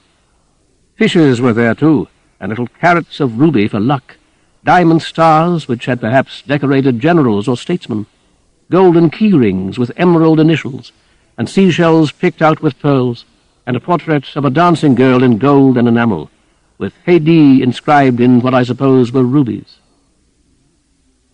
"Enough's enough," Jabbett said. I had to drag myself away, as it seemed to me, from all the riches in the world, its pursuits and enjoyments. Maria would have packed everything that lay there back into the cardboard boxes, but Jabbett said with his lordliest voice, "Let them lie." And back we went in silence the way we had come, in the same order, our shadows going ahead.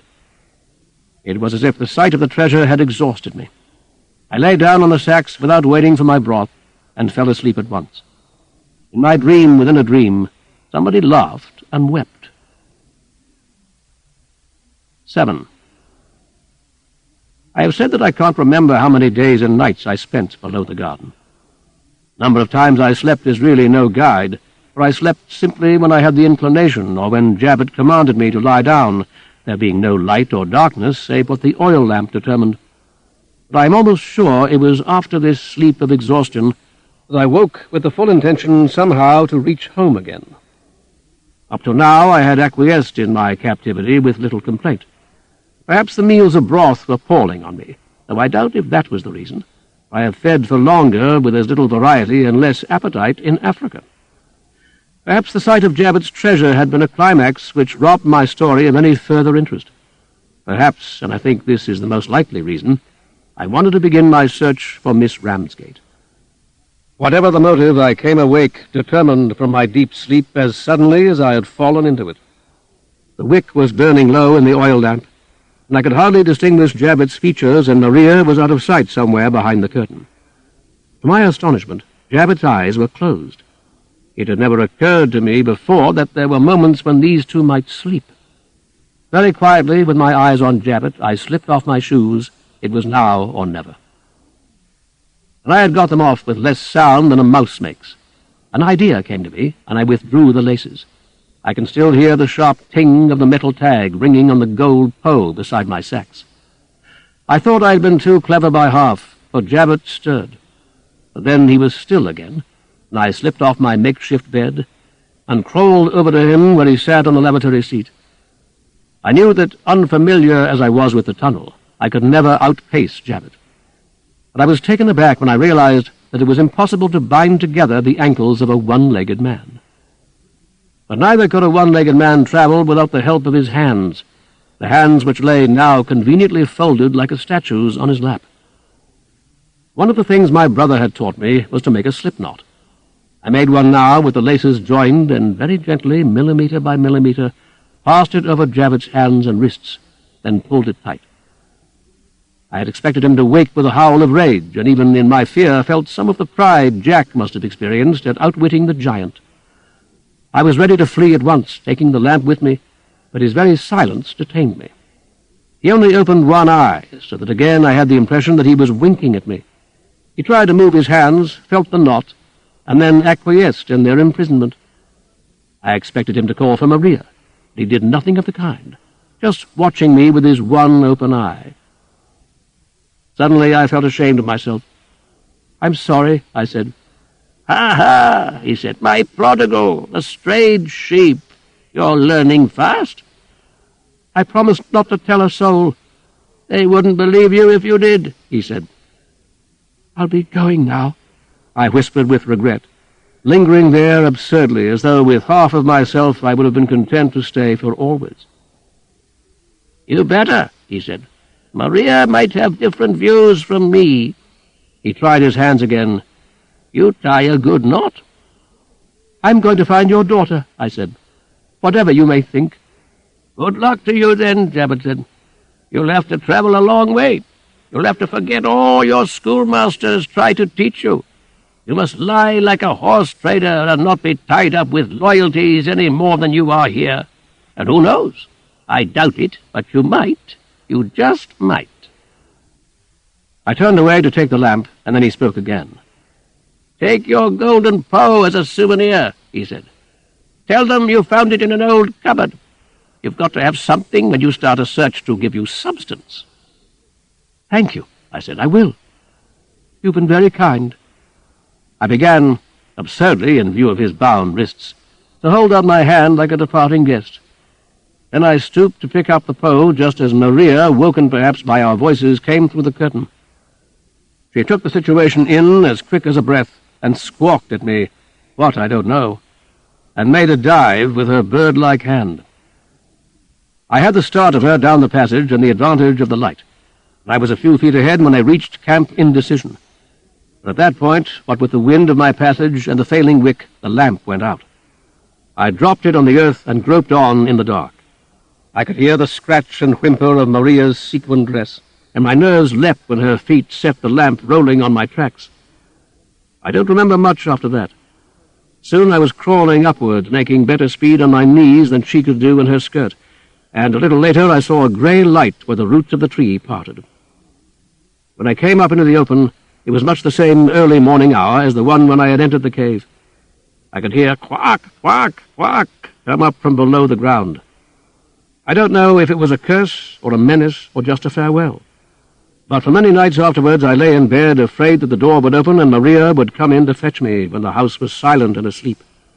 Yet strangely enough I felt no fear of Jabbet, then or later. Perhaps, I can't remember, I dropped the gold Poe at the entrance of the tunnel as a propitiation to Maria.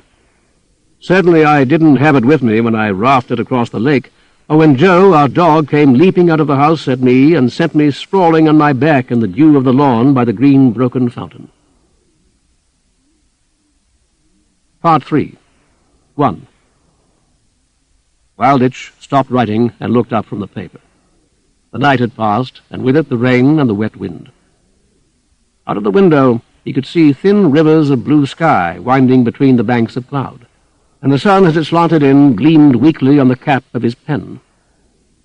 He read the last sentence which he had written, and saw how again, at the end of his account, he had described his adventure as though it were one which had really happened, and not something that he had dreamed during the course of a night's truancy or invented a few years later for the school magazine. Somebody, early though it was, trundled a wheelbarrow down the gravel path beyond the fountain. The sound, like the dream, belonged to childhood. He went downstairs and unlocked the front door. There, unchanged, was the broken fountain and the path which led to the dark walk, and he was hardly surprised when he saw Ernest, his uncle's gardener, coming towards him behind the wheelbarrow. Ernest must have been a young man in the days of the dream, and he was an old man now. But to a child, a man in the 20s approaches middle age, and so he seemed much as Wilditch remembered him. There was something of Jabbet about him, though he had a big moustache and not a beard. Perhaps it was only a brooding and scrutinizing look, and that air of authority and possession which had angered Mrs. Wilditch when she approached him for vegetables. "Why, Ernest," Wilditch said, "I thought you had retired." Ernest put down the handle of the wheelbarrow and regarded Wilditch with reserve. "It's Master William, isn't it?" "Yes."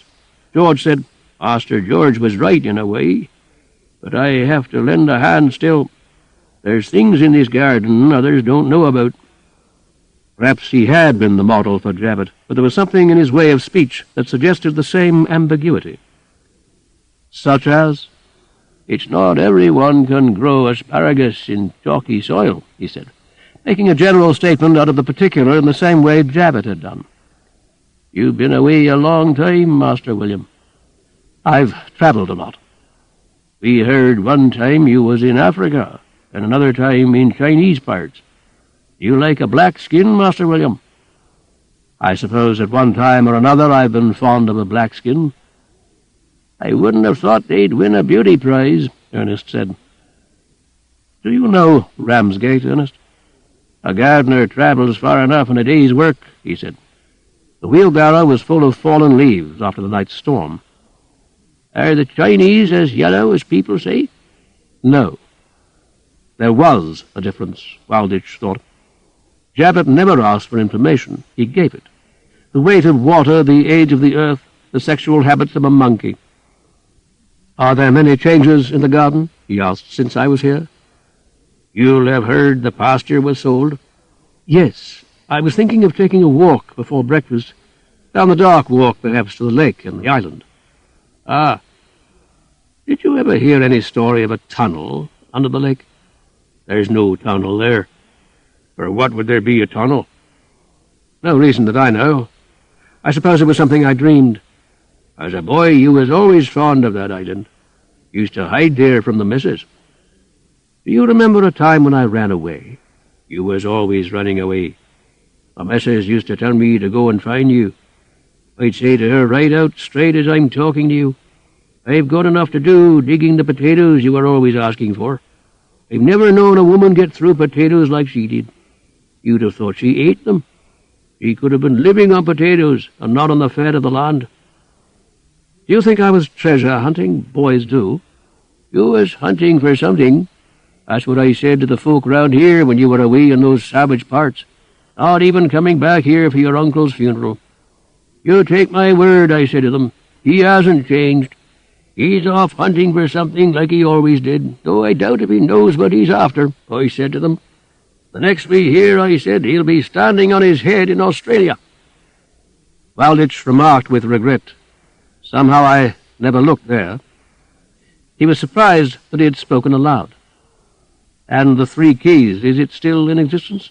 "Oh, it's there all right, but the brewers bought it when my uncle died, and it's not a free house any more." "Did they alter it much?" "You'd hardly know it was the same house with all the pipes and tubes. They put in what they call pressure, so you can't get an honest bit of beer without a bubble in it. My uncle was content to go down to the cellar for a barrel, but it's all machinery now." "When they made all those changes, you didn't hear any talk of a tunnel under the cellar?" "Tunnel again? What's got you thinking of tunnels? The only tunnel I know is the railway tunnel at Bugham, and that's 5 miles off." "Well, I'll be walking on, Ernest, or it will be breakfast time before I've seen the garden." "And I suppose now you'll be off again to foreign parts. What's it to be this time? Australia?" "It's too late for Australia now." Ernest shook his brindled head at Wilditch with an air of sober disapproval. "When I was born," he said, "time had a different pace to what it seems to have now." And lifting the handle of the wheelbarrow, he was on his way towards the new iron gate before Wilditch had time to realize he had used almost the very words of Jabbet. The world was the world he knew. 2. The dark walk was small and not very dark. Perhaps the laurels had thinned with the passing of time, but the cobwebs were there as in his childhood to brush his face as he went by. At the end of the walk there was the wooden gate onto the green which had always in his day been locked. He had never known why that route out of the garden was forbidden him, but he had discovered a way of opening the gate with the rim of a halfpenny. Now he could find no halfpennies in his pocket. When he saw the lake, he realized how right George had been. It was only a small pond, and a few feet from the margin there was an island the size of the room in which last night they had dined. There were a few bushes growing there, and even a few trees, one taller and larger than the others, but certainly it was neither the sentinel pine of W.W.'s story nor the great oak of his memory. He took a few steps back from the margin of the pond and jumped. He hadn't quite made the island, but the water in which he landed was only a few inches deep. Was any of the water deep enough to float a raft? He doubted it. He sloshed ashore, the water not even penetrating his shoes. So this little spot of earth had contained Camp Hope and Friday's cave. He wished that he had the cynicism to laugh at the half-expectation which had brought him to the island. The bushes came only to his waist, and he easily pushed through them towards the largest tree. It was difficult to believe that even a small child could have been lost here. He was in the world that George saw every day, making his round of a not very remarkable garden. For perhaps a minute as he pushed his way through the bushes, it seemed to him that his whole life had been wasted, much as a man who has been betrayed by a woman wipes out of his mind even the happy years with her. If it had not been for his dream of the tunnel and the bearded man and the hidden treasure, couldn't he have made a less restless life for himself, as George, in fact, had done, with marriage, children, a home? He tried to persuade himself that he was exaggerating the importance of a dream. His lot had probably been decided months before that, when George was reading him The Romance of Australian Exploration. If a child's experience does really form his future life, surely he had been formed not by Jabbet, but by Gray and Burke. It was his pride that at least he had never taken his various professions seriously. He had been loyal to no one, not even to the girl in Africa. Jabbet would have approved his disloyalty. Now he stood beside the ignoble tree that had no roots above the ground which could possibly have formed the entrance to a cave, and he looked back at the house. It was so close that he could see George at the window of the bathroom, lathering his face. Soon the bell would be going for breakfast, and they would be sitting opposite each other, exchanging the morning small talk. There was a good train back to London at 10:25. He supposed that it was the effect of his disease that he was so tired, not sleepy, but achingly tired, as though at the end of a long journey. After he had pushed his way a few feet through the bushes, he came on the blackened remains of an oak. It had been split by lightning, probably, and then sawed close to the ground for logs. It could easily have been the source of his dream. He tripped on the old roots hidden in the grass, and squatting down on the ground he laid his ear close to the earth. He had an absurd desire to hear from somewhere far below the quack, quack from a roofless mouth, and the deep rumbling of Jabbert's voice saying, "We are hairless, you and I," shaking his beard at him. "So's the hippopotamus and the elephant and the dugong. You wouldn't know, I suppose, what a dugong is? We survive the longest, the hairless ones." But of course he could hear nothing except the emptiness you hear when a telephone rings in an empty house. Something tickled his ear, and he almost hoped to find a sequin which had survived the years under the grass. But it was only an ant staggering with a load towards its tunnel. Wilditch got to his feet. As he levered himself upright, his hand was scraped by the sharp rim of some metal object in the earth. He kicked the object free, and found it was an old tin chamber pot. It had lost all colour in the ground, except that inside the handle there adhered a few flakes of yellow paint. 3. How long he had been sitting there with the pot between his knees, he could not tell. The house was out of sight. He was as small now as he had been then. He couldn't see over the tops of the bushes, and he was back in Jabbert's time. He turned the pot over and over. It was certainly not a golden pot, but that proved nothing either way. A child might have mistaken it for one when it was newly painted. Had he then really dropped this in his flight? Which meant that somewhere underneath him now Jabbert sat on his lavatory seat, and Maria quacked beside the calor gas. There was no certainty. Perhaps years ago, when the paint was fresh, he had discovered the pot, just as he had done this day, and founded a whole afternoon legend around it. Then why had W.W. omitted it from his story? Wilditch shook the loose earth out of the pot, and it rang on a pebble just as it had rung against the tag of his shoelace 50 years ago. He had a sense that there was a decision he had to make all over again. Curiosity was growing inside him like the cancer. Across the pond the bell rang for breakfast, and he thought, poor mother, she had reason to fear, turning the tin chamber pot on his lap. A visit to Morin. 1. Le Diable au Ciel. There it was on a shelf in the Colmar bookshop, causing a memory to reach out to me from the past of 20 years ago. One didn't often in the 1950s see Pierre Morin's novels on display, yet here were 2 copies of his once famous book, and looking along the rows of paper bindings I discovered others, as though there existed in Alsace a secret cave, like those hidden cellars where wines were once preserved from the enemy for the days when peace would return. I had admired Pierre Morin when I was a boy, but I had almost forgotten him. He was even then an older writer on the point of abandonment by his public, but the language class in an English public school is always a long way behind the Paris fashions. We happened at Collingworth to have a Roman Catholic master who belonged to the generation which Morin had pleased or offended. He had offended the Orthodox Catholics in his own country and pleased the liberal Catholics abroad.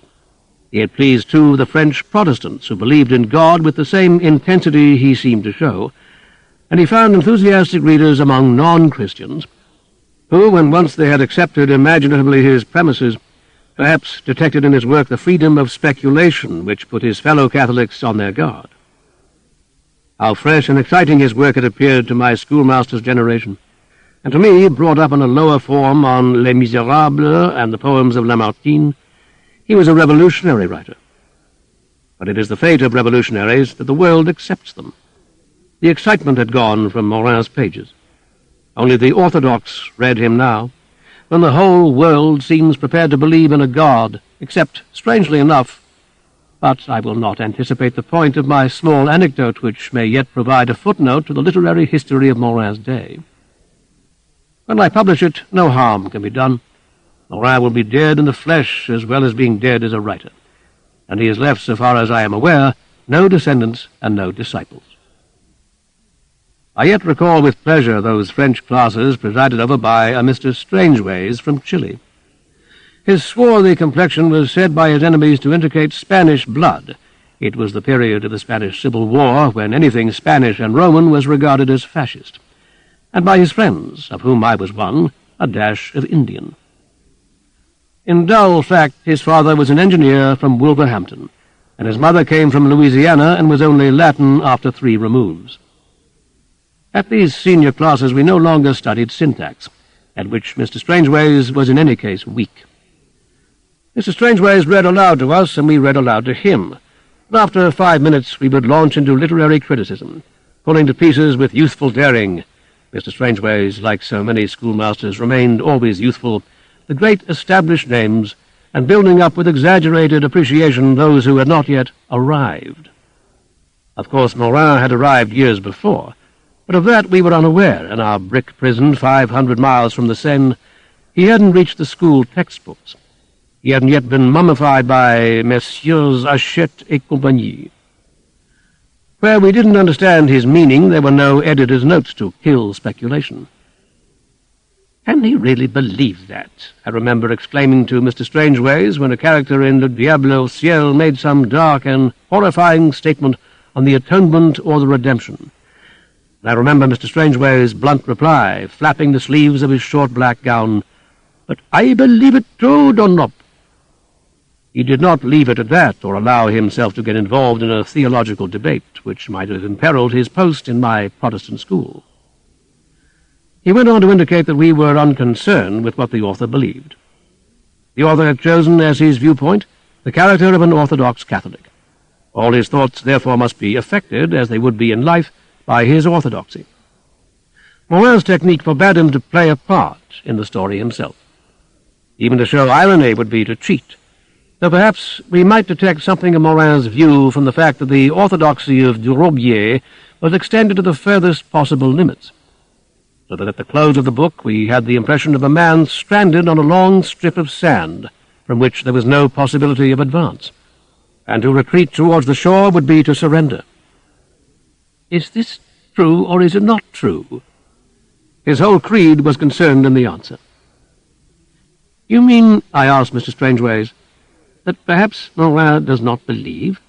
"I mean nothing of the kind. No one has seriously questioned his Catholicism, only his prudence. Anyway, that's not true criticism. A novel is made up of words and characters.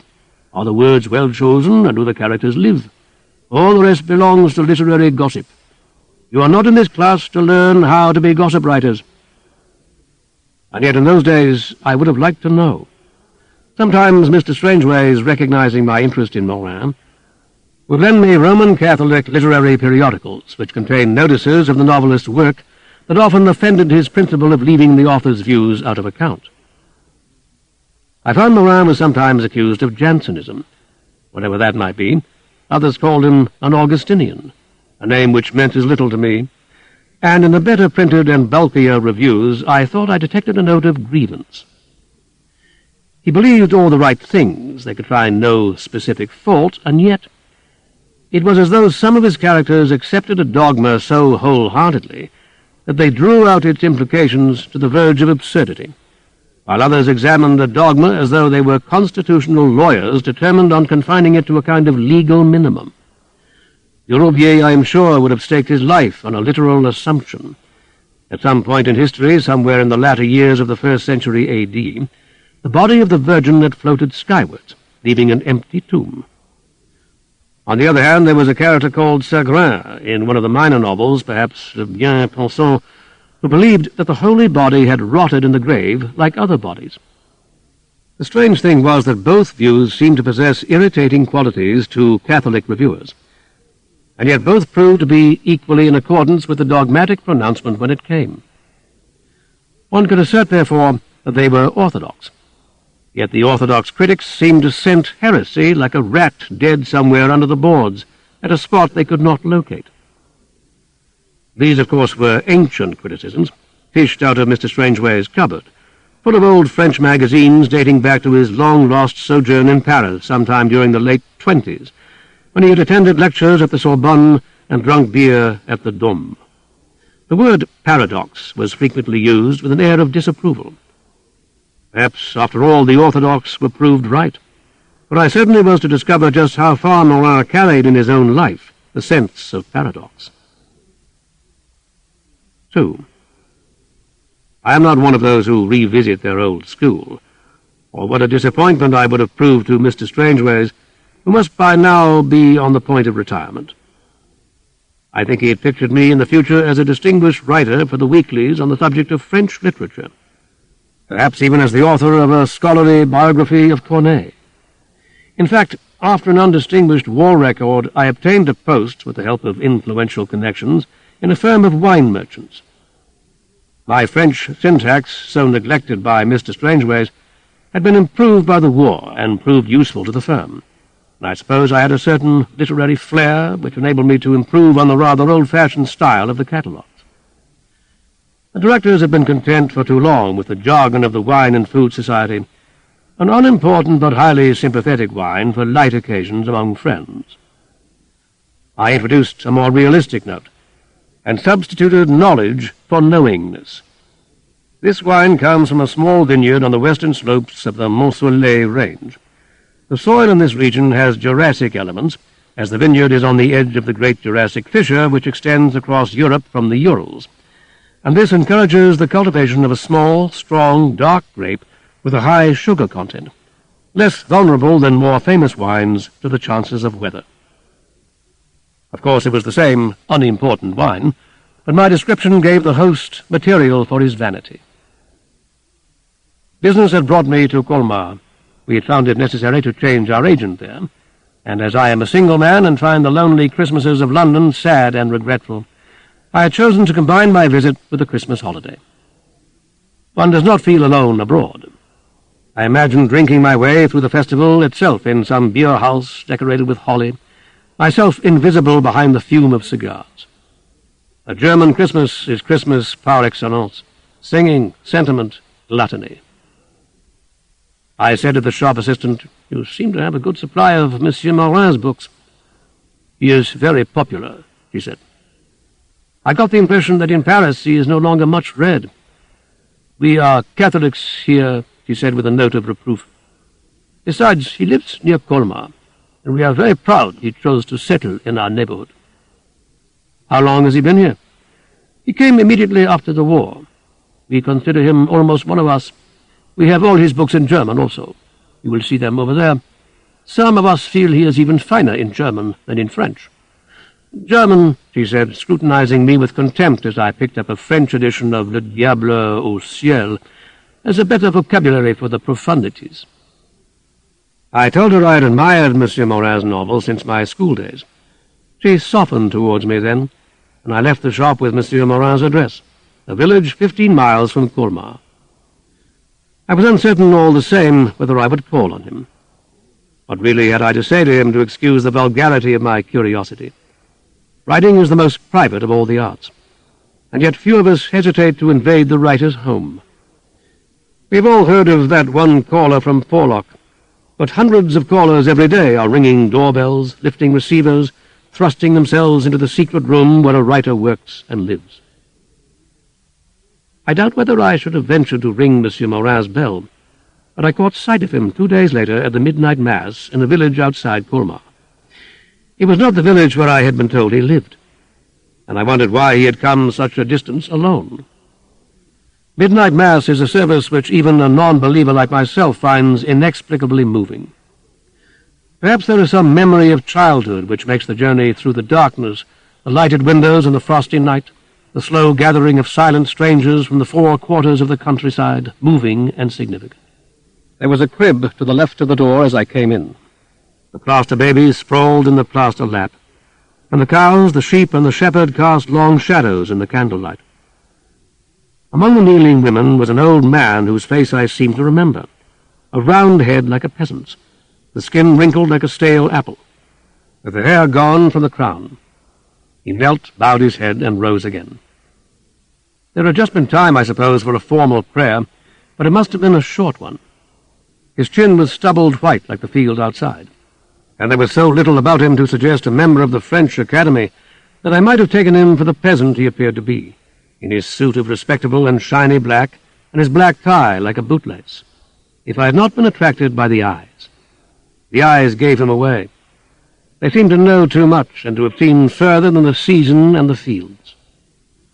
Of a very clear pale blue, they continually shifted focus, looking close and looking away, observant, sad, and curious, like those of a man caught in some great catastrophe which it is his duty to record, but which he cannot bear to contemplate for any length of time. It was not, of course, during his short prayer before the crib that I had time to watch Morin so closely. When the congregation was shuffling up towards the altar for communion, Morin and I found ourselves alone among the empty chairs. It was then I recognized him, perhaps from memories of old photographs in Mr. Strangeway's reviews.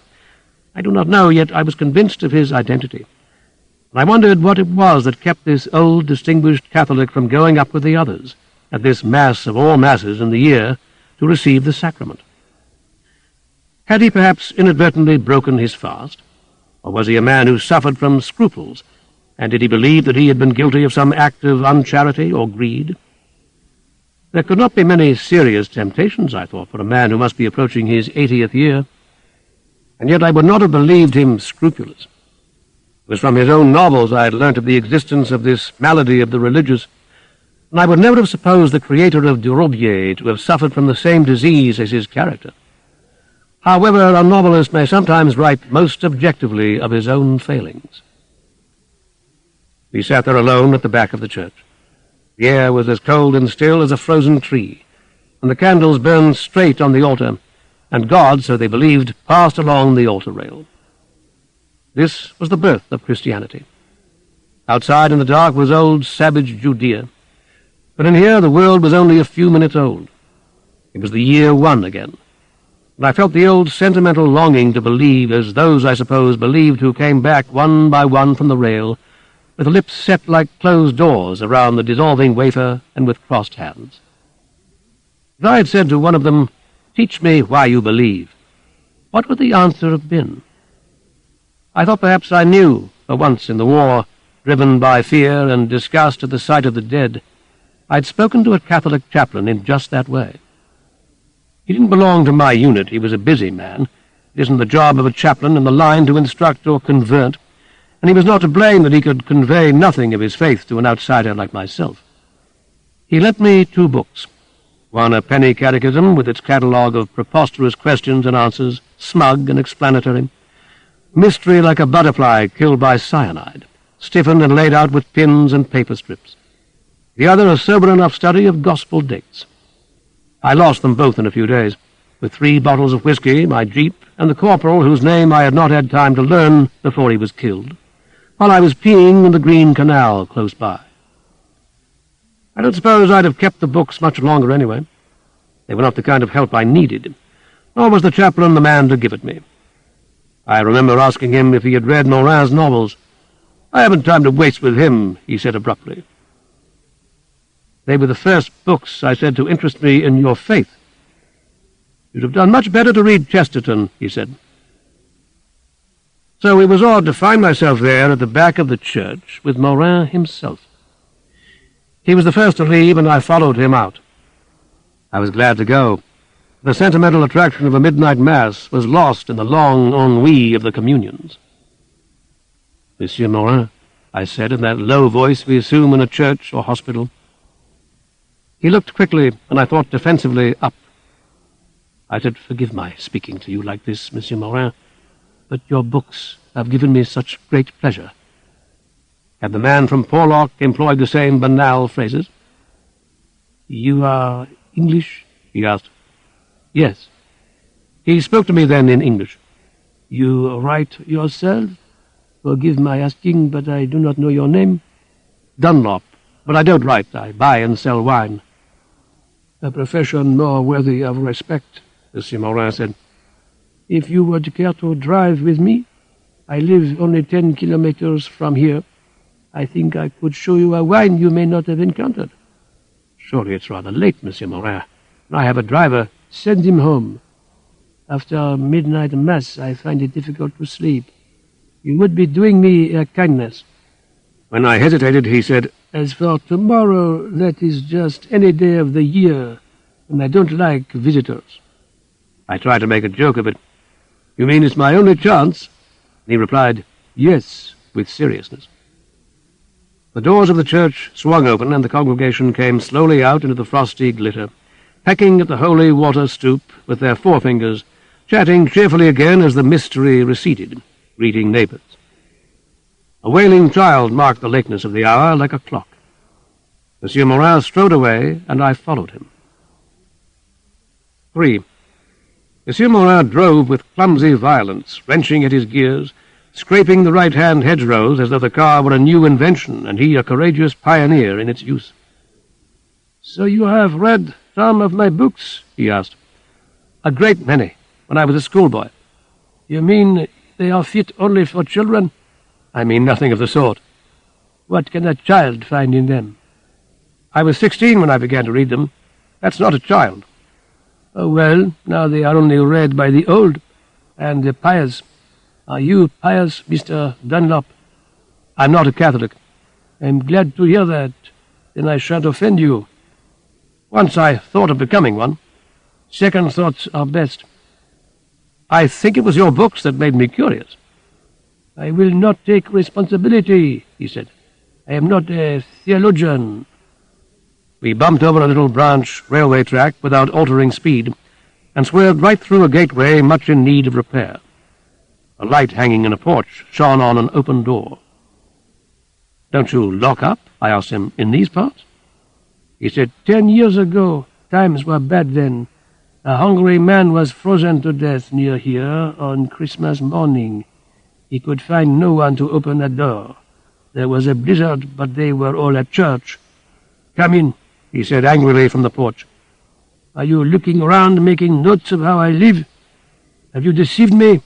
Are you a journalist?" If I had had my own car with me, I would have driven away. "Monsieur Morin," I said, "there are different kinds of hunger. You seem only to cater for one kind." He went ahead of me into a small study. A desk, a table, 2 comfortable chairs, and some bookshelves oddly bare. I could see no sign of his own books. There was a bottle of brandy on the table, ready perhaps for the stranger and the blizzard that would never again come together in this place. "Sit down," he said, "sit down.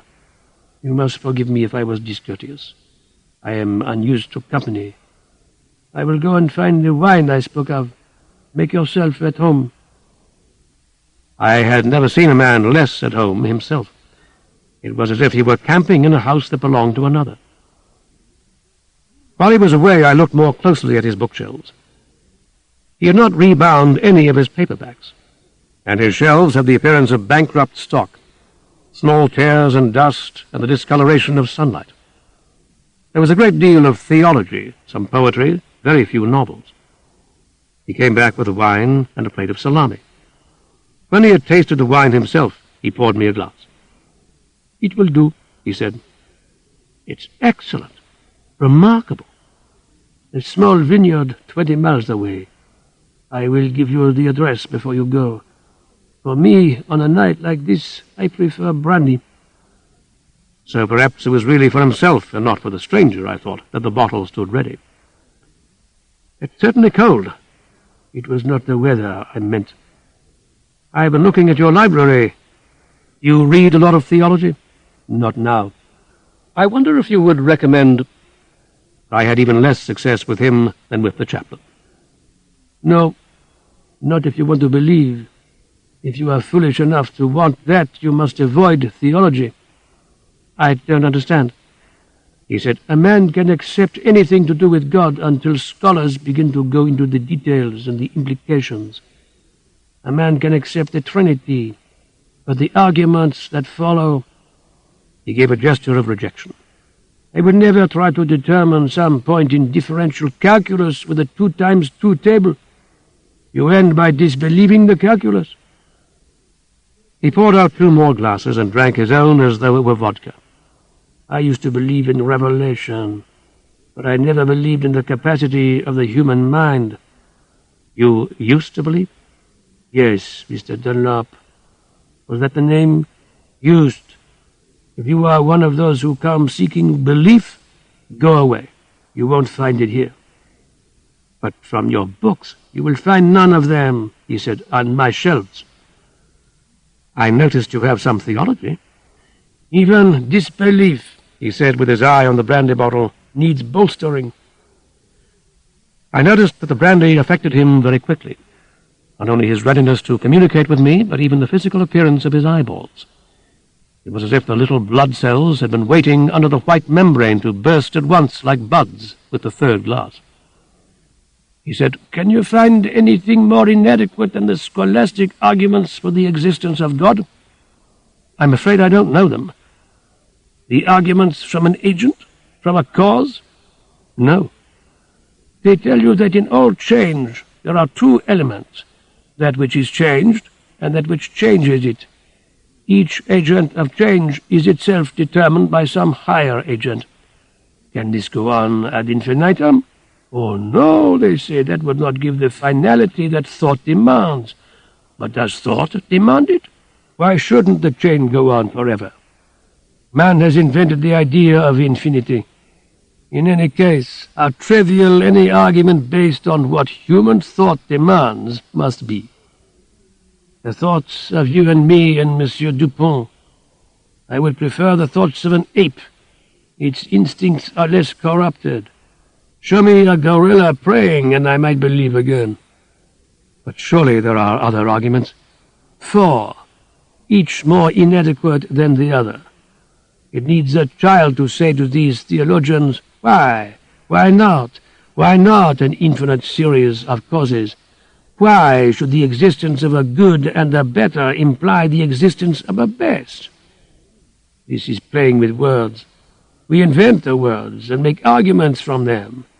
The better is not a fact. It is only a word and a human judgment."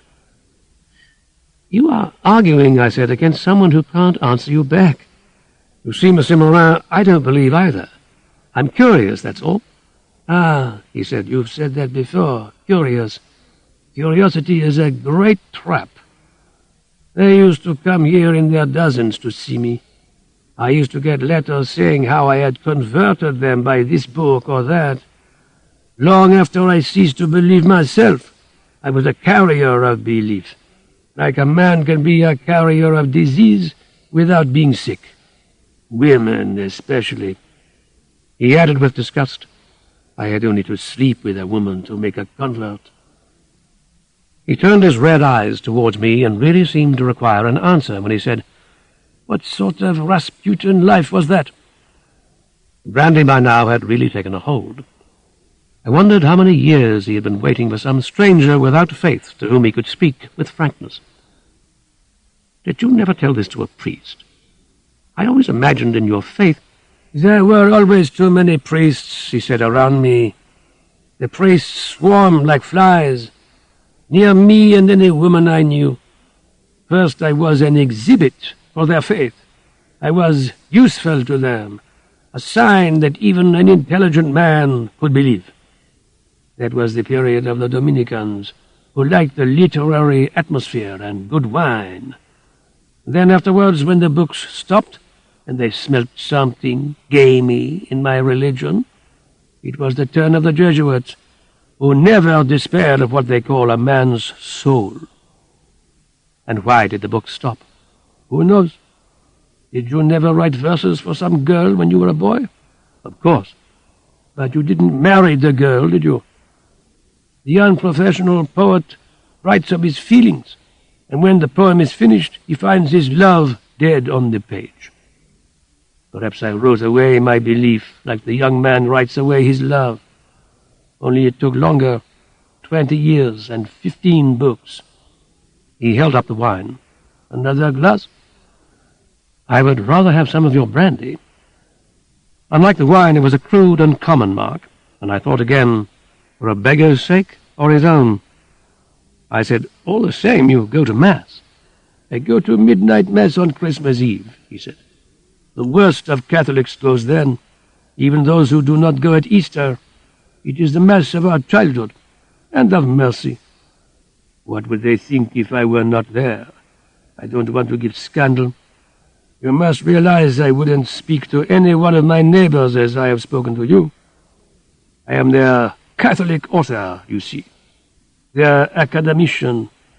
I never wanted to help anyone believe, but God knows I wouldn't take a hand in robbing them. I was surprised at one thing when I saw you there, Monsieur Morin. Yes? I said rashly, you and I were the only ones who didn't take communion. That is why I don't go to the church in my own village. That too would be noticed and cause scandal. Yes, I can see that. I stumbled heavily on. Perhaps the brandy had affected me too. Forgive me, Monsieur Morin, but I wondered at your age what kept you from communion. Of course, now I know the reason. Do you? Morin said. Young man, I doubt it. He looked at me across his glass with impersonal enmity. He said, you don't understand a thing I've been saying to you. What a story you would make of this if you were a journalist, and yet there wouldn't be a word of truth. I said stiffly, I thought you made it perfectly clear that you had lost your faith. Do you think that would keep anyone from the confessional? You are a long way from understanding the church or the human mind, Mr. Dunlop. Why, it is one of the most common confessions of all for a priest to hear, almost as common as adultery. Father, I have lost my faith. The priest, you may be sure, makes it himself often enough at the altar before he receives the host. I said I was angry in return now. Then what keeps you away? Pride? One of your Rasputin women? As you so rightly thought, he said, women are no longer a problem at my age. He looked at his watch. 2:30. Perhaps I ought to drive you back. No, I said. I don't want to part from you like this. It's the drink that makes us irritable. Your books are still important to me. I know I am ignorant. I am not a Catholic and never shall be. But in the old days, your books made me understand that at least it might be possible to believe. You never closed the door in my face, as you are doing now. Or did your characters, de Roubier, Sagrin? I indicated the brandy bottle. I told you just now, people are not only hungry and thirsty in that way. Because you've lost your faith. He interrupted me ferociously. I never told you that. Then what have you been talking about all this time?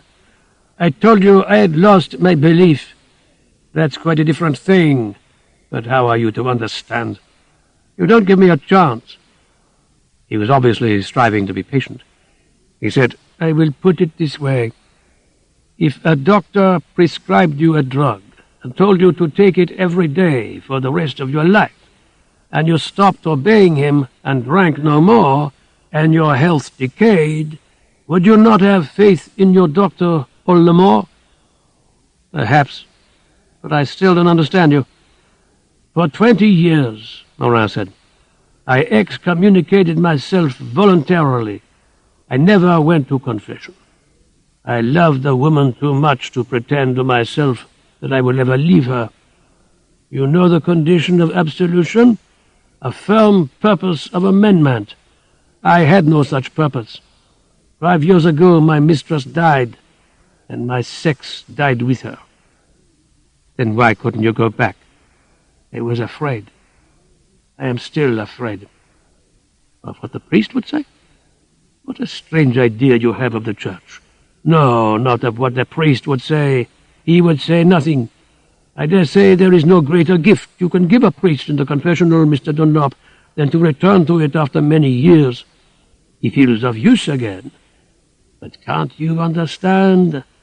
I can tell myself now that my lack of belief is a final proof that the church is right and the faith is true. I had cut myself off for 20 years from grace, and my belief withered as the priest said it would. I don't believe in God and his Son and his angels and his saints, but I know the reason why I don't believe. And the reason is the church is true, and what she taught me is true. For 20 years I have been without the sacraments, and I can see the effect. The wafer must be more than wafer. But if you went back, if I went back and belief did not return? That is what I fear, Mr. Dunlop. As long as I keep away from the sacraments, my lack of belief is an argument for the church. But if I returned and they failed me, then I would really be a man without faith, who had better hide himself quickly in the grave so as not to discourage others." He laughed uneasily. "Paradoxical, Mr. Dunlop?" "That is what they said of your books." "I know. Your characters carried their ideas to extreme lengths, so your critics said." "And you think I do too?" "Yes, Monsieur Morin." His eyes wouldn't meet mine. He grimaced beyond me. "At least I am not a carrier of disease any longer. You have escaped infection." He added, "Time for bed, Mr. Dunlop, time for bed. The young need more sleep." "I am not as young as that." "To me you seem very young." He drove me back to my hotel, and we hardly spoke. I was thinking of the strange faith which held him even now, after he had ceased to believe. I had felt very little curiosity since that moment of the war when I had spoken to the chaplain, but now I began to wonder again. Monsieur Morin considered he had ceased to be a carrier. I couldn't help hoping that he was right. He had forgotten to give me the address of the vineyard, but I had forgotten to ask him for it when I said good night.